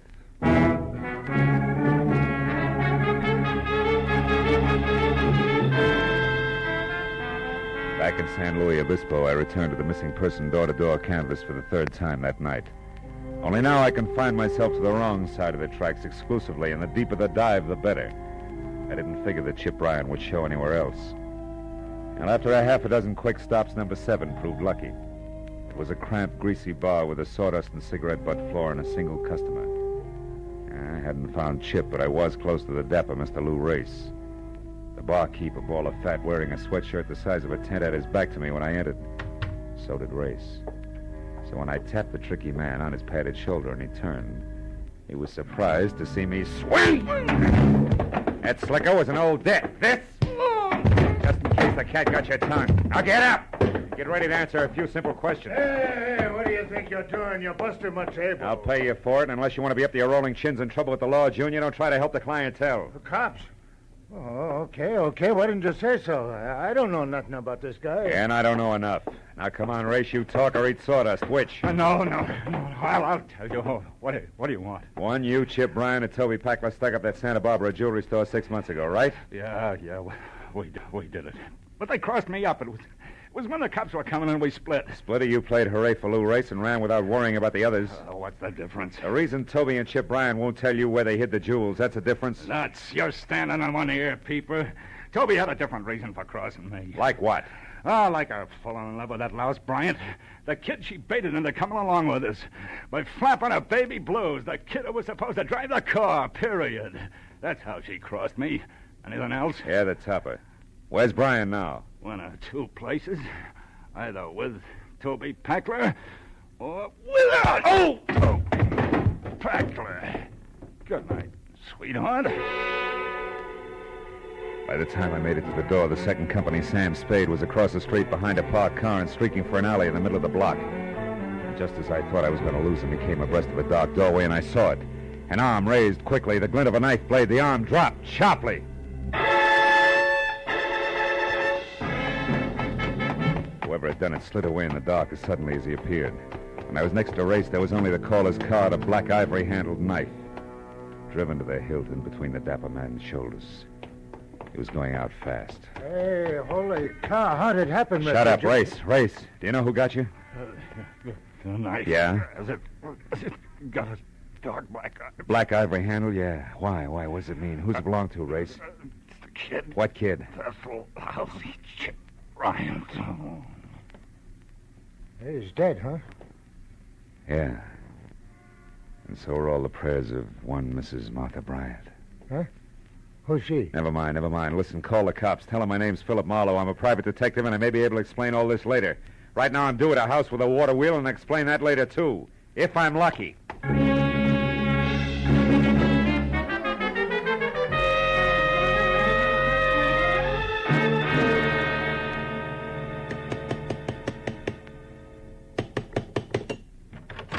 Oh, Mr. Marlowe, I'm glad you're here, sir. It is almost 11:30. I know. Have you seen anyone, Mr. Escobar? No, sir, and I have been watching very closely. Good. And in readiness, my father owned this pistol. Oh, well, I hope it's been oiled since. Now, look, I didn't locate Chip right... Hey, wait a minute. Isn't that a car there turning off the road without any lights on? Yes, and going along the side of my property line, back to the water wheel. It is a woman, Mr. Marlowe. Yeah, no doubt, named Tony Packler. Now, look, you stay here, Mr. Escobar, and keep that blunderbuss ready. Don't forget Chip Bryant's due out here, too, and he's a killer. Keep your eyes open. We'll stand a better chance meeting him one at a time. I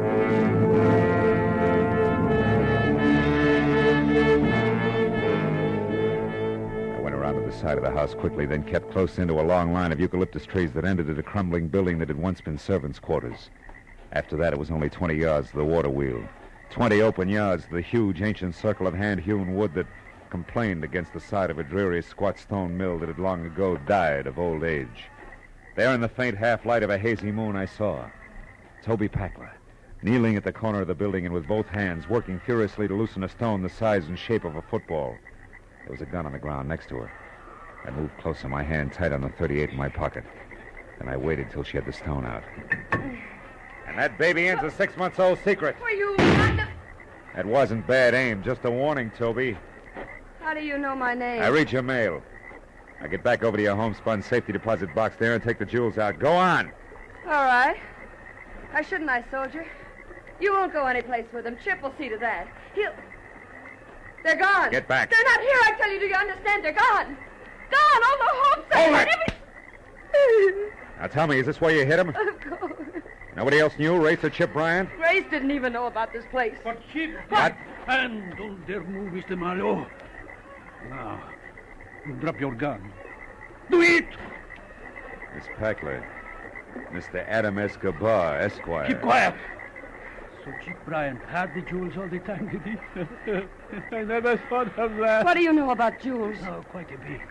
You see, Miss Packler, that night 6 months ago when you stood over there on the other side of the water wheel and told Bryant that you had hidden the jewels and would tell him where later on, I was listening. You knew they were here? I'll tell anything to anybody. It was, of course, quite by chance that I overheard you. But after you had that accident with your car, I searched as diligently as though I were a partner. Searched Miss Packler for money that could mean so much to me. But I found nothing. Then where are they? You idiot, tell me! Where are they, do you know? Now that I see this hiding place, yes. It was where Chip Bryant stood. Therefore the jewels are no doubt buried. What do you mean? I think, Toby, that he killed Chip Bryant almost 6 months ago and that he buried him here on these grounds without knowing that Chip had already found the jewels. What? Chip? Dead? Quite dead. I killed him 2 days after your accident. I found him searching for the jewels. No. No, you're lying. Chip was supposed to go back to Los Angeles and wait until I was well. Wait for my letter. He didn't, Toby. He came out here, found the jewels, and was killed by our host. No wonder I couldn't find them these months that I've searched day in and day out. Scratched and dog and cold and in rain by sun and by dark. No wonder I buried them with him. Yeah, but you didn't bury his knife, did you? That you kept and used on Lou Race tonight. Exactly. Why, you... Back, Miss Packler. Why? So you can shoot me, then him? Or so that if I'm very lucky, I can run away to live some more? Toby, don't. Live with a smashed, ugly face? Packler. What have I got to lose? You've been warned. My pretty face is Don't gone. take another step. The man I love is gone.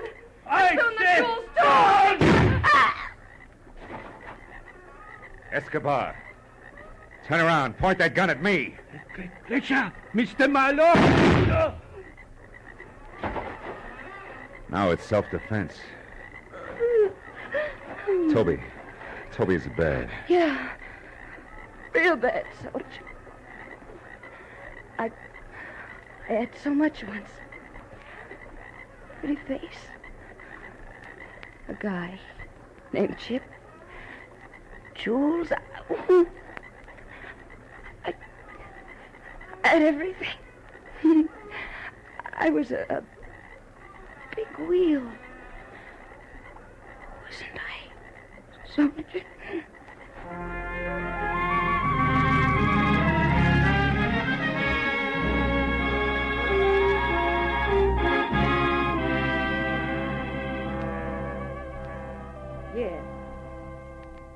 Yes, Mr. Altman, the bookends will be sent out to you this afternoon at the latest. Thank you for calling. Goodbye. I'm sorry to have kept you, Mr. Marlowe. Well, it may be hard for you to believe, but in the minute I was on the phone, and even while I talked, I think I saw Chipper's whole life before me.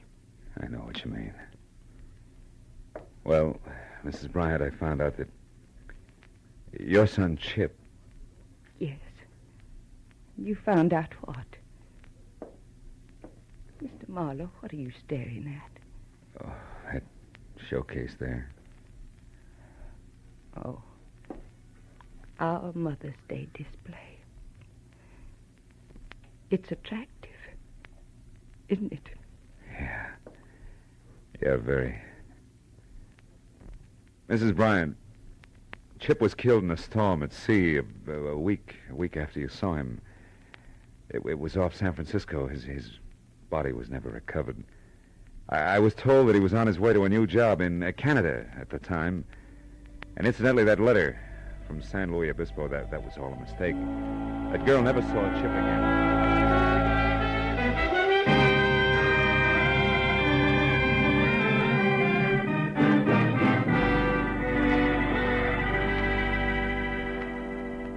Outside, I left my car where I'd parked it and walked through the busy city street.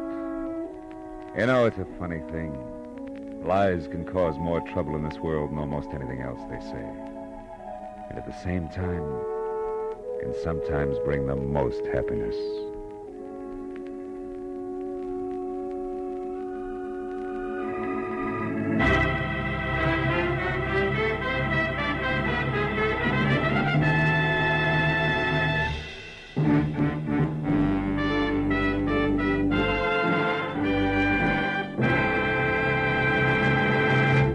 The Adventures of Philip Marlowe, bringing you Raymond Chandler's most famous character, star Gerald Moore, are produced and written by Norman MacDonald and written for radio by Robert Mitchell and Gene Levitt. Featured in the cast were Virginia Gregg, Joan Banks, Herb Butterfield, Louis Jean Height, Bob Griffin, Howard McNear, and Lee Millar. The special music is composed and conducted by Richard Arant. Be sure and be with us again next week when Philip Marlowe says... It started at dawn in a Los Angeles taxi and wound up that night on a cliff in the middle of the Pacific. All because of a Dutchman with $50,000, a corpse in a lily pond, and an Oriental with a chauffeur who wanted a cloak made of nothing but feathers.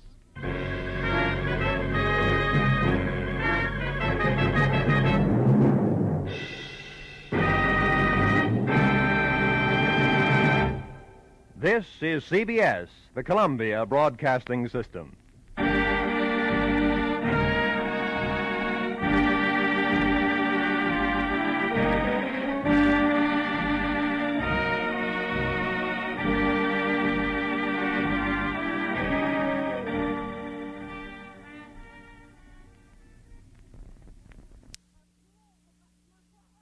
From all of us here at Escape Radio, thanks kindly to our sister station, CBS. Now then, let's see if you're true masters of classic radio.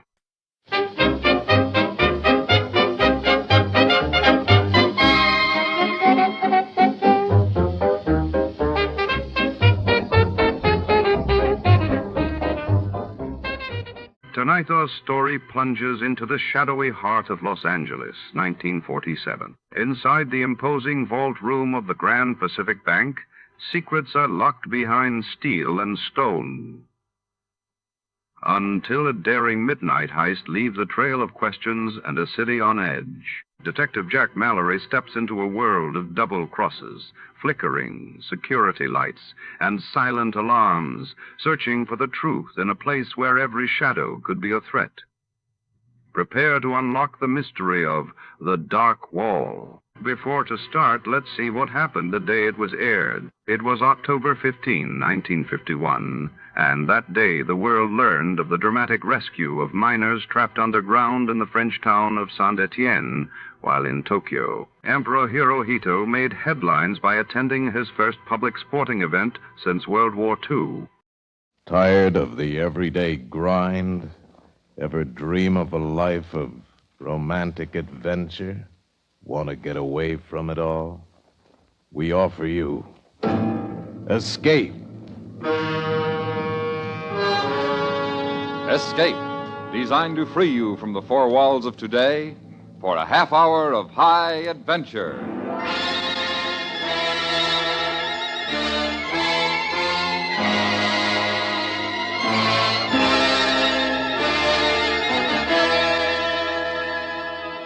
You are standing alone in a mountain village somewhere in the puppet country of Andorra, the high crags of the Pyrenees trapping the last of the daylight. And you know that in one of the stone houses facing you, behind one of the doors that is closed against you, is a beautiful woman whom you must find before she meets her death. Listen now as Escape brings you Kathleen Height's story, The Dark Wall.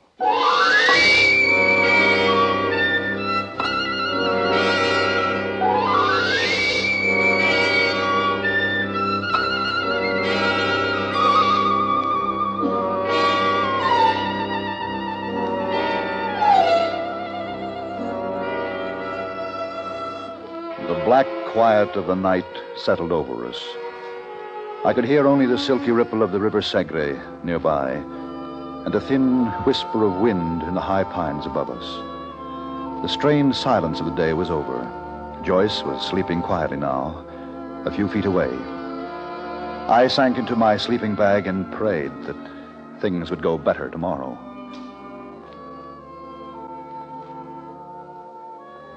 Something roused me. Some sound. In a glance, I saw the gray of the pre-dawn, and then I saw Joyce. Poised at the side of my sleeping bag, wild terror in her eyes, and in her upraised hand, a heavy tire iron. Joyce! Don't wake up, Alan, don't! Joyce, for heaven's sake, give that to me! No, Give it to me, let go, let go, drop it, let it go! No, I won't, don't, Alan! Let it go! Oh. Joyce! Oh, you weren't supposed to wake up. Why? Why did you have to wake up?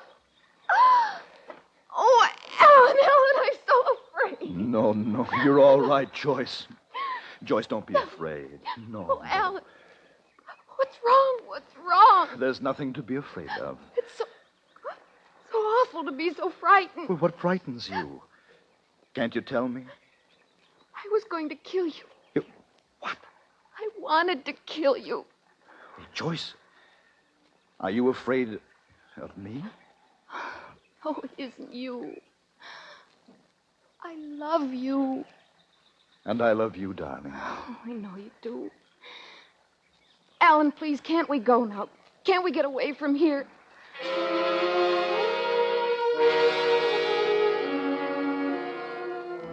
I knew now that Joyce needed care, quickly. Her sickness, whatever it was, had been a growing thing. As we drove through the narrow, winding roads of the Pyrenees toward the tiny state of Andorra, I tried to forget what had happened. Tried to ignore the mounting wall of silence between us. Something in that silence told me that Joyce's fears were greater than mine. Why are you stopping here? The road forks up there just ahead. I want to look at the maps. I'm not sure which way we're supposed to turn. Aren't there any towns? Well, Are we ever going to see people and buildings again? you can't be too far from Andorra la Vieja, but I doubt if this road we're on is even on the map. Then let's go back, Alan. Let's see now. If we don't know what's ahead, let's go back to Lerida or Barcelona. Anywhere but here. It was a long way back, Joyce. I don't care. This place, all tanglewood and pines, the narrow paths that twist and wander. We're not lost, darling. Then where are we? I don't like it, Alan. It's just a wild, lonely place. And it frightens me, and I beg you to take me out of here. All right, darling. Don't worry. I know what's behind me. But ahead, it's all unknown. I'm afraid of what's ahead. No, you mustn't be afraid, Joyce. I won't let anything happen.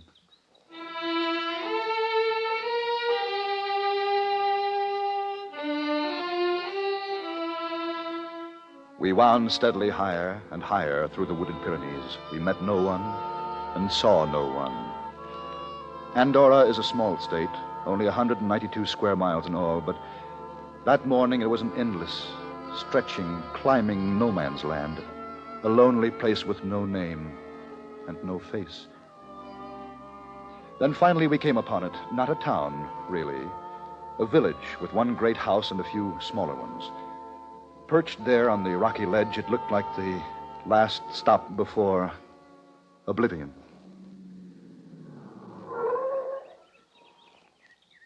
It's so quiet.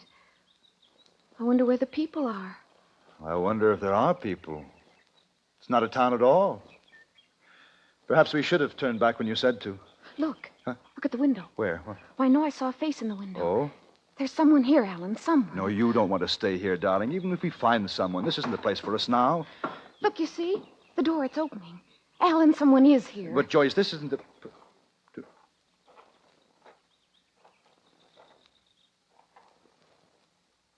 You have lost your way? We were told there was a town here. There is. Well, is this all there is to it? We do not require more. Please. I'm tired. I need rest. Can't we stay here? Is there a hotel? Any place where we can get a room? There is what your eyes tell you there is, and no more. Is there a larger town anywhere near here? You are in Andorra. Nothing is far away. Nothing is easily reached. What's the matter with you people? But you always talk in riddles? Can't you answer questions? Alan, Can't you... Please. We must stay here somehow. Just a while. I need to stop a while. She is your wife? Yes. There is no hotel. I see there isn't. This house has many rooms, but we are a large family. Please. Please, understand me. I've got to stay here. I can't wind around any more narrow trails. I've got to stop and rest. Can't you understand? Can't I make either of you understand? Darling, it's all right. We'll find a room. You'll rest. Now, you mustn't worry, Joyce. I must sleep. I must. No matter what happens, I must sleep. Can't you do something? Lady, you come. Woman!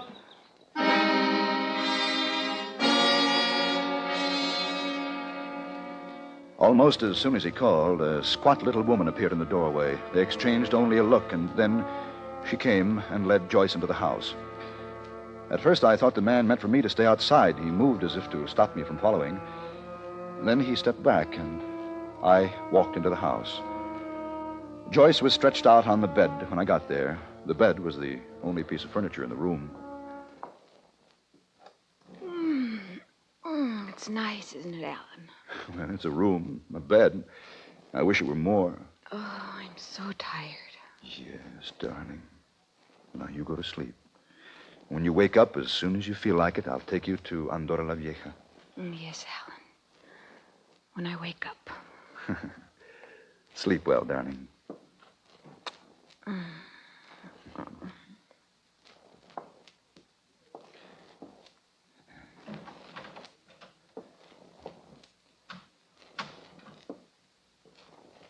She sleeps? Oh, she's very tired. The woman says she trembled. The woman says she is full of fear. I don't suppose there's a doctor anywhere around here. We have no need for doctors. My wife is ill. We have need for a doctor. You will not find one here. I know. I know. Hey, what? Hey, get away from that car. Go on now. I said, get away from it. You are the intruder, not they. Well, they can leave the car alone. They have. Who are they? My sons, my brothers, their sons. We are the family here. We are called Valera. We tend sheep and our own affairs. Oh, I'm sorry. I'm worried about my wife. I didn't mean to shout at them. Most of the time, our mountains protect us. We do not like intruders. It is not so bad in winter. The snows fall deep into the passes, seal them, and keep the intruders out. We are not intruders. We don't want to be here. We don't mean to be here. And I promise you we won't be here long. Sometimes the intruders come to hide in our mountains, to be lost from the world. Always, the intruders are troubled people, full of fears and discontent. The worst of the world, they find their way to Andorra.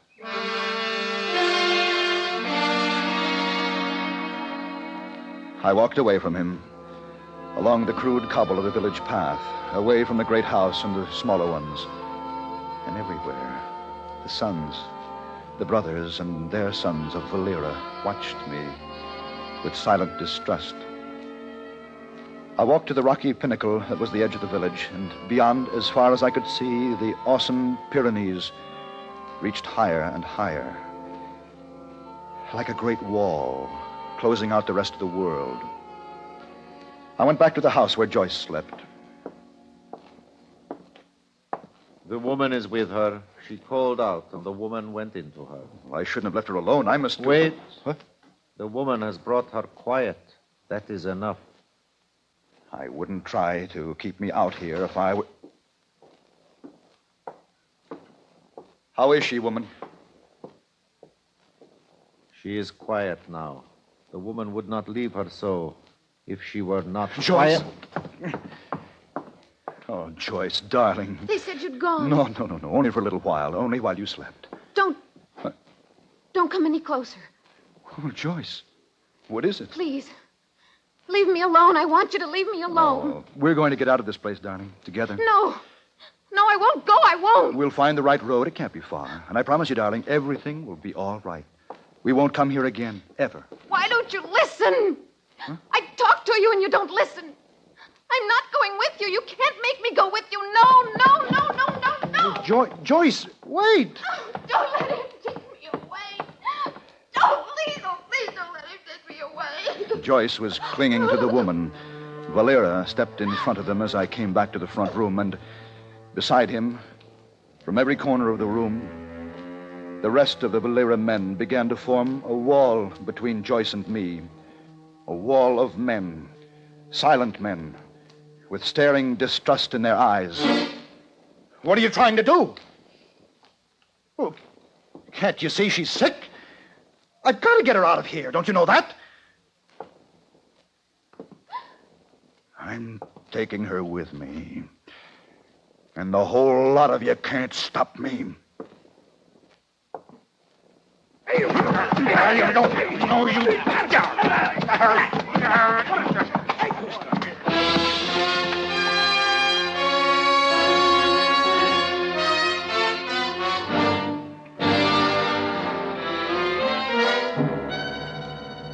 You are listening to The Dark Wall, tonight's presentation of Escape. One advantage in having several radios about the house is that they make it possible for housewives to listen while they work. A kitchen set, another in the living room, perhaps a third in the bedroom. Keep them all tuned into CBS Radio for our great roster of daytime dramatic stories. And now, Escape and the second act of The Dark Wall.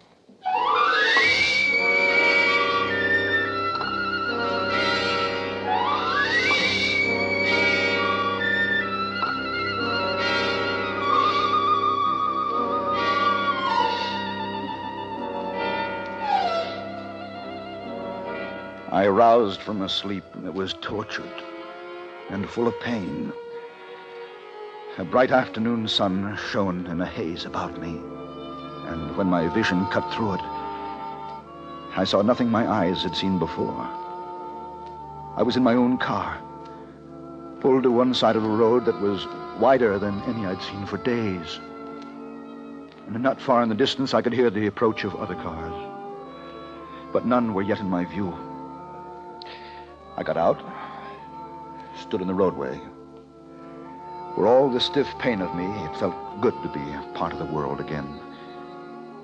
But then I remembered Joyce and the wall of Valera men, and I was lost and lonely and sick.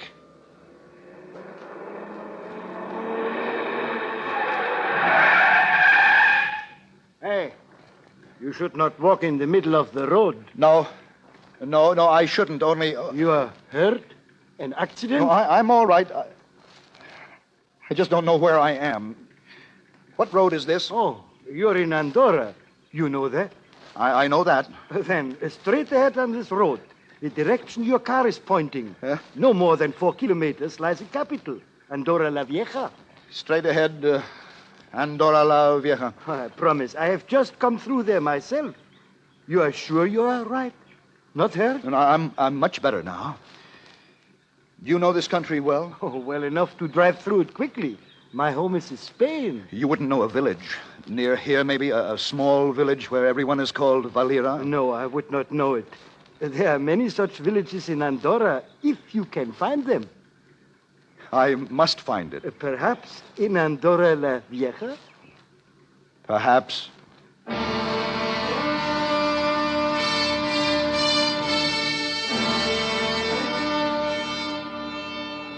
My hopes were high for Andorra la Vieja. There would be answers for all my questions. There would be concern and help and interest. I told myself these things to keep my mind from filling itself with Joyce, to keep the pain quiet.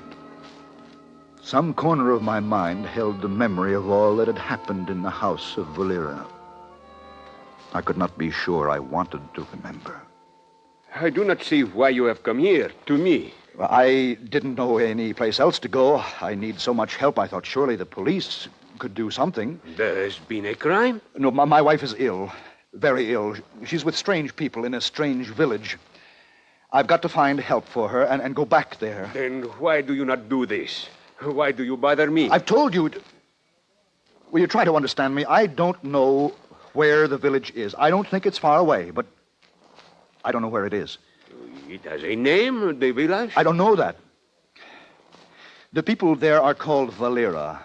Oh, there's a river called Valera. No, I saw no river. No, not there. It was high, on a rocky crest of a mountain, just a few houses. You must know where it is. You were there? Yes, this morning. Then you must know where it is. No, I don't. I don't have any idea where it is. But you were there this morning.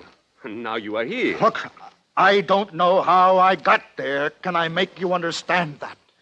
I think none of this is important. Well, it's all important to me. My wife is ill. She needs care. You tell me that.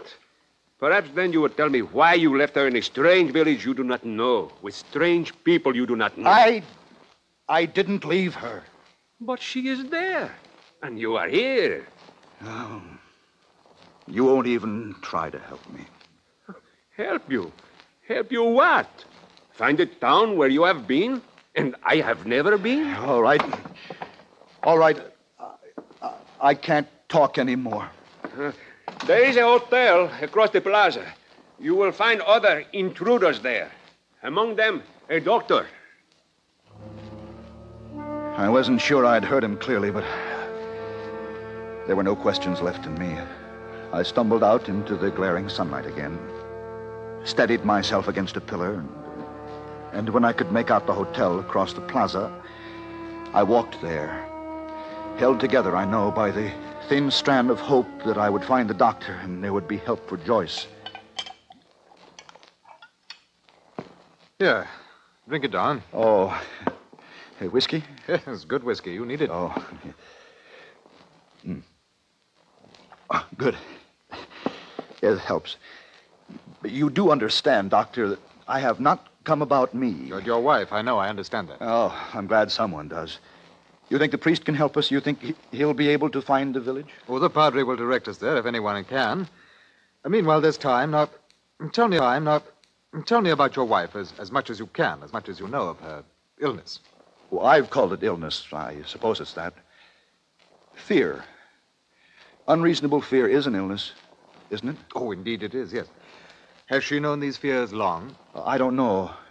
We've been married less than a month. I knew her only a short time before that. No, it was all pretty sudden. She was alone, I was alone, and then we were together. Yet you were happy together? Oh, yes. Very happy. Very much in love. Until this strangeness came over her. Yes, that's right. May I? Oh, please do help yourself. Yeah. Thank you. How was it you described the difference in her, the difference in your relationship? Like a wall, a mounting wall of silence. Uh-huh. And in this silent time of hers, she is much different? Not at all like the girl you married? She doesn't even look like herself. Her lovely, gentle face contorts into a wild thing, like she was an animal. Oh, it's ugly, Doctor, and so real. I couldn't imagine that, could I? No, I don't believe you could. She was like that early this morning when she tried to kill you? She kept saying that she had to kill me, that she wanted to kill me. And all the while she was so frightened. So very frightened. But do you know what frightened her? Do you know any reason why she should want to kill you? Well, I thought she must be afraid of me. She'd have no reason to be, but I thought that must be it. I asked her, and she said, "It isn't you. I love you." Oh, the poor darling. And she said that after she tried to kill you? Almost immediately afterward. It's a complete contradiction, I know, but that's the way it is. As if Joyce were two persons, two directly opposite persons. That may be precisely the case, you know. I don't understand. Two persons. One almost entirely good, gentle, kind. The other almost entirely evil, terrifying, menacing, fiendish at times. Two persons occupying one body. That's schizophrenia. Oh, no. No, not Joyce, Doctor. Oh, I'd have to be sure, of course, but from what you said, but still, I'd have to see her, talk with her, or there are many steps to take. No, the important thing now is to see her as soon as possible. Schizophrenia, that's hopeless, isn't it? I mean, there's no cure, is there? Well, it depends largely, I should say, on how long these two personalities within her have been warring one with another, the good and the evil, and the moral and the immoral. If the cleavage is minor at this point, if the breach between her two selves, as it were, is not yet great, then there is a measure of hope. But she couldn't go on this way indefinitely, being two people. Mustn't one of herselves, as you say, win this war? If it progresses unchecked, well, then, yes, one self will emerge triumphant. Which is a poor war word here, for in such an instance, the evil almost inevitably triumphs over the good. Can we go to her now? Yes, I'm sure the Padre will have our directions.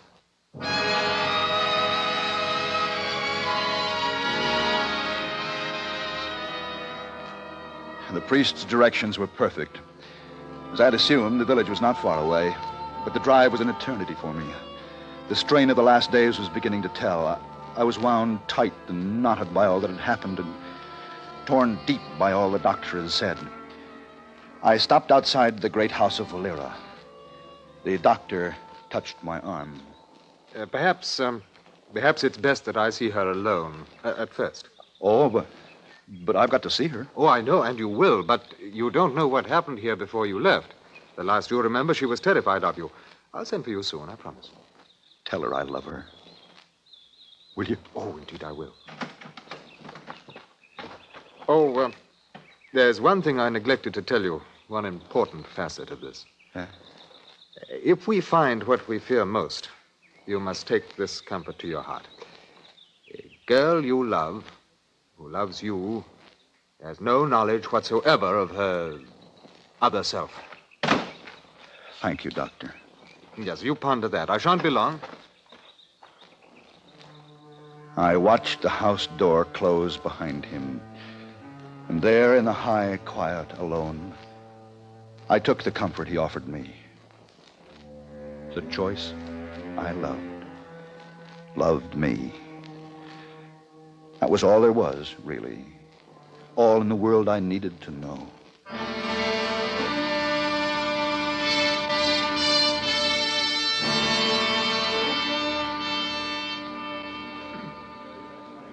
You will not go in there.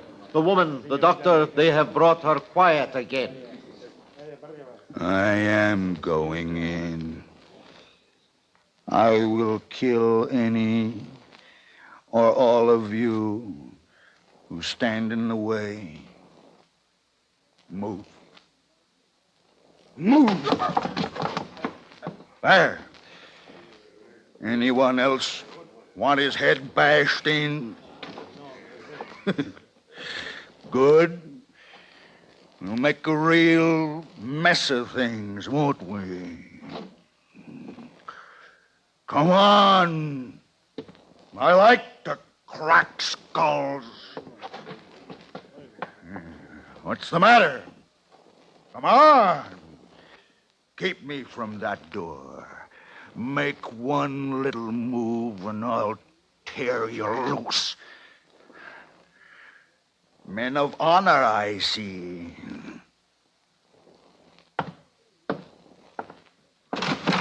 Where is she? Don't let him.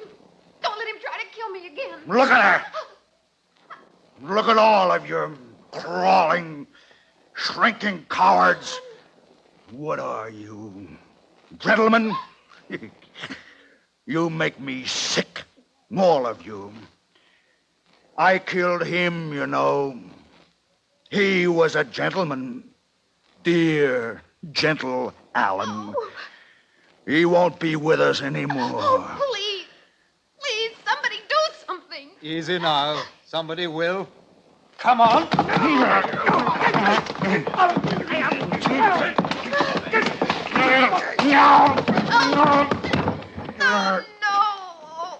Alan.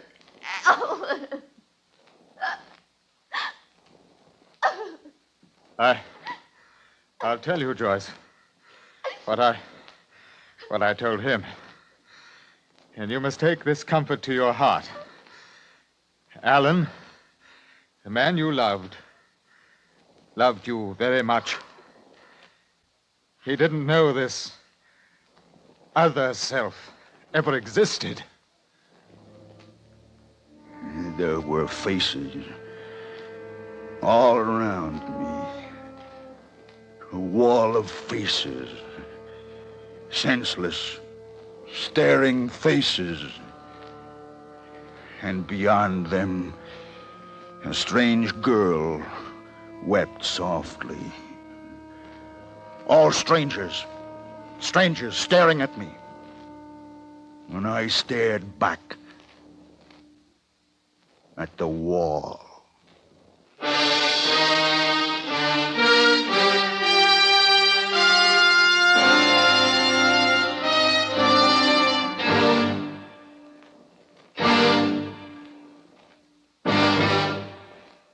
Under the direction of Norman MacDonald, Escape has brought you The Dark Wall by Kathleen Hite, starring John Daner with Joyce McCluskey. Featured in the cast were Ben Wright, Edgar Barrier, Nestor Paiva, and Fritz Feld. Your announcer, George Walsh. The special music for Escape is composed and conducted by Leith Stevens. Next week.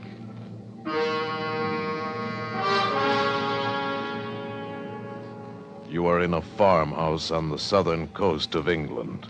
The autumn countryside around you desolate and bleak.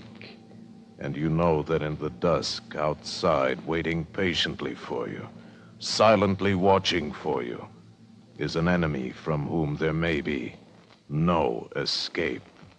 So listen next week when Escape brings you Daphne du Maurier's story, The Birds.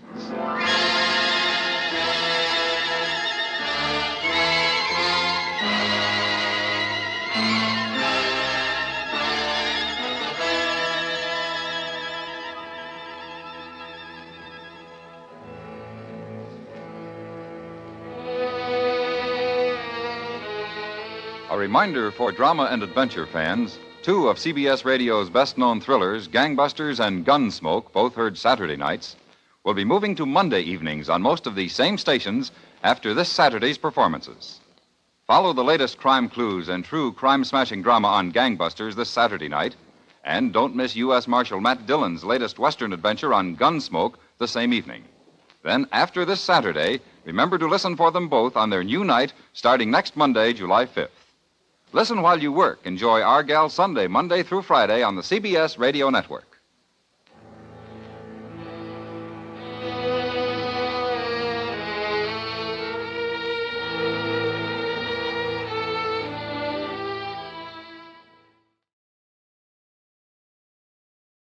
We tip our hats tonight to our partners at CBS. Stay tuned, folks, because before the next story begins, it's time for a fast and fun radio quiz.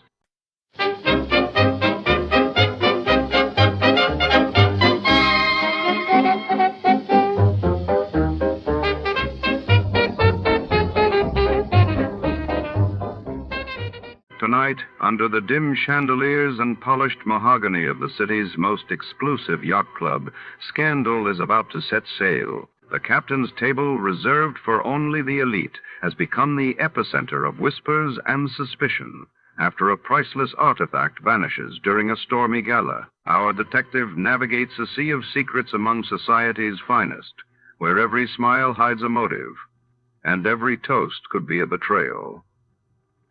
Will the truth surface before the night is over? Before to start, let's see what happened the day it was aired. It was March 14th, 1952, that day.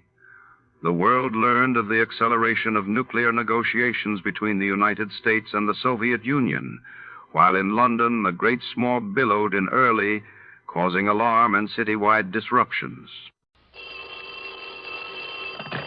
Johnny Dolar. Mr. Dolar. This is Barton H.B. Hollister at Greater Southwest Insurance Company. Oh, not Hollister in Phoenix, Arizona. That's right. Oh, here we go again. What was that, sir? Nothing at all. Just go right ahead. Yes.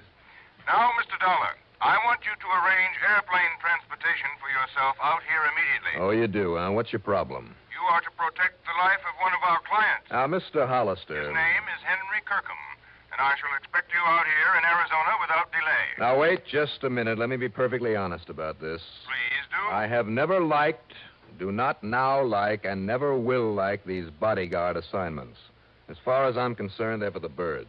I beg your pardon. What's more, you have a whale of a good police department out there in Phoenix, and if somebody needs protection, why not call on them? Mr. Dollar. Yes? Did I say that Mr. Kirkham lives here in Phoenix?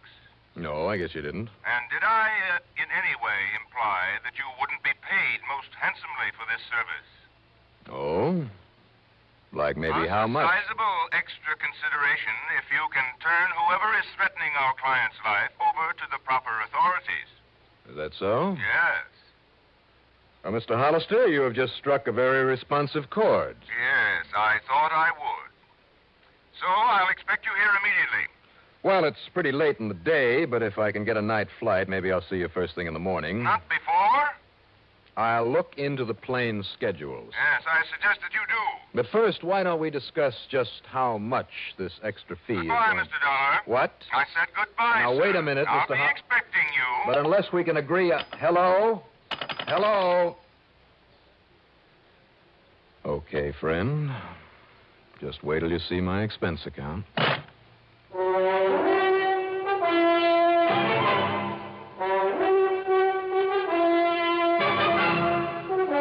CBS Radio brings you Bob Reddick in the exciting adventures of the man with the action-packed expense account, America's fabulous freelance insurance investigator. Yours truly, Johnny Dollar.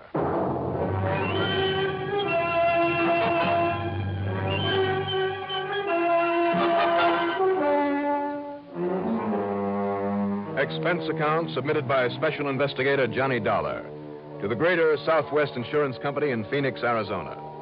Following is an account of expenses incurred during my investigation of the Captain's Table matter. Up till now, I had always managed to avoid any assignments from Barton H.B. Hollister. He was an egotistical, finicky, penny-pinching stuffed shirt, who always demanded rather than asked, had no patience for anybody else's opinion. Still, I had no other assignment at the moment, and he had promised an extra fat fee. So, Expense account, item 1, $4 and... No, let's get this thing started right. Call it $6 even for a cab to Bradley Field. Item 2, $150.70 plane fare, plus $10 for incidentals. As promised, it was early next morning by the time we circled for a landing at the Phoenix Sky Harbor Airport. Item 3, well, let's say $5 for a cab into the office on Adams Street. The day was young, the weather clear, people along the way were bright and cheerful, and I felt pretty good myself. But Mr. Barton H.B. Hollister, wow. All right now, Dollar, where have you been? Sit down. Where have I been? I might have known this would happen. Sit down, I said. Do you mind telling me what you had for breakfast?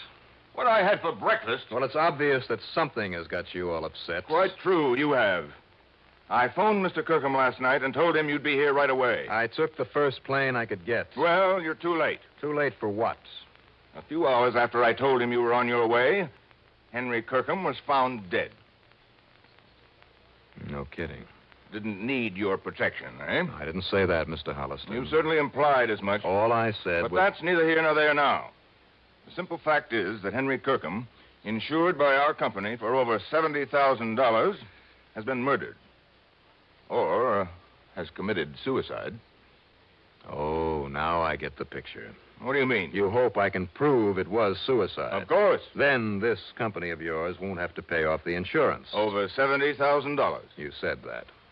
There's far more to this matter, Mr. Dollar. Like what?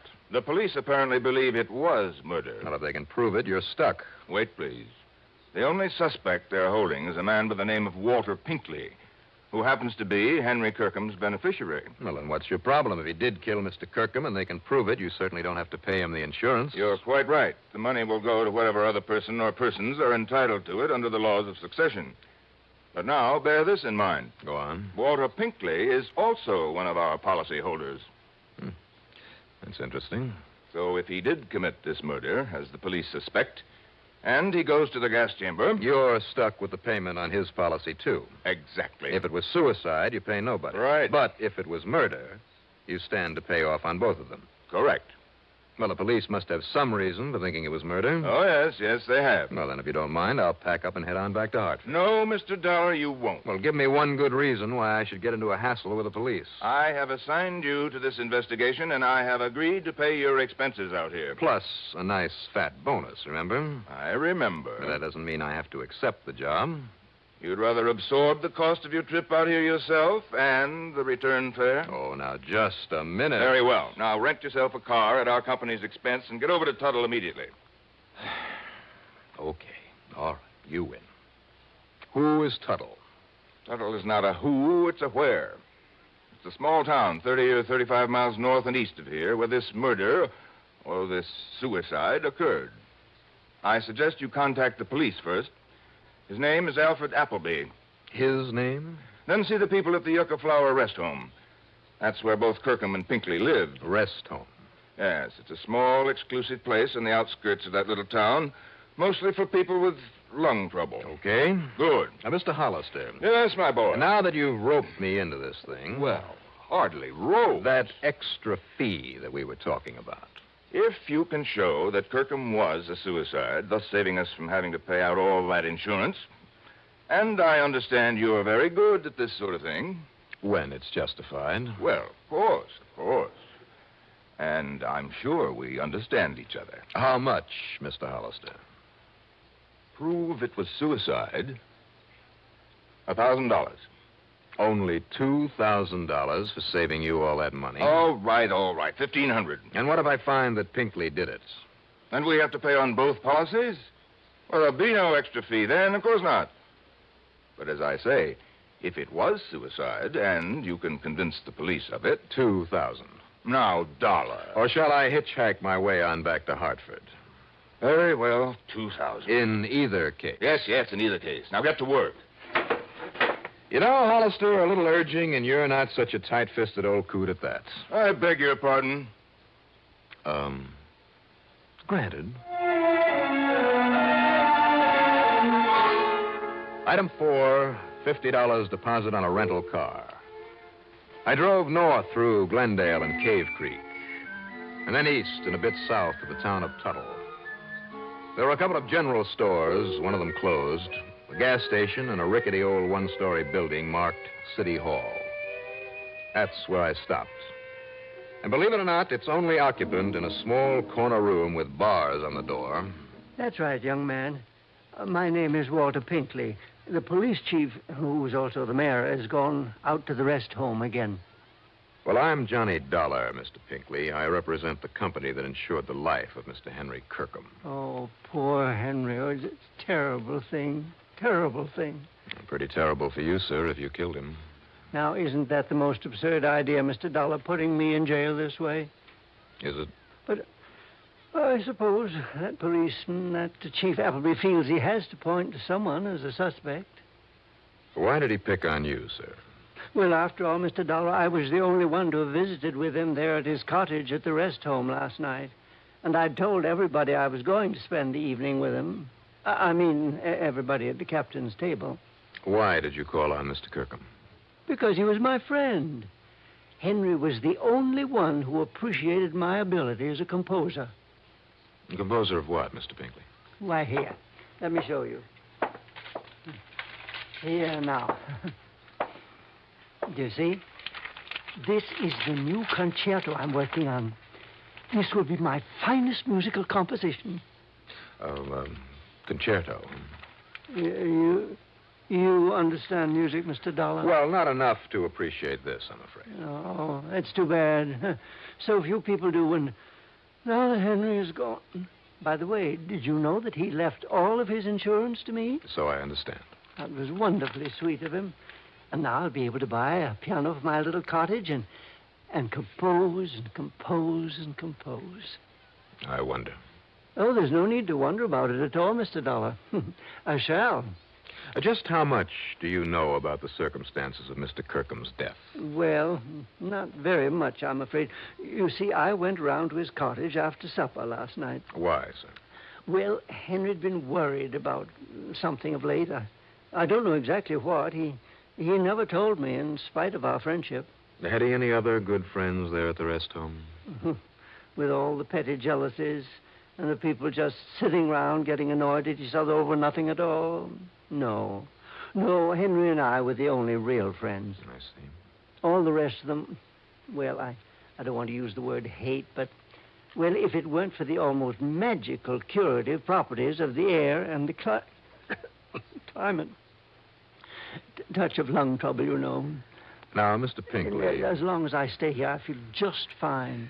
And so do the others. Yeah, well, now... It's added at least 10 years to my life. I'm sure it has. But, as I started to say, it was about 8 o'clock when I dropped in to visit Henry, and we looked over some of my music and talked and had a gay old time. Sounds like a ball.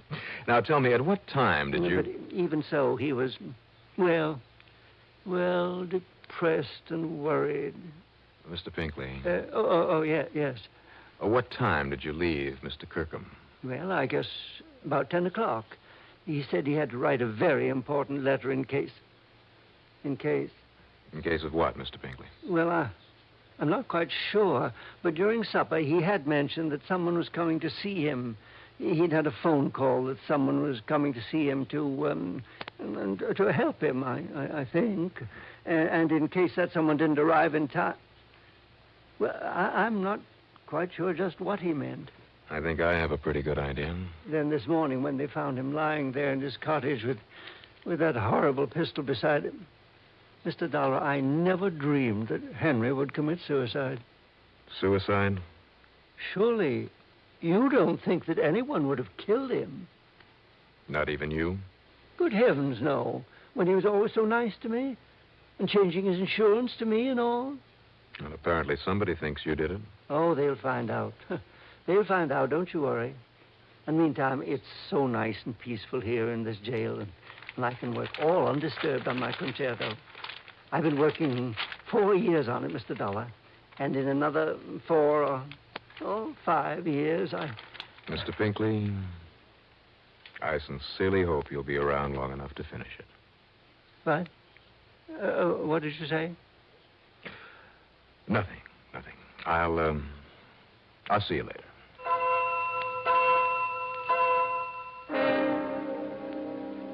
I learned a long, long time ago that the most unlikely person may often be a killer. But this sweet old Walter Pinkley, never. At least not in my book. I got back into my car and I drove on out to the Yucca Flower Rest Home. In addition to a small office building, there were 8 or 10 neat little cottages on the side of a tree-covered hill. The car in front of the office had the word police badly printed across the side in nearly foot-high letters. And as I pulled up to a stop, a heavy-set man of about 50, wearing boots, jeans, a blue cotton shirt with a string tie, and a beat-up officer's cap with a badge on the front of it, came out to meet me. You must be Johnny Dollar, right? That's right. Chief Appleby? Howdy. But you got here too late, Dollar. How do you mean too late, Chief? Well, I mean, I got it all sewed up. Have you? Yes, sir. I suspected this so-called pal of his right in the beginning, right from the time I found out he'd just been named the new beneficiary of the dead man's insurance. Walter Pinkley? Yes, sir. He just couldn't wait to see Nile, old crackpot. Didn't realize that trying to make it look like suicide might cancel out that insurance. Why do you think it was Pinkley? Think, Doc. Think. Well, that was only beginning. Now I know. You see, now I got what you'd call uncontroversial proof. You see, Mr. Dollar, it was all made up to look like suicide. I mean, in there all by himself, just laying there in the middle of the floor, shot right through the right temple, real close up, like as if he'd done it himself. Well, now, Chief. Yeah, and the old-fashioned 32 H&R there beside him, like as if it fell out of his hand. Did you check that gun for fingerprints? Not a sign of any prints on it anywhere. Now, you know he'd have to have his own prints on it if he'd done it himself. Yeah, I guess it would. Only one note to have been in to see him last night was that old Walter Pinkley, right? Well, now, Chief, that still doesn't prove that... But what Pinkley didn't figure on was that Kirkham was already scared of him, that he'd sent for you. And Pinkley also didn't know that sometime last night Kirkham wrote you a letter just in case. Chief, I have reason to believe he wrote that after Mr. Pinkley... Now, wait now. Just let me finish, huh? Go ahead. This letter was there on his desk, and, well, I got to admit I didn't take a look at it until a few minutes ago, but here, look at it for yourself. See? Pins the murder on Pinkley and nobody else. Read it. I mean, if you can, that handwriting's kind of old-fashioned. Mr. Johnny Dollar, honored sir. So is the salutation, Chief. Huh? A bit old-fashioned. Honored sir. Yeah, real formal. There is within this place one who would avenge himself upon my life. How do you like that language? Sounds like an old Shakespearean actor. Well, that's exactly what he was, an old ham actor. Now, let's see now. Nor have I been remiss in my endeavor to assuage the passion that manifestly has provoked his wish for my demise. It means he tried to talk this other one out of trying to kill him. Yeah, fine. Thanks, Chief. But, alas, I had made it only too clear I could no longer abide his ridiculous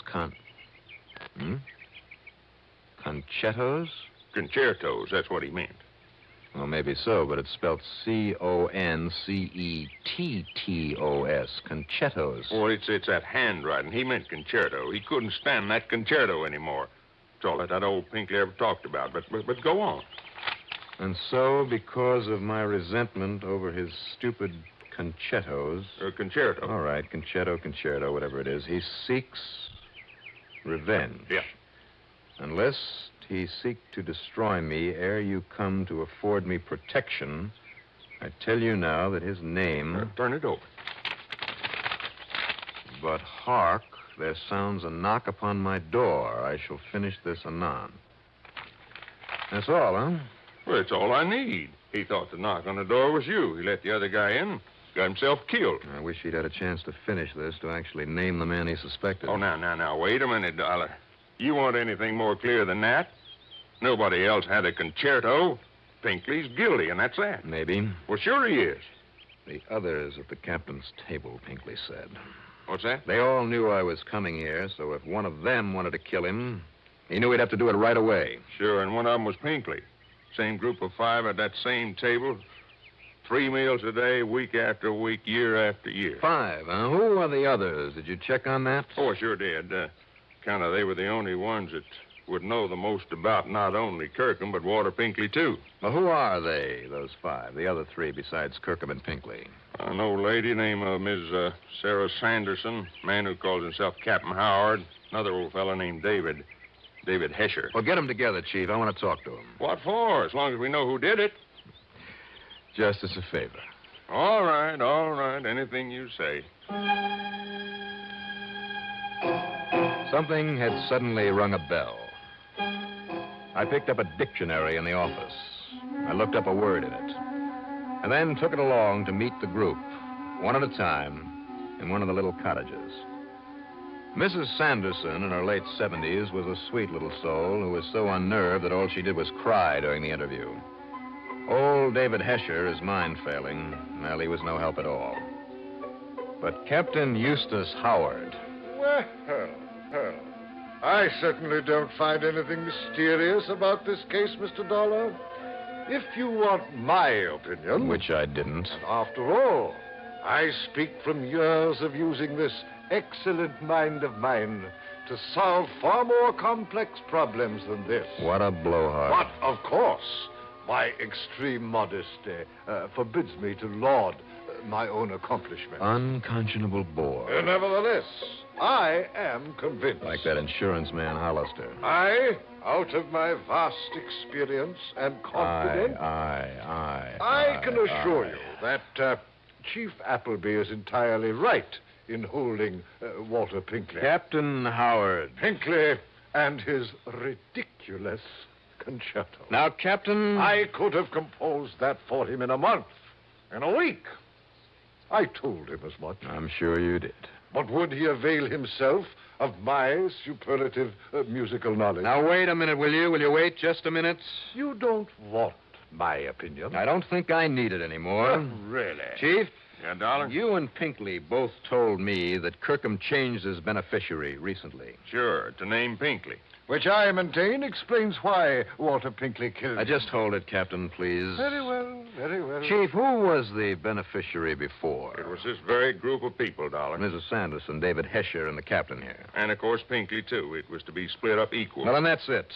Well, what is? These other people were cut off by the change. And I assure you, Mr. Dollar, to me that made no difference. Oh, be quiet, will you? Really? Tie that fact in with the letter, Chief. So that letter pins it on Pinkley, and that's that. Didn't you wonder why the killer left the letter on Kirkham's desk? He must have seen it. I am convinced that Pinkley overlooked it in his excitement over what he'd done. Well, I am convinced that the killer misread that letter the same as we did, that he left it there because he felt sure it would convict old Pinkley. And you, Captain, and this dictionary prove it. Well, I don't get you, Dollar. I am certain that I don't. That word, concetto. Only what he meant was concerto. No, that's just the point. Because do you know what concetto means?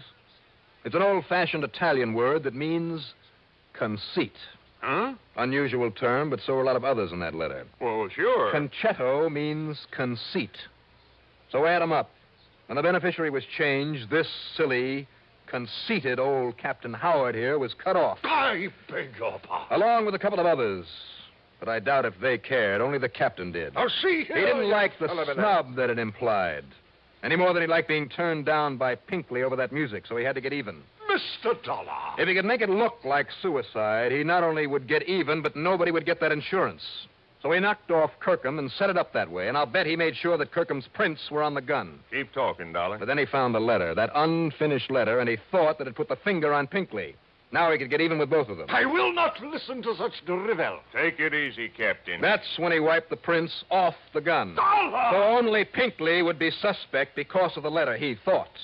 But the letter, talking about his stupid, ridiculous concetto, his conceit, gave him away. You thought the letter would clear you, Captain, but that was one big, fat mistake. Yeah. Very well. I killed Kirkham. That's all I wanted to hear. Just put on these cuffs. Oh, come now. Would you take me off, make me suffer, maybe die, like a common person, for the one very small mistake? Me, Captain Eustace Langhorne Avery Hard, me. Yeah, Captain. You. So,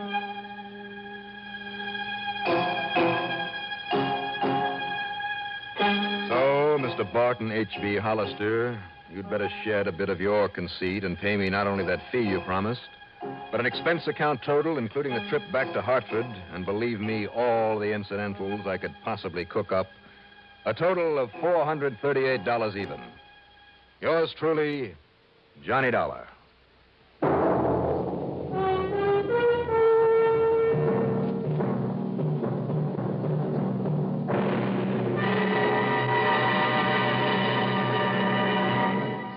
Now, here is our star to tell you about next week's story. Next week, the fog, closing in over a dark, abandoned pier in San Diego. A killer on the loose. Join us, won't you? Yours truly, Johnny Dollar.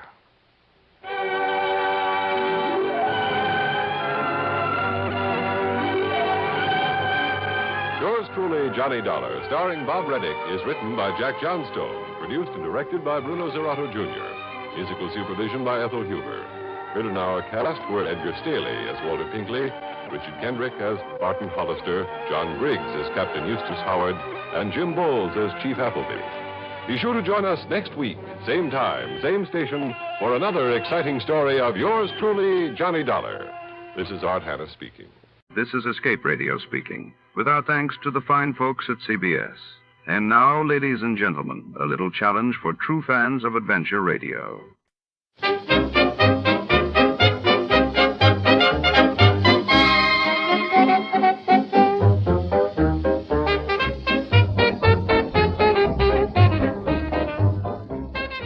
Tonight, under the shroud of midnight, a hard-boiled detective is drawn into a web of deceit and danger when a glamorous widow hires him to recover a priceless necklace. The tears of night, as secrets unravel and shadows deepen, nothing is what it seems. Who can be trusted, and who holds the key to the mysterious caper? Stay tuned for a tale where every clue could be your last. Before we begin, let's see what happened on the day it aired. It was January 7, 1971.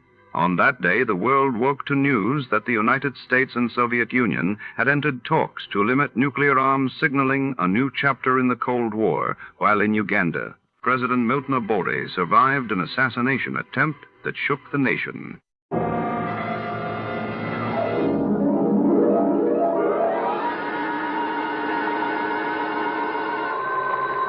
Sam Spade Detective Agency. Finitum est. Mr. Who? Finitum est. It is finished. Latin. Oh, Sam?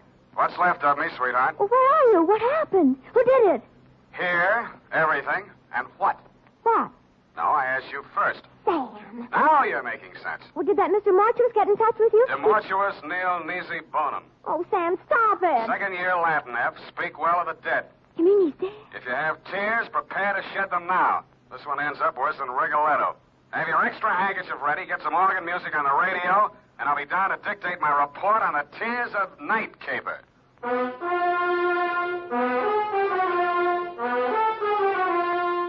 Dashiell Hammett, America's leading detective fiction writer and creator of Sam Spade, the hard-boiled private eye, and William Spear, radio's outstanding producer-director of mystery and crime drama, join their talents to make your hair stand on end with the adventures of Sam Spade.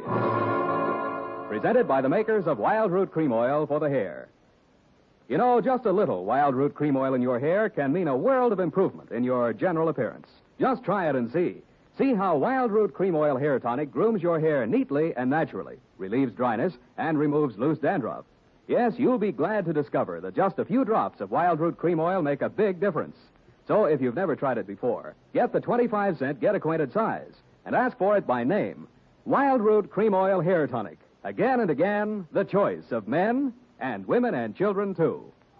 And now, with Howard Duff starring as Spade, Wild Root brings to the air the greatest private detective of them all in the adventures of Sam Spade.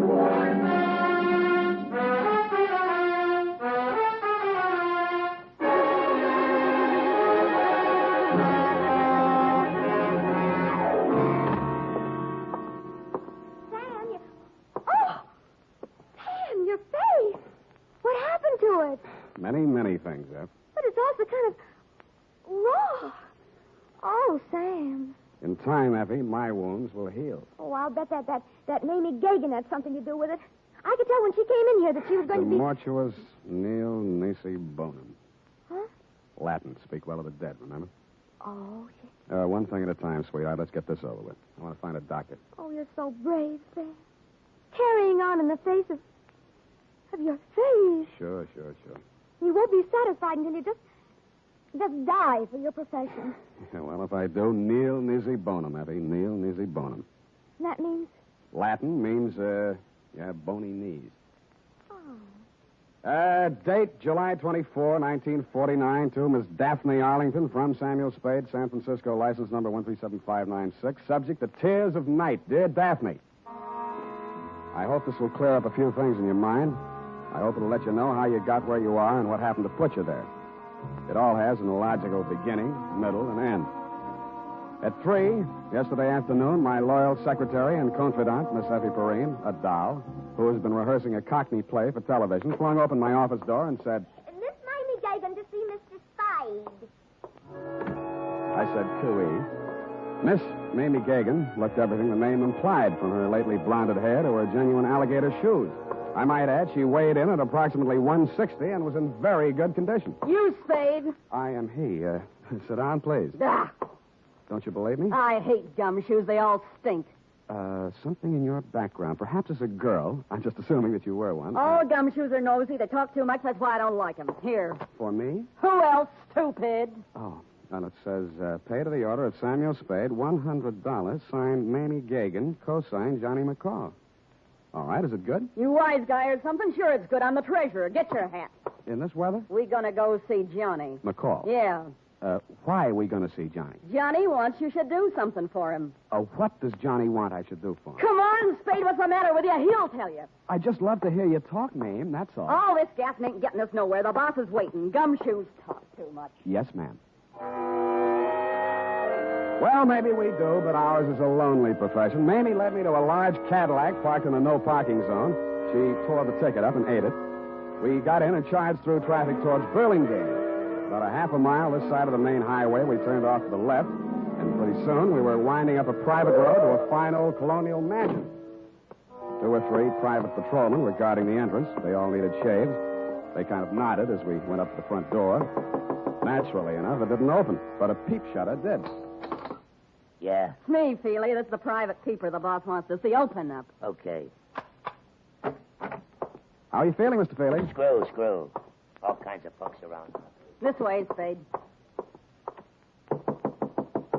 How is it? Mamie, I got your peepers. Okay. Inside. Here he is, Johnny, flat feet and all. His name's Spade. They are not. I know. I picked him myself. Go on, beat it. I hate gumshoes. Boo. I don't mind Mamie. She's kind of bitter. Yes, she is. She did a lousy job on her hair last time. It's all streaky. Yeah, I noticed. Go on, sit down. Nice place, Johnny. Nice place. How's the gross? Oh, ain't as good as running beer, but them days are gone. I do all right. 2 crap tables, 2 faro games, a little roulette in the living room, but I have to be careful. Yeah, you seem to have plenty of muscle outside to keep you safe and comfy. Punks, all of them. But the best I can get nowadays, no good gunsels left. Guess they all got married and settled down or something. All right, Johnny, it's cool and it's nice out here. You make a living, and I got a check for $100. Why? Well, in my line, I don't generally have much use for a private eye. I don't generally like them. Neither does Mamie. But I can use one right now. Ever see this before? No? Well, it's a little bit of necklace. Necklace case. Called the Tears of Night or something. Yeah? And it's worth quite a chunk of Geetus. These 4 diamonds are good stuff. Dame named Daphne Arlington left it here a week ago when she went in for a plunge at the roulette table. She left it for a standby till she raised the cash. Oh, a screwy dame. You know, a widow with a lot of money. Boyfriend named Lenny Eppich. He paints or something. Well, she sent me a check today for the 5 G's she lost, and I just want you to take this thing back to her. That all? Yeah, that's all. I got my dough, she gets a necklace. You're a licensed bonded investigator, insured, it's safe with you. I couldn't trust any of my punks with it, and I don't like to be seen in public, so you just take it back. It's all very simple. Uh-huh. Now that you've told me how simple it is, suppose you give me the unexpurgated sequel. Did her check bounce? All right. You want a drink? There wasn't any check, Sam. She called me a couple of hours ago and said if I didn't have this thing back to her by tonight, she'd call a load of cops and come out here and tear the joint apart. Not such a screwy dame at that. You're stuck. You telling me. If she comes with cop, I'm closed for season. I'm getting old. Oh, you're not old, Johnny. Feely was running the table. I didn't know he'd taken this thing for security till we counted up. Stupid Feely. I should have pushed his mush in or something. Letting a dame like that make us a setup. Well, maybe you'll do better next time. Oh, ain't gonna be no next time, Spade. Well, here's her address. Here's the ice. Just take it to her, and I'll chalk it up to experience. You better get yourself a new boy at that table, Johnny. You telling me. You telling me. Well, bye.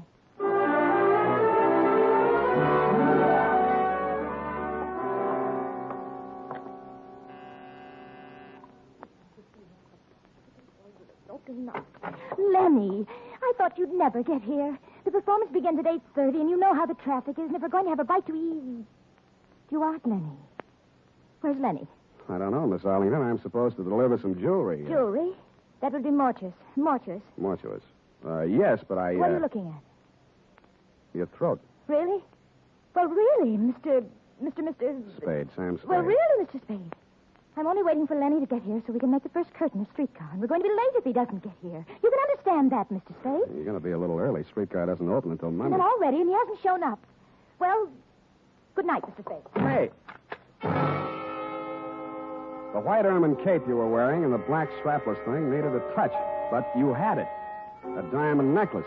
In fact, the Tears of Night, the same one I had in my pocket, Daphne, was hanging around your lovely neck. I rebuzzed your buzzer and knocked on your door for quite a while until it was quite evident that you were not going to open up. Under the hallway light, I snapped over the necklace case. Mortuous, you had said. And mortuous was what it said stamped inside the case. A gloomy word with a gloomy address. The White Hotel on Turk Street.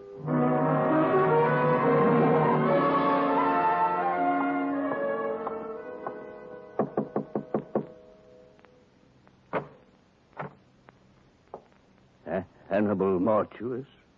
At your service, sir.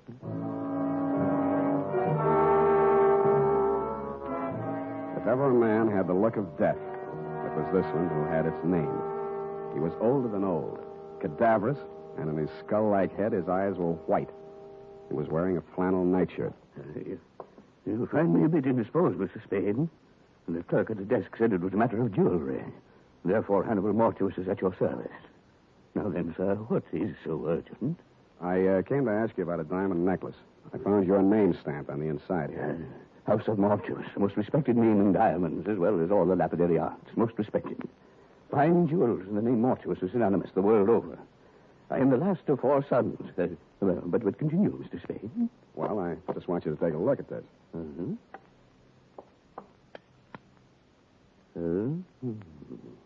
And how do you come in possession of the Tears of Night, sir?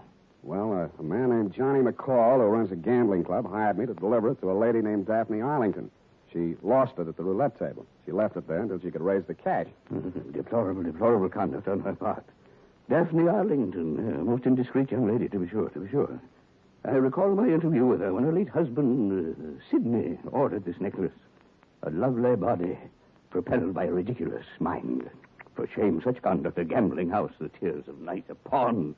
Well, this is real, then? It isn't phony?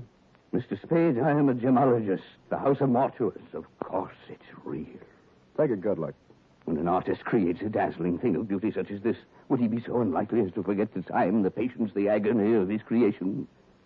See how each stone is carefully mounted to capture every single pinpoint of light. An incomparable masterpiece. An incredible money.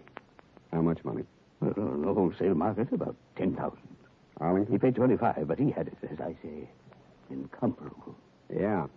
Yeah, well, I saw another one just like it tonight. Ridiculous. The finest workman at best could only create a crude resemblance. This kind of work demands an artist, sir, an artist. But tell me, Latent in anguis herba? My second year Latin escapes me. Snake in the grass. Something wrong? Something wrong, yeah. You are concerned for the safety of this piece. I have a small safe in my room. You may have the key if you care. I'll take it with me. Thank you, Mr. Mortuous. My pleasure, Mr. Spade.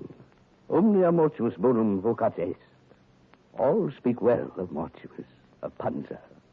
Good evening. In the dismal lobby of the White Hotel, I asked the night clerk for some wrapping paper and 20 cents worth of stamps. It was a hunch, plus the fact that outside in the street I spotted two of Johnny McCall's unshaved gorillas. They were looking up at the front of the building. Mr. Mortuus must have switched off his light or something because their eyes suddenly dropped and I saw them separate, one on each side of the front door. With shoulders carefully hunched, I stepped out into the lonesome night. I hoped they would think I was carrying my .38, which I was not. They didn't. Here's the peeper, Candy. You want to ask him for a match? Candy's nearsighted. That's too bad. This him, Ernest? Got a match, Spade? Yeah, not so close. Candy asked if you got a match. He's a dummy, Candy. He don't answer. Got a match, Spade? What did I tell you? He's a dummy. He don't look like no dummy. Take your hands off. He's a dummy, all right. Ain't you, Spade? See, he's a dummy, Candy. I told him about you being nearsighted and he wouldn't answer. He don't talk. Go on, smart boy. Tell Candy how sorry you are about him being nearsighted. I told you he was a dummy, Candy. All private eyes like you.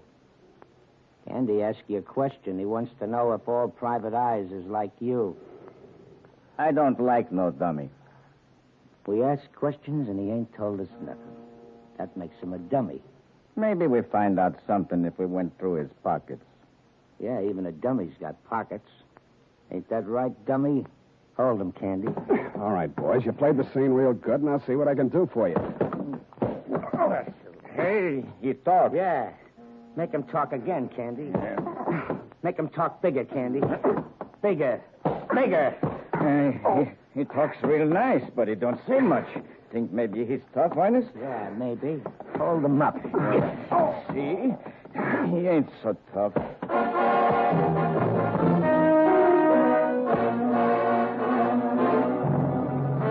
No, I wasn't.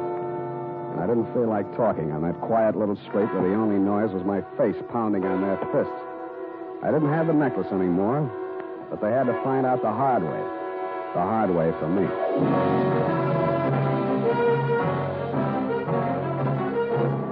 The makers of Wild Root Cream Oil are presenting the weekly Sunday adventure of Dashiell Hammett's famous private detective, Sam Spade.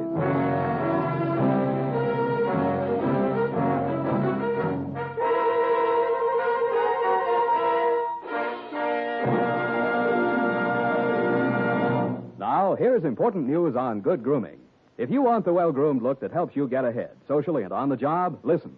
Recently, thousands of people from coast to coast who bought Wild Root Cream Oil for the first time were asked, how does Wild Root Cream Oil compare with the hair tonic you previously used? The results were amazing. Better than 4 out of 5 who replied said they preferred Wild Root Cream Oil.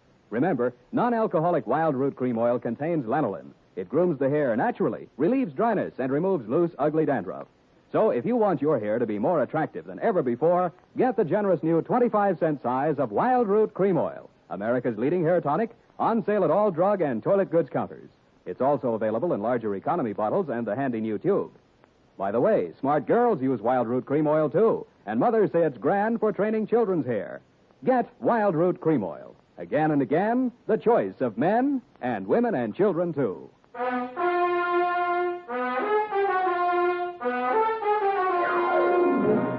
And now, back to the Tears of Night caper. Tonight's adventure with Sam Spade.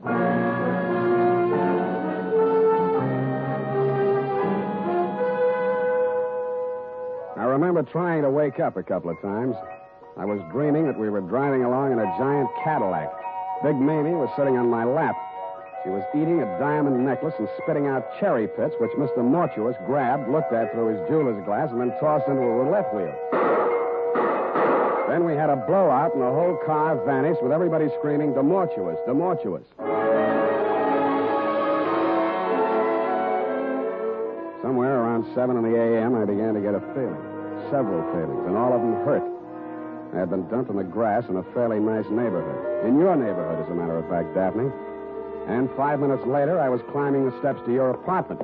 I thought maybe you'd let me wash my face in your bathroom. Also, you seemed the logical one to question since nothing else made sense. You were sitting in a large chair. The drapes were drawn, the door was slightly open, and only the light from the hall seeped in.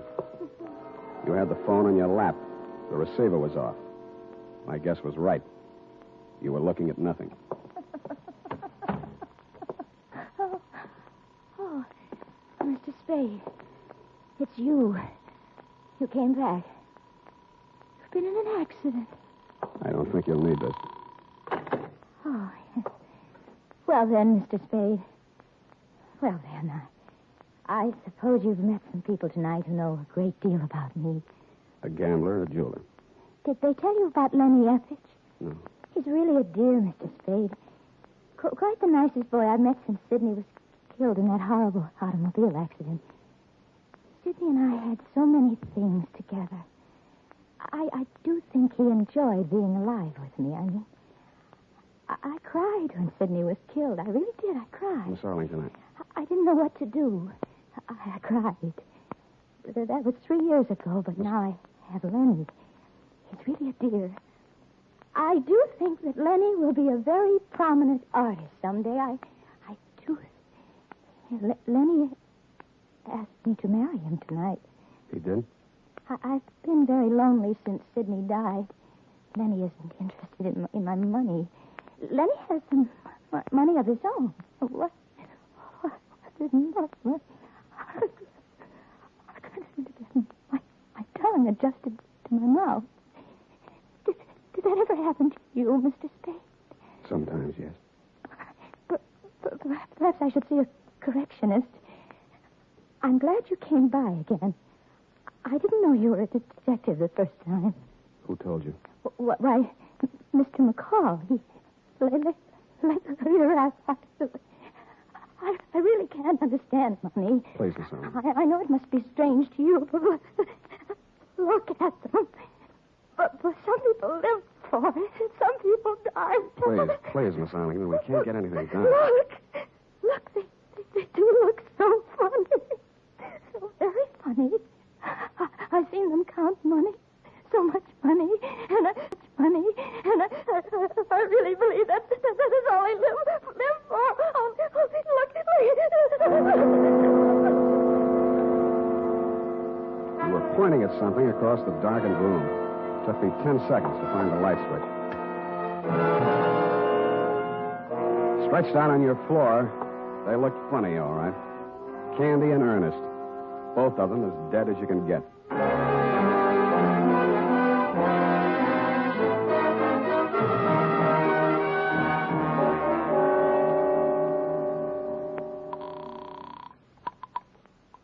Hello, darling. Darling, I've been waiting all night. I knew you'd telephone and give me your answer. I knew you'd marry me. Your name, Lenny Effich? Why, yes, but I was expecting... My name's Spade. I'm a private investigator. I'm calling from her apartment. Daphne's? Now, listen. There's been a couple of murders here. Murders? She's had quite a jolt. She's going to need you and all the help she can get to bring her out of it. I've called homicide, and it might be pretty rough for her. I'll be right over. Bring a doctor. Right. And a lawyer. I'm afraid she'll need one of those, too. I've got a good one. We'll be there. Thanks, Mr. Spade. He showed up about the same time the crew from homicide got there. Your fiancé's a good guy.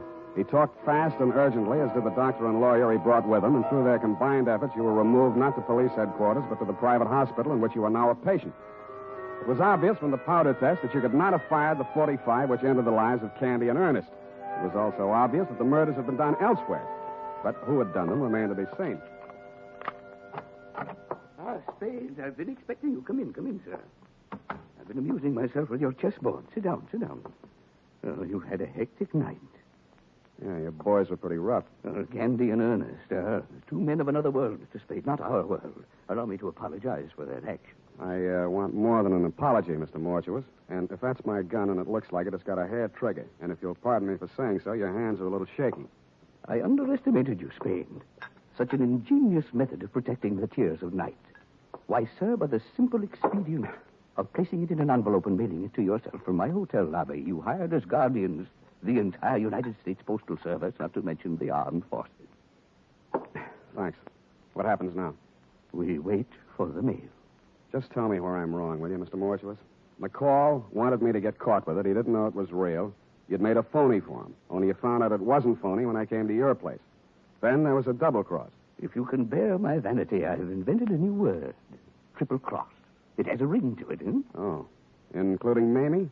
Mamie and her friends have been very valuable to me, but I must necessarily exclude them from sharing the profits. Mamie knocked off Candy and Ernest? That is by the last of the House of Mortuus. You planted them in Daphne's place. Mamie and I. A crude touch, I thought, but it had a purpose. I happen to know that Mrs. Arlington has for a long time been on the verge of a nervous breakdown. With 2 cadavers in her living room, she was very unlikely to discuss a bogus necklace with the police. And I doubt very much if she knew she was wearing the original or the imitation. Flighty girl. That's the lousiest thing the House of Mortuus ever did. She walked in and found them. If you had merely returned the real necklace to her, it would have been simple to make an exchange, and none of this would have been necessary. But then, I know. You just sit here and wait for the mail. We wait for the mail. What about your other playmate? I'm afraid I'll be sought for a murder or 2 or 3 this night. Mamie. She got it, too? Yes. Where are the police going to find her? Oh, in my hotel room, which I departed hastily once the room clerk had informed me of your ingenious method for protecting the necklace. I shot her there. You were cheap. Cheap, sir? I don't understand. A $10,000 necklace? It's not quite a king's ransom, you know. The tears of night are worth 5 times that. I'm afraid I misinformed you as to their value. I didn't want you to become suspicious. You are a really horrible, terrifying old man. I suppose you think you'll get away with it. I don't intend to get away with it.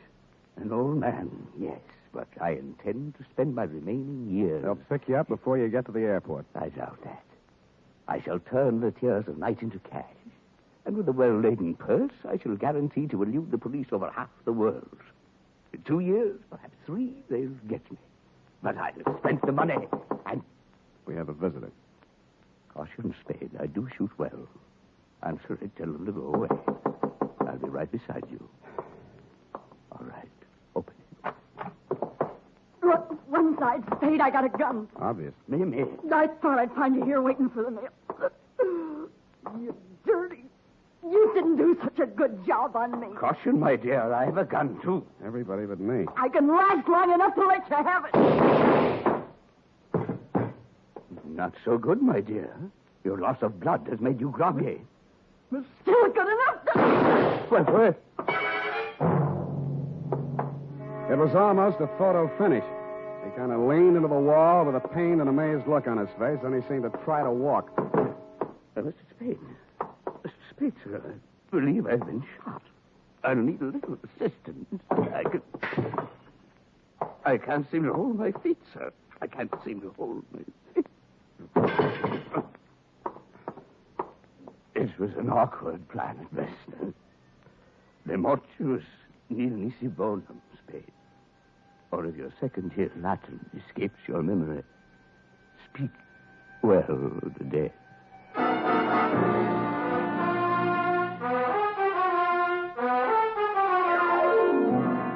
Period and a report. Oh, Sam. All those people. 4 in all. And that poor girl, Daphne. How she must have felt when she saw it. Oh, Sam. Yeah, it was pretty bad. You poor darling. Well, it's about time. Now, you go right home. In fact, I'm going to take you home. Yeah? Then what? Well... You are a registered nurse, maybe? Well, Go type that up. I am completely well, and when you return, we shall Indian wrestle. Certainly, sir. And now, listen to this. Shopping note. Tonight or tomorrow, get a family-sized bottle or handy tube of Wild Root Cream Oil, America's favorite hair tonic. Oh, good night, Sam. Good night, sweetheart.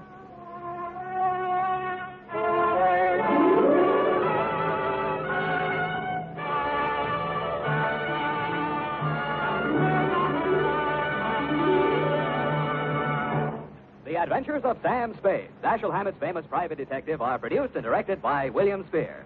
Sam Spade is played by Howard Duff. Lorene Tuttle is Effie. The Adventures of Sam Spade are written for radio by Bob Tallman and Gil Dowd. Musical direction by Lud Gluskin, with score composed by Renee and Pierre Garrigang.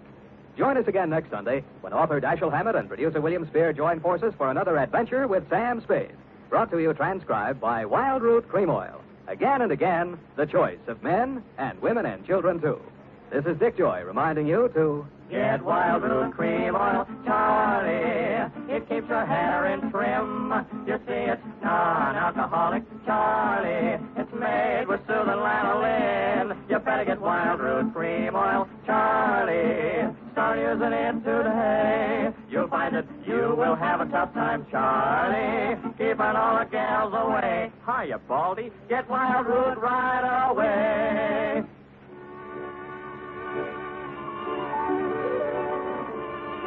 Ladies and gentlemen, we begin tonight by thanking our good neighbors at CBS. And now, before the next adventure reaches your radio set, a quick listener challenge.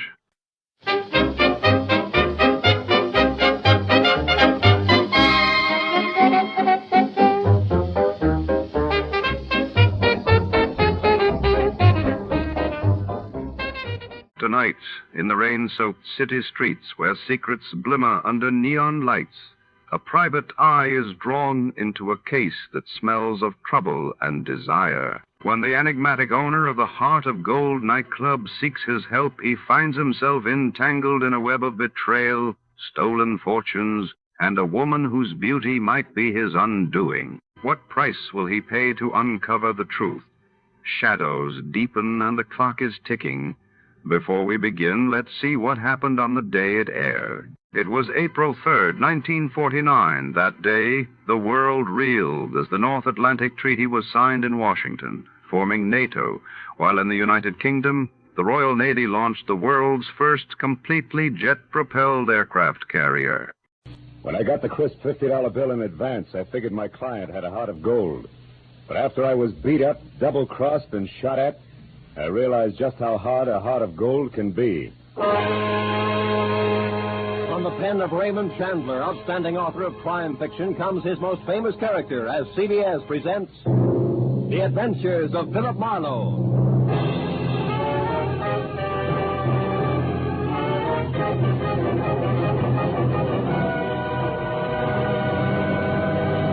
And now, with Gerald Moore starred as Philip Marlowe, we bring you tonight's unusual story, The Heart of Gold.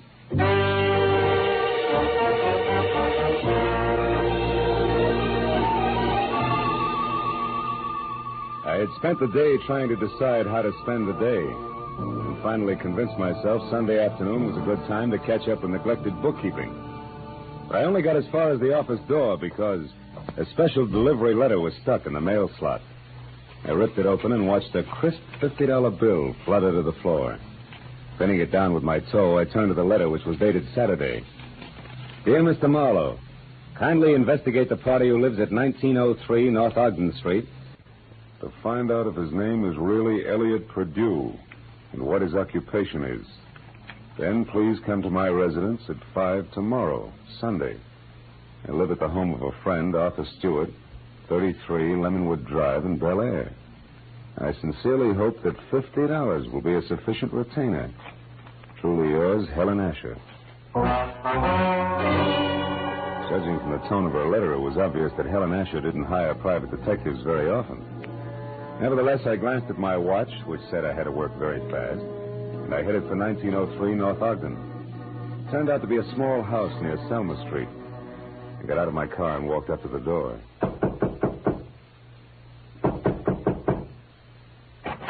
Good afternoon, sir. You the resident here? That's right. What do you want? I represent the Dr. Potter poll of public opinion. I'd like to ask you a few questions regarding... Sorry, but I don't have any opinions to express. Oh, even the opinions of a man with no opinions are important to us. Now, let's just let me step inside here and get out my notebook. There we are. All right, but make it fast. Right. Now, what is your occupation? I'm an investment broker. With which firm? I'm independent. I see. And what is your name, sir? What do you need my name for? Well, for my personal records in case I have to come back. Elliot Perdue. Uh-huh. Do you have any hobbies other than horse racing? What do you mean? Those dope sheets and racing forms there on your desk. I'm quite an admirer of horseflesh myself. You're quite a character, too, aren't you? Working on Sunday and all? Well, you know how public opinion is. It goes right on, rain, shine, or Sunday. Excuse me a moment. Oh, by the way, what's your name? Marlowe, Philip Marlowe. Okay, Mr. Marlowe. Stand still, because I'm not kidding about this gun.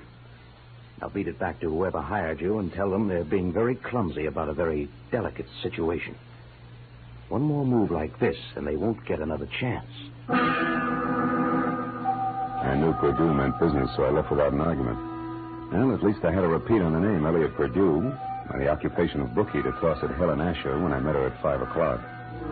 In Bel Air, I eventually found 33 Lemonwood Drive.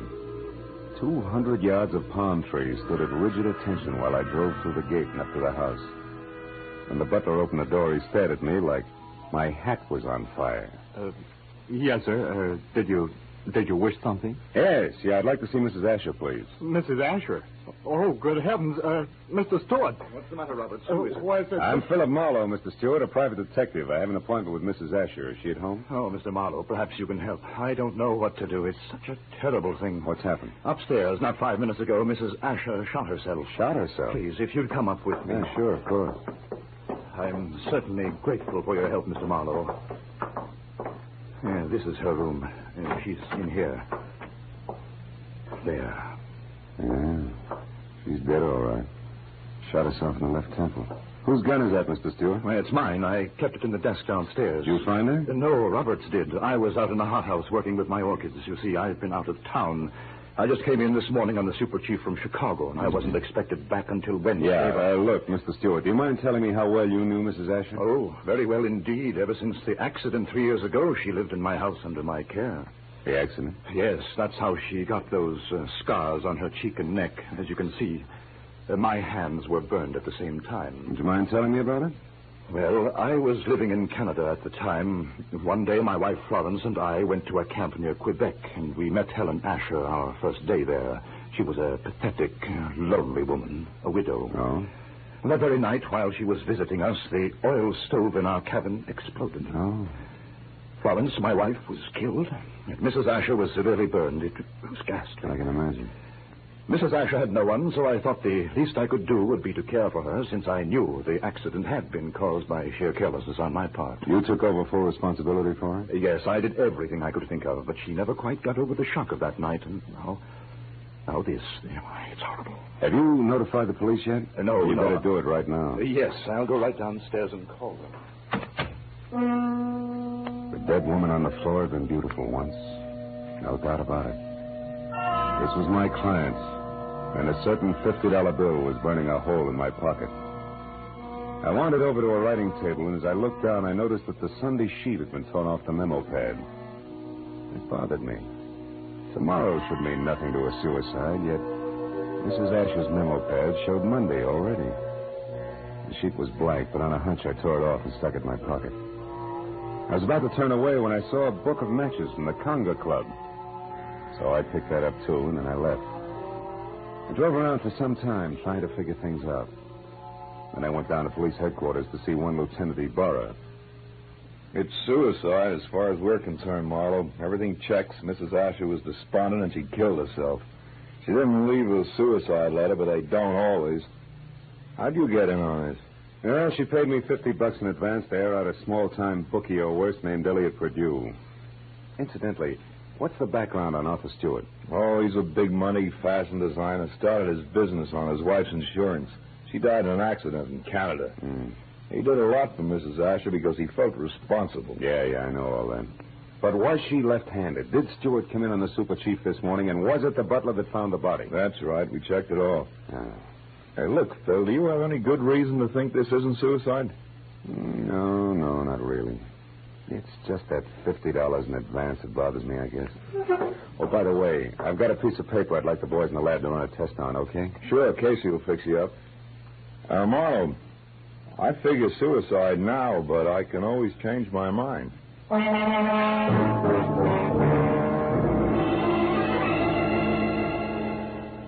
I went down the hall to the police laboratory and handed the blank page of the memo pad to Casey. 10 minutes later, he explained that the impression showed a left-handed person had written a number, Bradshaw 711, with a wide-point fountain pen, probably on the page just above the one I'd given him. Well, I thanked him, dropped 4 bits in the Christmas fund bottle, and found the phone. I dialed Bradshaw 711 and waited.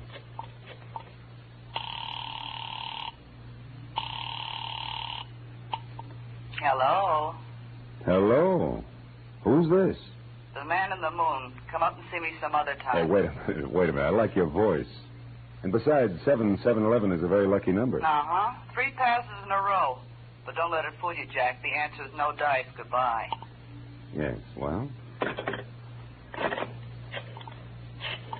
I gathered she was in no mood for playing, so I decided to be strictly business and dialed again. There was no answer. I let it ring for some time, but Miss Golden's voice obviously wasn't taking any more anonymous calls. I'd left only the long shot, the book of matches I'd found on Mrs. Asher's desk.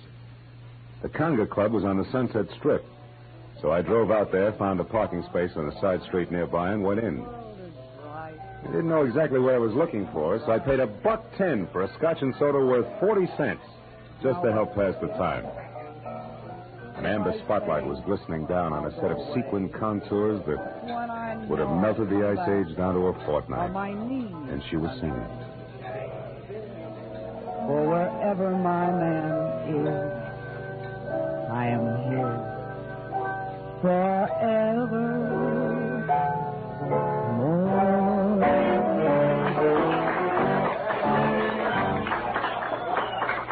I knew it was Vendetta, the Conga's featured songstress, and I knew something else, too.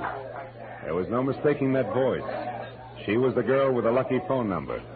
I wrote her a note, called the waiter to the table to deliver it, and then sat back to watch her as she glided over and sidled into a chair opposite me. It was your penmanship that intrigued me, Mr. Malone. It was your voice and so forth, mostly the so forth, that got me, Vendetta. Would you care to decipher the Sanskrit you call a note? The waiter said you wrote it. Sure. It says important business. That's an idiom. If you wanted to talk turkey, how would you translate it? Do you know a woman named Helen Asher? Not that I remember. Why? Well, your phone number showed up on a memo pad. How do you account for that? How should I know? Maybe she intended to call me up. Look, you're quite a handsome man, Mr. Marlowe. But you look silly with your nose bent. Why do you keep sticking it into other people's business? Because besides being paid for it, it sometimes leads to meeting interesting and beautiful people. Present company included. What do you want? Mrs. Asher killed herself tonight. Mrs. Asher's dead? Yeah. And considering you said you didn't know her, you look very put out about it. All right, Marlowe, you win. But let's not talk about it here. Finish your drink while I get out of this costume. Then meet me outside by the front door in 10 minutes.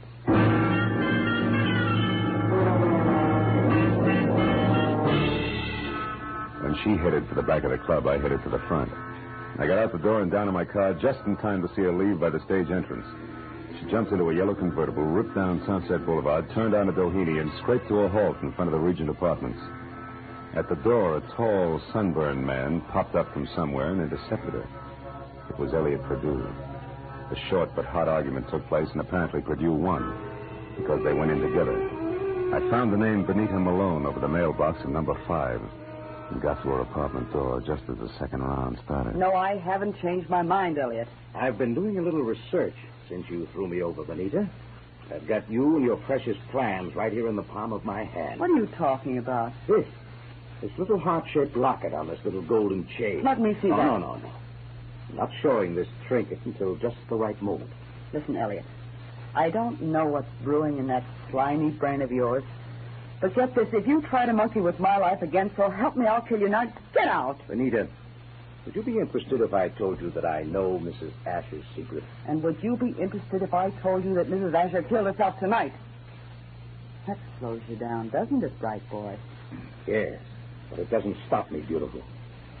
I'll be seeing you before you know it. I ducked into an alcove and heard Benita slam the door on Perdue's coattails as he left.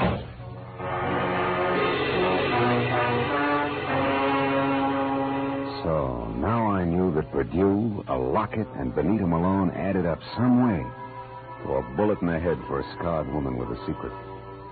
I went back to my car and drove out to Stewart's house in Bel Air. When you were here before, Marlowe, I was so upset I hardly realized you were a private detective. You had an appointment with Mrs. Asher. Had she hired you? Yes, to investigate someone, but she didn't live long enough to give me the details. Now, what sort of trouble could she have been in to have needed a private detective? I don't know. But perhaps you can help me find out by answering a few questions. Anything at all, Mr. Marlowe. Does the name Elliot Perdue mean anything to you, Mr. Stewart? Elliot Perdue? No, I'm afraid not. How about Benita Malone? Yeah, I've never heard of her. You know anything about a heart-shaped locket on a gold chain? A locket? A gold locket? Yeah. Mrs. Asher had a heart-shaped gold locket. Where'd she keep it? Well, upstairs in her jewelry box, I should imagine. Come on, let's have a look, huh? Yes. Right up these stairs here. This is her room, Marlowe. I know. I was here once before. Hi. It's not here. It's not on her dressing table. Her jewelry box, it's gone, Marlowe. But you think that... Elliot Purdue has it. I can't understand this. What's the locket like? What's inside it? Just a picture. It was valued by Mrs. Usher because it was the only one she kept of herself the way she looked before the accident. Now, why would anyone else want that? I don't know. But when we get that locket, we'll get a lot of answers along with it.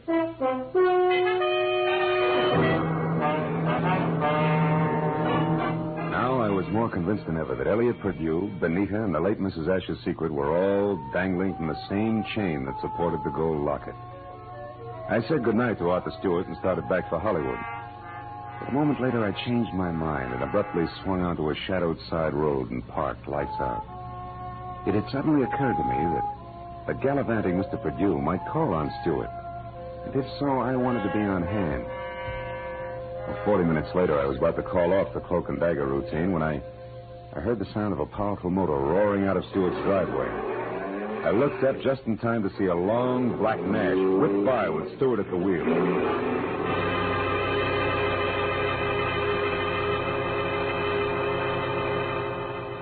From the speed of the car, I was certain he wasn't going out for the morning papers. Decided to go back to the house and question the butler while I could have him to myself. Oh, why, no, Mr. Marlowe. I haven't any idea where Mr. Stewart went. I only know that he had a telephone call, after which he dashed out of the house highly upset. Well, maybe some sick friend needed sitting up with, huh? But tell me, Roberts, did you ever hear of a man named Elliot Purdue? Oh, yes, sir. He called on Mrs. Asher here once or twice while Mr. Stewart was away on business. When did you last see this Mr. Purdue, Roberts? Yesterday morning, sir, about 10 o'clock. And one thing more, did you ever see Mrs. Asher wearing a gold locket, a heart-shaped one? Oh, quite often, sir. As a matter of fact, she asked me about it just yesterday morning, shortly after Mr. Purdue left. She couldn't locate it anyplace. A singular coincidence, huh? Oh, by the way, what do you know about a singer named Benita? Benita? I've never heard of her, sir. Are you sure she's never been out here as Mr. Stewart's guest? Why, I'm positive, sir. Mr. Stewart never has any ladies out here, of any kind. Oh? Doesn't that strike you as being strange, Robert? After all, Mr. Stewart's a very eligible widower. Widower, yes, Mr. Marlowe, but philanderer, no. Good night, sir.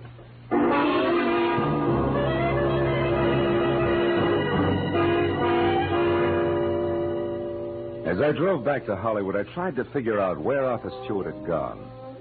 But I had about as much to work with as Gypsy Rose Lee after a third encore. Well, after discounting Benita's place in the Conga, there was only Elliot Purdue's house on North Ogden. 15 minutes later, I walked up to it, but the place was as dark and as quiet as the inside of a coffin. I was about to turn back to my car when suddenly I caught the reflection of a sliver of light bouncing off the glass in Mr. Purdue's living room. I found the back door lock easy to bluff. A moment later, I stepped into the living room. Marlowe, how did you know I was here? Mr. Stewart told me. You're a liar. Arthur wouldn't...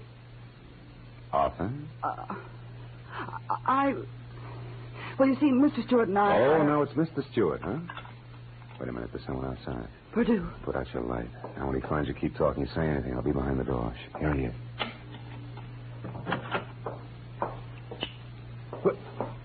Well, Benita. What a waste of time, my dear. While you've been here rearranging my socks, I've been talking to your boyfriend with the locket safely tucked away right here in my breast pocket. How clever of you. How absolutely ingenious. It's a bit late for nasty words between us, Benita, because possession of you was part of the bargain I struck with Mr. Stewart. You see, What are you staring at? My big blue eyes, Purdue. Don't move or I'll blast you. You'll do nothing. No. Get the gun, Benita. Now, Purdue, we'll play some more. Now the gentleman's breast pocket. Ah, here it is, Benita. Safe and sound. Which is just the way I want it, Phil. What? My own gun. Why, you beautiful the locket, snake. Marlowe.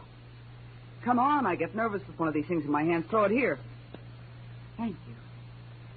Now, when I leave, Phil, don't come after me, because I'd hate to fill you full of little holes. Good night, dear.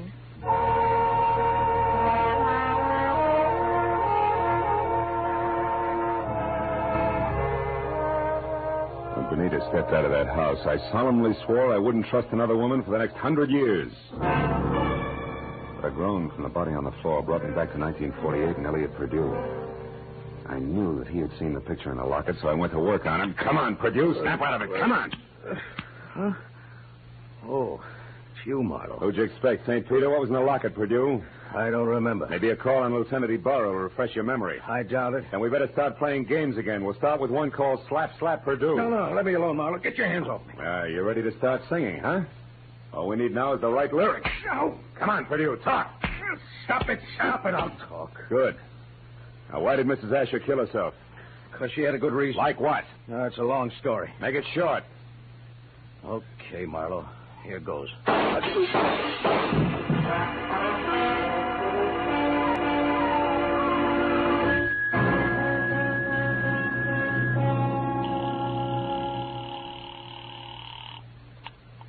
Lieutenant Ibarra speaking. Marlowe, Ibarra. There's a 5-minute-old corpse lying in his living room at 1903 North Ogden. Name is Elliot Purdue. 3 shots through a closed window. I was lucky. Any description of the killer? No, none. Now, look, Ibarra, right now I'm going after a songbird named Benita Malone at the Regent Apartments on Doheny. Will you cover me there without sirens? Sure, Marlowe. I'll attend to it in person.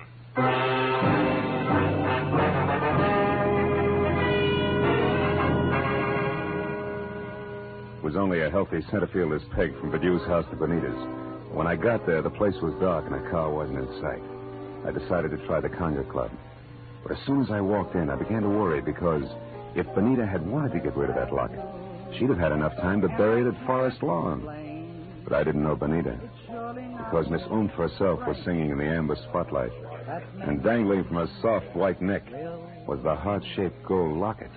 I love you because he's wonderful, because he's just my bear.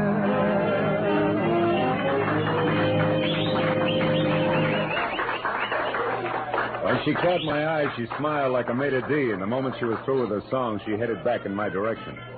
But before she got to me, I saw her give the high sign to an ape in a tuxedo. He looked at her and then across toward my table and left the room. I watched Benita glide across the floor in my direction.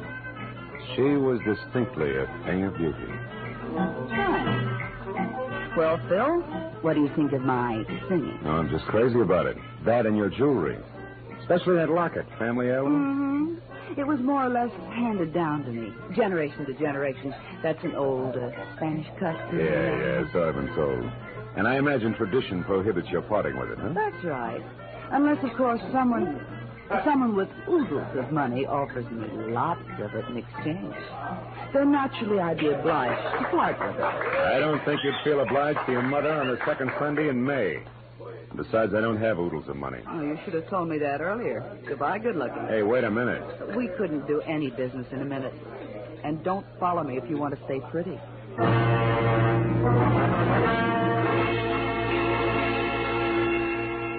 She pivoted on a spike heel and took off for a dressing room, and I knew that if I followed, I was scheduled for a nasty tete-a-tete with an ape in a tuxedo. When I made the lower floor and saw that the long corridor to a room was empty, I knew the setup. The ape would be on the other side of the door waiting. Benita still had my gun, so I got the nearest substitute for a blackjack, a full bottle of Paul Masson champagne. Then I walked noisily down the corridor as far as her door and knocked. Turned the knob slowly, kicked the door open, and stood clear. It worked. The ape's hairy hand was wrapped around my gun, and it came down in an arc that was never interrupted. And that left him off balance. The ape hit the floor, and before Benita had a chance to close her mouth, I ripped the locket from her neck, picked my gun up, and ran. I didn't stop until I collapsed against the store window. Then I opened up the locket. 2 minutes ran out on me before I realized what was wrong with the picture. Then I knew. Arthur Stewart's home in Bel Air was my next stop.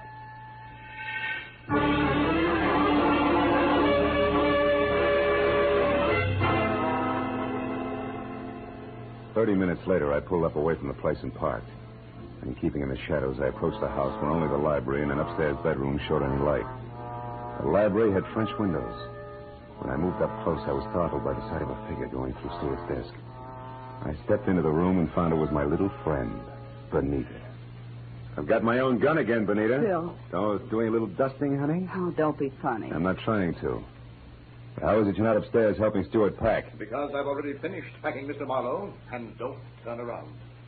That was well done, Benita. Oh, fine. Sucked in by a little decoy sprinkled with sequins. Don't mind the pose, Marlowe. Just toss your gun on the couch over there. Now. That's better. You know, Marlowe, I can't say that I'm very sorry for you. I don't expect condolences from a character who murdered a woman this afternoon and a man this evening. You killed Mrs. Asher? Yes, and that blackmailing scum you as well. But both murders were very necessary, Benita. Even as Marlowe's here will be. Come over here, Benita, behind me. Hurry, Arthur, let's get out of here. Don't worry. And now, Mr. Marlowe, it's time for you. Well, thanks, Benita. You swing a beautiful bookend. You know, I had you figured all wrong. No, don't mention it, dear. I heard the cops coming anyway. You sweet child. We're in here, Ibarra, all of us. Oh, I figured you'd be out here when you didn't show up at that Songbird's place. Well, what's this? A little man on the floor with a large bump on his head is Arthur Stewart, the man who killed Elliot Perdue to keep him from telling me the truth about Mrs. Asher, and the man who killed her this afternoon. So Mrs. Asher didn't commit suicide after all. No, but she wasn't murdered either. She died in that accident in Canada 3 years ago. What are you talking about? Well, the woman that Stewart killed here this afternoon wasn't Mrs. Asher.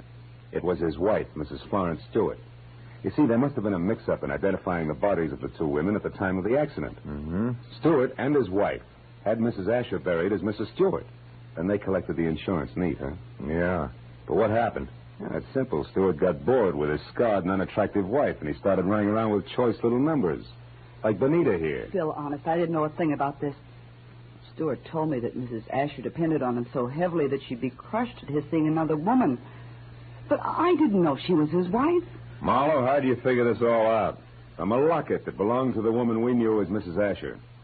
It had a picture of Stewart and Mrs. Asher taken in dress clothes before she was scarred. Yet Stewart claimed that he and his wife had only met Mrs. Asher the day of the accident, and on a camping trip at that. But, Phil, I saw the picture, too, and I didn't figure that out. That's because you were too busy trying to figure just how much the locket was worth to Arthur Stewart, or to anybody, in cold cash. You were blinded by all the dollar signs in front of your eyes, baby. Why, Phil, how can you say such things?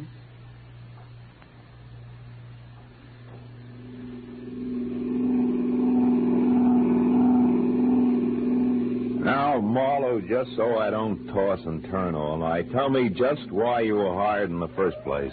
Well, Ibarra, it goes something like this. When Perdue knew that he was losing Benita to Stewart, he decided to check up on the opposition. And he not only found out what he wanted to know, but he found out a lot of things, too, that he didn't want to know. Mrs. Stewart, the late Mrs. Asher, became suspicious of his questioning, and incidentally of her husband. So she sent for me. Well, Marlowe, Stewart certainly had me fooled. I doped him out to be a very generous guy, a great benefactor who was doing the right thing for a lonely, unfortunate woman. Yeah, looked like he had a heart of gold, all right. But a funny thing, Ibarra, in the end, it was this heart of gold, this locket here that got him. Mind if I keep it? Not at all. You had a tough enough time getting hold of it. Good night, Phil.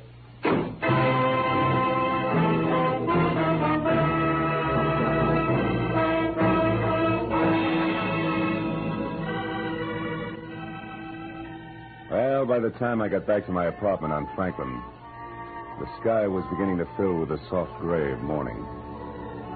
I pulled the blinds down in my bedroom and sat down for a last cigarette. I had mixed with a lot of funny people that day. But for some cockeyed reason, I kept thinking of Benita Malone, a girl who was no better than she had to be. Finally, I put her out of my mind, and I was about to turn off the desk lamp when I noticed my memo pad. Still read Sunday, which was understandable. But scrawled across the top sheet was a telephone number. And I couldn't figure how it got there. It was written in crimson lipstick. Bradshaw 7. 7-Eleven.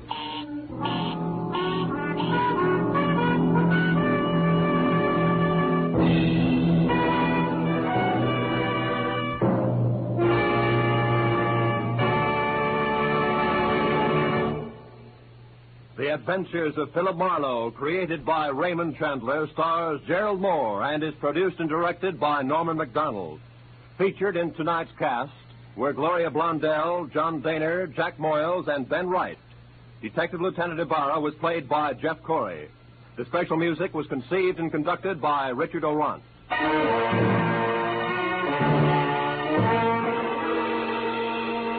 Be sure to be with us again next week when Philip Marlowe says...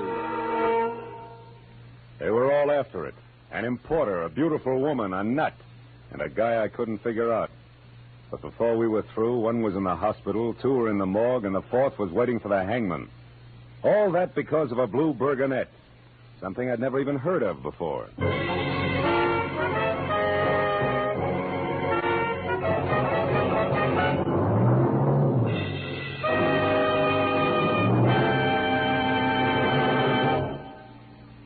Dr. Fabian, the ship's doctor in cabin B-13, tells a new story of danger in far ports tonight over most of the CBS network stations.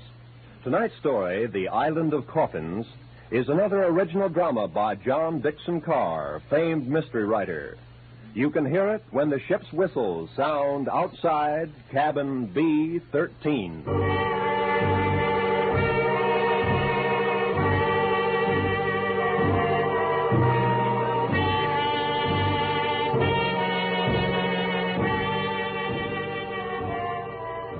This is Roy Rowan speaking. This is CBS, the Columbia Broadcasting System.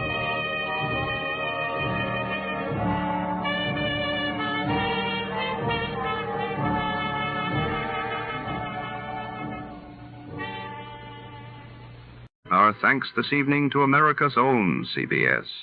And before the orchestra strikes up again, let's see who among you really knows the golden age of radio.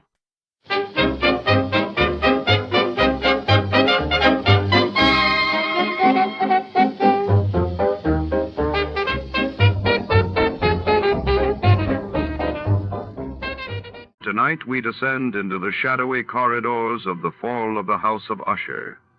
Our story unfolds within the somber halls of a decaying Gothic mansion on the outskirts of Boston, Massachusetts, in the late 1940s. The Usher estate, once a symbol of prestige, now shrouds its last heirs in secrets, madness, and the relentless grip of a family curse. As an enigmatic detective is summoned to unravel the mysteries haunting these ancestral walls, every creak and whisper hints at something far darker lurking within. Before to start, let's see what happened the day it was aired. It was October 9th, 1950. That day, United Nations forces captured the South Korean city of Wonsan from North Korean troops, while across the globe, the Nobel Prize in Physiology or Medicine was awarded to Edward Calvin Kendall Teus Reichstein and Philip Scholter Hensch for their discoveries relating to hormones of the adrenal cortex.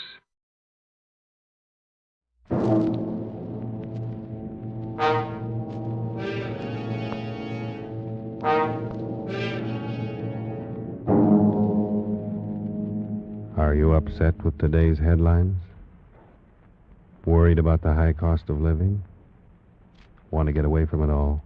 CBS offers you Escape.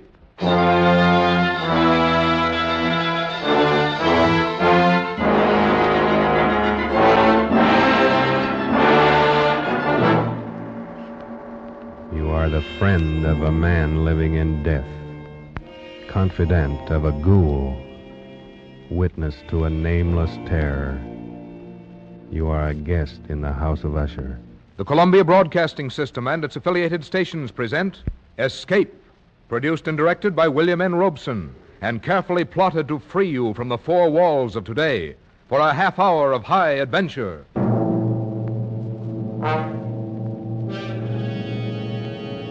Tonight, we escape to a gloom-shrouded moor and a house where dread holds sway, as Edgar Allan Poe recounts it in his famous story, The Fall of the House of Usher.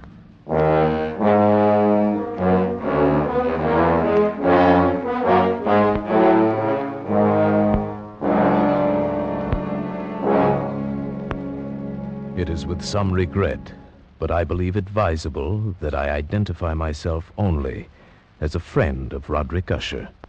Certainly the last and perhaps the only friend of that unhappy man. Having only one sister, he was the last male descendant of the ancient House of Usher. Roderick had been one of my boon companions in boyhood, but many years had elapsed now since our last meeting. And so as I held his letter in my hand, not yet opening it, I reflected with no little sadness upon the devious fates that chart our courses and drive old friends away from one another. But then a sudden feverish and nostalgic curiosity laid hold of me, and with fingers made clumsy by their eagerness, I tore open the letter and read, My dear friend, my need of you has so far outgrown my pride that I'm going to request a favor which I realize full well may involve considerable inconvenience to yourself.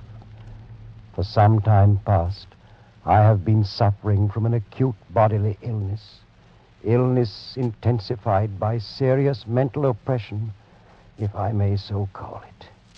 A horror which looms over me, a horror grown so great I dare no longer face it alone. And so, in all humility, and for the sake of years gone by, I beseech you to come to me at once, here to the family estate in the north. Should events conspire to prevent your coming, then only God may know the consequences. Your friend in desperation, Roderick Usher.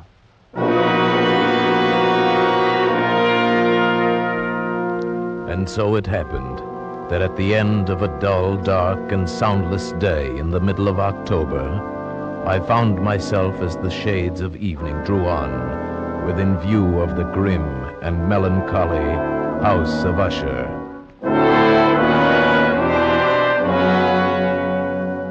I confess that the first sight of the house, the fungus-covered walls of stone thrusting their crumbling ramparts against the darkening sky, rising out of the sullen, sluggish waters of the black tarn at their base, the bleak and vacant windows staring blindly, the bone-white trunks of decaying trees, these things filled me with a nameless and desolate terror, so that I reined in my horse and sat trembling, half fearing to cross the wooden bridge that led over the waters of the moat and up to the entrance of the House of Usher.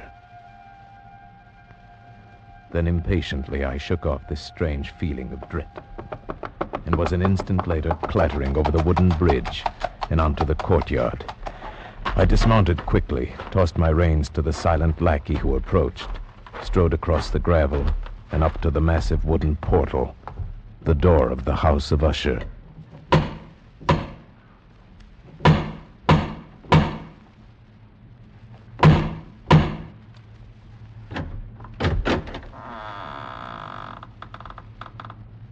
Good afternoon. My name is... I know. You're the friend of Master Roderick. Please come inside, sir. Thank you. But may I inquire how it happens you know me? You have been expected for some time, sir. Yes, true. But also I'm a stranger to you and could be some other visitor.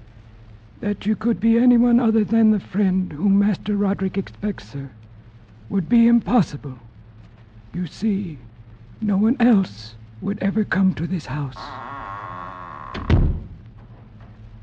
Then I followed his stealthy footsteps through many dark and intricate passages. My earlier foreboding heightened and was made fearful by the somber aspect of the hallways by which we passed. The many unused rooms reaching out with their vast emptiness like some hideous jungle creeper. But at length we stood before the door of the master's studio, and there the servant left me, departed and left me to go in alone. The man across the room, half reclining on the couch, his back turned toward me, did not hear the opening of the door. For the space of several heartbeats, I saw only the deathly pale and ghastly sunken features of a stranger. Then only with difficulty could I recognize, behind that mask, my boyhood friend. For surely, under light of heaven, no man had ever before so terribly altered in so brief a time as had Roderick Usher. Oh, my friend, you've come at last. Thank God, you did come. Oh, Roderick, did you not know I would? Could you not be sure that no long years would ever dim the friendship we shared in youth? So many things have dimmed. Ah, youth. It seems so long ago. But now you're here, and we'll find it, relive it all over again, every glorious moment of it. And all these shadows, all these gibbering phantoms that haunt me, they'll be driven out. And then the sun will shine again, and we'll be young again and relive... Roderick! Oh, but forgive me, my friend. My excessive joy at the sight of you after so many years drives me into a frenzy of talk. How many years has it? Oh, no matter. It is enough that you are here, and brought with you all the lost, all the happy days of my boyhood. But I'd expected from your letter to find you in serious straits indeed. Instead, you seem in the best of spirits. You have the right to know. But in all frankness, here in your presence, I find it difficult to credit importance to those things which only yesterday filled me with terror. True, I've been ill. A nervous affliction, something in the nature of a family weakness, probably. It has affected me with a morbid acuteness of the senses, such that quite often the least sounds and odors and colors become irritating beyond endurance. Then I've eaten but little, as you can see. But surely you've retained the services of a physician. A physician? Oh, yes, of course. He calls almost daily, though it is more often Madeline that he attends. You remember my twin sister, Madeline? For her I fear more greatly than for myself. Even today she's taken to her bed, and I have no doubt will never rise from it again. Oh, a tragedy. The sympathies of my heart go out to you. Oh, but leave it for the present. Leave it to dream of all those happy days we left so far behind. Everything will be different now that you're here. Do you remember when we were 12? But the happy forgetfulness which Roderick found in my coming was short-lived, and in a few days he had sunk into a morose torpor, from which only occasionally with frantic difficulty could he reach the joy of our first few hours of meeting. More often his mental apathy was broken by bursts of vicious temper and violent ill humor, fits I could only excuse on the basis of his illness. And that illness began in my mind to assume a most mysterious character. Being unable to divine its true nature from Roderick's hesitant offerings, I took the liberty of questioning the physician a few days later when I chanced to encounter him in a hallway.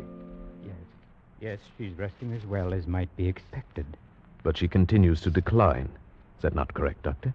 That would seem to be the case. And the malady, the illness which has stricken her, is it the same as that which affects her brother Roderick? I may venture that it is. Might I inquire the nature of this illness? As to that, I am unable to say. You imply, then, that I have no right to the information? Not at all. I am confessing to you quite simply, sir. I do not know what afflicts Madeline and Roderick Usher.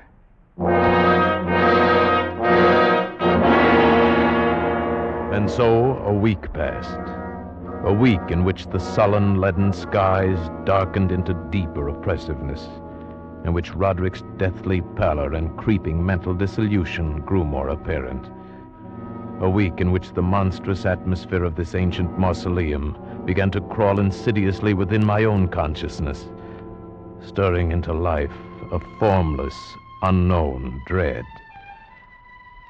Then one evening, we were sitting in the vaulted studio, while the first shadows of night began to flow together into pools of darkness. Roderick had been unusually troubled during the day, and had been trying to find some solace by playing on the violin. Of a sudden, there came a knock upon the door. Stop it! Stop that infernal pounding, do you hear? Do you wish to drive me completely mad? Open the door and come in, come in. It's the doctor. Well, what is it? What do you want? Master Usher, I regret that I must say this, but it is my sad duty to inform you that your sister Madeline is no longer living. Madeline, my sister. Then she's dead? She breathes no more. Dead? And perhaps, my dear doctor, you can tell me what caused her death. Unfortunately, I can only take refuge in the term heart failure. Heart failure? Yes, of course. Very well, doctor. If you'll be kind enough to wait, I'll come down directly and discuss the arrangement. At your service. I bid you good afternoon, gentlemen. Roderick, I assure you of my deepest sympathy. You do. Your deepest sympathy. The doctor regrets his sad duty. Are you fools, both of you fools? I don't understand. Haven't you seen it yet? Can you not feel it about you? The horrid, monstrous, brooding spirit of this accursed house. Can't you hear its evil laughter as it lurks in the hallways and grows fat upon the soul? My dead sister. Roderick. Can't you see that it matters nothing to me that she's dead? That I myself walk but a few steps behind her into the same shadows of hell? Can't you sense those hideous tentacles even now reaching out for me? For me, who now the last living, if it be living, the last living descendant of the accursed house of Usher.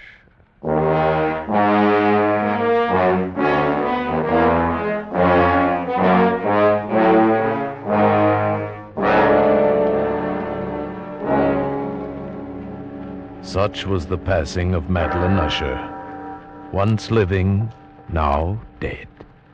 And her very death, untimely in its aspects, bore to my trembling soul a portent of events yet more hideous, more horrible, and yet to come.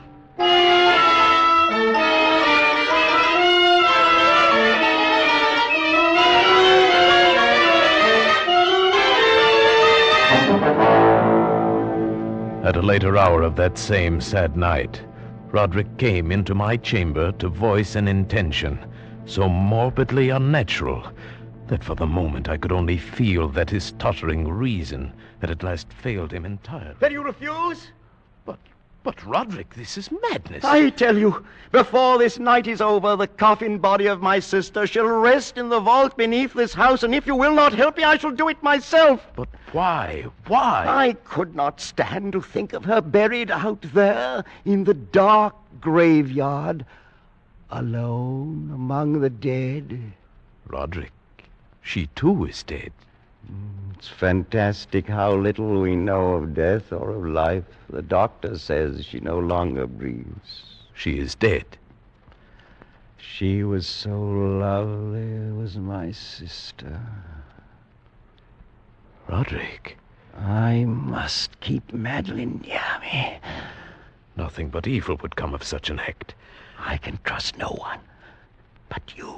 Not even the physician himself. He hates us because he can't discover what it is that kills us. Even he might steal the body of my beloved sister, that he might learn our secret. You understand, don't you, my friend? Yes, Roderick. Yes, I understand.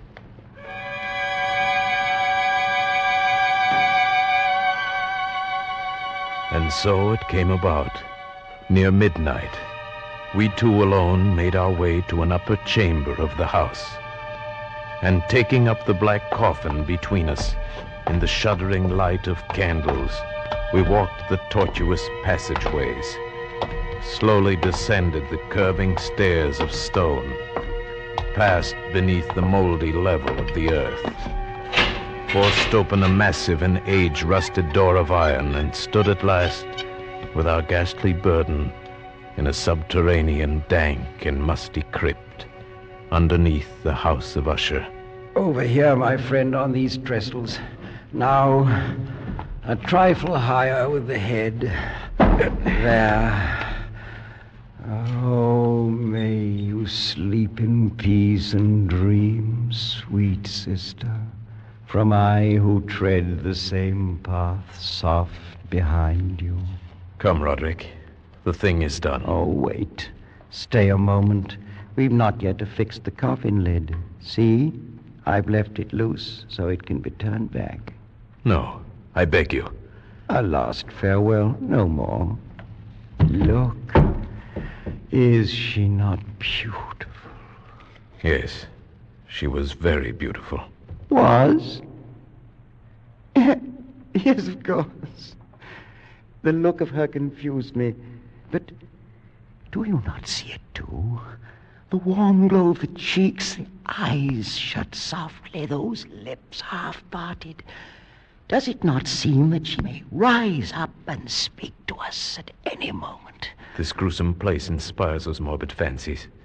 Morbid fancies? That now dead she seems to live, and living seems already dead? Man, you seek out madness. You court it with your very thoughts. And if I do, what matters? What value can there be in reason without the hope of life? Dead, you say to me, she is dead. Upon what certainty? Why not with equal reason say instead she lives? And that I, the last of Usher, am the one who is already dead.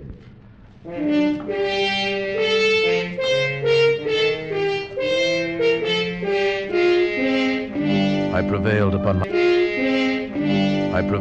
my friend at last to leave that mournful place. And so with grim finality we secured the ebon lid, took up our flickering candles, and departed from the crypt, leaving it alone with its darkness and death. The ponderous portal closed behind us, and then my soul for one brief instant felt the dread and awful meaning of eternity.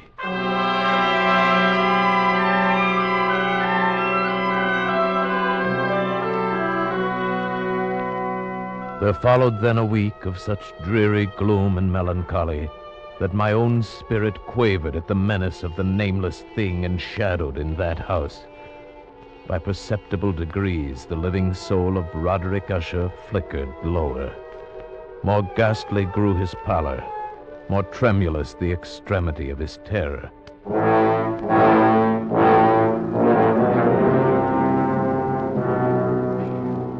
The 8th day following the death of Lady Madeline fell upon the last day of grim and gray October, and brought with it, as the curtains of night descended, the fitful breath of a rising tempest, uneasy gusts of sodden rain, and the sound of sullen thunderous rumbles born of the dim flares of sheet lightning somewhere behind the lowering pall. I retired at a late hour, but found sleep impossible.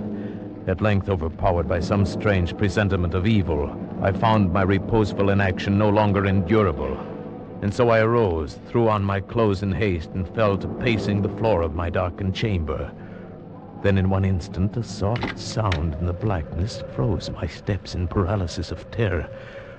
The latch of my chamber door was being lifted from without. Oh, was it? Was it, I say? It is I, Roderick. Oh, Roderick. What are you doing up and about at this hour, in pitch blackness? Wait, let me light the candles. No, I am quite used to darkness. I heard your footsteps and knew that you must be awake, even as I was. But can it be that you've not seen it? I don't understand you. I've seen nothing. Then stay. You shall see it, even as I've seen it for these past 2 hours. Wait. I'll throw open the casement window. There. Look!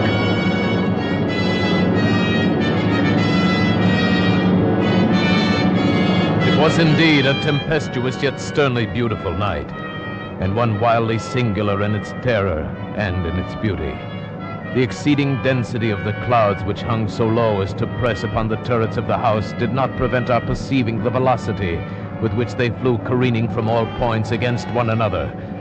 We had no glimpse of the moon or stars, but terrible to behold, the undersurfaces of the huge cloud masses, as well as all terrestrial objects immediately around us, were glowing in the unnatural light of a faintly luminous and clearly visible phosphorescence, which hung like a shroud about the mansion itself.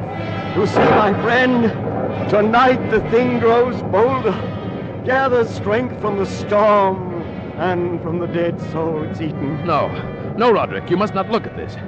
Here, I shall close this window and pull these curtains.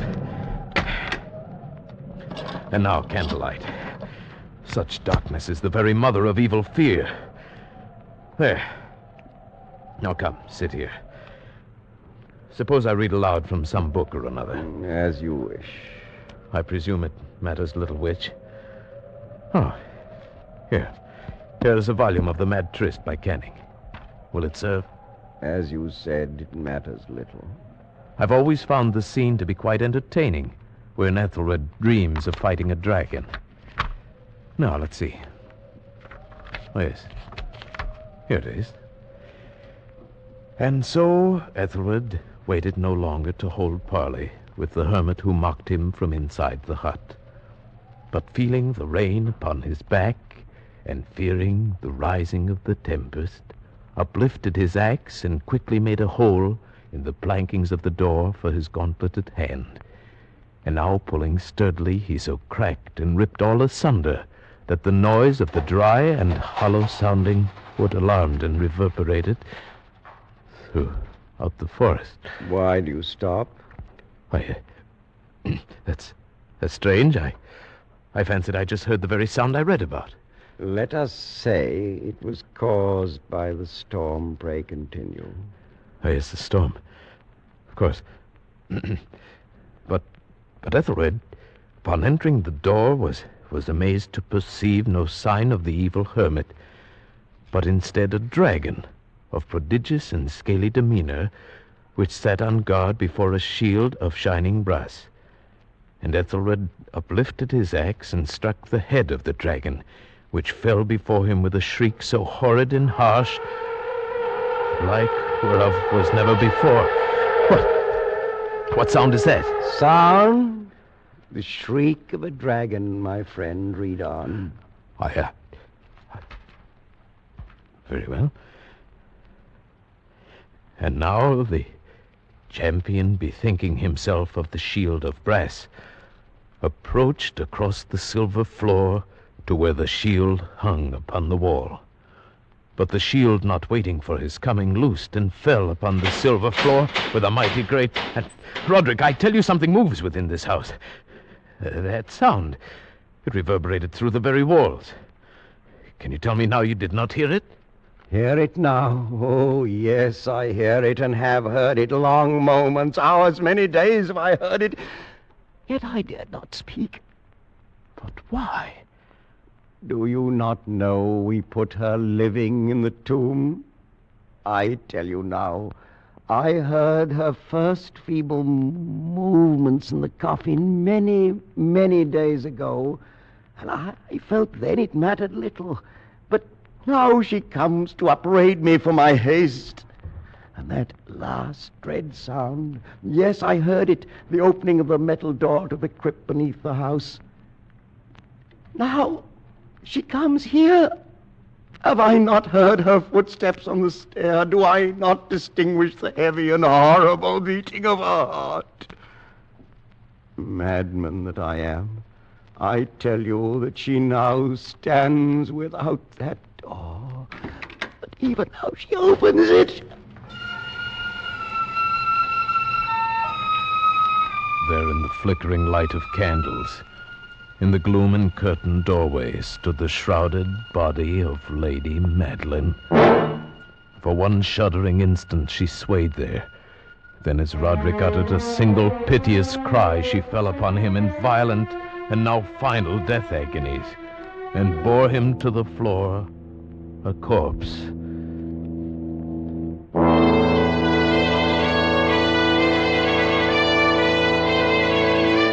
From that chamber and from that mansion, I fled aghast out the massive portal over the causeway into the night. Suddenly there shot along the path a wild light, and I looked back in heightened terror, for the vast house and its shadows were alone behind me. The baleful gleam came from the setting full and blood-red moon, which now shone vividly through a widening crack in the walls of the house itself, and even as I gazed, its vision opened rapidly. There came a fierce breath of the tempest. The entire lunar orb burst at once upon my sight. My brain reeled as I saw the mighty walls rushing asunder. There came a long, tumultuous, shouting sound like the voice of 1,000 waters.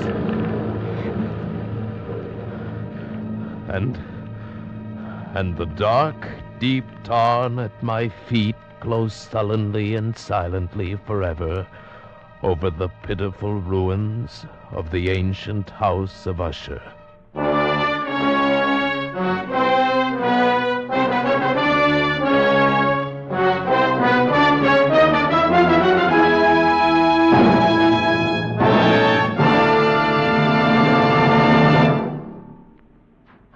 Escape is produced and directed by William N. Robeson, and tonight brought you The Fall of the House of Usher by Edgar Allan Poe, adapted for radio by Les Crutchfield, with Paul Frees as the narrator, Ramsey Hill as Roderick Usher, and Sheridan Hall as the physician.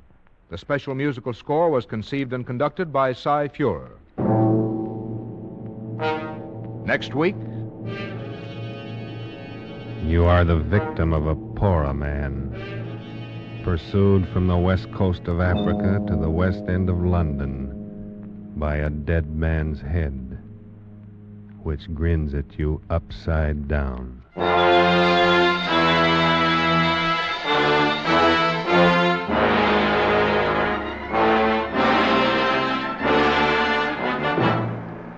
Next week, Escape, with H.G. Wells' gripping story, Pollock and the Poorer Man. Good night, then, until this same time next week, when CBS again offers you Escape.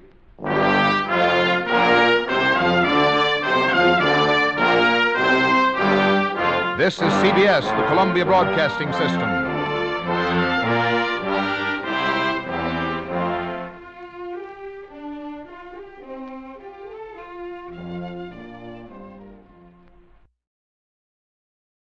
A warm word of thanks tonight to our sister station, CBS. And before the next thrilling episode begins, let's see how much you know about your favorite radio heroes.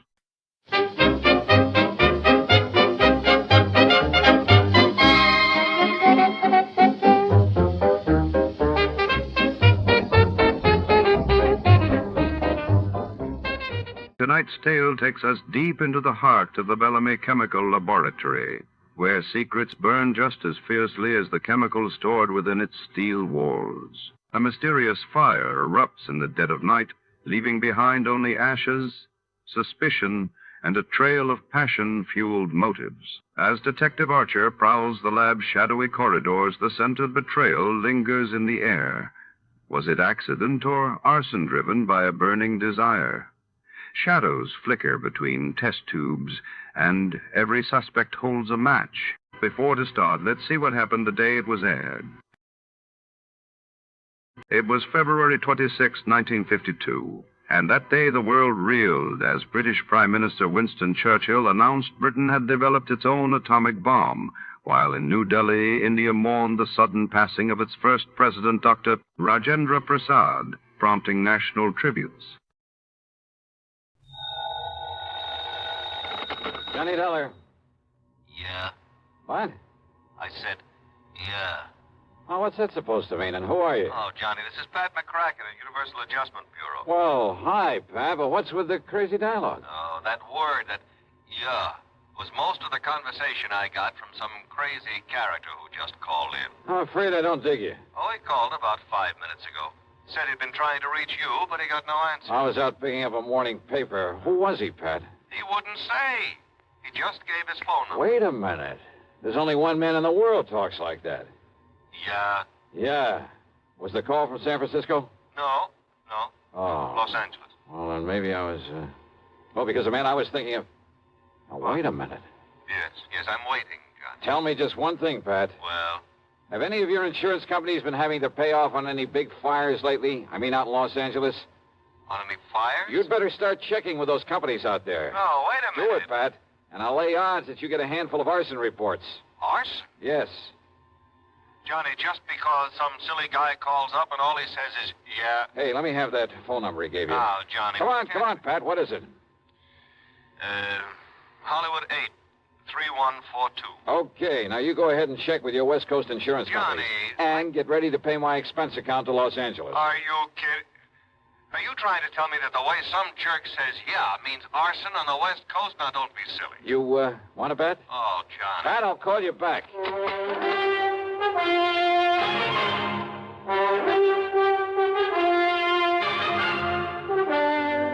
CBS Radio brings you Bob Bailey in the exciting adventures of the man with the action-packed expense account, America's fabulous freelance insurance investigator. Yours truly, Johnny Dollar.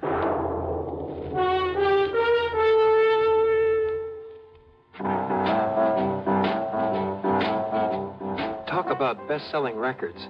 Here's a familiar tune about America's best-selling filter cigarette, Winston.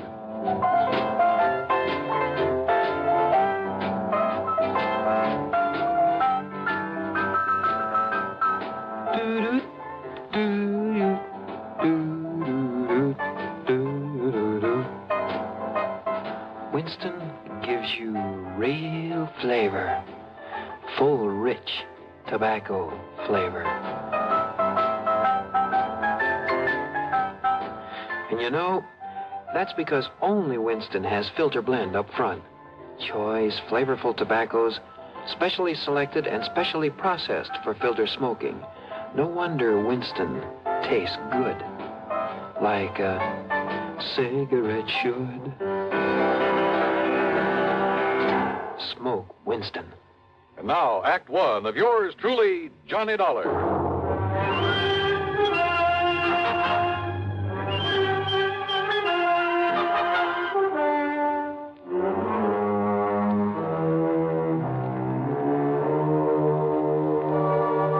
Expense account submitted by Special Investigator Johnny Dollar to the Universal Adjustment Bureau, Home Office, Hartford, Connecticut. Following is an account of expenses incurred during my investigation of the Burning Desire matter.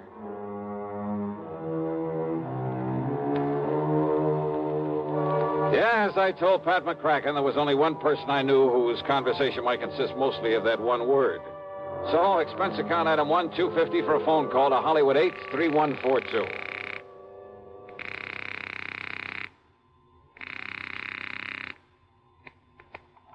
Hello? Hello? Yeah? Yeah, I thought so. Yeah? Smokey Sullivan. Well? Smokey, this is Johnny Dollar. Yeah? Hey, you tried to call me here in Hartford. I was out. You called Universal Adjustment Bureau. I got the message. Here I am. Yeah, Johnny. Only what are you doing in L.A.? Last time I saw you was in San Francisco. Got a job here, Johnny. Legit. Hey, that's the stuff. Pays off, too, doesn't it? Yeah. You're my friend, Johnny. You've done a lot for me. So, when I got a chance to help you... Well, is something doing out there, Smokey, that I ought to know about? A bunch of fires, Johnny. Arson, huh? Yeah. Is there insurance involved? Why else anybody use a torch? Yeah, you got a point there. But do you have any lead on whoever is behind the fires? Yeah. So you better come out here, Johnny. Okay. The first plane I can get. Where'll I find you? 322 South Equity Avenue. South Equity. Okay, Smokey, I'll be there. Yeah. Uh-huh. Now I'll call to Pat McCracken, pack my bag, and... Johnny Dollar. Oh, Johnny, thank goodness. Pat? Yes. I was just about to pack up and call don't you ever get off that phone of yours? I was talking to the guy who telephoned... Listen to me. Johnny, you were right. Only reason that nobody smelled a rat is because a different insurance company was stuck with each of those fires out there. So until I called them to give me a report... Oh, and listen. I'm listening, Pat. According to the L.A. police, every one of them could have been arson. Okay, I'll grab the first 7 of them in a row, Johnny, that we know about so far. I mean, I haven't got the reports in yet from all the companies, and I'm also waiting for another report from the police. Now, Johnny, your best contact out there... That I've already got. What? Yeah. Oh, you mean that character who called us up? Yeah. Look, will you please tell me, who is he? What does he know about this? Universal Adjustment putting the old expense account on this? Yes, of course. Then I'll give it all to you in the usual report. See ya. Oh, now, Johnny, listen. Sorry, Pat, I gotta catch a plane. Expense account item 2, $162.85 plane ticket from Hartford to Los Angeles. Thanks to the time differential, it was only shortly after dark when the big mainliner set down at the L.A. International Airport. Item 3, $750 for a cab to Smokey's address. It was hardly Beverly Hills or Bel Air, believe me. 322 South Equity was in a beat-up part of a downtown industrial section. A weather-beaten three-story house with a sign out front that said Boarders by the week a month.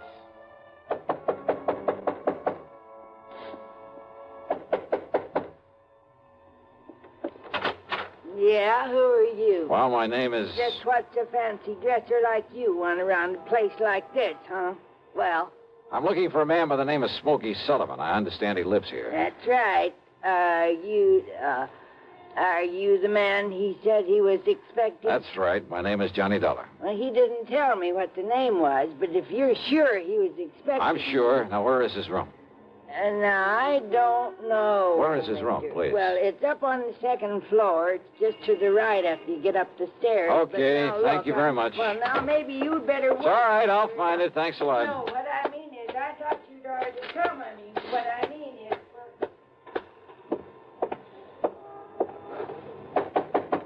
Smokey? Hey, Smokey, it's Johnny Dollar.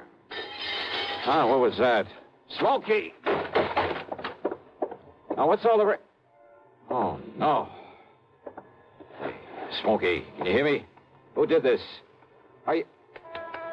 Good Lord.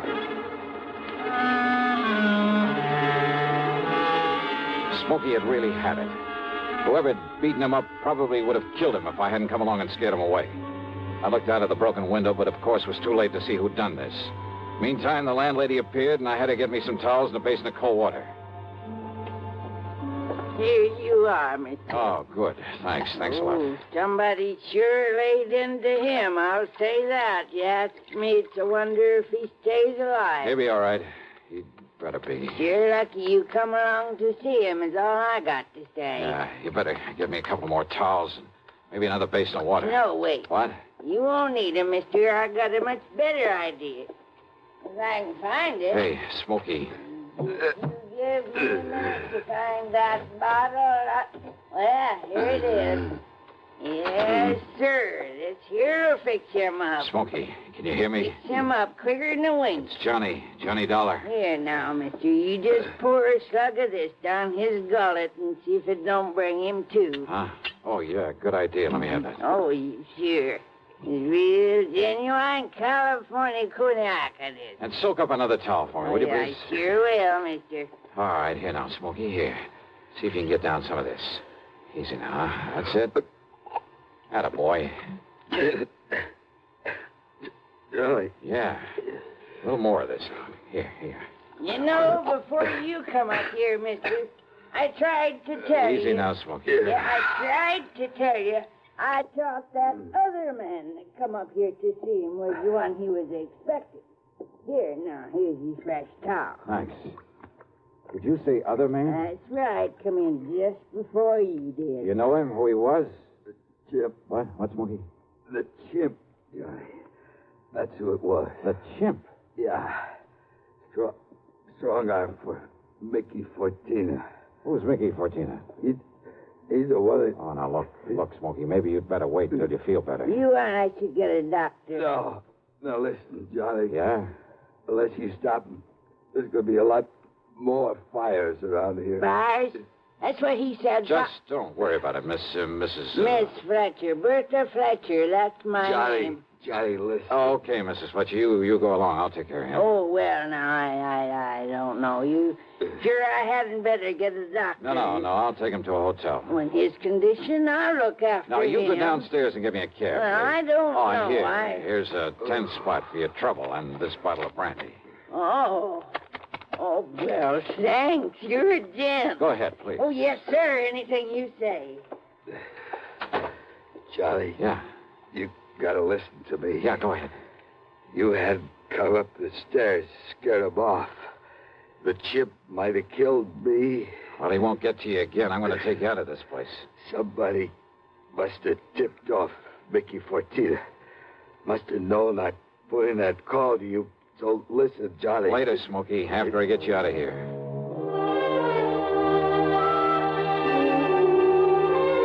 Item 4, the $10 to Miss Fletcher. Item 5, $1.50 for a cab to the Statler Hotel, where I had to show my credentials to the room clerk to get a bed for the somewhat mangled Smokey Sullivan. Item 6, $15 to the doctor who came up to the room, and I must admit got him back in a pretty good shape. Then, when the doctor had left us... Yeah, Johnny, all those fires, big insurance, all of them set. 7 of them in a row. So that means by one firebug, this Mickey Fortina you mentioned, huh? No, Johnny, Mickey's too smart for that. What? All set by different guys. I don't know who they are, but I see no remains. And the police ain't sure, but I know there was arson. Who's Mickey Fortina? He's a go-between. I seen this happen before. Yeah? Frisco, Seattle, and Denver, a lot of places.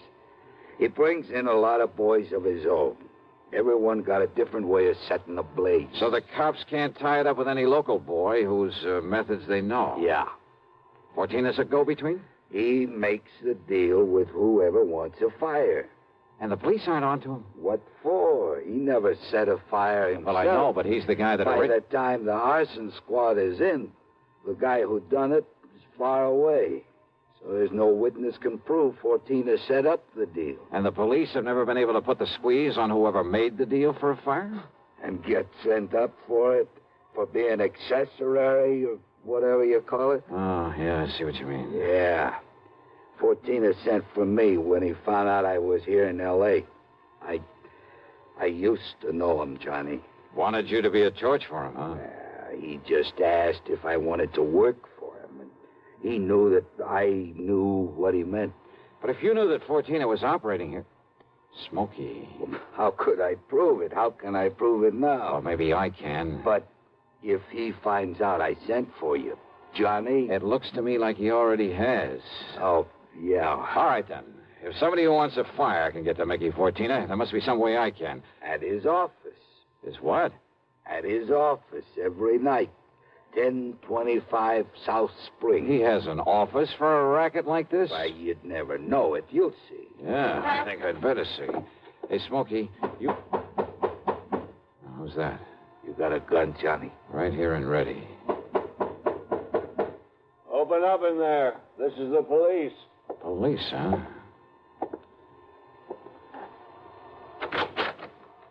Well, surprise. It is the police. The room clerk reported a man was brought in here who... Johnny! Yeah, Pat Nichols. Sergeant Nichols now, Johnny. Good. How are you, boy? Now, wait a minute. Is this the man you brought in here? Smokey Sullivan?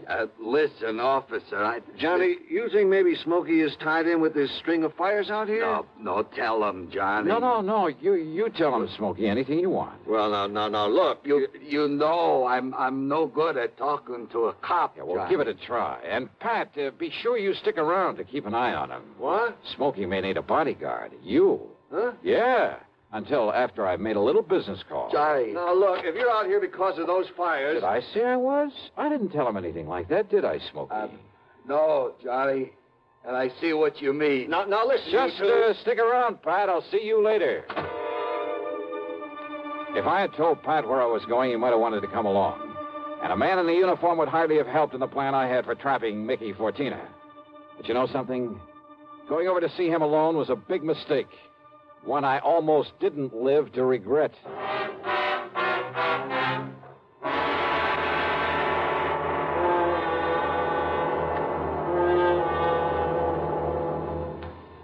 We'll bring you Act Two of yours truly, Johnny Dollar, in exactly 1 minute.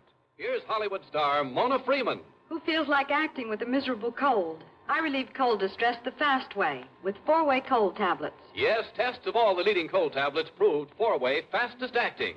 Amazing 4-way starts in minutes to relieve muscular pains and headache, reduce fever, calm upset stomach, also overcomes irregularity. When a cold strikes, do what I do. Take 4-way cold tablets. It's the fast way to relieve nasty cold distress and feel better quickly. 4-way, only 29 cents. Now, here's a word about another fine product of Grove Laboratories. Had dandruff for years? Now get rid of it in 3 minutes with Fitch Dandruff Remover Shampoo. 3 minutes with Fitch regularly is guaranteed to keep unsightly dandruff away forever.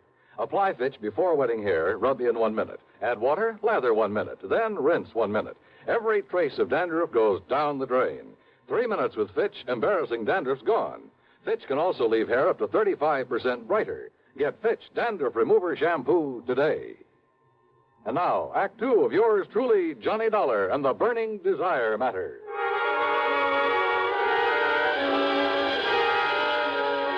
My plan for trapping Mickey Fortina was a very simple one.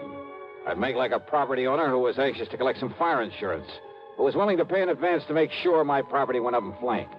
Easy, or so I thought. Item 7, 85 cents per cab to the office building at 1025 South Spring. The only lights on were in Suite B on the second floor. According to the directory in the lobby, that was the office of the Fortina Friendly Loan Company. Loan office, huh? Yes, sir. Can I help you?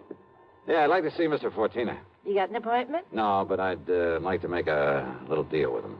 Well, can I have your name, mister? It's Morris, Theodore Morris. Just a minute, huh? Excuse me. Yeah, sure. Man says his name is Morris, wants to see you, Mick. Oh? Hey, listen, has the chimp come back yet? No. And he said he was going to send Husky over there. Husky? Why? Well, Chimp said he was afraid if he showed up at that hotel... Careful what you say. Close the door. Sure. The chimp. And somebody was going over to the hotel. That could mean only for one thing, to get Smokey Sullivan. I carefully edged over closer to the door of Mickey's office, hoping I could hear more. But it was too thick. And it suddenly dawned on me. If they knew I was the one who put Smokey in that hotel, they probably also knew why I'd come here. There was only one way to make sure. I'd have to go through, or at least try to go through, with a bluff I'd planned. Oh, sorry to keep you waiting, Mr. Morris, is it? Yeah, that's right, Mr. Fortina. Ted Morris. Oh, Mary, when he gets here, send him in. Sure, Mick. Come in, please. Sit down. Yeah, surely. Thanks a lot. All right, I'll get right to the point, Mr. Fortina. Oh, by all means do, Mr. Morris. Well, I own a big shoe store over on North La Brea. Yes? Well, business has been pretty bad lately. I've been losing a lot of money. Too much stock on hand, big inventory, and how it is. Well, if it's good merchandise, I see no reason why we can't arrange a loan for you. Yeah, a loan? Of course. What else? Well, listen, I carry a lot of insurance on not only the stock, but the building, too. Oh? How much, Mr. Morris? Well, it adds up to over $185,000. I see. It's very commendable. But why do you tell me about this insurance? Well, I said I'd get to the point. Now, listen. If that place was to burn up some night, the whole works. If that place was to burn up some night, the whole works. I'd collect a lot of money on it, all the insurance. And, of course, be in a position to repay whatever loan I advance to you. All right, stop beating around the bush, 14. I want that place burned out. Can you fix it? Mr. Morris, if you want a loan, possibly even a sizable... Well, you know what I want. Come on, how about it? As I said, possibly we can advance it to you. Now, look, I didn't come up here to... However, as evidence of your good faith, your, shall we say, good intentions, are you prepared to make a down payment on such a loan, say, $10,000 cash? In advance? What are you talking about? Set the fire, burn the place up so I can collect the insurance, and I'll give you $15,000. Now, just a minute. Who said anything about setting a fire? I did. Well? Who sent you here? If you said it was a former client, I won't believe Oh, it. look, does it make any difference? Do you by any chance know a man by the name of Smokey Sullivan? Sullivan? He knows him all right, Mick. Well, the chimp? Shut up. Sure, Mick, this is the guy I told you about. I come to see Smokey at his rooming house. What I left of him. Very interesting. After I ducked out, I hung around there. I seen him take Smokey in a cab. I followed him to that hotel. Did you send Husky over to take care of him? Sure. And listen. Yeah? I don't know what name this guy gives you, but when he knocks on Smokey's door, he says it's Johnny Dollar. Dollar? Insurance ticket. Yeah, that's right, Mickey. All right. So maybe I do arrange another fire with you in it, Dollar. Mickey! There's a police car just pulled out in front! Go ahead, Jim. Yeah, I'll kill this dirty... All right, now, 14er, your turn. Don't move, Dollar. Reach for a gun and I pull this trigger. I see. Yeah. How are your eyes, Mickey? Can you see in the dark? What? Without this lamp in here? All right, baby! All right, you...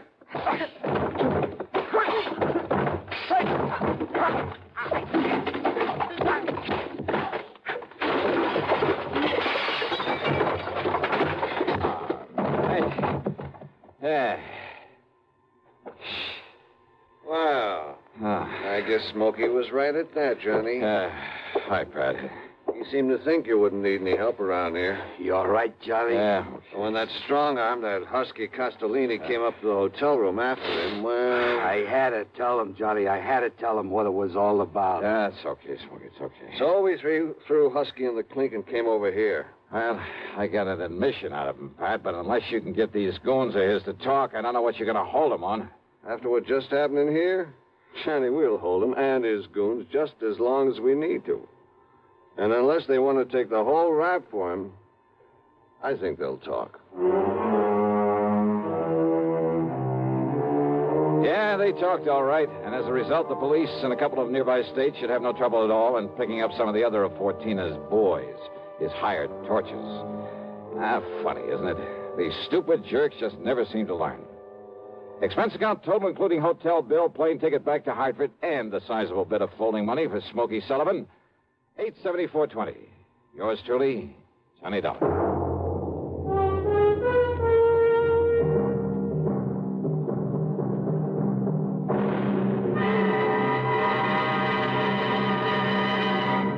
Now, here's a word from our star about the case he handles on next week's program. Thank you, Daniel. It's called the hapless ham matter. And yeah, you guessed it, the ham turns out to be an actor. A really bad one with one of the cleverest methods of committing murder I've ever known. There's a lot of action, suspense in the story, and I think you'll like it. Who knows? Maybe if you listen closely, you'll be able to figure out his method even before I do. So join us, won't you? Yours truly, Johnny Dollar.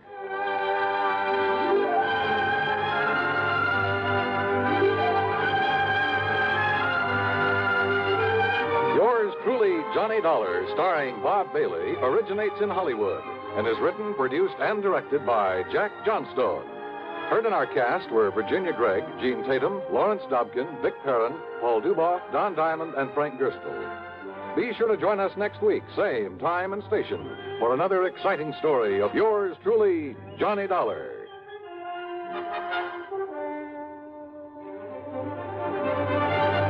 This is Dan Cubberly speaking. Intrigue breeds terror as Suspense brings a shady moonlight sail next on the CBS radio network. If I should ever become totally disabled, it would be a mighty comfortable feeling to have a check coming in every month regularly. Yes, it's a good feeling to know you have a financial cushion against trouble like that. Well, if you're a veteran with World War II or Korean GI insurance, you can protect yourself. You do it by adding a disability income rider to your present policy. The cost of the extra premium is just a few cents a day. For example, a 40-year-old veteran with a $10,000 term policy would pay only $1.60 a month for the added protection. If you sign up for the disability income provision, it works this way. After you have been totally disabled for 6 consecutive months, VA will pay you every month as long as this condition persists. $10 for each $1,000 of your GI insurance policy. That adds up to $100 a month if you hold a $10,000 policy. Full details about total disability income at any VA office. Radio 59 WROW, first on the dial in Albany, Schenectady, and Troy. America's airwaves shine a little brighter thanks to our friends at CBS. And now, ladies and gentlemen, let's see if you're ready for tonight's radio quiz.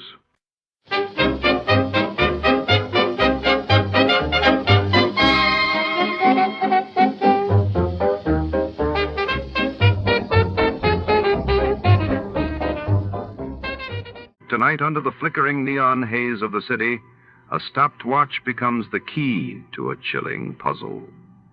When a private eye stumbles upon a shattered timepiece at the scene of a mysterious disappearance, nothing is as it seems. Whose time ran out and who wants the clock to stay silent? Step into the shadows for The Stopped Watch Capper. Before we begin, let's see what happened on the day it aired. It was March 14, 1947 that day. The world read that the British government announced its plan to withdraw from India, paving the way for independence.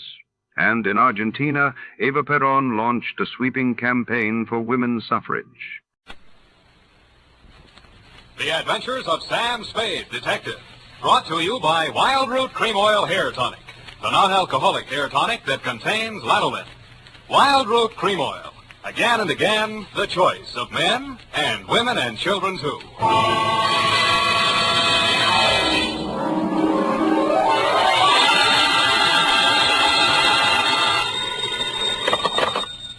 Sam Spade Detective Agency. Quote the Raven, nevermore. Yes. This is me. Is this Mr. Spade? Yes, but is this Miss Perrine? Oh, yes, but Why are you eating your peanut butter sandwich at this time of night? why the allusion to Poe's Raven? Was your assignment among the literati? It certainly was. There was Rowena from Ivanhoe, a lost Lenore, a no-place Ralph, and a Horace from the Karloff with the same name. Oh, how distinguished. Have you got a cold, Eph? No. Well, then there was a carnivorous plant, a hideous meat-eating specimen of the botanical world, trying to take 2 fingers off me. Well, I've got 3 fingers all poured out for you here. Ah, pretty hip. I can see you intend to be terribly amusing tonight. But even so, I intend to come right down and dictate my report on the stocked watch caper while time stood still.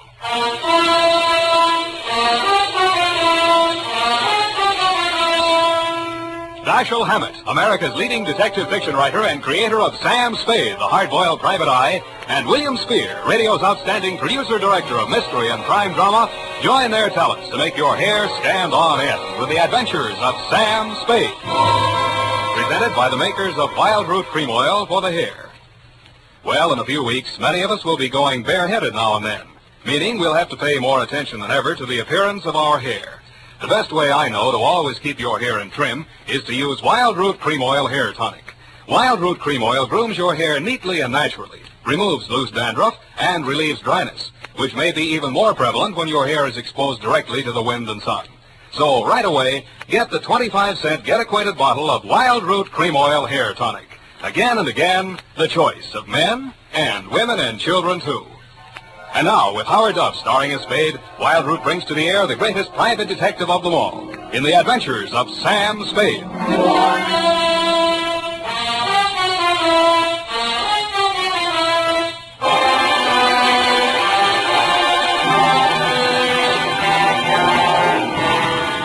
I'm looking over Hello, Sam. That's a mighty sharp routine you give a Perrine on the phone. Where's Effie? Who are you? Sam, don't you remember me? Buffy. Certainly not. I never saw... Buffy, wait a minute. Do I sense a certain family resemblance? No, you can't be Effie's little sister, Buffy. Yes. Big girl now. But thanks anyway for the tinker toys you sent me last Christmas. I'd kill myself. I intend to start having children of my own just as soon as it's practical. Where's that, Buff? She had to go to L.A. to visit a sick friend. A likely story. No, really. Chapter and verse, please. St. Joseph's Hospital in Burbank. They went to school together, and her name is Lorene Tuttle. She's an actress. Yes, I know. A very fine actress. Is it serious? I hope not for Effie's sake. They're very close. Yeah. Well, what now? You take shorthand, Buff? Sort of. Spoken like a true Perrine. Come on in.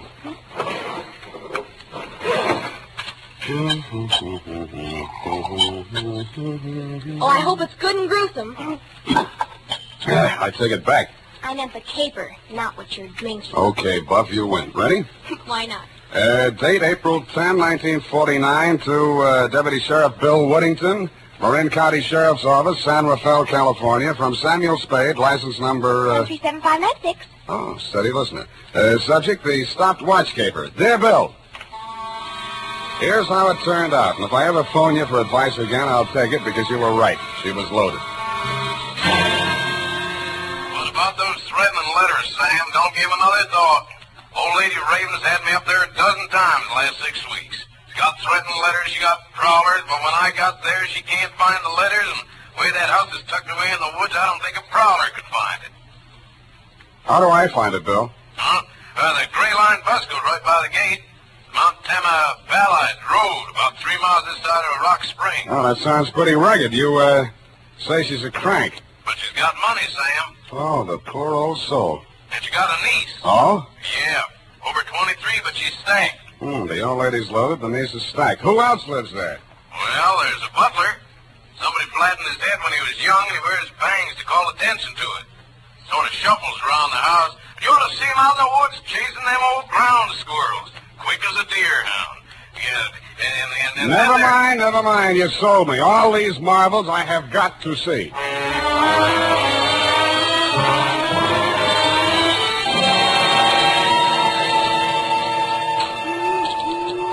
It was only 3 p.m. when I skulked in through the gates of Ravenswood, but it was so dark the hooty owls hadn't gone to bed yet. The fog snaked in and out through the dripping trees, the long, chill ribbons of ghastly fog blown on the sobbing wind. I mushed on into the deepening gloom of the forest primeval. After 10 minutes of that, I began to wonder if there was any house there. When I saw it, I still wondered. It looked more like a fungus growth.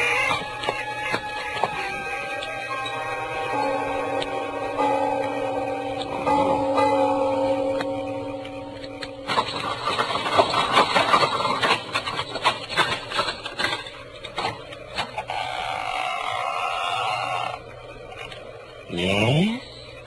Speak of English? It is chilly, isn't it, sir? Won't you come in? Sure, why not?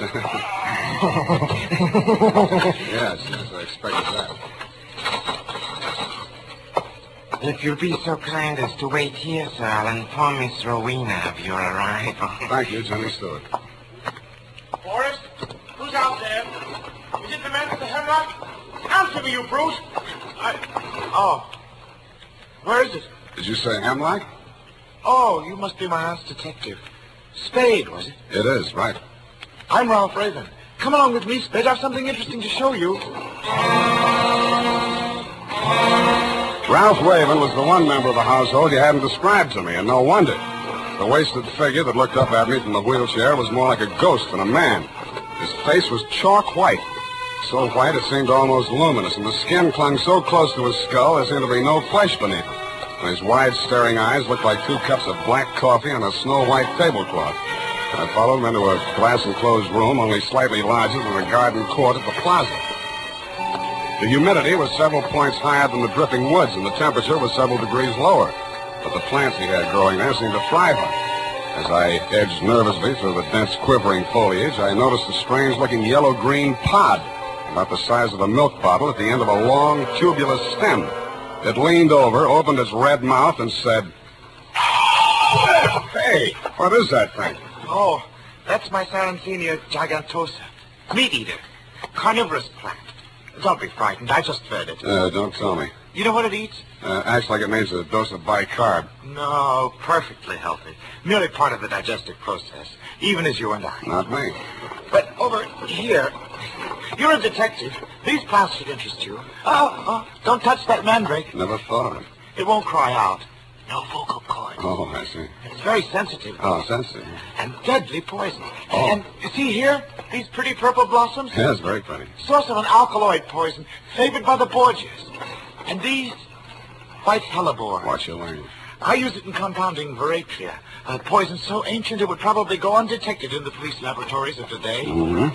And here's a charming one, both a killer and a medicine. Belladonna, or deadly nightshade, source of atropine. Mm-hmm. And this, commonly known as Nux vomica, Well, produces not 1 but 2 deadly poisons. The well-known strychnine and the rare and not easily detectable brucine. yeah, well, it's quite a hobby, Mr. Oh, Raven. it's not a mere hobby, Mr. Spade. It's a practical science.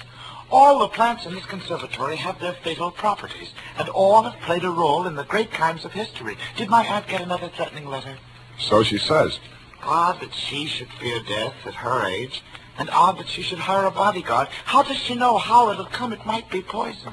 Speaking of poison, brother dear, it's time for your medicine. Oh, Spade, my sister, the lost Lenore.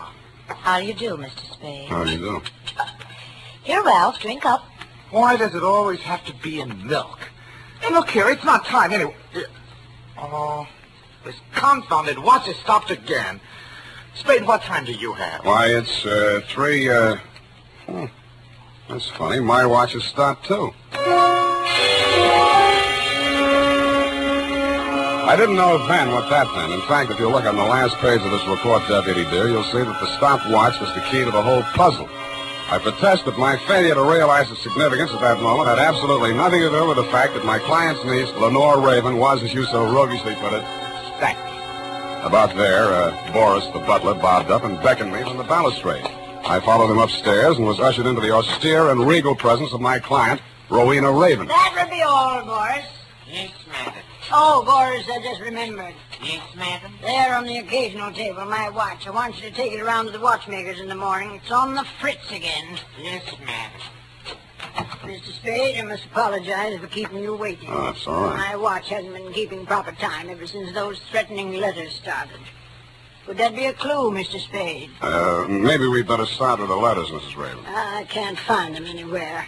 I think that young man from the sheriff's office must have pinched him. Bill Whittington? Oh, I'm sure not. Well, all the same, it's very odd that every time he comes here, he can't find them. Where did you put them, Mrs. Raven? Right there on the occasional table. Yeah, well, Mrs. Raven, sometimes people have very vivid dreams. Huh? Doesn't mean there's anything wrong with their minds or anything like You that. talk just like Dr. Slosser. That young sawbones my niece sent around looked at my sciatica. Sciatica's nothing but a pain. How can you look at it? It's a lot of bull. Yeah. What did the letters say, Mrs. Raven? That's why I wondered about my watch, Mr. Spade. The letters always contain some reference to time. Your time is running out. Beware when time moves slowly. Soon it may stop altogether. Mm-hmm. That sort of thing. You think there could be a connection? I mean, has someone been tampering with my watch? The repairman doesn't know what's causing it to lose. Did he think it might have been tampered with? No. He thought it was something in the mountain. Magnetism or something. Well, that sounds logical. That's Now, a lot of hooey. I lived here 40 years and my watch never lost a minute. Something in the mountain, my eye. Something in this house, more like, or somebody. You ask me, he's not half so sick as he pretends to be. Your nephew? Uh-huh. What do you think? Well, I think he's a very sick man. No wonder. Sitting in that damp conservatory day after day, pottering over those fiendish poisonous plants. You see the one that eats mice and hamburgers? Yes, I did. What's supposed to be the matter with your nephew, Mrs. Raven? Oh, he was in an auto accident. Injured his neck. He had to remove part of a gland or something. His neck. But Dr. Schlosser says he's in good condition aside from that. And if he takes his medicine faithfully, there's no reason why he should... Come in! Ah, Mrs. Raven, how is that pain this afternoon? Worse, thank you. Dr. Schlosser is Mr. Spade. Ah, yes. The detective you engaged to investigate those letters you've been receiving. Mr. Spade thinks it's an inside job. Don't you, Mr. Spade? Well, that depends on what you mean by an inside job. There, you see? Inside that romantic imagination of yours, my dear lady. Hold still now while I give you your shots. I loathe being jabbed. Now. That wasn't so bad, was it? Can I look now? How is Ralph getting on, Doctor? Not well, I'm afraid. He doesn't seem to be responding to the... Mrs. Raven, what is it? Poison! You poisoned me!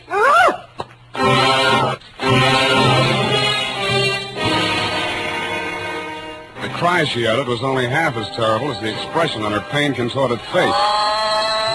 She pitched forward on her chair with both fists clenched and shaking as if in anger at the doctor standing before her. He put down the empty hypodermic on the occasional table. Yeah.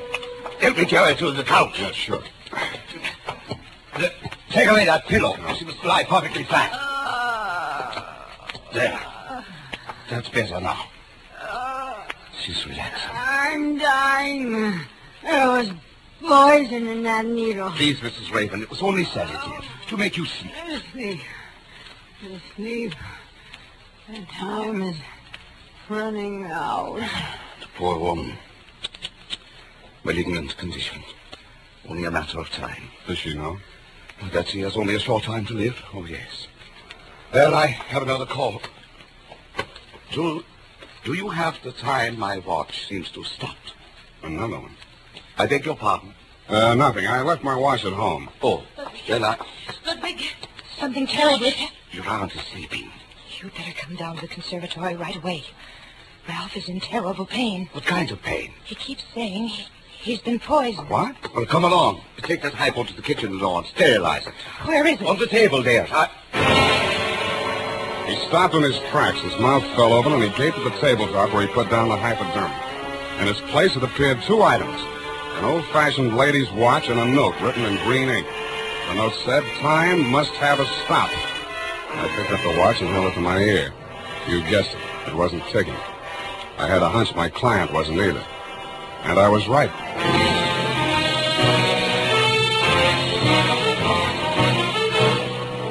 The makers of Wild Root Cream Oil are presenting the weekly Sunday adventure of Dashiell Hammett's famous private detective, Sam Spade.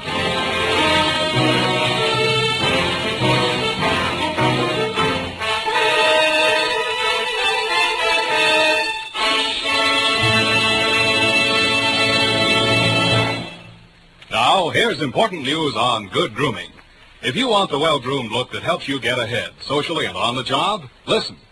Recently, thousands of people from coast to coast who bought Wild Root Cream Oil for the first time were asked, how does Wild Root Cream Oil compare with the hair tonic you previously used? The results were amazing. Better than 4 out of 5 who replied said they preferred Wild Root Cream Oil. Remember, non-alcoholic Wild Root Cream Oil contains lanolin. It grooms the hair naturally, relieves dryness, and removes loose, ugly dandruff. So if you want your hair to be more attractive than ever before, get the generous new 25-cent size of Wild Root Cream Oil, America's leading hair tonic, on sale at all drug and toilet goods counters. It's also available in larger economy bottles and a handy new tube.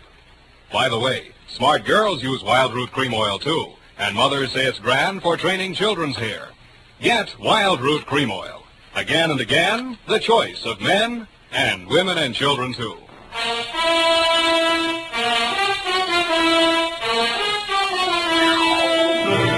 And now, back to the Stopped Watch Keeper. Tonight's adventure with Sam Spade.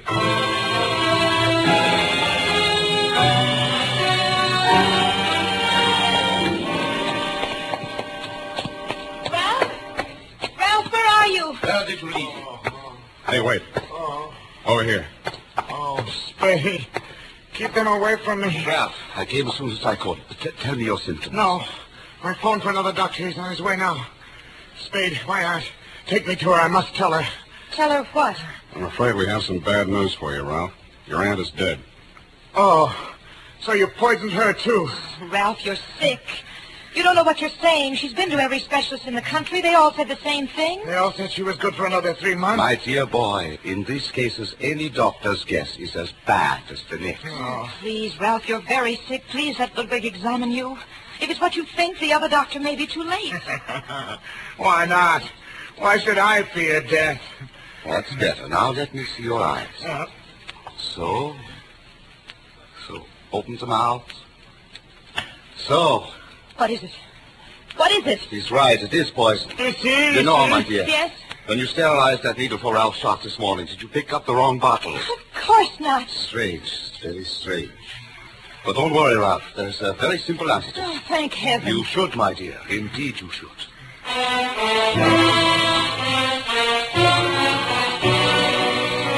And that was that, Deputy dear. 2 doctors and the county coroner took one look at my late client's medical history and decided on death due to natural causes. I didn't think so, and neither did you. So there really were threatening letters. I saw one. You sure now, Sam? Sure, I'm sure. Where'd you say it was? On the occasional table. Yeah. What was you doing when it wasn't a table? Not occasionally, occasional. Oh, just any old table. No, Bill, get this. It's real deep. An occasional table is a table that a woman picks up at a bargain and puts into a room under the mistaken impression that it may come in handy someday. Mrs. Raven used hers as a catch-all for her unanswered correspondence, threatening letters included. And what happened to the one you saw? I don't know. I put it right here in my coat pocket along with a watch. It just disappeared. Well, that might be tampering with evidence. Listen, Bill, things were disappearing from that table almost as fast as other things showed up. Yeah, sounds like pack rats. You follow that up, Bill. I'm going to pack up and rat out of here. Now look, Sam. My client's dead. It's officially okay. I haven't made a penny out of the caper, and now I'm not likely to. So do you give me a lift back to the toll gate, or do I hitchhike? There's your answer. Come on.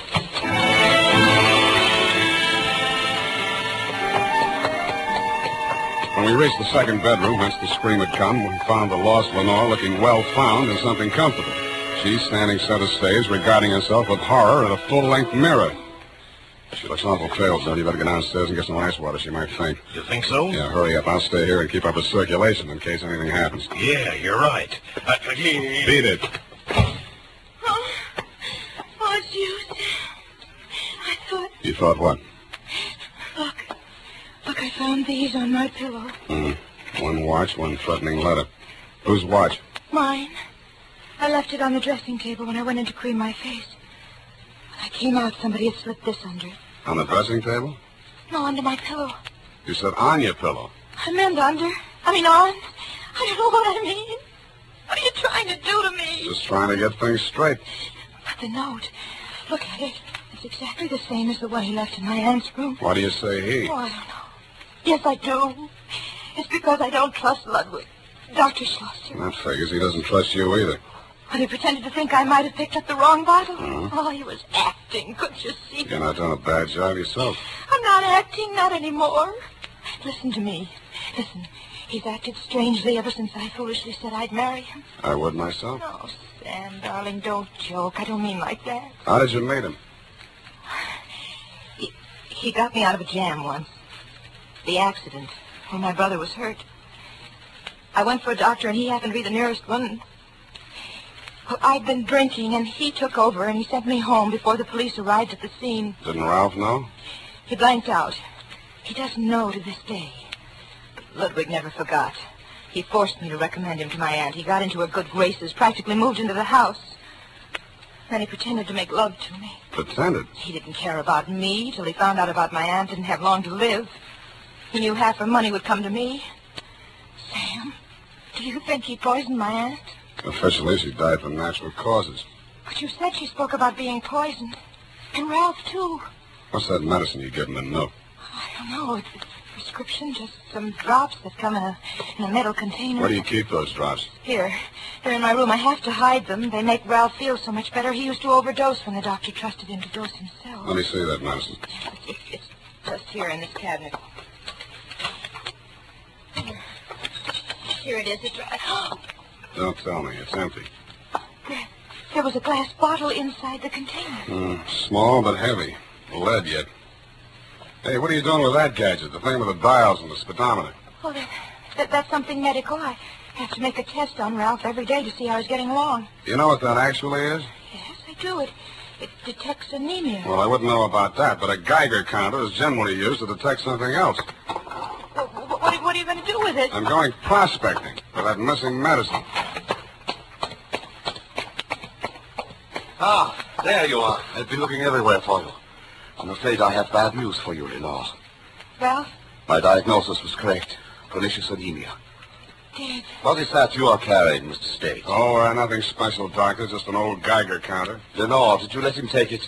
He said he was going to use it to find Ralph's medicine. What happened to Ralph's medicine? I don't know. It's just gone. Mr. Spade, that machinery is my property. I must ask you to hand it over. No gun necessary, Doctor. Here, take it. Take your gun, too, sir. Lenore, carry the machine this way. Walk ahead of us. First, we try the conservatory. He was an amateur with a gun, but I didn't jump him for it because I'm an amateur with a Geiger. I did notice that the indicator on the dial got nervous, and then we walked into the conservatory.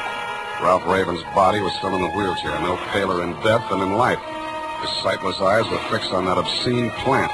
The plant looked sick, too. It was drooping, and his red mouth was hanging open. As we walked past the wheelchair, the indicator on the dial of the Geiger counter moved forward and then slipped back again. Then it took a sudden big jump. Ah, so that was his hiding place.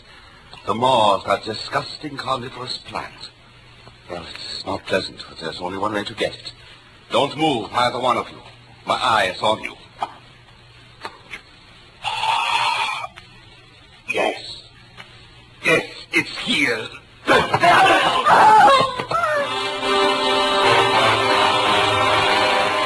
first, I thought the plant had bitten him. But then he pulled his hand out, and I saw what had happened. There was a hypodermic outfit stuck in the heel of his hand. As surprised to no end, but he still managed to hold on to that gun. He swung it away from me and was holding it on the Noir. You knew. No. No, I didn't. You must have. Ralph knew. He must have told you. No, I swear he didn't.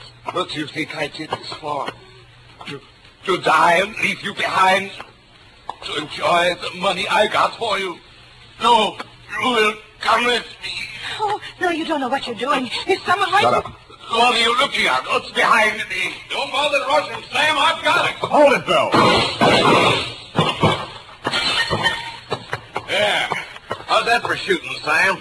Yeah. You find a bullet hole in him, Bill, and I'll call it good.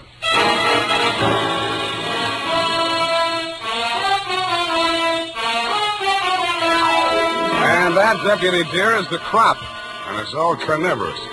In case you're still wondering what dropped him when your shots missed, it was the poison in that hypodermic needle which Ralph had planted there for that very purpose, and then baited the trap of the all-important missing medicine. Later on, I learned that what the doctor had been feeding him was the right medicine for what ailed him, an isotope of iodine. It seems it's radioactive like uranium, but if you take too much of it, you die. Not of poisoning, but of pernicious anemia, which is how the doctor planned for Ralph to die. It also magnetizes watches so they don't keep the right time. And if they're cheap ones, like mine, they may stop altogether. Period, and a report. Got all that, Buffy? I got it, Sam, but I don't get it. Buffy, people have studied all their lives to learn about atomic stuff like isotopes, and you expect me to teach you everything in one easy lesson. Oh, no, Sam, I know about that. But who killed who? Whom, dear? The doctor killed everyone, but Ralph loaded the needle. Then they were accomplices? No, Buff, get this. It's real shallow. Ralph knew there was no way in the world to prove that the doctor was killing him and hastening his aunt's demise, so he saw to it that she got a dose of detectable poison and did himself the same favor. Now, like a good girl, go type that up,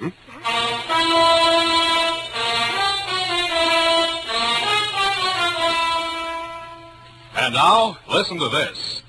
More and more millions agree every day. Wild Root Cream Oil has become America's favorite hair tonic because of the neat, natural way it grooms the hair. Because of the quick, easy way it relieves dryness and removes loose dandruff. Get non-alcoholic Wild Root Cream Oil with lanolin right away. And ask your barber for a professional application of Wild Root Cream Oil Hair Tonic. Again and again, the choice of men and women and children, too.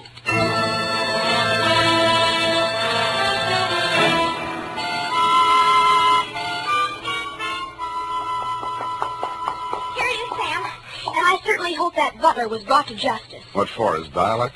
Oh, for helping to deliver the threatening letters and then stealing off the occasional table. A brilliant deduction. How did you deduce? Sam, that's for kids. If Ralph was too ill to walk, then somebody had to push him upstairs in the wheelchair. Now, wouldn't it have been easier just to carry him? That's how he did it? Or just go up himself? That's how. Possibly, and then again, we may never know. But do we care? Yes. I hate loose ends, Sam. Then keep it up. Good night, Sam. Spoken like a true Marine, so I'll say to you, good night, sweetheart.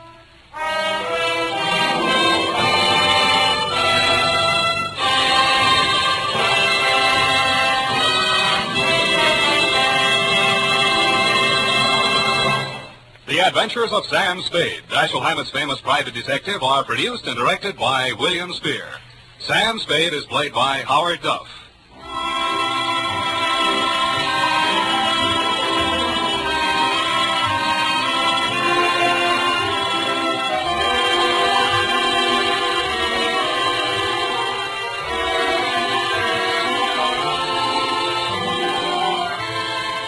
The Adventures of Sam Spade are written for radio by Bob Tallman and Gil Dowd. Musical direction by Lud Gluskin, with score composed by Renee and Pierre Garrigan. Join us again next Sunday when author Dashiell Hammett and producer William Spear join forces for another adventure with Sam Spade.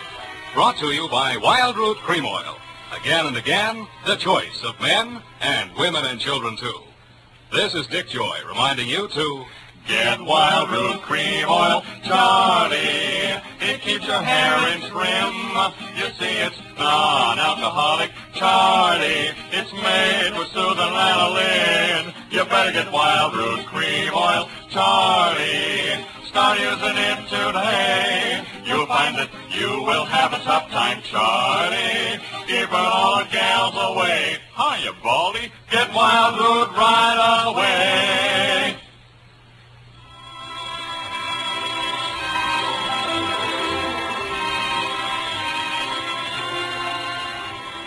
This is CBS, the Columbia Broadcasting System.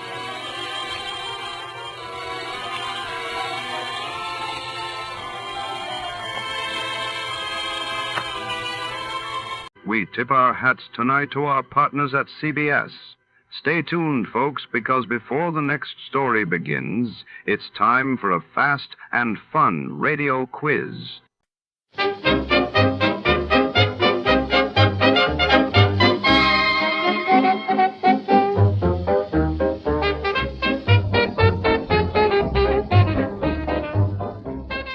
In the shadowy canals of old Mexico City, a detective embarks on a moonlit boat ride with a mysterious, alluring woman whose secrets run deeper than the water itself. As the lanterns flicker and danger lurks between the ripples, a single question hangs in the fog. Who is hunting whom? Tonight, trust is as slippery as the midnight tide. Before we begin, let's see what happened on the day it aired. It was August 24th, 1947.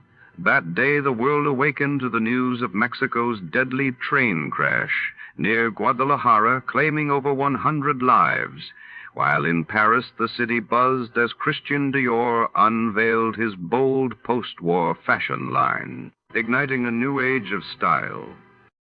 Get this and get it straight. Crime is a sucker's road, and those who travel it wind up in the gut of the prison of the grave. This time I took a beating and gave one. The man who lived in the dock was afraid. Someone I never got to meet was murdered and a knife-wielding crab was destroyed. All because a girl who hated the water took a boat ride in old Mexico. From the pen of Raymond Chandler, outstanding author of mystery, comes his most famous character and crime's most deadly enemy as we present The Adventures of Philip Marlowe.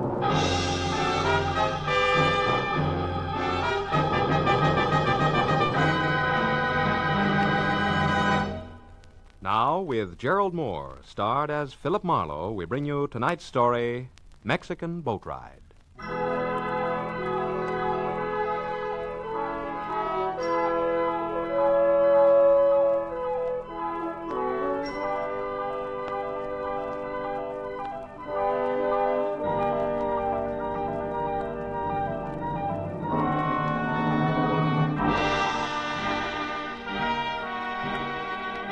It was a rare morning, clear and clean. You know, the kind that knocks 10 years off your age and makes you taste the sunshine in your orange juice? It was a day to be spent on an open road to someplace new and exciting. But a phone call I'd received had reduced my open road to Carmelita Avenue, and nothing more exciting than Beverly Hills. The house I stopped at was one of those you entered through a tunnel of dank, overhanging foliage on a flagstone path grown green with damp moss. A low, thick-walled affair with tiny barred windows hidden from the sidewalk. I pressed the bell, and a moment later a sallow housekeeper opened the door with what seemed to be a last ounce of strength. She squinted at my card and beckoned me inside. I followed her down a dusky corridor to a heavy closed door, where she signaled me to wait. The air in the house smelled thick and stale. When she came out again, she held the door open for me and motioned me into a room full of darkness. It became nearly complete when the door clicked shut behind me. All I could see was the vague form of a man in smoked glasses propped up on a bed across the room. There's a chair beside you, Marlowe, if you care to sit. Oh, thanks. I'm Carl Estabrook, importer. You may have heard of me. No, I don't think so. Well, no matter. Marlowe, I have a peculiar problem. I want to know why my wife, Ona, was on a boat day before yesterday off the coast of Mexico. Think you could find out? Well, if that's all you got to go on, I doubt it. No, there's a little more. Huh? Ona and I planned to take vacation together. But when I was confined with this illness, we decided she should go on alone. Oh, then your illness is the reason for the midsummer blackout, huh? Yes.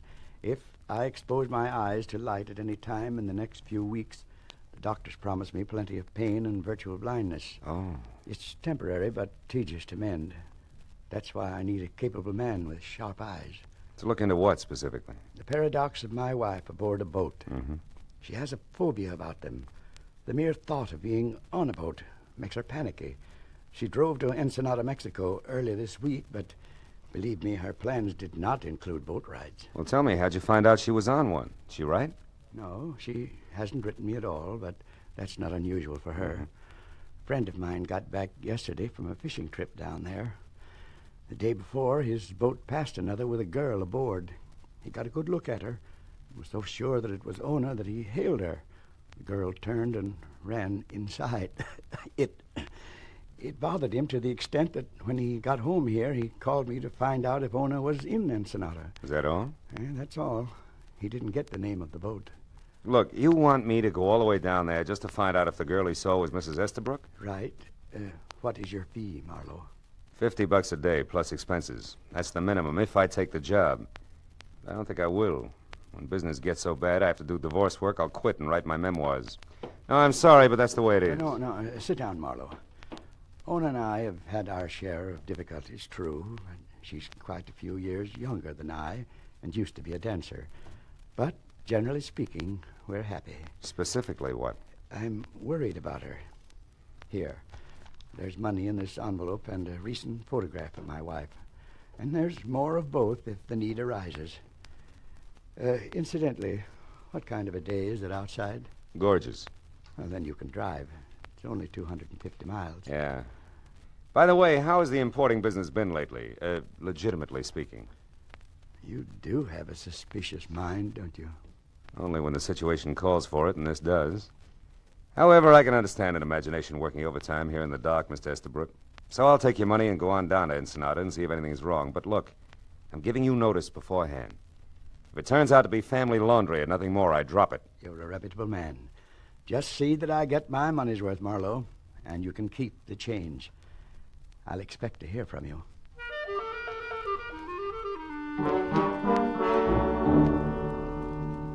When my eyes adjusted to the dazzling glare outside, I looked in the envelope and picture of an impish, dark-haired woman and 5 $100 bills. For the first time, I realized what Estabrook had meant by keep the change. But it didn't help my attitude even a little. By 2 o'clock, I was on the road south. A late lunch in La Jolla with an old friend, a routine baggage inspection at the border, and then 70 twisting miles of lonely road brought me to Ensenada, just as the Mexican sun dropped into the sea. I drove past the piers and canneries at the edge of town, and then along the curving shore to the only hotel elegant enough to meet the demands of the woman I figured Ona Estabrook to be. After I'd gotten a room and cleaned up, I went to the desk and asked for her. She was registered, had number 74, and at the moment was out on the patio. All of which sounded ridiculously normal. And I thought again of an imagination at work in a dark room back in L.A. I thanked the clerk in crippled Spanish and turned in time to catch the end of a long, cold stare from a pair of frog-like eyes that bulged out of an otherwise handsome head on a man in a gray gabardine suit. I didn't think my language had been that bad. But when Popeye followed me out onto the patio, I wasn't too sure. There was no mistaking Ona Estabrook. She sat alone at a table in the far corner, a tall, minted gin drink in front of her. So I put on my best tourist-type smile and walked over. Well, Ona Estabrook, this is a pleasure. Enjoying your visit? Why, yes, very much, but I don't think I... Know me? Oh, of course, you wouldn't remember. My name's Marlowe, Philip Marlowe. No, I'm sorry, Mr. Marlowe, but You were a dancer, weren't you? Before your marriage, I mean? Well, yes, I was a dancer, but you'll have to excuse me now. I'm expecting a friend. I hope you don't mind. Oh, well, just one thing then, Mrs. Estabrook. Would you mind telling me why you were out on a boat day before yesterday? A boat? Mm-hmm. Why do you ask that? Because you hate boats. You have a phobia about them. And yet you were seen aboard one just 2 days ago. How come? Well, how clumsy of me. I've spilled the drink all over my skirt. Excuse me. I'll have to change. That maneuver was as subtle as a bulldozer at work. When she spilled her drink, it was done desperately, and fear sent her running for the exit. I turned to follow her as she left the lighted patio and headed down a dark arcade. But a gray gabardine suit and a pair of pop eyes slid out of a chair and beat me to it. I waited until their footsteps faded, which said they turned a corner. Then I started after them.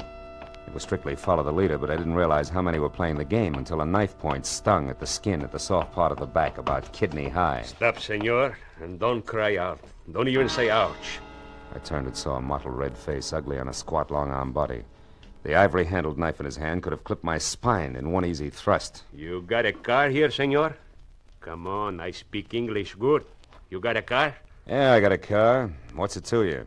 I am Haiba, the crab. It's lots to me. What's Let's your pitch, go. Buster? Come on, tell me.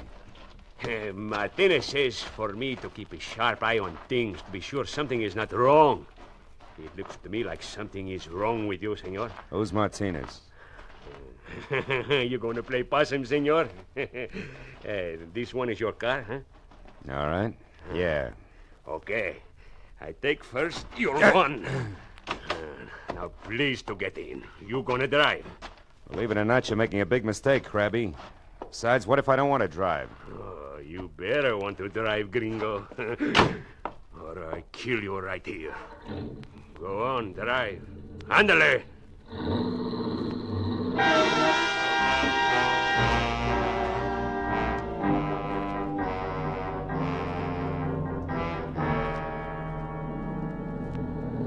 See, stop here. And now we get out. It's nice and quiet here on the beach, no? Walk over there to that old adobe wall. We're gonna have a talk there. It's gonna be dull, Buster. We've got nothing in common. Please, senor, don't make it hard on me. I don't know why you gotta come and mix everything up again when time is running out. Why did you come? I needed new huaraches. Look, senor, you think I'm ugly? You're no beauty, Crab, let's face it. See, and I can act even uglier. Maybe I could go on the radio and make a big hit, no? Or maybe I make the big hit on your face. Oh! Don't try something, senor, or I kill you with your own gun. Now, the truth. You spoke to the senora about the boat. Why? I forget. Oh! Who are you, senor? Private detective named Marlowe. Oh, a private detective. Who are you working for? Dolph Bentley? I never heard of Dolph Bentley. Who's he? You're lying. The senora knows him. I heard her say Dolph Bentley won't make it tonight. Yeah, he's lucky. See, I tell you something else. He better not make it. Martinez is going to do business with one man only tonight. Now, you want to say something? No? Then I'll say it. You take what's going to be left of your face back to Senor Bentley until you get out of Ensenada and don't come back. Understand? Oh! Hey.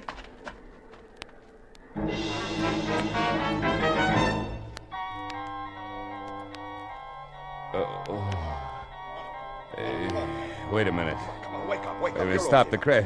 Come on. Who are you? Oh, it's you. I'll kill you. Wait. Hey, take it easy, will you? You're in good hands now, Marlowe. I'm a fellow American. Oh. You know, you're pretty lucky, you know that? I am? Oh, sure, yeah. Where'd my pal go? Oh, him? Oh, I chased him off. You know, it's a wonder he didn't put a knife in you. These fellas are mean with knives. This guy was no slouch with a gun butt, either. Hey, where'd you come from, anyway? Oh, down the beach a ways. I just finished working on my boat, and I was taking a walk, and I heard the commotion, came over to see about it. This guy was beating you up, so I yelled and started for him, but he ran. Oh, is that right? I'm glad somebody stopped him. Thanks very much, Mr. Roman. Oh. Lou Roman's my name. Yeah, I'm pleased to meet you, Marlowe. Thanks. You know me? Well, yes, I took the liberty of looking in your wallet to see that devil that robbed you. Oh. It doesn't seem so, though. Yeah, I guess I got here just in time. You're a private investigator, I see. You working on a case now? It's debatable. So far, the case is working on me. I'd like to find a guy named Dolph Bentley, though. Dolph Bentley? Yeah. Guy who beat me up had the idea that I was hired by Dolph Bentley. Did you ever hear of him? No, and I come down here every year to fish, too. Know a lot of folks around here, but I never heard of that one before. Why are you after him? Well, he's tied up in some way to the crab, who seems to work with another guy named Martinez, who in turn is going to do some business of some kind tonight with somebody other than Dolph Bentley. I don't know. And it's all connected for some screwy reason with a woman who took a boat ride the day before yesterday. Well, what about that? The woman being on a boat, I mean. Oh, well, she can't stand boats. She's afraid of... Oh, my head. Wait. Here. Thanks. I better get you some first aid right away. That's a good idea. Holy smoke, my car. Now, relax. It's right over there. Come on, let me help you out. All right. Easy now, easy. That's it now. I'll drive you. Where are you staying? At the hotel, huh? Yeah. Thanks, good. Roman. I'm still dizzy. Easy, I got you. I got to get back there. I got to find that girl, because she's up to her hairdo in a very nasty mess. Listen, Marlowe. If I can help in any way, let me know, will you? You know, us Americans have to stick together in a place like this, right? That's it. Come on, let's go. Easy now.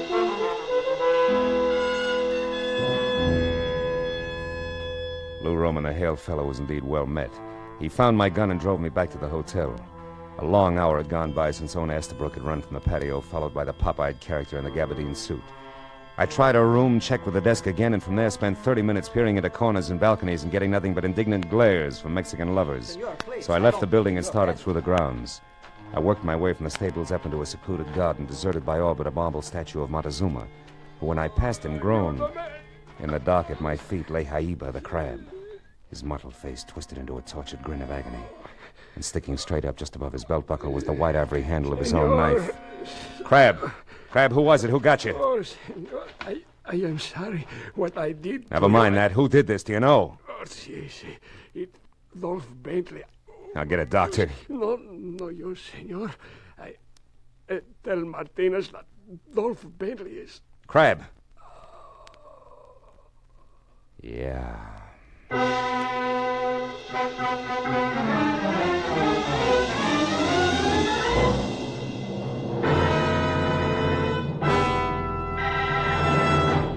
In just a moment, the second act of Philip Marlowe. But first, when you're 65, if you have worked in business or industry, call any office of the Social Security Administration for information about your old age and survivor's insurance. The account number that appears on the Social Security card identifies your wage account. The amount of retirement and family insurance that may be payable is set by this account. Now with our star, Gerald Moore, we return to the second act of Philip Marlowe and tonight's story, The Mexican Boat Ride.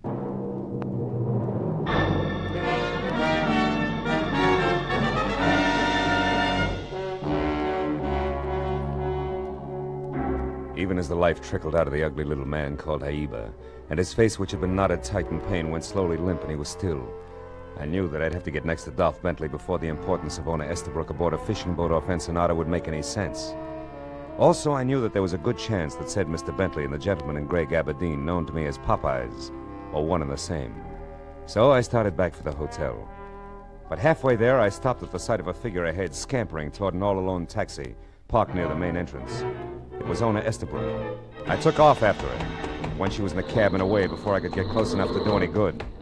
I tried the next best thing, which was the sombrero doorman nearby, who I figured might have heard the address she'd given the driver. Yeah, but what I didn't figure was that the doorman might not habla much English. The Senora Estabrook. Si, senor. Her enters libre a minute ago. Yeah, that's right. I know that. Now look, where did her go? Which way in the libre? Libre. Uh-huh. Oh, un momento, senor. Libre. Oh, no. Ya viene, senor. No, Coming look, pronto. amigo, I don't want a taxi. No libre. No libre. None whatsoever. Chico no quiere. Now, please, come here. Let's back it up a little, huh? Senora Estabrook in libre, right? Si, senor. Okay. Now, where did she go? What direction? ¿Qué dirección? Oh, ahora comprendo. Ajá. The senor. The señora. ¿Qué dirección? ¿Comprendo? Si, senor. Senora Estabrook go to the pier, the fishing pier. Which one? Which fishing pier? ¿Cuál pier? The small pier, senor. The little one near the big cannery, the fishes cannery. That's senor. all I want to know. Gracias, amigo, and... Uh-oh. Senor, what are you seeing at? I'm not sure. But even if I were, I wouldn't be able to explain it to you. Buenas noches, pal. Thanks a lot. I had been seeing at the silhouette of a man huddled close to the ground and slinking out from a hotel along a high hedge that led back toward the statue in the body of Haiba, a man who I knew could be the elusive Popeyes. I followed the walk that was close into the hotel until I was on a line with the hedge. Then I started after him fast. I still had a good 2 yards to go when he heard me and pivoted, so I swung first! Oh! Why, you dirty... Roman, wait a minute. Hold it. Gee, it's me, Marlowe. I'm sorry. Holy smoke, I thought you were someone else. Oh, Gargantua, maybe? Oh, brother. Oh, I'm sorry. What'd you hit me with, Marlowe? Everything I had. I figured you were Dolph Bentley, and as such, Roman, I didn't want you to get away with murder, literally. Murder?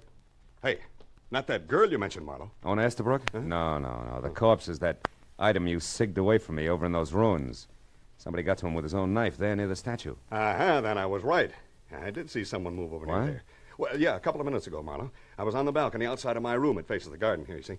And when I saw you run for the main entrance, I had a feeling that you might be in trouble again, so I came on down here. Well, then what happened? Well, I was about to call out to you when I heard some noise over there near the statue. It was a man. He was running away fast, heading toward those stables. A man wearing gabardine, maybe tan, maybe gray. Maybe Dolph Bentley. Thanks, Roman. You've been a big help. When you get back to the hotel, tell him about the dead man, will you? I gotta run. The stable was a robust left field as pegged to home plate from where we'd been standing. So by the time I got there, I was out of breath and facing nothing more important than thick darkness, a lot of hay, and a couple of horses who couldn't sleep nights talking things over. Until I moved around a corner past the stalls and close to the half-open door of a shack, marked both cabina telefono and the equivalent in English that showed a single unshaded light.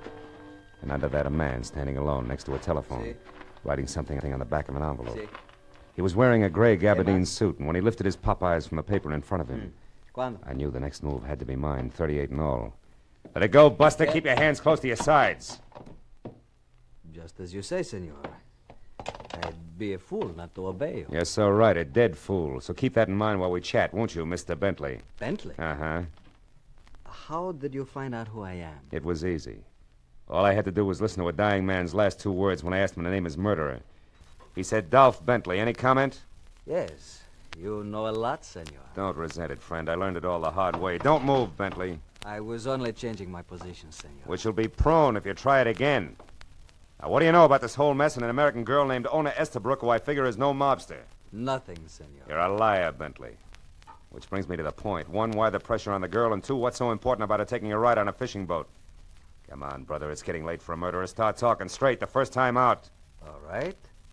I'll start with a question. Senor, how does all this concern you? You gain a percentage if the smugglers are not interfered with, perhaps? We were talking about the girl, remember? Yes, I remember. But you see, senor, I have little to offer on that score. How little? A single observation. In your country, senor, people who do not mind their own business are called nosy. Here in Mexico, we have another term. Asno. Which means what? Jackass, senor. Who, unlike the cat, cannot see in the dark. But can try his best, Bentley. No gun, senor. Okay, amigo, no gun, but this. Asno.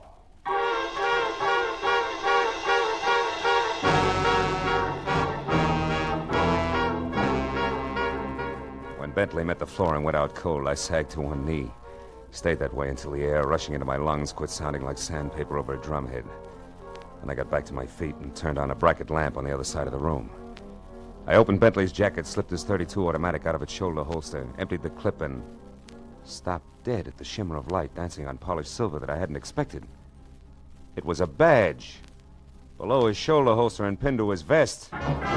Republic of Mexico, Department of Customs, Captain. I made a dive for the envelope near the telephone. On the back there was writing in thick pencil, which I finally figured to mean fishing pier near Cannery, 2 a.m. Inside, nothing. On the front, further proof that I'd never met Mr. Dolph Bentley at all, but instead it tangled hard-like, with one Captain Juan Descartos, Intelligence Section, Custom Building, Mexico City, Mexico. While trying to revive Captain Descartos, the truth rammed into my mind. Ona Estabrook had rushed off for the pier near the Cannery, that Captain Descartos had noted as a good place to be at 2 o'clock in the morning, which was less than 20 minutes away, and a great time for me to get to my car and the pier.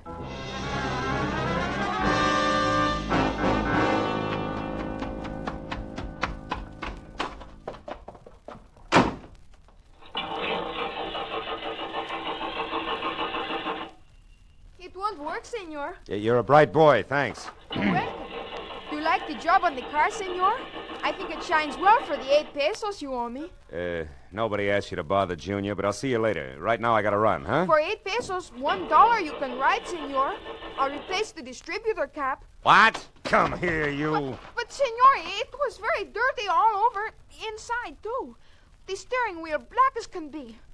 Look, I ruined my best rag cleaning That's it. tough. Now give me that distributor cap, or you'll be the saddest pair of dark eyes between here and the Panama Canal. Senor! Oh, never mind. Here. You pay me the $1? Yeah. Just put the cap back where it belongs. Quick, will you? I'm in a hurry. Well, come on, let's go. The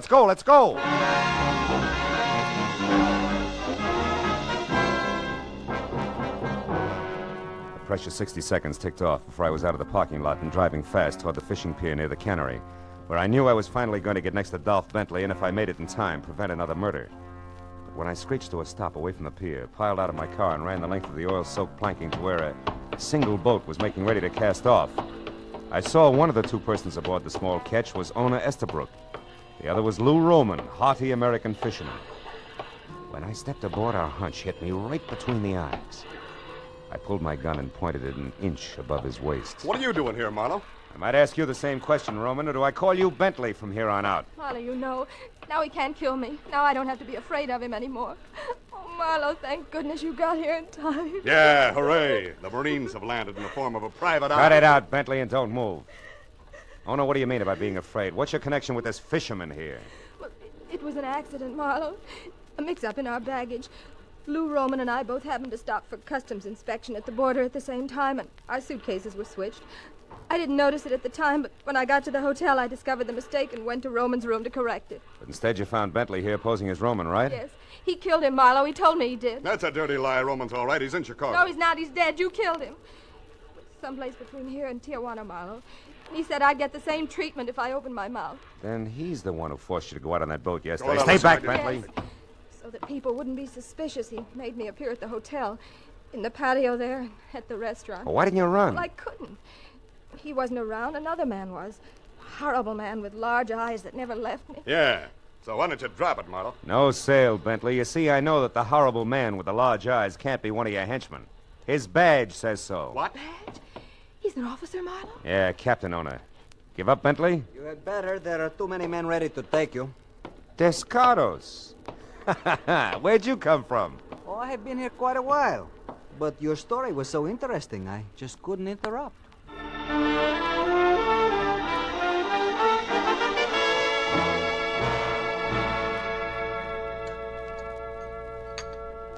And when Marlowe took you for Dolph Bentley, Captain Descardos, you played along because you didn't know who he was. Is that it? Yes, Senora, and I did not find out until I heard Bentley call Marlowe a private eye. You're not mad at me, Captain, huh?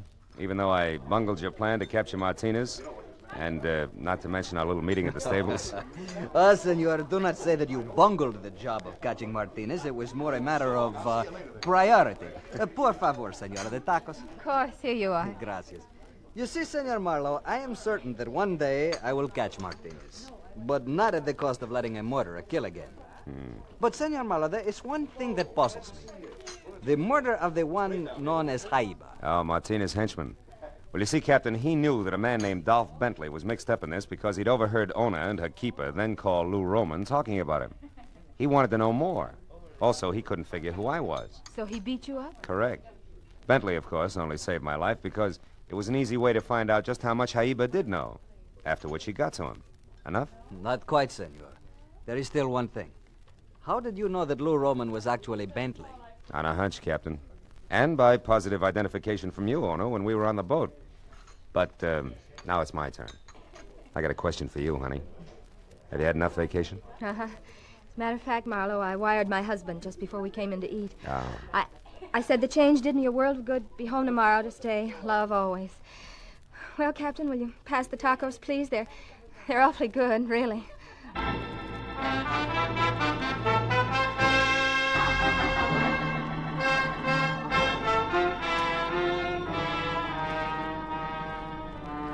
It was late the next afternoon, and Ona Estabrook was already gone when I checked out of the hotel.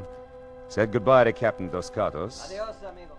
And headed north for the border, where 2 hours later I stopped for customs inspection of my baggage. It was dark, and I was only 50 miles from Los Angeles before I realized exactly what that inspection had meant.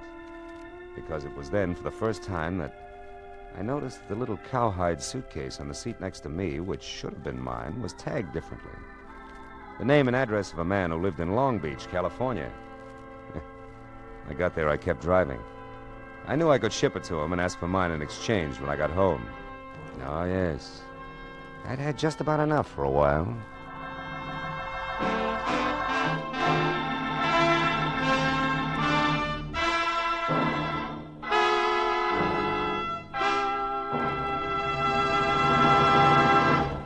The Adventures of Philip Marlowe, bringing you Raymond Chandler's most famous character and crime's most deadly enemy, starred Gerald Moore and are produced and directed by Norman MacDonald. Script is by Mel Donnelly, Robert Mitchell, and Gene Levitt. Featured in the cast were Mary Shipp, Harry Bartell, Nestor Paiva, Bill Boucher, Ralph Moody, Bill Shaw, and Jerry Farber. The special music is written by Richard Arant. Be sure and be with us next week when Philip Marlowe says... It started with death on my doorstep and got worse when I lied to a sympathetic bull, was pistol whipped by a gorilla with dimples, and fought with a kitten on the Keys. And it might have gone on that way all night if I hadn't been helped by the king of the beasts.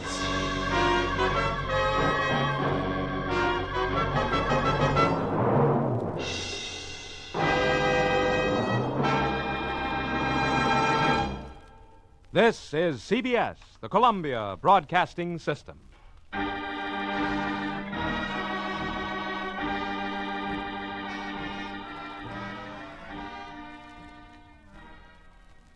From all of us here at Escape Radio, thanks kindly to our sister station, CBS. Now then, let's see if you're true masters of classic radio.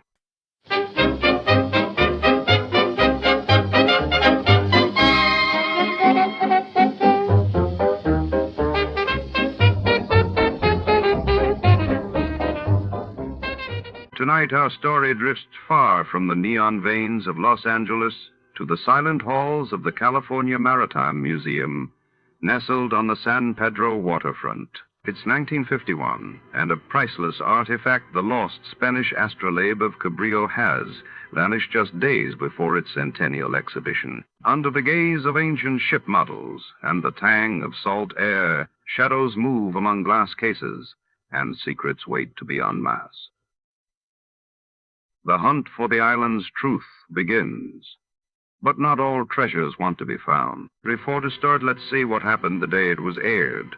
It was March 28th, 1951. That day, the world reeled as Julius and Ethel Rosenberg were convicted of espionage in New York, while across the globe, United Nations forces advanced on the 38th parallel in the escalating Korean War.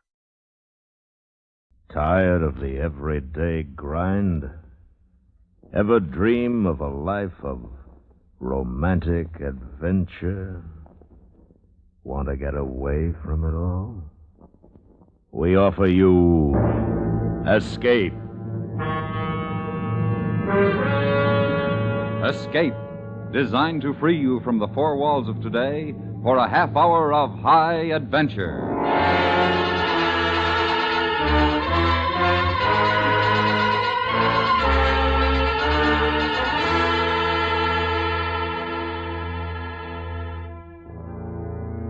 You are running from an unseen enemy, frightened and alone, living from day to day, while your pursuer, unrelenting and murderous, is gaining on you, ready to trap you in a place from which there is no escape. Listen now as Escape brings you Charles Smith's exciting story, The Faraway Island.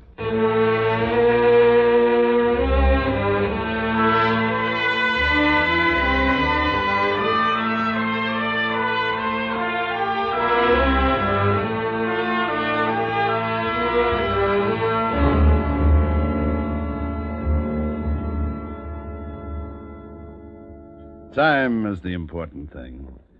If you don't know it now, you will when you've reached the 50 mark. That's why the money was so important. It would give me time.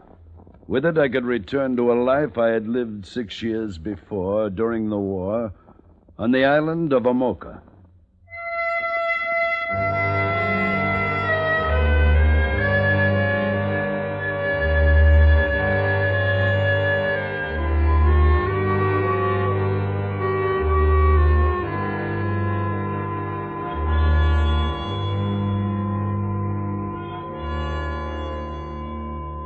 The tropical sun streamed into my room, making it impossible for me to sleep any longer. The morning breeze carried the heavy odor of rotten fish, and just outside I could hear the goats and chickens. This was Papiti. I'd been there 5 weeks, waiting, making sure I'd lost the man who had followed me from Boston. And now I was sure I had lost him, and in 2 days I would sail for Omoka. Are you awake, Adam? Good morning. and get up. You promised to buy me breakfast. Don't let Mama Tita find you here. Oh, she knows I'm here. She told me where you were, and she said I might wake you. Give me a cigarette. How do you feel? Terrible.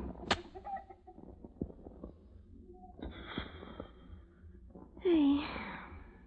We shall have breakfast at Quinn's, and you can tell me more about your island. My island? Oui, you called it your island. I drink too much. Never listen to a man when he's under the influence. What else did I tell you last night? Oh, you talked of your son. How proud you are of him. It was all very boring. I'm sure. What else? Oh, nothing. It is going to be a lovely day. What else, Anise? You are in love, Adam. Sure I am. With you. No. What makes you so sure? You mentioned her name last night. It was enough. Just hearing the way you say her name. Look, you'd know about these things. Is it possible for a man to love a woman he hasn't seen in 6 years? If he has not seen her, he has had no reason to stop loving her. Now, you get dressed. I'm hungry.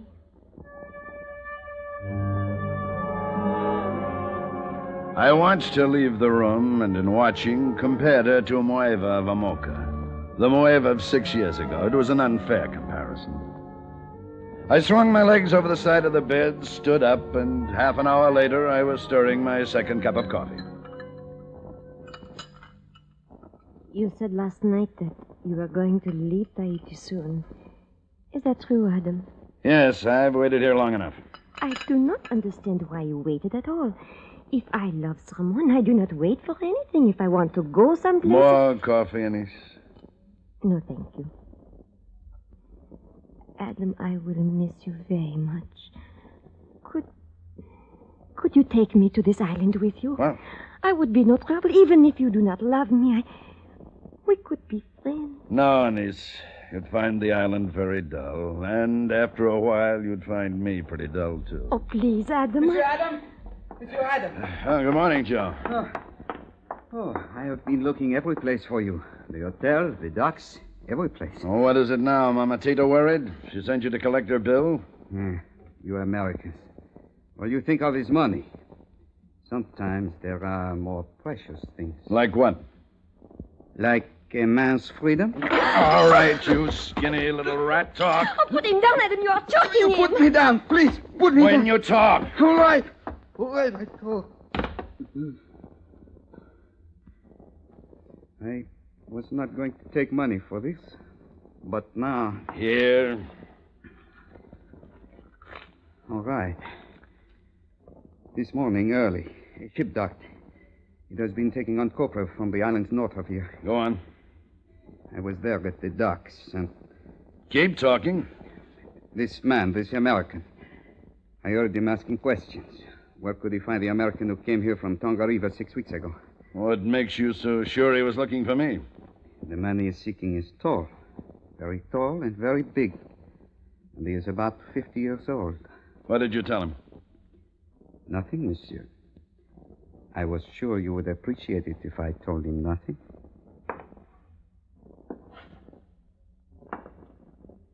Anise, you still want to go out to that island? Oui. There's a ship leaving today for Rarotonga. We'll be on it.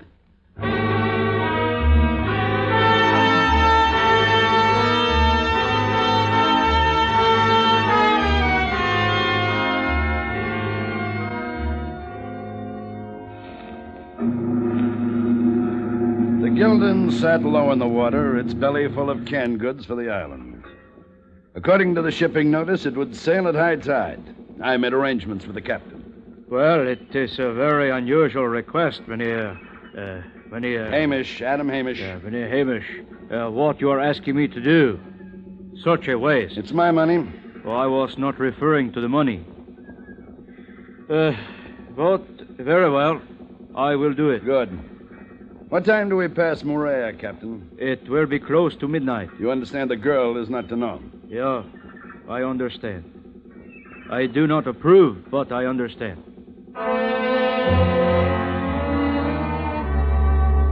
An hour later, we weighed anchor, and I saw Joe on the dock.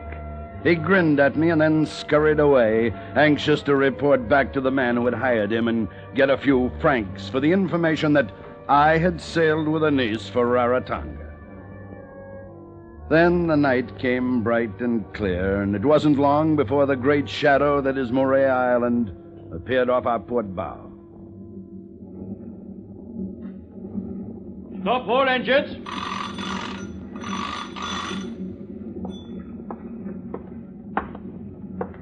Are you ready, Mynheer? Yes. Over here.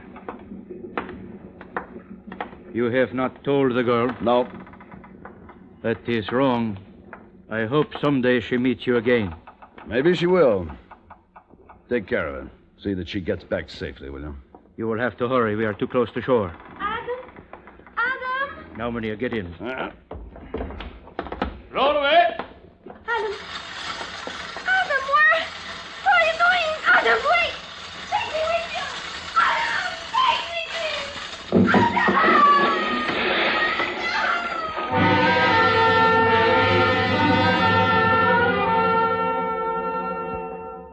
2 weeks later, I boarded the only schooner that services Amoka.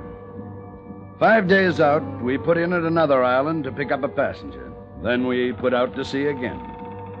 I was sitting on deck watching the porpoises race alongside. Good morning, sir. Morning. Mind if I join you? No. I owe you an apology, you know. Huh?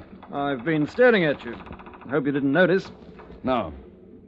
Tell me, is your name Hamish? Adam Hamish? Yes? I thought so. Allow me to introduce myself. I'm Crawford, J.C.W. Crawford, Copper, Government Control. I was sure you were Hamish. This chap in Papeete last week described you so perfectly. Last week in Papeete? Yes, I flew down to catch the schooner. This fellow, what did he look like? Oh, American chap. Decent sort. Somehow I got the impression he'd just flown in from Rarotonga.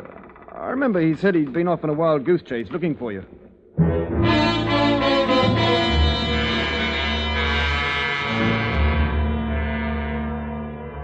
The ships that sail the southern waters usually carry a well-stocked armory. The skipper of this one liked rifles, liked them so much that he wouldn't part with one for less than $300. But for my purpose, it was worth the price.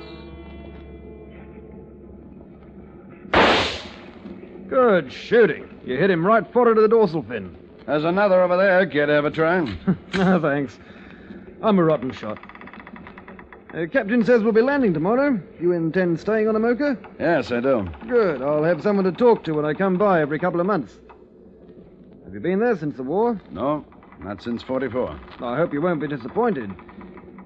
You know, when you Americans left, it seemed to take the heart out of the people. Have you ever lived on the island? Only for a bit in 1949 it was.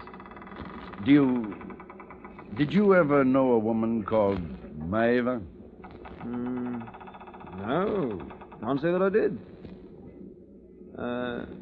Native woman? Uh-huh. Oh. I see.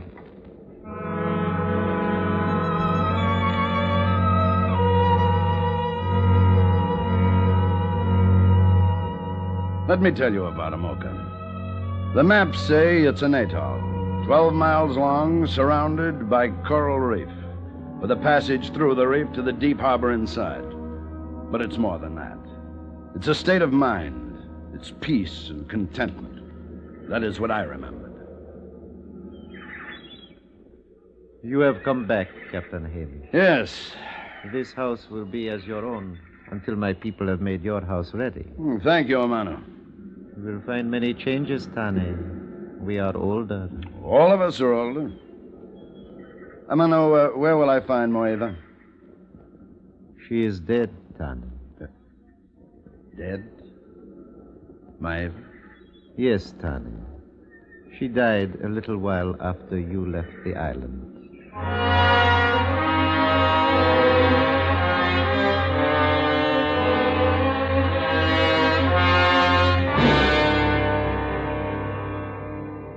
They had buried her on a hill overlooking the bay. I stood for a long time looking at the ground in which she was lying, and in that place the memory of her was sharp and clear, but it was only a memory. Those first days I walked around the island, it wasn't the same. With Maeve, I'd never noticed the flies, the heat, and the quick torrents of rain.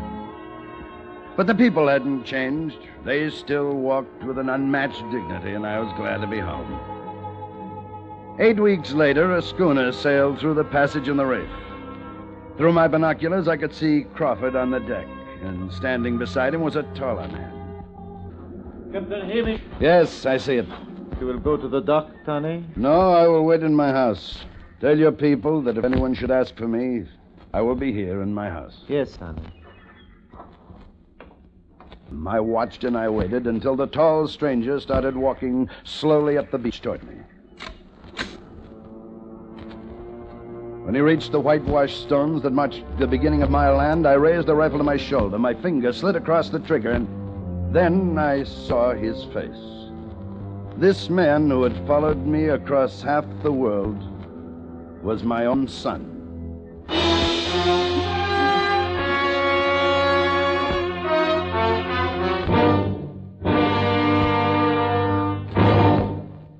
We will return to Escape in just a moment, but first, all Americans, men and women from teenage up, are urged to enroll for Ground Observer Corps service in every locality. You are needed immediately, and the job to be filled is an important one. Write or telephone your nearest Civil Defense Center, or write to Ground Observer Corps, Air Force, Washington 25, D.C. That's your own Civil Defense Center, or Ground Observer Corps, Air Force, Washington 25, D.C. And now, back to Escape.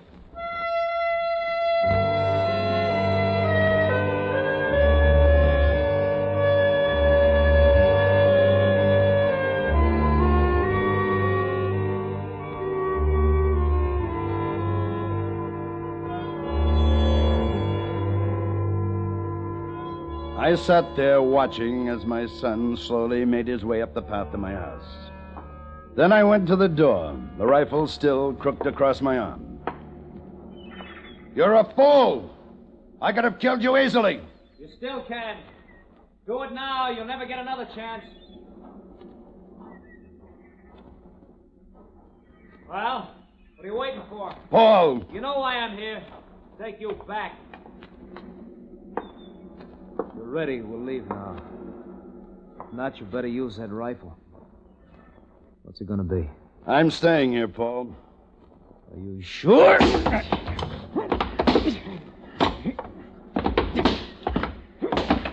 We fought silently as men do who are convinced their cause is right. He was taller than I remembered and heavier, but he lived too much in the city. It didn't last long.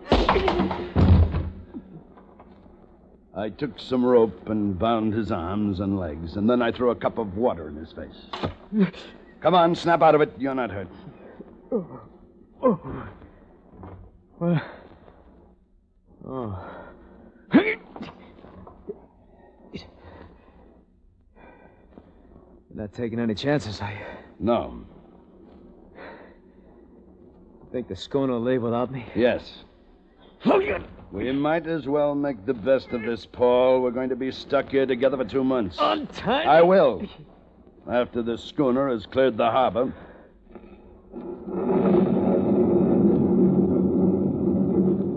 It started to rain. For a long time, he didn't say anything. He just sat there staring at me, filled with hate. Then... How much of the money do you still have? About $2,200. That's beautiful. It's my funeral. Sure, your funeral. You embezzled $10,000, you say it's your funeral, everything's fine. You shouldn't have come after me, Paul. I didn't want to. I tried to forget I had a father. And I would have if the place and the company, our friends, would have let me. I'm sorry. You never thought about what would happen to me, did you? That I couldn't get a job in town anymore, the way people looked at me, because you weren't there to look at. I'm sorry. Sure. Who sent you after me? The bonding company? Nobody sent me. It was my own idea. I want to drag you back so I can live my own life again, not share yours. What made you do it? Why did you do it? You wouldn't understand even if I told you. Why not? Because you're too young.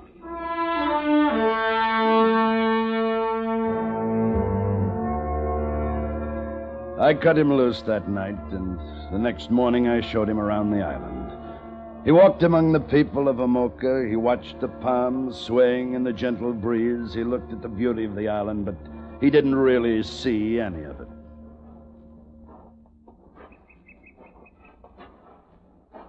Here. This spot here. This should do it. Should do what? What are you talking about? A spot of ground. It's not too far from the village. It's clear of brush.